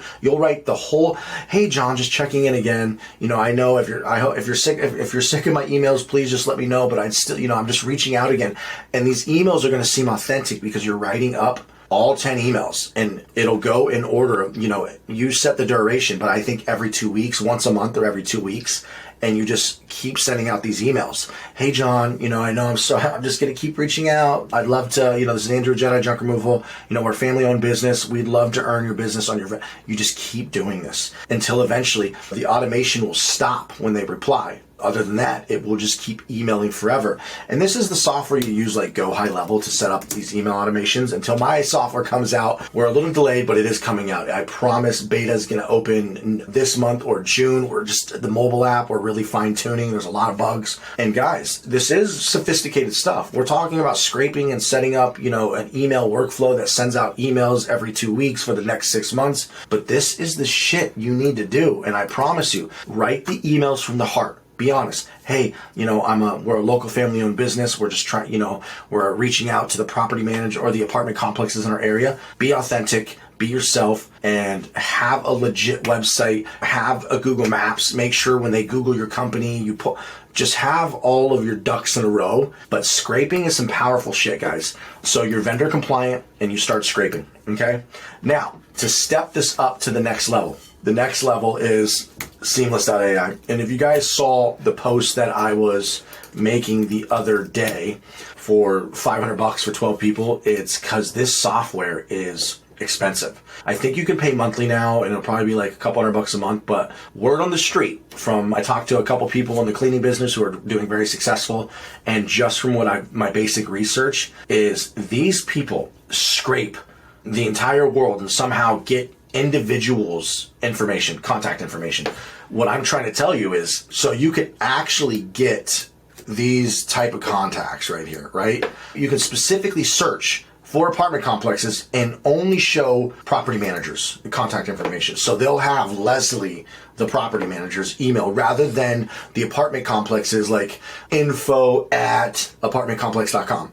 They'll actually have like Leslie's email. They can get the CEO's email. It is like the most accurate, up-to-date database of people's phone numbers and emails. It's expensive software. If you pay for it for the year, for just you, it's probably like a couple grand, $3,000. I think they just recently finally allow you to do monthly. They didn't used to, but I was trying to buy this for the year for all of us. If you guys are interested in this and you guys want to chip in, I think it's $7,500 for 5 people, $1,500 a person, but I think we could all have multiple logins. So I'm thinking like 10 people or maybe even 15, and we all do $500 each. And I think I get 5 accounts, but I'm pretty sure we could have like 3 people log into each account. Should be fine. I don't think they're going to track that. This is the next level of software. And you do the same things with this, guys. You take the scraping to the next level, because scraping is going to get you the public email address. There will be like normal emails on there of the actual individual name, but a lot of the emails are probably probably going to be like info at, or help at, or support at, or contact us at email@apartmentcomplex.com. So you're not going to be getting like that individual's email straight.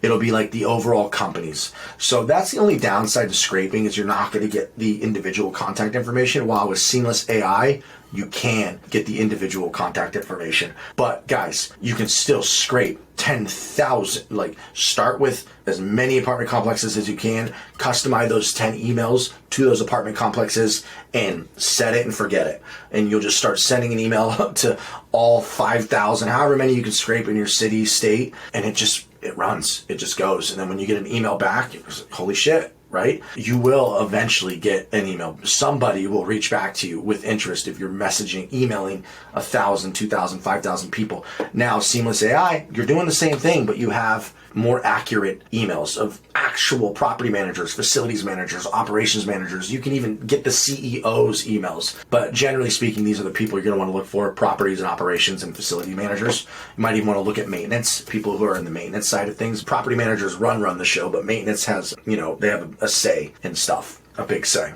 Let's talk about groundwork, guys. And this is a big one because I talked to a couple people about sending out emails, and we're going to get into that down here in companies' agencies, having a lot of luck with with sending out emails and actually getting apartment complexes and being on the vendor list from doing what we just talked about. But most of the people, it came down to this: groundwork. Okay, came down to groundwork. Literally, one guy told me he does 10.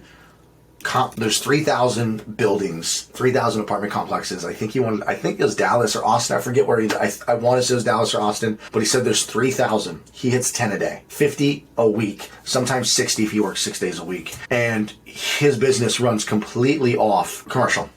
Between 2 or 3 property management companies. I think he's got like 50 or 100 buildings that use him. So he's just completely full from just those property management companies. And that's it. He went to 10 a day. And he says it was just a numbers games. And he would always make sure to get to the property manager. And if he couldn't get to the property manager, he said he tried to befriend the maintenance guys and really just try to get to somebody in front of the leasing manager, right? Or in front of the leasing agent. You want to try to at least get to the leasing manager, property manager, maintenance techs. And you want to bring them a little gift basket with your business card in it, with some chocolates. You can get 100 of them on Amazon for $20, little brown bags, little color bags. Go to the Dollar Tree, spend $50 on Dollar Tree candy. You'll fill up all the bags with candy, put in your business card, and you're trying to at least show your face and tell them you're vendor compliant. And really, this comes down to charisma and letting them know that you want to do business with them and that you're vendor compliant and you will beat anybody on price, and you'd love to show them that you can be their top vendor. And this is really a numbers game. At the end of the day, guys, networking is going to be your best friend when it comes to this type of stuff. At the end of the day, networking is always going to trump BNI, apartment association, PMA, Property Management Association, Chamber of Commerce, and general networking events, which you can find on Eventbrite. You can go to real estate events. You can go to just general business networking events, local networking events, real estate networking, anything you can think of in terms of networking. So putting your face out there, guys, this is the name of the game. If you want to solely survive off commercial and increase your commercial game, you have to double down on groundwork. We all know this. It's boring, sounds monotonous. You're probably going to get rejected a lot, but if you hit 10 a day, 60 a week, and you rank them by how hot and warm they were, and you just continuously, but I forgot to mention, with these 10 a day guys, you're going to keep going back to the ones that seem the most warm. You're going to continue to go back every month and show your face and bring them another gift basket. And when you really think you're starting to get in, donuts. Bring them donuts. I've heard this works really well with donuts, but I've also heard people say it's a waste of money. I have a guy who was doing donuts and he said it just wasn't worth it, but it would be worth it once you start to warm them up and you get them interested. And you go back the following month, see the maintenance tech again, see the property manager again. Once you feel like you're getting close and they're going to try you, or maybe you do get added to the vendor list, bring them donuts. Remind them that, hey, try me instead of the guys that you have now. I'll be faster, I'll be better, I'll be stronger.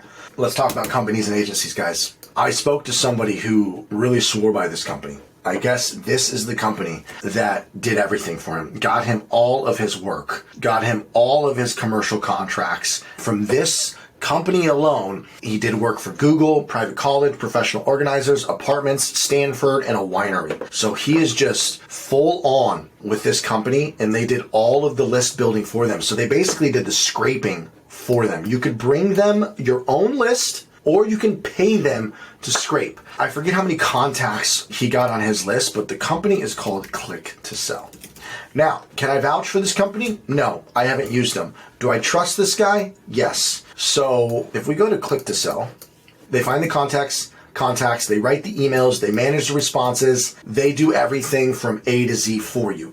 He had to pay for the initial list because they will build a list for you, but that's going to cost you a couple grand, depending on how many contacts you want, how many leads you want them to find you. So just building the list is going to cost you money. I think he mentioned 2,500 contacts is the total size of his list, and that might have cost him $2,500 to $5,000. I don't remember how much he paid for them to build that list, but they build the list for you in your area. You tell them what kind of stuff you want to do, and they build it out for you. So they'll build the list. You can bring your own list too. So you can scrape your own list and give them that list. You can get seamless AI, and then they will use that list. So they can build the list. That's going to cost, somewhere between depending on how many contacts, call it $2,000 for the list, but their monthly fee is $150 a month. And that is where the magic comes in, is they send out the emails every week or every 2 weeks. They manage the responses. They craft the email so it sounds like it's coming from you. So they do all the legwork for you, but you're paying $150 a month. And he says he saw results within 2 months.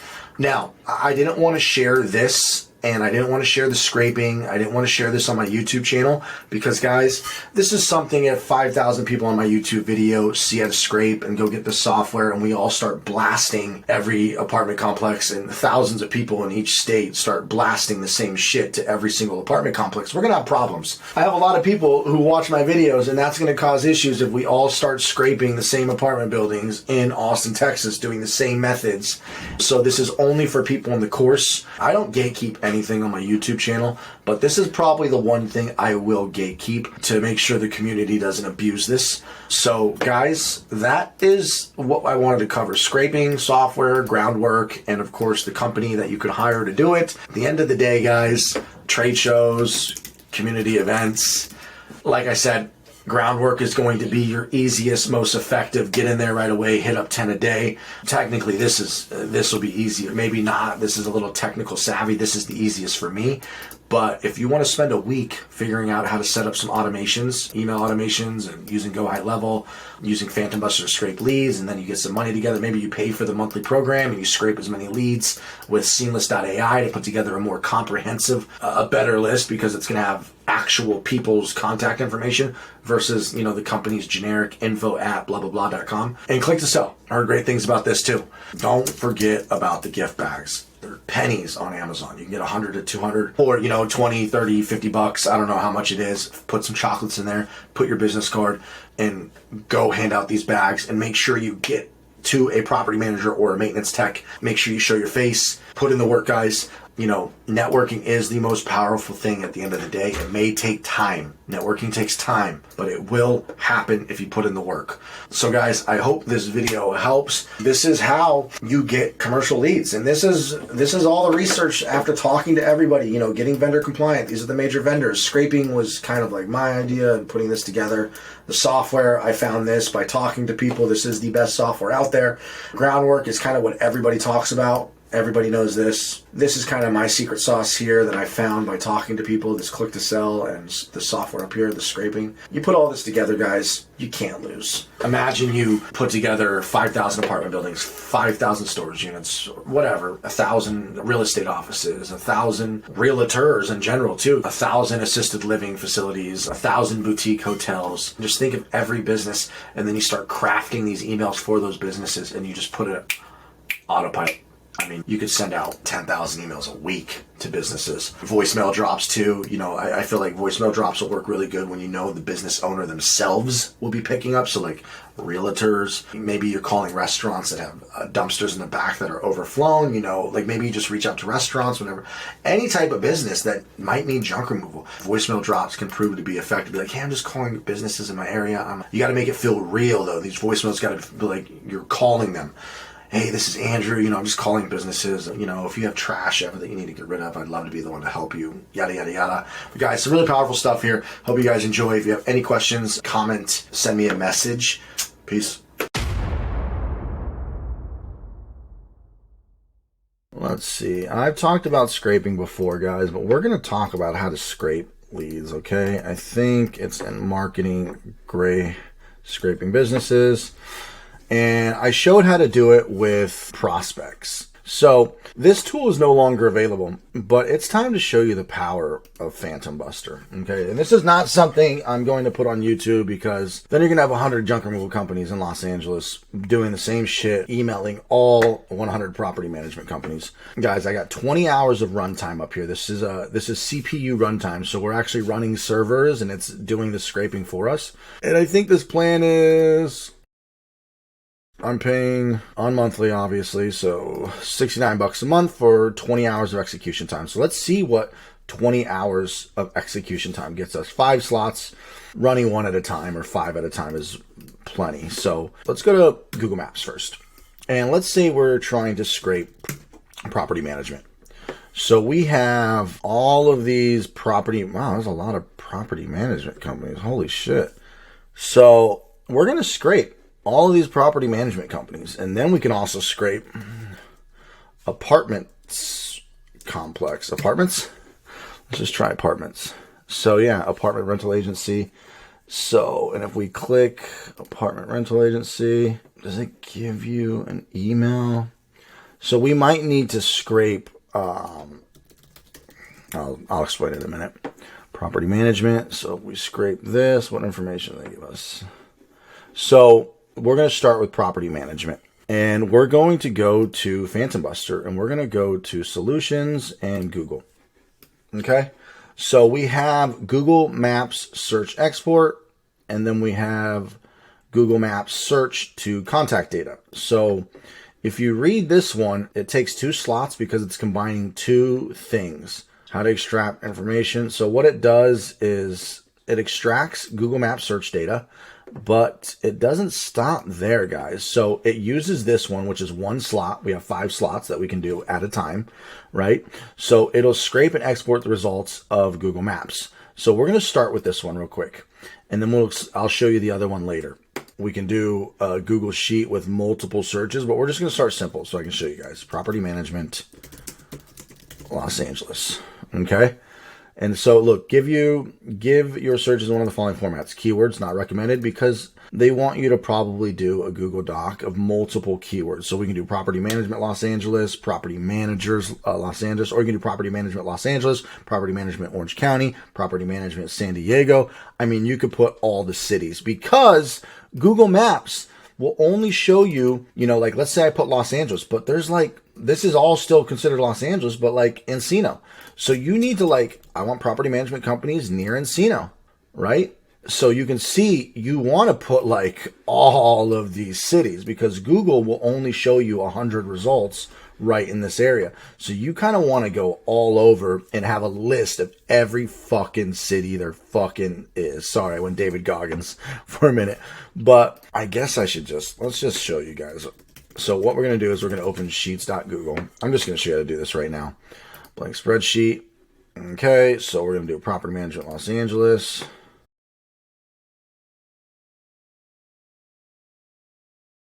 Let's see what other general. So I did up here, I did over here, I did here, I did over here. Let's hit Torrance, and then I did Manhattan Beach, but let's go Long Beach. So let's go property management Long Beach. Okay, so now we have to make sure that this is public, right? So we go share, and property management to scrape. I spelled it wrong, but I don't care about now. General access, anyone with link. That's how you make it public, okay? That won't work if you don't do that. Hit copy link, and let's go back to searches to scrape. So now we just put this right there. We hit save, and browser's language number. The most you can do, I think, 120. Number of spreadsheet rows. If left empty, process all your search. Yep, okay. Extract GPS coordinates. Don't really need that. That's fine. And I'm just curious to see what we get without the second slot because I don't remember, but we're probably most likely going to need the second slot. So we're just going to hit save and we're going to run it right now. So hit save. We're just going to run it once. And you know what, guys? I don't want it to take forever. So let's just do these two. And as you can see, you can add as many as you want. It'll just take longer to run. So let's hit save, launch manually. So now, if you look, we have, let's delete this. You'll see we have one slot used, right? We're only doing the Google Maps search export versus 2 contact data. What the contact data does is it goes to the website, scrapes everything on the website, finds social media, emails, very powerful. So you'll see it uses this Google and then the email extractor, which if you look at the email extractor, where is it? Email? Yeah, right here. It uses data scraping crawler. So it took me a minute to find data scraper. So if we look at this data scraper, extract email addresses, phone numbers, and social media information from any site on the web using. So you give them a list of websites. It will go find everything it can off of the website. So you can get all of the Google Maps data, thousands of property management companies, thousands of real estate offices, thousands of storage units, and feed it through this. And then you can go get all of their information off their website. But right now, we're just going to see what we get from Google Maps search export. So we are going to run this and launch it. And I'm going to pause the video because this is going to, who knows how long it's going to take to run. So I'll be back once it's done. All right. So look at that. We're back, guys. 238 property management companies extracted. So if we go to, oh, and you guys can rename it like, let's see, success. Okay, let's delete this one. But like, you might want to run 5 at a time. So you're like scraping Los Angeles, you're scraping San Diego, you're scraping Ventura County. Maybe you're doing realtors, maybe you're doing property managers, so you could run all these at the same time. And that used up 20 minutes of execution time. But when you do the other scraper that goes to the websites and gets the data, that uses up a lot more time. But you can rename these, like this would have been property managers LA. So you can kind of see what processes you're running. And then we go to, let's go to it. Let's go check out the results. So guys, this shit's wild, right? Let's download the results. We got a CSV file. Okay, so as you guys can see, what do we got? We get the company name, we get the rating, the amount of reviews, we get the category that they're labeled on according to their GMB profile, the address, you get their website, and the phone number. So you can like, let's just do it through. So we get their phone number, so you can literally just strip out this part. I'll teach you guys how to do this. You get everything that's on their Google Business profile, but you'll see what's missing is we don't have their email. So we can like leave them voicemails. We can do a voicemail drop, call all of them and leave a voicemail, or, hire somebody to cold call. But why don't we take it a step further? Let's do the same thing. Well, the settings, setup. Okay, let's take the same spreadsheet right here. Now that we're done, I think if I remember correctly, we do want to download the results before you delete this, because you could only have 5 at a time. We've only got 1 in there. So now when we add the other one, it's 2 slots. So that means if we use this flow, we now have the old one and this one, total of 3 slots. So what this is going to do is it's going to go through the same Google things that we just scraped, all 238. And I just put 2 cities, guys. And that's just property managers. We can do apartment complexes, property managers, realtors, storage units, hotels. I mean, get creative here, construction companies. But let's see what email and social media data we get. Now, you need to decide if you want the phone number from the website. I think it's a good idea. Grab their phone number from the website, grab their email address. And do we need their Facebook? The more data, I mean, if they have it, why not take it, right? Maybe you can do something with it in the future. It might take longer to scrape all this stuff. Like maybe once it finds the email and phone number, we're good. So honestly, I'm just going to keep it simple. Emails. Emails and phone numbers. It's just nice to have all of the phone numbers and emails from their websites too, because maybe their Google Maps number is different. Who knows? But let's just save that. And this is going to take a little bit longer. So it's not going to be long for you guys because I'm going to stop the video, but this will take drastically longer, probably a couple hours. Well, actually, we'll just see the execution time when we come back. So we know there's 238 businesses that were scraped from Google Maps. Let's find out how long it's going to take to scrape 238 and go to their website, get their emails and phone numbers. I will be back. Or actually, let's get this flow started. Enable flow. Oh shit. So now you got one phantom running and you know, this one was finished. So we will do, let's rename this to scraping property manager websites.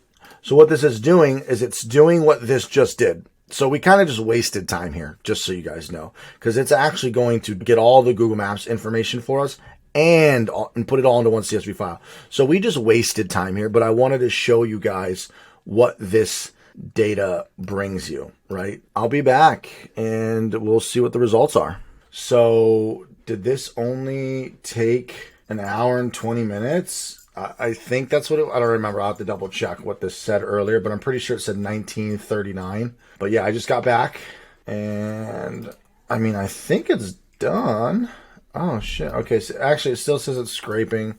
Let's wait a little. Let's just dive in real quick. Okay, so guys, like look at all these property management companies, guys. Look at this. I could probably scrape thousands of property managers, realtors, storage units. Like this is insane. We got 239 locations, which I think that should match what we got here.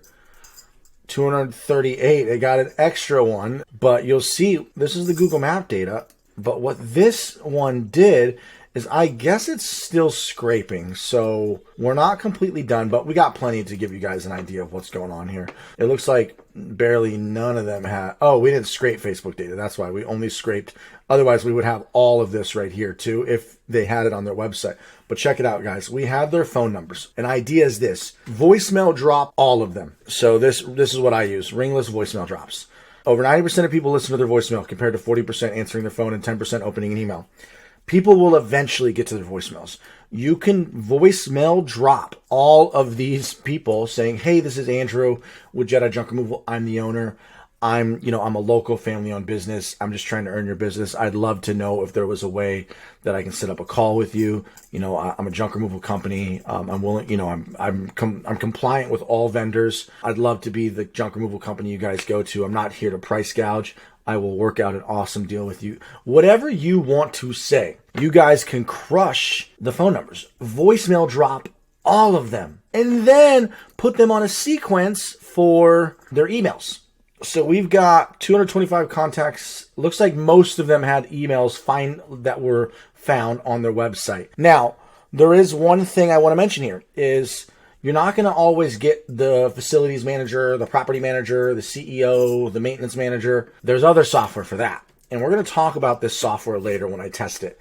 This is the leading software for finding certain people's email addresses, like property managers' direct email address, rather than like the hello at or info at or, you know, so we're going to talk about this software later, but it's very expensive. I think it's $3,000 a year. They used to not do monthly pricing, but they do now.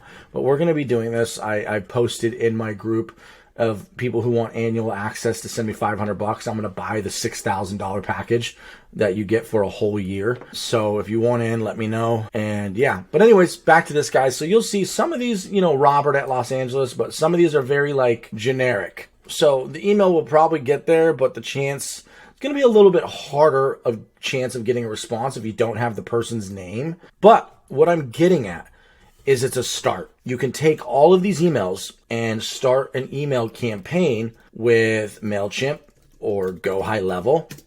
You could import all these contacts and you can start an email campaign. Now, you got MailChimp, you got all kinds of email programs, guys, but my software, you'll be able to import the emails and do an email marketing campaign as well. So it's going to be super awesome. So obviously, I want you guys to use my software. It should be ready. The beta starts April 8th. The email marketing and text message marketing will be ready a couple weeks after that. So let's just say towards the end of April. So you guys can just study all this, get prepared, and use my software when it comes out, when it's ready. And you don't have to sign up for all this other crazy shit like Go High Level or MailChimp or all this fucking crazy shit. But guys, we have, give or take, 239 emails. We have all their phone numbers. So, see, some are missing. No website. Okay, so maybe we only have, out of the 239, let's just say 200 emails were found. But we've got all their phone numbers for the most part. Most of them will have phone numbers. Like 99% will be phone numbers. But if you hit them both with voicemail drops and you throw them into an email campaign, and what you do with the email campaign is you send an email, and if you don't get a response, it sends an email 2 weeks later, and if you don't get a response, another email 2 weeks later, and it stops responding when you get a response. That's how these sequences work. I will make a video with my software on how to do these sequences and how to set all that up. I'm not going to show you how to do it with other software right now because my software is coming out very soon, but the leading industry software for setting up marketing sequences is probably gohighlevel.com. This software right here, they do text message, you can do text message marketing, email marketing, and they call them workflows. And you can set up these workflows that automatically do things and react based on their responses. It gets very, very complicated and very customizable and very powerful. We are going to kind of dumb it down with Autopilot and make it simple. Hey, do this, do this, do this. When they respond, stop. I'll respond and take over once they respond. But guys, very powerful shit with Phantom Buster. And this is just part one of this series. I am going to do more on this stuff and, really going more in depth. But this should open your eyes, guys. You can spend all day scraping and probably collect 5,000, 10,000 businesses. Use up all your execution time for that $69. Get 5,000 real estate offices, 5,000 storage units, 5,000 property management companies, 5,000 apartment complexes, 5,000. Just get as much data as you can. Make a giant fucking list. This list will be powerful. This list will change your life. Now, granted, like I said, you're not going to always get people's names. That's where Seamless comes in. This shit's more expensive, but you can build a list with this software as well. And then it really comes down to how well you set up your marketing sequences, your email sequences, your phone sequences, your text message marketing, and start building these commercial contracts. And this is just one thing you can do in the background that's running constantly, emailing 10,000, 15,000 of the leads that you built while you're still doing shit in person. You are going to still visit 10, 15 commercial buildings a day, apartment complexes, property management offices, storage units. You're going to hit 10 to 15 units a day, but I'm saving that for another video, guys. This is just part one of building up your list. The next step after building this list up is then what do we do with that list and how do we do it? Where do we import those contacts to? I gave you guys the industry, what everybody's using. All marketing agencies are pretty much using Go High Level. There are other email marketing tools you guys can use. Like MailChimp is the first one that comes to mind. They're going to be more expensive. And I don't know all the email marketing tools out there, but you will be able to use my software, and I'm going to make sure it's stupid easy to import your leads and start sending out all this stuff. So, guys, I hope you guys enjoyed this Phantom Buster tutorial. I mean, this is crazy, guys. Like, look at all this stuff we have. It is powerful, powerful stuff here. And if you utilize this correctly, you do it correctly, and you put them on sequences where, let's say we built a list of 5,000, 10, let's just say 10,000, 10,000 combination of, obviously you want to separate your property management companies because each email will be like, hey, this is Andrew. Noticed, I'm reaching out to property managers, property management companies. You want to make it seem like it's coming directly from you, but imagine you have it just following up every 2 weeks until they respond. Even if it takes 6 months, eventually they're gonna be like, this motherfucker's consistent. And you write each email saying like, hey, it's Andrew again, just checking in. Each email is like handcrafted from you, so it looks like it's coming from you, even though it's being sent to like thousands of people. Then you do the same with storage units. You do the same with real estate offices. You do the same with hotels. Dude, you're gonna land some people who are like, you know what? I'll give you a shot. I'll give you a shot. And I know a lot of people who have done this, and it works. Anyways, guys, powerful stuff. Do this, and you will see results over the next 6 months. Peace.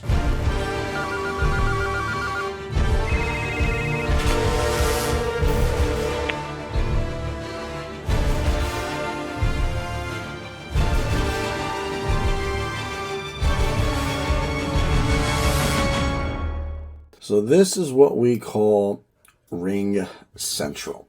So you have two options to choose from. So you have open phone, which they had some really cool features, guys, but it was just not working for me. I kept getting static and the calls weren't as clear and there was just this weird staticky noise. And I don't know if it's because my phone calls that come through my system redirect from CallRail 2 times, and I'll explain why. It's because it goes through CallRail through ClickSkeek, which I have ClickSkeek, which is, let's see where we're at this month.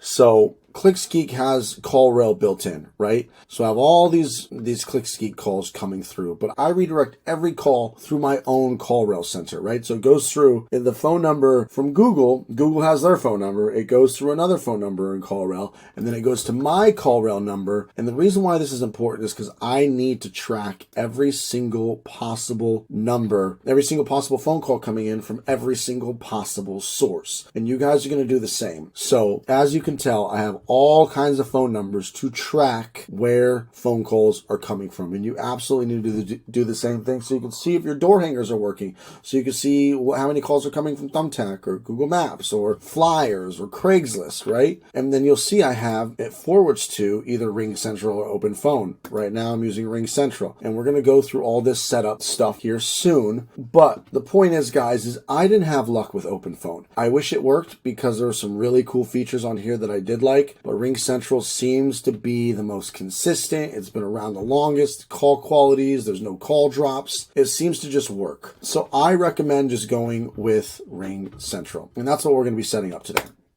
So Ring Central is kind of like having your own call center, okay, guys? You've probably seen those phone devices, right? Where you would see in call centers, there's actually like a fancy ass phone where the call agent would have a headset on and take the phone call and they could transfer it. You can actually buy those devices and have like a legit call center with physical devices if you wanted. That's how legit this company is. But we're not going to be doing that. We're going to be using software. As you can tell, we've got this software right here, and we're going to go over all of the software in a minute. But let's start with CallRail, guys, because the first things first is you're going to set up a CallRail account, and you're going to set up a couple phone numbers. You're going to set up a phone number for your truck, the decals in your truck. Unless you've already put the phone number on the side of the truck, don't worry about that. You're going to set up a phone number for Google Maps, Google Local Services. You're going to set up a phone number for your business card. You're going to set up a phone number for your website. You're going to set up a phone number for Yelp, Thumbtack, social media, any source that you want to track. If you have a phone number in your shirt, all that. For example, I have not done yard signs yet, but you are definitely going to do a yard sign phone number, okay? All these phone numbers are going to go through what we call a workflow. Okay, so it forwards calls to Ring Central and Open Phone. These are workflows, guys. Now, this workflow is something we're going to create later, but for now, check it out.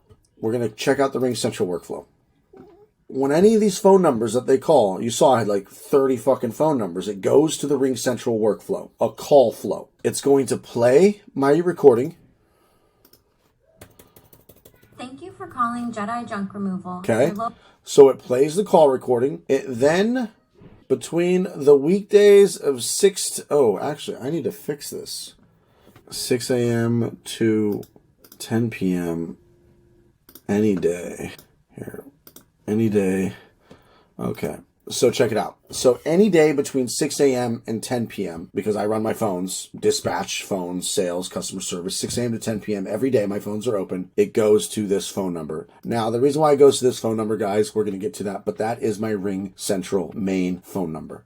So I could technically have the call recording play on Ring Central and set the schedule up on Ring Central, but it just was easier to do it here since I'm using CallRail. But if you guys aren't using CallRail, which I strongly advise against it, because I want you to track yard signs, I want you to track business cards, I want you to track door hangers, I want you to track Google Ads, I want you to track whatever. So I want you guys to be tracking all the time. So I don't care if you're using ClickSkeek or not, you should have your own CallRail account. So this goes to Ring Central. Ring Central automatically picks up the call within a second, so this step will never even happen if 20 seconds doesn't happen. But, for example, if it did, it would play the leave a message recording. Thanks for calling Jedi Junk. But they'll never get that call because Ring Central picks up no matter what, and Ring Central plays hold music and then connects them to one of the call agents. So, save. Okay. So now that you guys kind of have an idea of setting up phone numbers in these tracking numbers, so you can just create numbers. You'll see I have 2 pages of phone numbers. And then you have your call flows, workflows, okay? And that is how call flows and tracking numbers work in CallRail. That brings us to RingCentral. You're going to have your call agents download the desktop software, okay? It's also on your cell phone, which is great. So like if you're out and about, you could use RingCentral and your call agents can direct phone calls to you, which is awesome. So if they have an upset customer or a customer has questions and they're like, I can't answer it. Let me just transfer it to you. They can just say, hold please while I transfer to Andrew. It's pretty freaking cool. So let's get into RingCentral. RingCentral is kind of a nightmare to set up. Okay, so we're just going to kind of go through the basics real quick. You're going to have your super admin user account that's just going to be you in the beginning. But as you add your call agents, 1, 2, 3, you'll add these new users, right? And to add a user into, you need to make sure they're an MVP user. I think this means message, video, phone, okay? You don't need Video Pro stuff. You're just going to add MVP users, okay? I think with a RingCentral account, you get 1 MVP user, but each MVP user you add costs you an additional $45 a month. But there is something I want to go over real quick. When you add your first call agent and when you're ready to actually step up, get to this level and add your first virtual agent, whatever, call agent, office manager, whatever you want to call them, you will have to add an MVP user. So when you add this MVP user, you then give them access to RingCentral. Let's go with Mr. Edward. We want to set some settings. You want to make sure under settings and permissions for you as well and me, automatic call recording, inbound on, outbound on. It's off by default, okay? So like if we go to me and we go to my settings, oh shit, mine should be on. I am never on RingCentral. I don't touch phones anymore, but you definitely want to make sure that everybody's call recording is on. See, I have automatic call recording on. And then, honestly, department, customer service. You just make a department, customer service, yada, yada, yada. Anything else that's very important. When you add a new MVP user, they're going to be assigned a unique phone number. You have a main company line that you're given when you make your account. So each person is given a unique phone number, right? And then you're also given a main company line.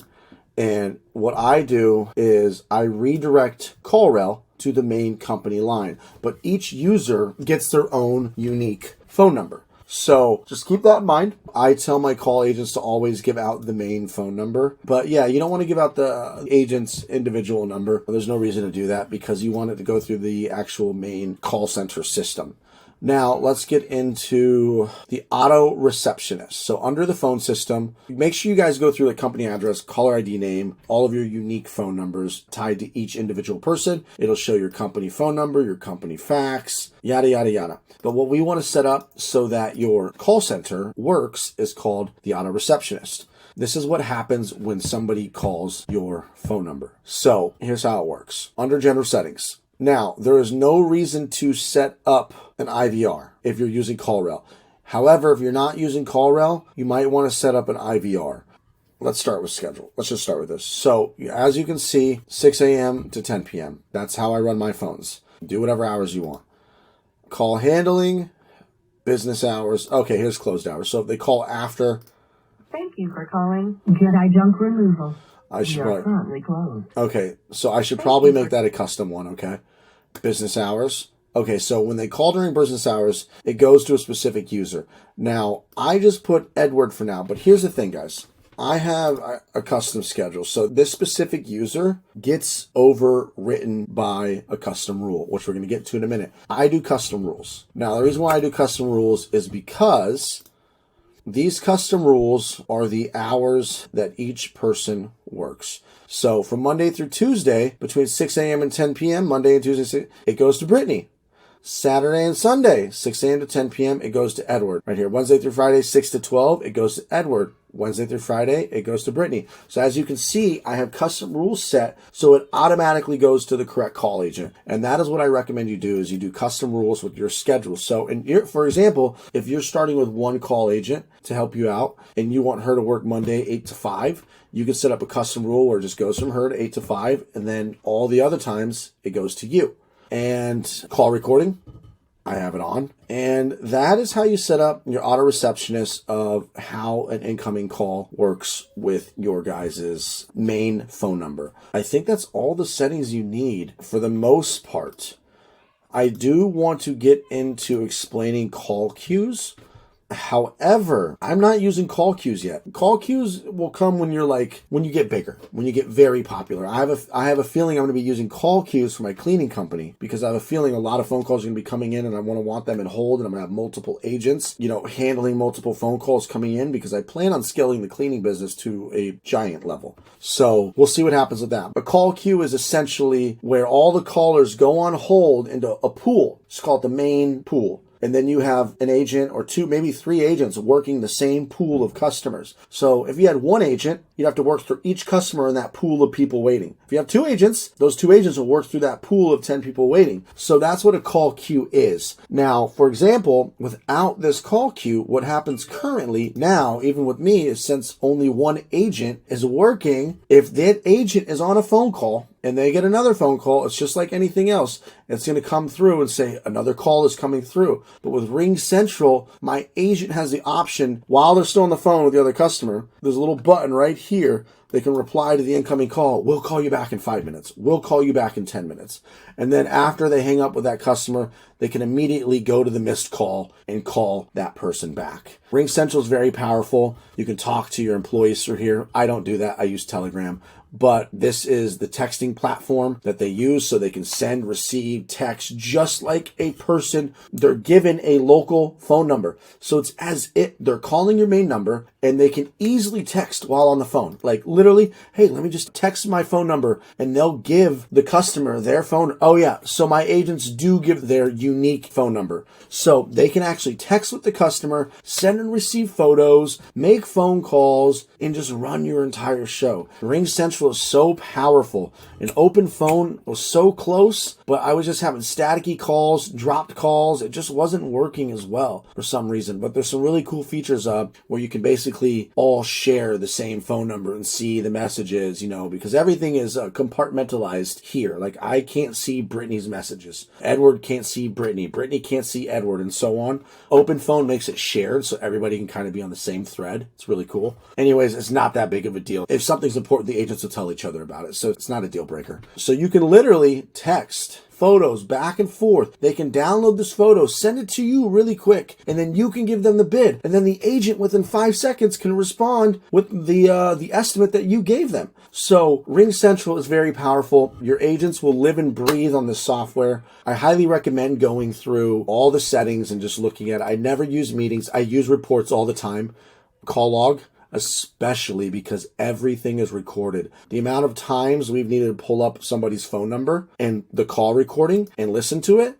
And you can do the same thing in CallRail too, but Ring Central is more powerful. Good afternoon. This is Brittany with Jedi Jumping. It's more powerful here because it records outbound calls. CallRail, all the calls incoming, fine. But Ring Central, every phone call your agent makes, whether the agent receives the call incoming or the call's outgoing, the call's recorded. So Ring Central, very powerful, guys. And, I'm probably going to record more videos on this, but this is how you guys get it set up with CallRail and Ring Central. And just so you guys know, if you're using WorkEase, real quick, my WorkEase settings, I have my WorkEase number because, as you know, if you have House Call Pro, wait, that's not right. So here's how it works. WorkEase sends out automated text messages. On my way, we have arrived, we have finished, please leave a review. All the time. And it's very important you guys do that. But those text messages come from a WorkEase phone number. Now the problem is a lot of people will text to that phone number. They will call that phone number. Obviously, my agents will text. They will text in the system forwards to 805. The last 4 digits are 6387. Just remember, 6387. All WorkEase phone calls incoming to the WorkEase phone number that people respond to or call forwards to this phone number. However, if they text it, the text messages do come through the WorkEase system, which is down here. So look, if customers text, they're all down here. So your agents can respond to the text messages through the WorkEase system, no problem. But the problem is when they call. How do you make a WorkEase phone number go to your call center? Because I don't want to deal with all these WorkEase phone calls coming through. I don't have time for that.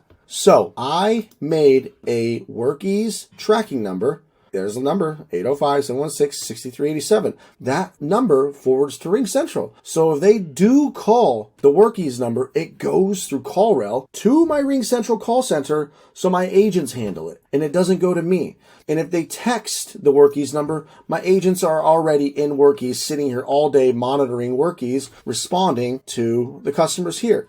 And guys, that is how you set up CallRail. Whether it's House Call Pro or Workies, you want to do the same thing. House Call Pro will forward to a CallRail number. The CallRail will forward to your main Ring Central number. And that is how you set up a call center. I'll probably go in more depth with the settings, but that's kind of a high-level quick overview of how to build out your mini call center. So I hope that helps. Obviously, the next step is going to be hiring some VAs. We're going to be training them. I'm going to show you the training, how I do the training, and we're going to go through all that stuff. So rock and roll, guys.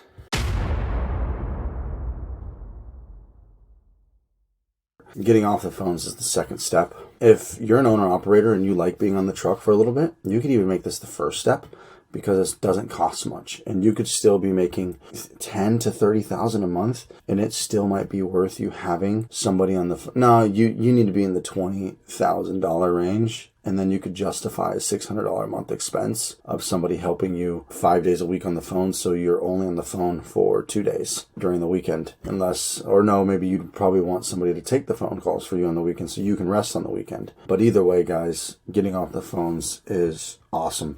So we're going to discuss about how to train a beast, and you do need to pick the right person. And you do need to train them very well. So it takes time. Finding somebody with little to no accent is the hardest part. And then making sure you train them is also hard too, and making sure they're good. So let's just get started. And actually, guys, it doesn't matter if they're from the Philippines. It doesn't matter what country. It doesn't even matter if this is somebody that you hire in America. But this is how I trained Brittany and Edward. And then they kind of just they trained our new person who came on, Ashley. She's going to be helping out soon too. But let's get started, guys. So the first thing that I want to tell you guys is, depending on what you pay them for full time. The ad that we did was $640 a month. I pay mine $800, which comes out to $200 a week, right? So pretty simple. We pay them through wise.com.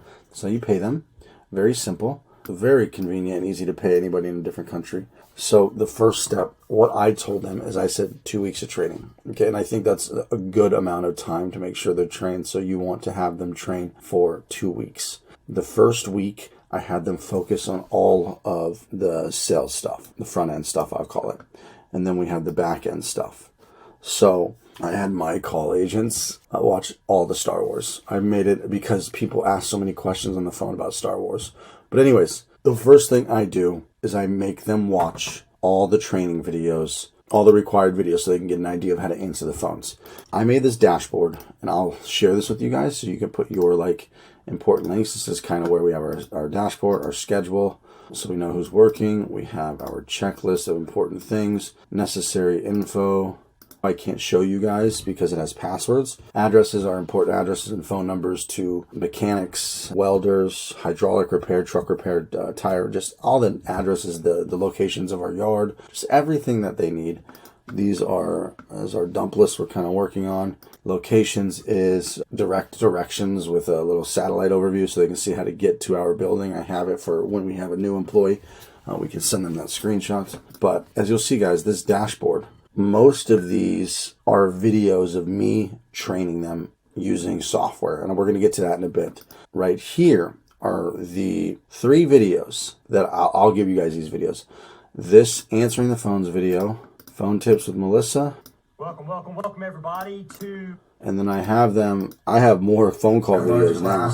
So I have them watch me take the phone calls. So this is almost a 50-minute video. All these phone tips right here, 25 videos. If you add these up, it's about another hour, give or take. I'd say it's probably another 40 minutes. So we got 50 minutes plus another 40. Okay, so it's 90 minutes plus another hour. So it gives us 150 minutes. You divide that by 60. We got 2.5 hours of content, give or take, that I have them initially start with. I tell them to take notes. I tell them I'm going to pop quiz them after. after they watch those videos, guys, I have them listen to 200 recorded calls, which means you need to set them access to your call rel. Now, I'm going to do you guys a favor since you bought the course. If you guys do not have access, or if you have not been using call rel and they can't listen to pitch like an actual somebody doing sales, I included 200 calls for you guys that you guys can hand your agents, and I have them listen to them. And here's the thing, guys. I tell my agents I'm going to pop quiz them and try to like find some gotchas to make sure that they listen. So try to find some key points in these videos that you want to ask them to kind of be like, hey, so how do you handle this objection? You should watch the videos yourself so you can actually pop quiz them and ask them a couple questions in 2 days time. And same with the recorded phone calls. Maybe give them 10 or 20 that are very crucial, but tell them they have to listen to 200. You know, like they can listen to 20 a day over the course of a week. I then also have a sales script. This is our general sales script. Tell them you don't need to go by the sales script exactly. You need to in the beginning because they need to understand what they're selling. But I have kind of like my general rules. I'll include this too. You can adjust it, edit it, do what you think is better, not better, whatever. But I explain how I do this. So they have now got 2.5 hours of videos, 100 phone, let's say you do 100 phone calls, 5 minutes average call, 500 minutes divided by 60, another 8 hours. You should try to like force them. They need to listen to 8 hours of calls, at least that initial, no, they need to listen to at least 100. And you tell them you're going to make sure that they listen to all 100. Just say that's very important, that over the course of the whole 2 weeks, you listen to just like 10 a day or something. The sales script, you give them the sales script. And then city and dump map training is what I give them next. So you kind of just give them these tasks one by one and just say, hey, how many of these recorded calls you got done? They'll say 20. And then you can move on to the next one. But tell them to keep listening every day. They should watch this immediately. They should listen to 5 or 10 immediately. And then you give them the sales script. They should start this all on day 1. Then on day 2, you can give them, I have links to everything important. You'll see I have a dump map. So you can make a dump map, guys. So it's called Google My Maps. And this is what you're going to do. I give this to new employees. I give this to all new agents. And you can create a map. And what's really cool is you can put these dumps everywhere. But more importantly, guys, it wasn't the dumps at first I wanted them to learn. It was Los Angeles and San Fernando Valley and Ventura County. So I built this service area and I highlighted the counties. Here's LA County, here's Los Angeles, and then I also put San Fernando Valley. And then I added all the major cities and I pop quiz them. We'd jump on a video chat. Where's Camarillo? They'd go Ventura County and they have this memorized. So I have them study the city so well that they know everywhere, where they know where Fillmore is, they know where Santa Paula, they know every major just as good as I do from living here. So I have them study this city map, and then eventually, once we get rocking and rolling, they study where the dumps are, so they know where the dumps are. And then, but this is easy. They can pull up the nearest dumps and tell the employees where the nearest dump is. But, after an employee's been working with us for a couple months, they know every single dump. But in the beginning, the employees will just message on Telegram, hey, where's the nearest dump? You have them city and dump map training for 2-3 days, however long it takes them to remember everything. You jump on a video call. You pop quiz them, guys. It's that simple, okay? Don't overthink this. When you hire them, you just give them the list of things you need to do. You send them everything they need, and you have them start cranking away, studying, watching these videos, listening to calls, studying the sales script, studying the city. So in the first week, you don't have to do shit except for have them study. At the end of the week, you're going to do mock calls for about an hour with them every day for the last remaining week. After they've digested this, they just need to practice with you because you'll know exactly what to ask them. So you will do this whenever you think it's time. If they say they're ready within 3 days, you're going to mock train every day with them, guys. 30 minutes a day, every day, and just give them feedback. And then just do that every day while they're studying everything else. If you think on day 3 they're ready for mock calls, you start day 3 and you do 10 days of mock calls. And then you eventually throw them on the phones. And then software training. So this is something you're going to need to use the app that I'm using right now called Loom. And I could possibly include my Loom videos, but I have all these Looms, okay? This is software installed that allows you to record your desktop and your face at the same time. I can make it bigger. I could drag me around. You can train people on the computer how to do what you do. So you'll see that I literally teach them how to log employee tips. I record a video on everything, how to logging income and expenses. This is a very, man, where did all these go? But these were all my videos training them how to do specific things that I do, admin stuff at the end of the day. This is basically my P&L right here. It's missing, but this is all stuff that I do at the end of the day, adding up all their tips, putting it into our P&L file, all that stuff. Booking a job. So I recorded myself taking a customer phone call. I'm going to do the terms myself. And I was like, I got it. Right. Okay. And I would literally show them. RACHELLE. 4316. Boom. I'll text you from my direct line because Right. this number you're calling. This was software training. I just made videos and I made 1, 2, 3. And then I did booking a job during a live call. 10 minutes long. Okay. So it's looking. We could maybe squeeze you in. So anyways, guys, if you're using Workies, I could probably just give you guys these videos. If you want these videos, message me. Maybe I'll just put them and make them public. I don't know. But if you don't see them public, message me. Asking for a zip code video. I don't know what that is. Oh, so I show them how to create estimates. Just basically everything that I do in Workies that is very specific to me and my company, I record for them. I had them watch all of these videos, guys. And then I set them up an account. I think I actually had them set up a trial account first because the free trial in Workies you can do, or the demo. And I had them play around with the demo first after watching all these videos. And then I said, when you feel comfortable, I then made them a user into our system. So guys, software training, that's going to be a little more work on your part because you're going to have to get onto the computer. Oh, and I made a video route planning and squeezing in more jobs. So I showed them how to manage 2 trucks or rearrange the job schedule. Today, I am going to teach you a pretty day. So I show them how to check the route and adjust the route and call customers and change it to make it more efficient. It doesn't always work out because customers, sometimes they have to stick to the time they wanted. Software training is, oh wait.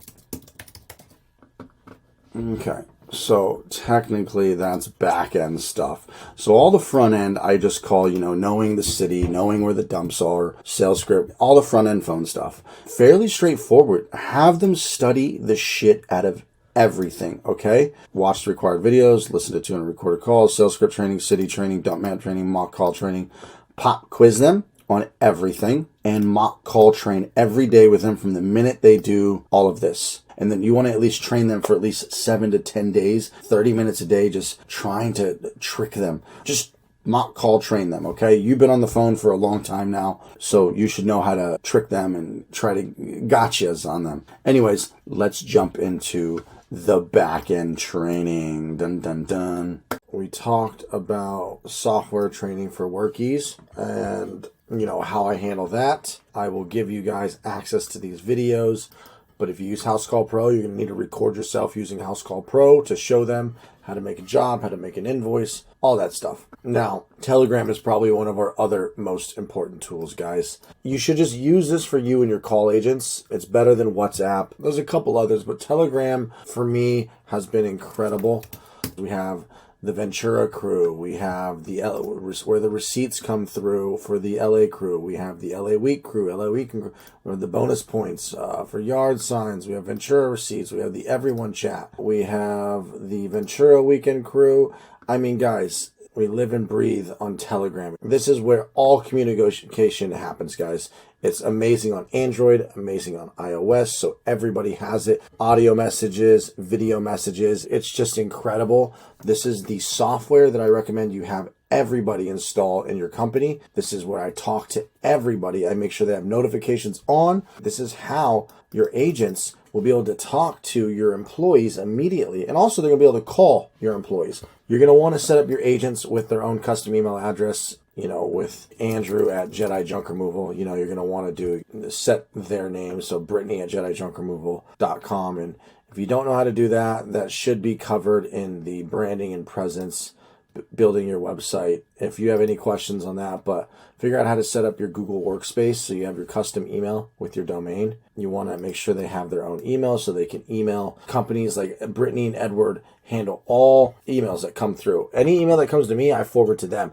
They send W-9s, they send invoices, they collect payments, everything. Access to Clover. So guys, this is Clover. You can see every transaction. You can sort by yesterday. It's awesome. You can see how many tips they've earned, yada, yada, yada.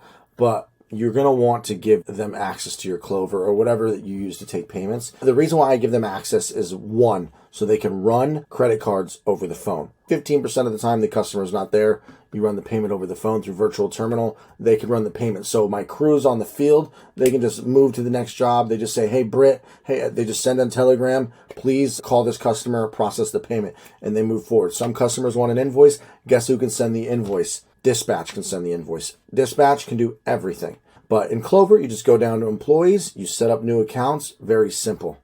I will make a House Call Pro video so that you can send it to them on how to use House Call Pro. But I think I also have a YouTube video, House Call Pro versus Workies. Go watch that.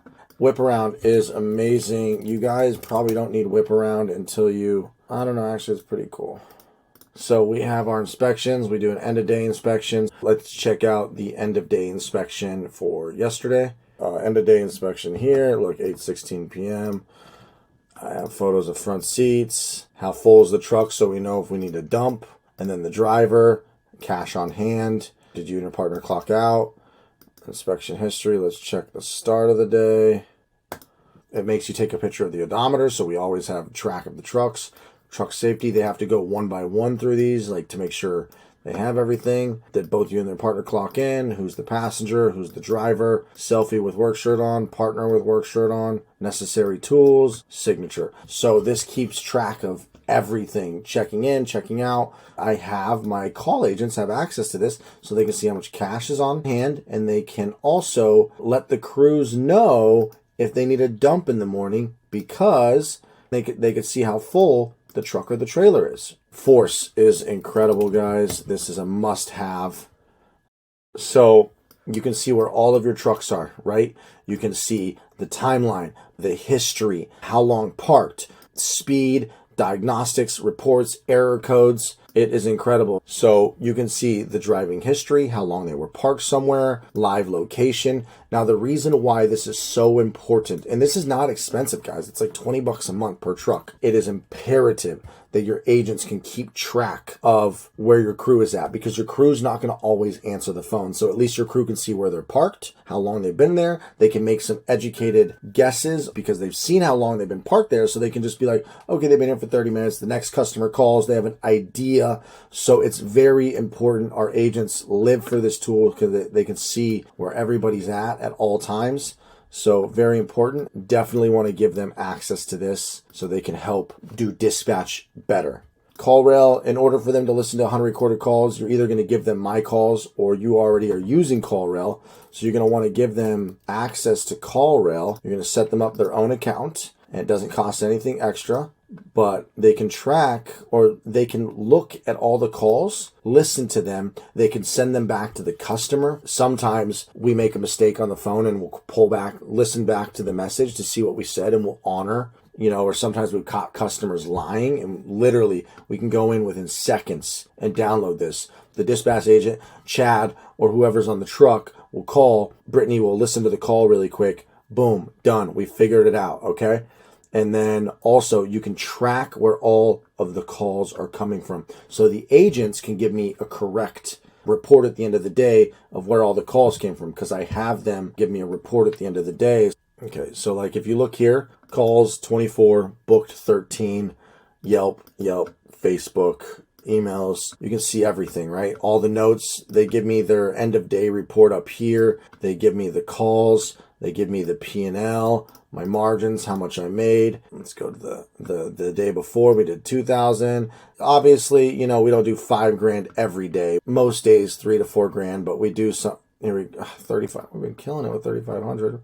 Here we go. Here's a $5,000 day, 3,000 profits. So you know, it's pretty awesome when they have access to everything because they can give you an accurate report of everything. So it's imperative that they have access to your call ref. And honestly, all these tools are pretty self-explanatory to use when you start playing around with it. They'll even be able to figure it out. The only thing is, depending if you're using Clover or a different system, I recommend Clover, the credit card machine. You'll double your tips. It's the most professional. I love it. If you want to go through me, please contact me. Now, Ring Central, guys. I've tried Open Phone. Open Phone didn't work for me. It was too laggy, too many weird staticky noises. It just wasn't working. It just was not. And there were so many cool features on it. But you are going to need to give them access to Ring Central. Ring Central is the call center software. I have a tutorial in building your own call center. I'll probably do a more detailed one, but you'll see we have Edward, we have Ashley, we have Brittany. Yeah, those are our users, right?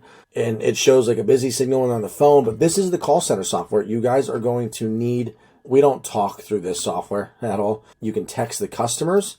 So this is how they text all of the customers as if they're from the US. This is how they call the customers. This is how they call the technicians anytime there's an urgent issue. This is basically them having an American phone number. This is the call center software. Ring Central is definitely the best software.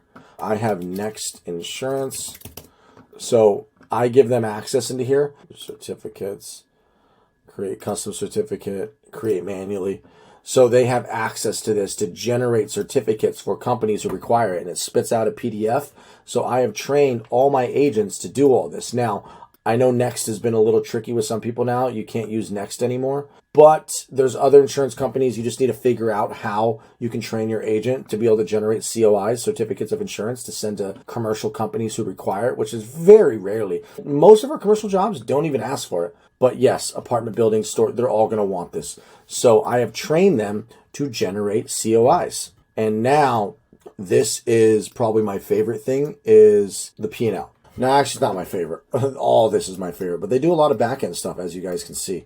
But this is my P&L, right? So they log my P&L. So I have in the dashboard P&Ls. Let's switch accounts. Let's go to July. So you'll see that they log everything: income, ads, gas, dump, labor for the LA truck, income, expenses, profit, margins. You guys can use this too. Ads, local service ads. I'm not running local service ads. I've been testing to see if it's performing as good or if not as good. Gas, dump, labor fees. I track all the maintenance. As you can see, fuckload of maintenance this month. Really frustrating because now I got to go fix the cat converter too. But you'll see I spent $6,000 in maintenance. I would have made $20,000 profit. And yeah, that's my profit after customer service, phone ops, ads, gas, everything. So I track everything: amount of calls, booked calls, average call conversion, average profit margin, average job size. This varies because some months we get smaller, just small jobs. Some months we get big jobs. But I would say over the course of the year, it averages out to $500 average job size. So I track literally everything. And you could take this P&L and do the same thing. I have trained them. They just input the numbers. This sheet's good to go, guys. You have one truck, so you start with truck number 1. You launch truck number 2. You put it here. You launch truck number 3. Boom. I have my phone labor. I log the phone labor. I log the maintenance. And of course, fixed expenses, guys. So I account for everything in this P&L to figure out where we're at in terms of profit. So this would have been a $20,000 a month profit. And you got to remember, guys, this is with me off the phone, off the truck, and a full-time operations manager. I would have done $26,000 if I didn't have all this maintenance this month, if I was still the ops manager, but that's not part of this video. Yeah, so Homebase. They also have access to Homebase, which is what I use for clocking in and clocking out the employees. So Homebase is so they can track the employee's hours, check how many hours the employee did so that they can clock in and out. And then they can go put this into the profit and loss statement. You can see all the employees. We can look at the timesheets. So just for example, this payroll run is about to happen. It's going to be from the 28th to Thursday. We're not at Thursday yet, but you'll see that I have to run payroll for about 9,300, not including Chad. So 12,000, but so it'll be about 13,000 that I owe all my employees. But we we pulled in like, I don't know, probably in the last 2 weeks, 40 to 50 grand. It gives the agents the ability to see the labor hours, put it into the P&L, and they also monitor the employees. They actually keep track of the employee hours, make sure they're clocking in at the right time, clocking out at the right time. Their whole job for dispatch, as you can see, they're handling a lot of stuff, guys. I guess I should just show you this. We kind of briefly went over this, but for recording the P&L, it is a requirement. Each receipt goes into the proper receipt channel. There's an entire channel for just dump receipts. See, August 1st, 2nd, 3rd. So every receipt goes into here, and my dispatch logs it into the P&L. So they know the gas, they know the dump fees, they know the maintenance. Every receipt goes in that channel, and they immediately log it into the P&L. It makes for a very good live, real-time P&L. So I know the day by day. And then obviously the most important number is the KPIs at the end of the month. And that, guys, is how you get them trained. You set them access to all this stuff, record some videos on how to use it. All this is self-explanatory on how to use all this, kind of. They'll figure it out. I mean, as long as you know how to use the software, they can figure it out. The only one that they really need training on is WorkEase, which is not that hard. And that is how you train an agent. It takes about 2 weeks. You're going to be doing mock calls for 2 weeks. You're going to be setting all this up. They're going to be practicing. And you only pay, I did $800 a month, divided by 4 weeks in a month. So they're going to be making $200 a week, okay, working full time. That's what I pay them. I wouldn't go any lower than $640 and then give them pay increases as performance is getting better. But for training, I give them $100 a week. If you start at $640, you can give them $80 a week for the first 2 weeks. So you tell them, hey, for the first 2 weeks of training, I'm going to give you $80 or $100 a week for the first 2 weeks until you're trained. And then on the third week, we go into full-time pay where it's $5 an hour, $4 an hour. You know, they get their actual pay, but you chop it in half for training. That's what I do. That's what I've done for all my agents. And they totally understand because they aren't going to be cranking 8 hours straight of work. They're going to be watching some videos, taking a break. They understand that. But guys, it's that easy. You just need to pick somebody that has little to no accent, is a hard worker, and has common sense. Interview the 5 people with the least amount of accent and start rocking and rolling, guys. Get them trained and get yourself off the phone so you can focus on the business, going and doing bigger estimates and finding bigger clients and, you know, doing sales in person to like giant apartment communities and storage units and trying to lock in big jobs so you're not a slave to your phone anymore. So I hope this helps, guys. If you have any questions, let me know.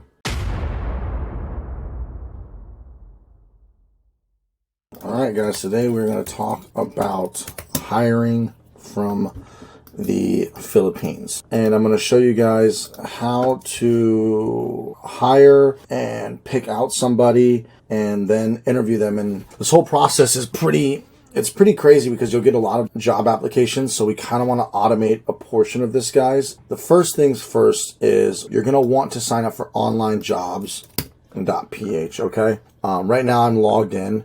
And we're going to add a job post, but you're going to want to upgrade to the $69 a month plan. It's $69. They have a crazy deal if you pay for the entire year for $299. If you have 1 or 2 trucks and you're just trying to get off the phones and you want your company to kind of run itself and you can get off the phones, you probably just need to pay the $69, make the job posting, and then cancel your account. If you're a big company and you're going to need a few VAs, it might not hurt just to pay the $299 for the entire year because it's $70 a month. Because you might have to make this post again in a couple months. You might have to do multiple posts a month because I think you're only allowed 3 posts a month with the $69 account. But 1 post will get you 500 applications, guys. Let's just get started. You are going to need to upgrade and we're going to post a job. But before we post a job, I'm going to show you my job posting here.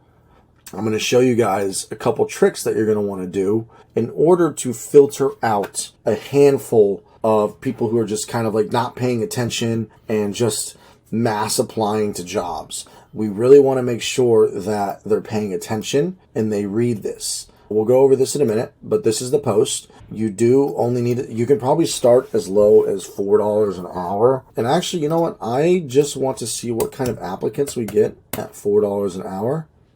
So if they're working full time, 160 times 4 would be $640 a month.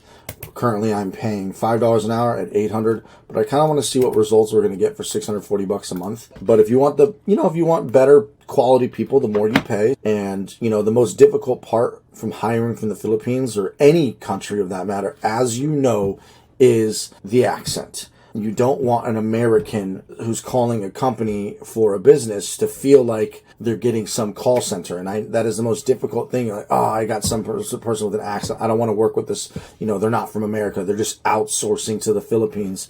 And that's what makes this very difficult, is finding quality people who don't have super thick accents. There's nothing wrong with accents. I'm not saying, you know what I mean? But in general, you live in America, you want to work with people you understand. And I totally understand. I hate when I get a call center with somebody with a thick accent because I can't understand them. I know that they're just selling my business to a different country. And I'm like, this company's not local, family owned. They're outsourcing. So yes, this is a very difficult thing to do. But if you take your time for the next week or two picking out candidates, you could find somebody amazing with a very little to no accent at all. There's millions of people over there. So we will find somebody. The first two I picked, I got lucky. Like no accent. Even my third one, barely any accent. So you will find people out there who have like no accent, so that you could make it seem like they're not calling a call center. They're just, a person working for your company in America. First things first, guys, this is going to be the job posting, right? But we don't want to post the job yet until we set up your Gmail. Now, here is why we're going to set up your Gmail. And I recommend you have Gmail because this is the only way I know how to do it with Gmail. And we're going to set up a filter. So you'll see that I have send an email to Andrew at Jedi Junk Removal. You can make this any email you want. I probably should make it a different, it's fine because my inbox is going to blow up, but it is what it is. So I said with the subject line, I want to be a call center agent.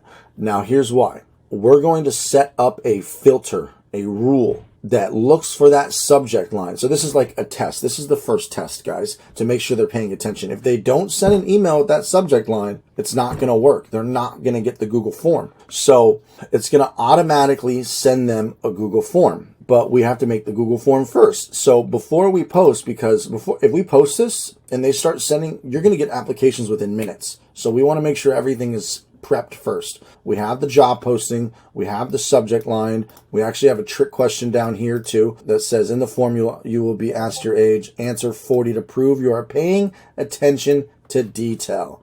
This helps you also filter some of the people not paying attention. But first things first, it's going to send them a form, the email that we auto respond to them, so we don't have to respond to 500 people ourselves. We're going to make a form. So this Google form, all you got to do, guys, is go to forms.google.com and you'll see this form here. You'll see that I have 227 responses. But here's the thing. There was actually like 600 applications, but only 227 people got the form because the other 300 to 400 people did not put the correct subject line. So this really helps you filter out. And it sucks because like there might have been a handful of those 600 who had no accent, but it just goes to show they don't pay attention to detail. And I think I even say it up here. Maybe I should say something like that. You might want to put this, please read this in full, or you may miss important details to properly apply for this position. And what's really cool about Google Forms is you could view it in sheets. And this is how you go through.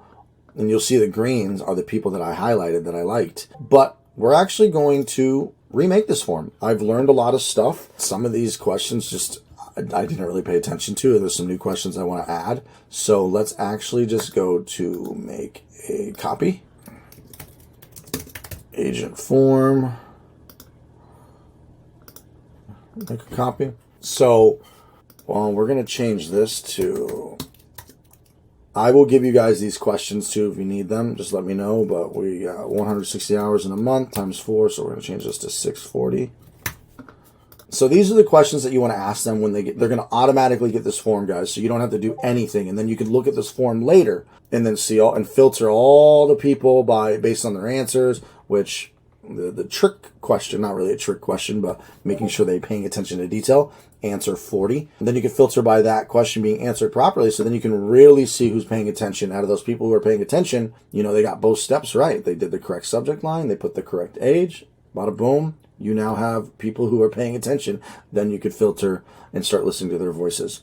Honestly, I've realized that these questions, I got 300, 227. I didn't have time to read any of these. These are just useless questions at this point. So we'll learn this about them later, because I did not have time to listen to 227 people's voices and then on top of that, read their about me. So I'm going to delete all the questions that just didn't, the job application tells them the experience they need. So I don't need to know how long they worked in customer service. I guess this doesn't, everybody basically said 5-10 years. They're just going to put some number because they know the job they're applying for. This is just a useless question to me. All these questions, this is totally up to you guys. If you want to read and know all these details about them, me personally, when I repost this ad, none of this stuff is important. So point is these questions really, how many clients do you currently have? They're going to be working for you full time. Everybody put 0 here. What is your age? That's the trick question. Make a Loom video of your internet connection. This is important, okay? And this actually shows competency that they can go to loom.com, make an account, record a video, put the link, but you want to see their internet connection. You need to make sure they have an internet connection. If 20 megabits per second would be pushing it, I would say you want 50 megabits per second, 50 Mbps. And just so you know, for any nerds out there, when you buy internet speed from any company, it doesn't matter if it's cable, the fiber, it's always rated in megabits, not megabytes. So when you say somebody has a Comcast or Spectrum internet and they bought the package of 100 Mbps or 50 or 1,000, I have 1,000. Never megabytes, it's megabits. When you download files and has the capital MB and you're downloading a file on the internet, that is a megabyte, a gigabyte, but internet speed is rated in megabits and gigabits. Just tangent if you guys wanted to know. But anyways, 50 megabits per second or faster you want. If it's a little under that, it's okay, but try to stay in that ballpark. And then here you can do a file upload. And this is what's cool about Google Forms, guys. You'll see this plus button. You can add any question you want. You can make it a short answer, paragraph, multiple choice, blah, blah, blah, file upload. So I'm going to delete this question I just made. But one of the questions I wanted to add was, yes, I asked Star Wars because we were a Jedi junk removal company. Don't laugh at me. So I'm going to put another question up here. This is a good one, guys, and I didn't learn this till later. How often do you have power outages or internet outages? Be honest.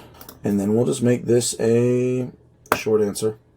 This is something that I would say in the beginning, Brittany and Edward had at least once a month. I'm thankful I had 2 of them in the beginning because I would have had to take it over phones. But I was lucky that I had 2 of them that they would cover each other. Be expected to this happen quite a bit. Once a month, twice a month even. And it's usually for a couple hours at a time. But, this will at least let you know they're being honest. Maybe they'll tell you they're in a good area. Maybe they don't have outages that often. But this is just a good thing to know. What is your age?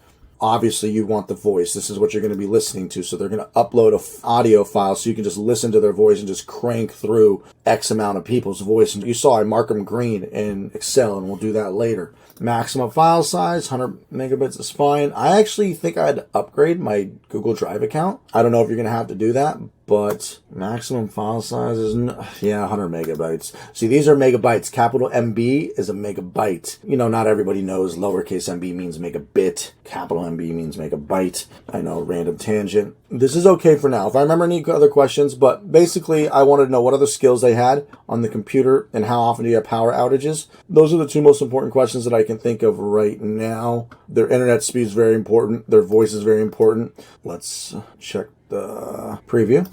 Bada boom. And I think there's some settings we need to set too. Settings. Make this a quiz. Collect email addresses. This means they don't need to have a Google account immediately. So if you were to say verified, it would want them required to sign into Google. So do not collect. I think on our questions, we have full name and email. The reason why we're not going to force them to log into Google is because maybe they don't have a Google account. I guess it's just easier to not force them to log in. Allow response editing. Yeah, we can let them change their responses. Oh, require users to sign in. So this is the thing that you want to make sure that's not on. We do not want them to have to sign in to access this. Limit to one response, though. You can only limit to one response if they're logged in. We don't want to restrict them to Jedi junk removal and organizations within our Google account. So this is off. This is off. Total size limit for all uploaded files. I think this depends on your Google account. I'm upgraded, but hopefully people don't upload. 1 terabyte is plenty. Presentation, form defaults, do not collect. Make questions required by default, yes. So let's go back and make sure all the questions are required. Required. The red asterisk means required. Okay, so I think we're good. So now let's get the form link. Send. Oh, here we go. Okay, send. So let's copy the link right here. Bada boom. Shorten URL. So I click this little link, shorten it. Bada boom, bada bing. So now that we have finished our Google form, let's go over to Gmail. As you saw in the job post that we're going to be posting, they're going to be sending an email that says, I want to be a call service agent or something. I want to be a call center agent. That is what they should be doing. So once that email comes through, we're going to automatically look for that with a filter and send a reply back. In order to send this reply back, we need to make a template. So let's make a template. So we're going to go to Compose. Down here, these 3 dots are templates. You know, this is the more options, whatever. So templates, you'll see I have thanks for applying for the customer service template. So let's open this template that I've already made.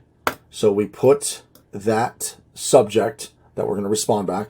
Thank you so much. This is, and doing so correctly will not believe how many people screw this part up. Now you can advance on to the next phase of the application process. Bada boom. Let's change. This is the old Google form. Let's put the new one. Insert link. There we go. So just highlight it and click that. Your time starts now. Please complete the Google form within 24 hours. Your time after completing the form, I will review your response and contact you with the instructions for the next step. I understand this may seem like a lot for a job interview. Please understand this is to showcase we are not looking for someone who simply wants another job. Wait, I didn't mean to phrase it like that.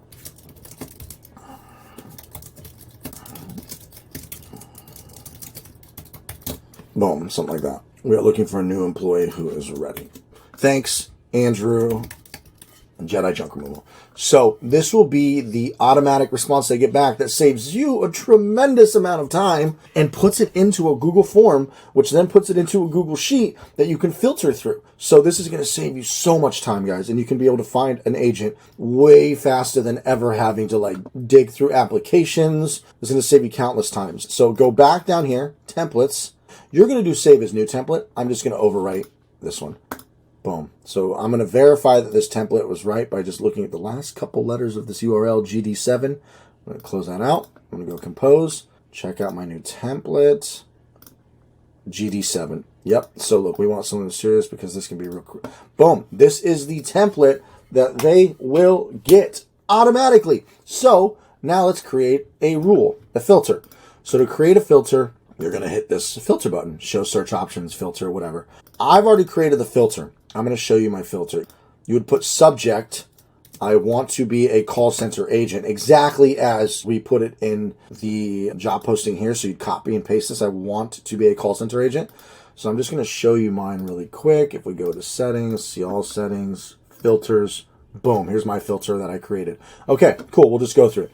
I want to be a call center agent. Size, just leave this blank. That's going to be there. So the subject, and you'll see, look at countless, well, 1 to 50. I mean, there's hundreds of these, right? I want to be a call center agent. And it automatically shoots them that form. It's incredible. Continue. I applied a label. I made a label. So it labels it over here. So you can search that label and just move them all out of your inbox. So apply a label, make a custom label, customer service applicants, send template, check that box on, the one template we made. And then that's it, guys. We can mark it as read. We can forward it. We can delete it.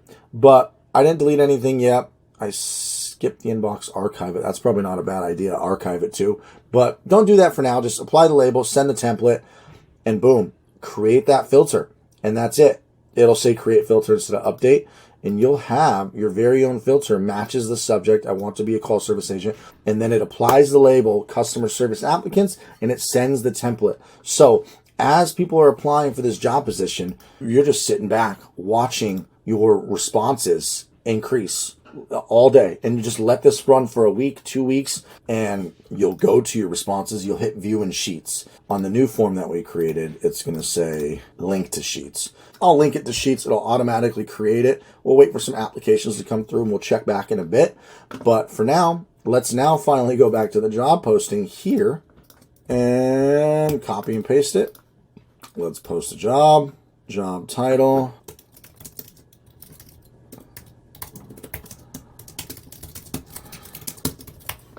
Type of employment, full-time, boom, job description, wages, we said $640 a month, we're doing $4 an hour, times 160, yep, 640, 40 hours a week, and oh, before I forget, there is one more question, let's add,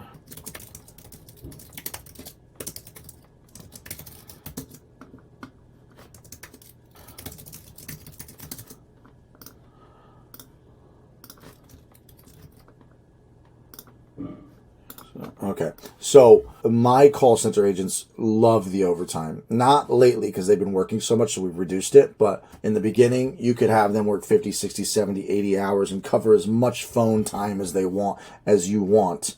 So ask if they're okay with overtime, but obviously stick with the standard 40. Now, let's do phone support, English speaking, customer support.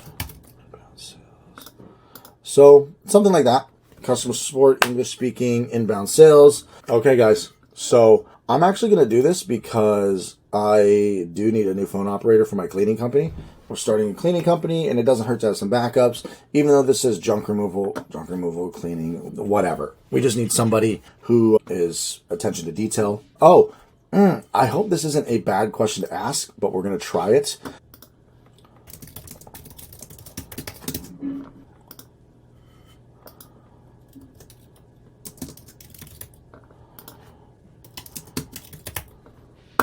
So let me preview that.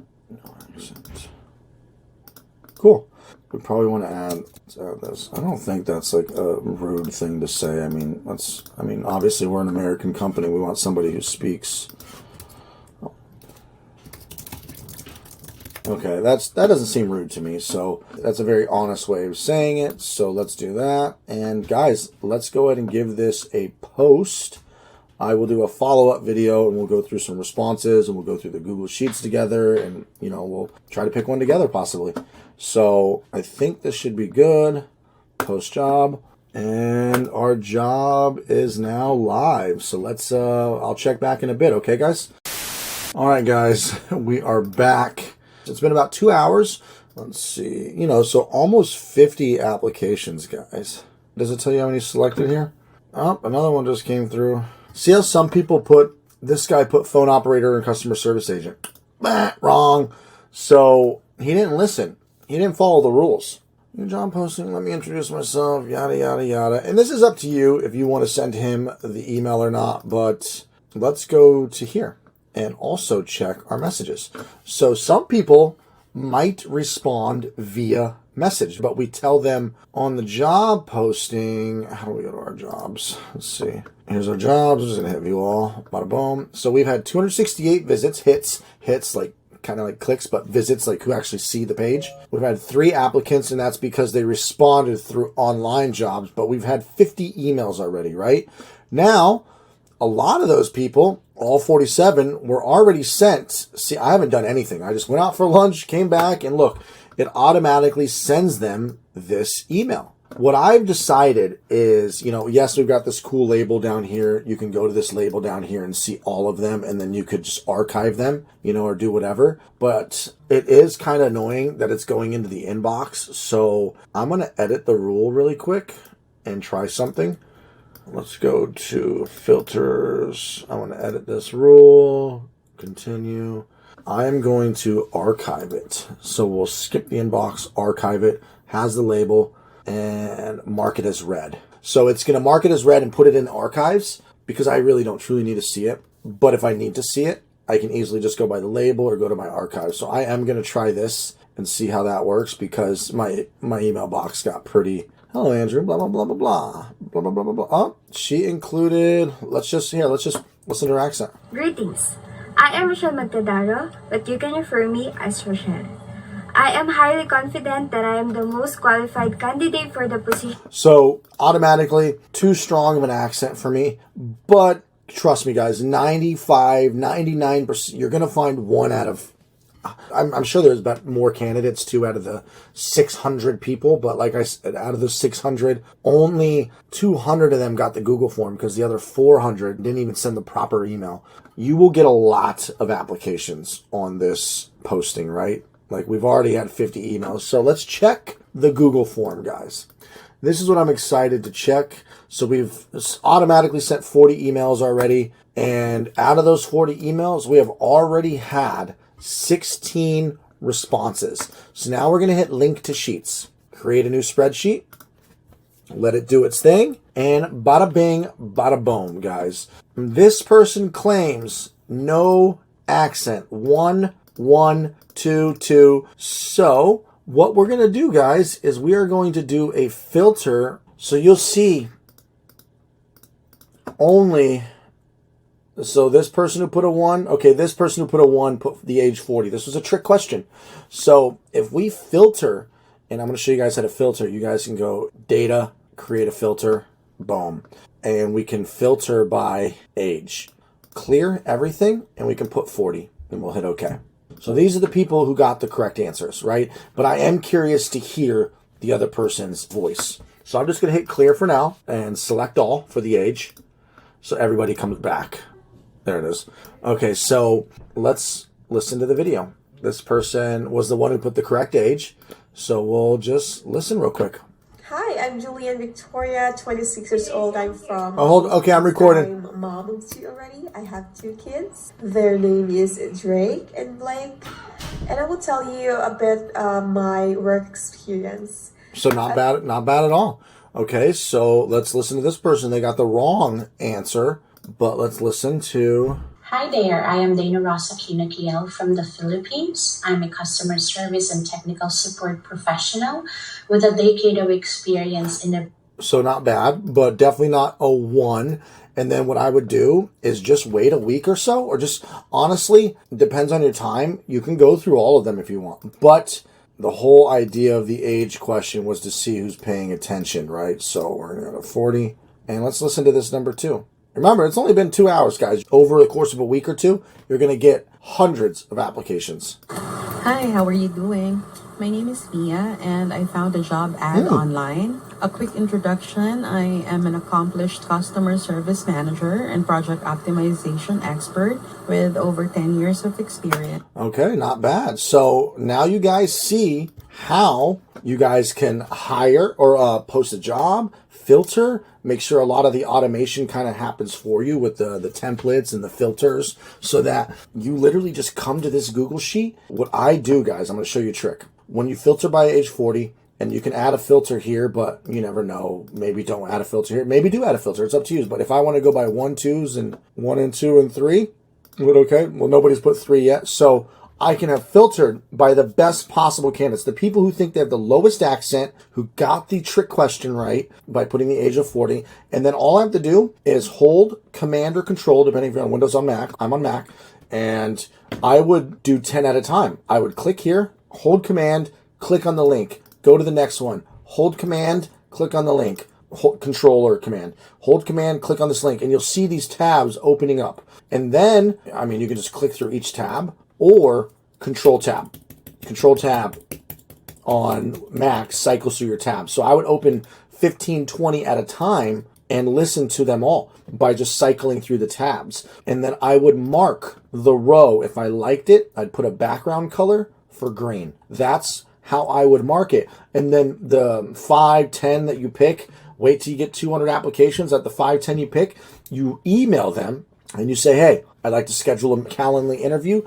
And then you would use your Calendly, and maybe I'll make this a separate video, booking an appointment with them. But it's very simple, guys. You create a Calendly account, and then you do a 15-minute job interview, create one of these here. I have a YouTube video. If you go to the hiring section in this course, I have a link to the YouTube video of how to set up your Calendly. But you would set up your Calendly and you would view live page. You would send them this link right here, the link that you get up here, say book an appointment with me, and then you would have a 15-minute Google or Zoom interview. I prefer Google Meet because you don't need some software. Zoom is kind of annoying.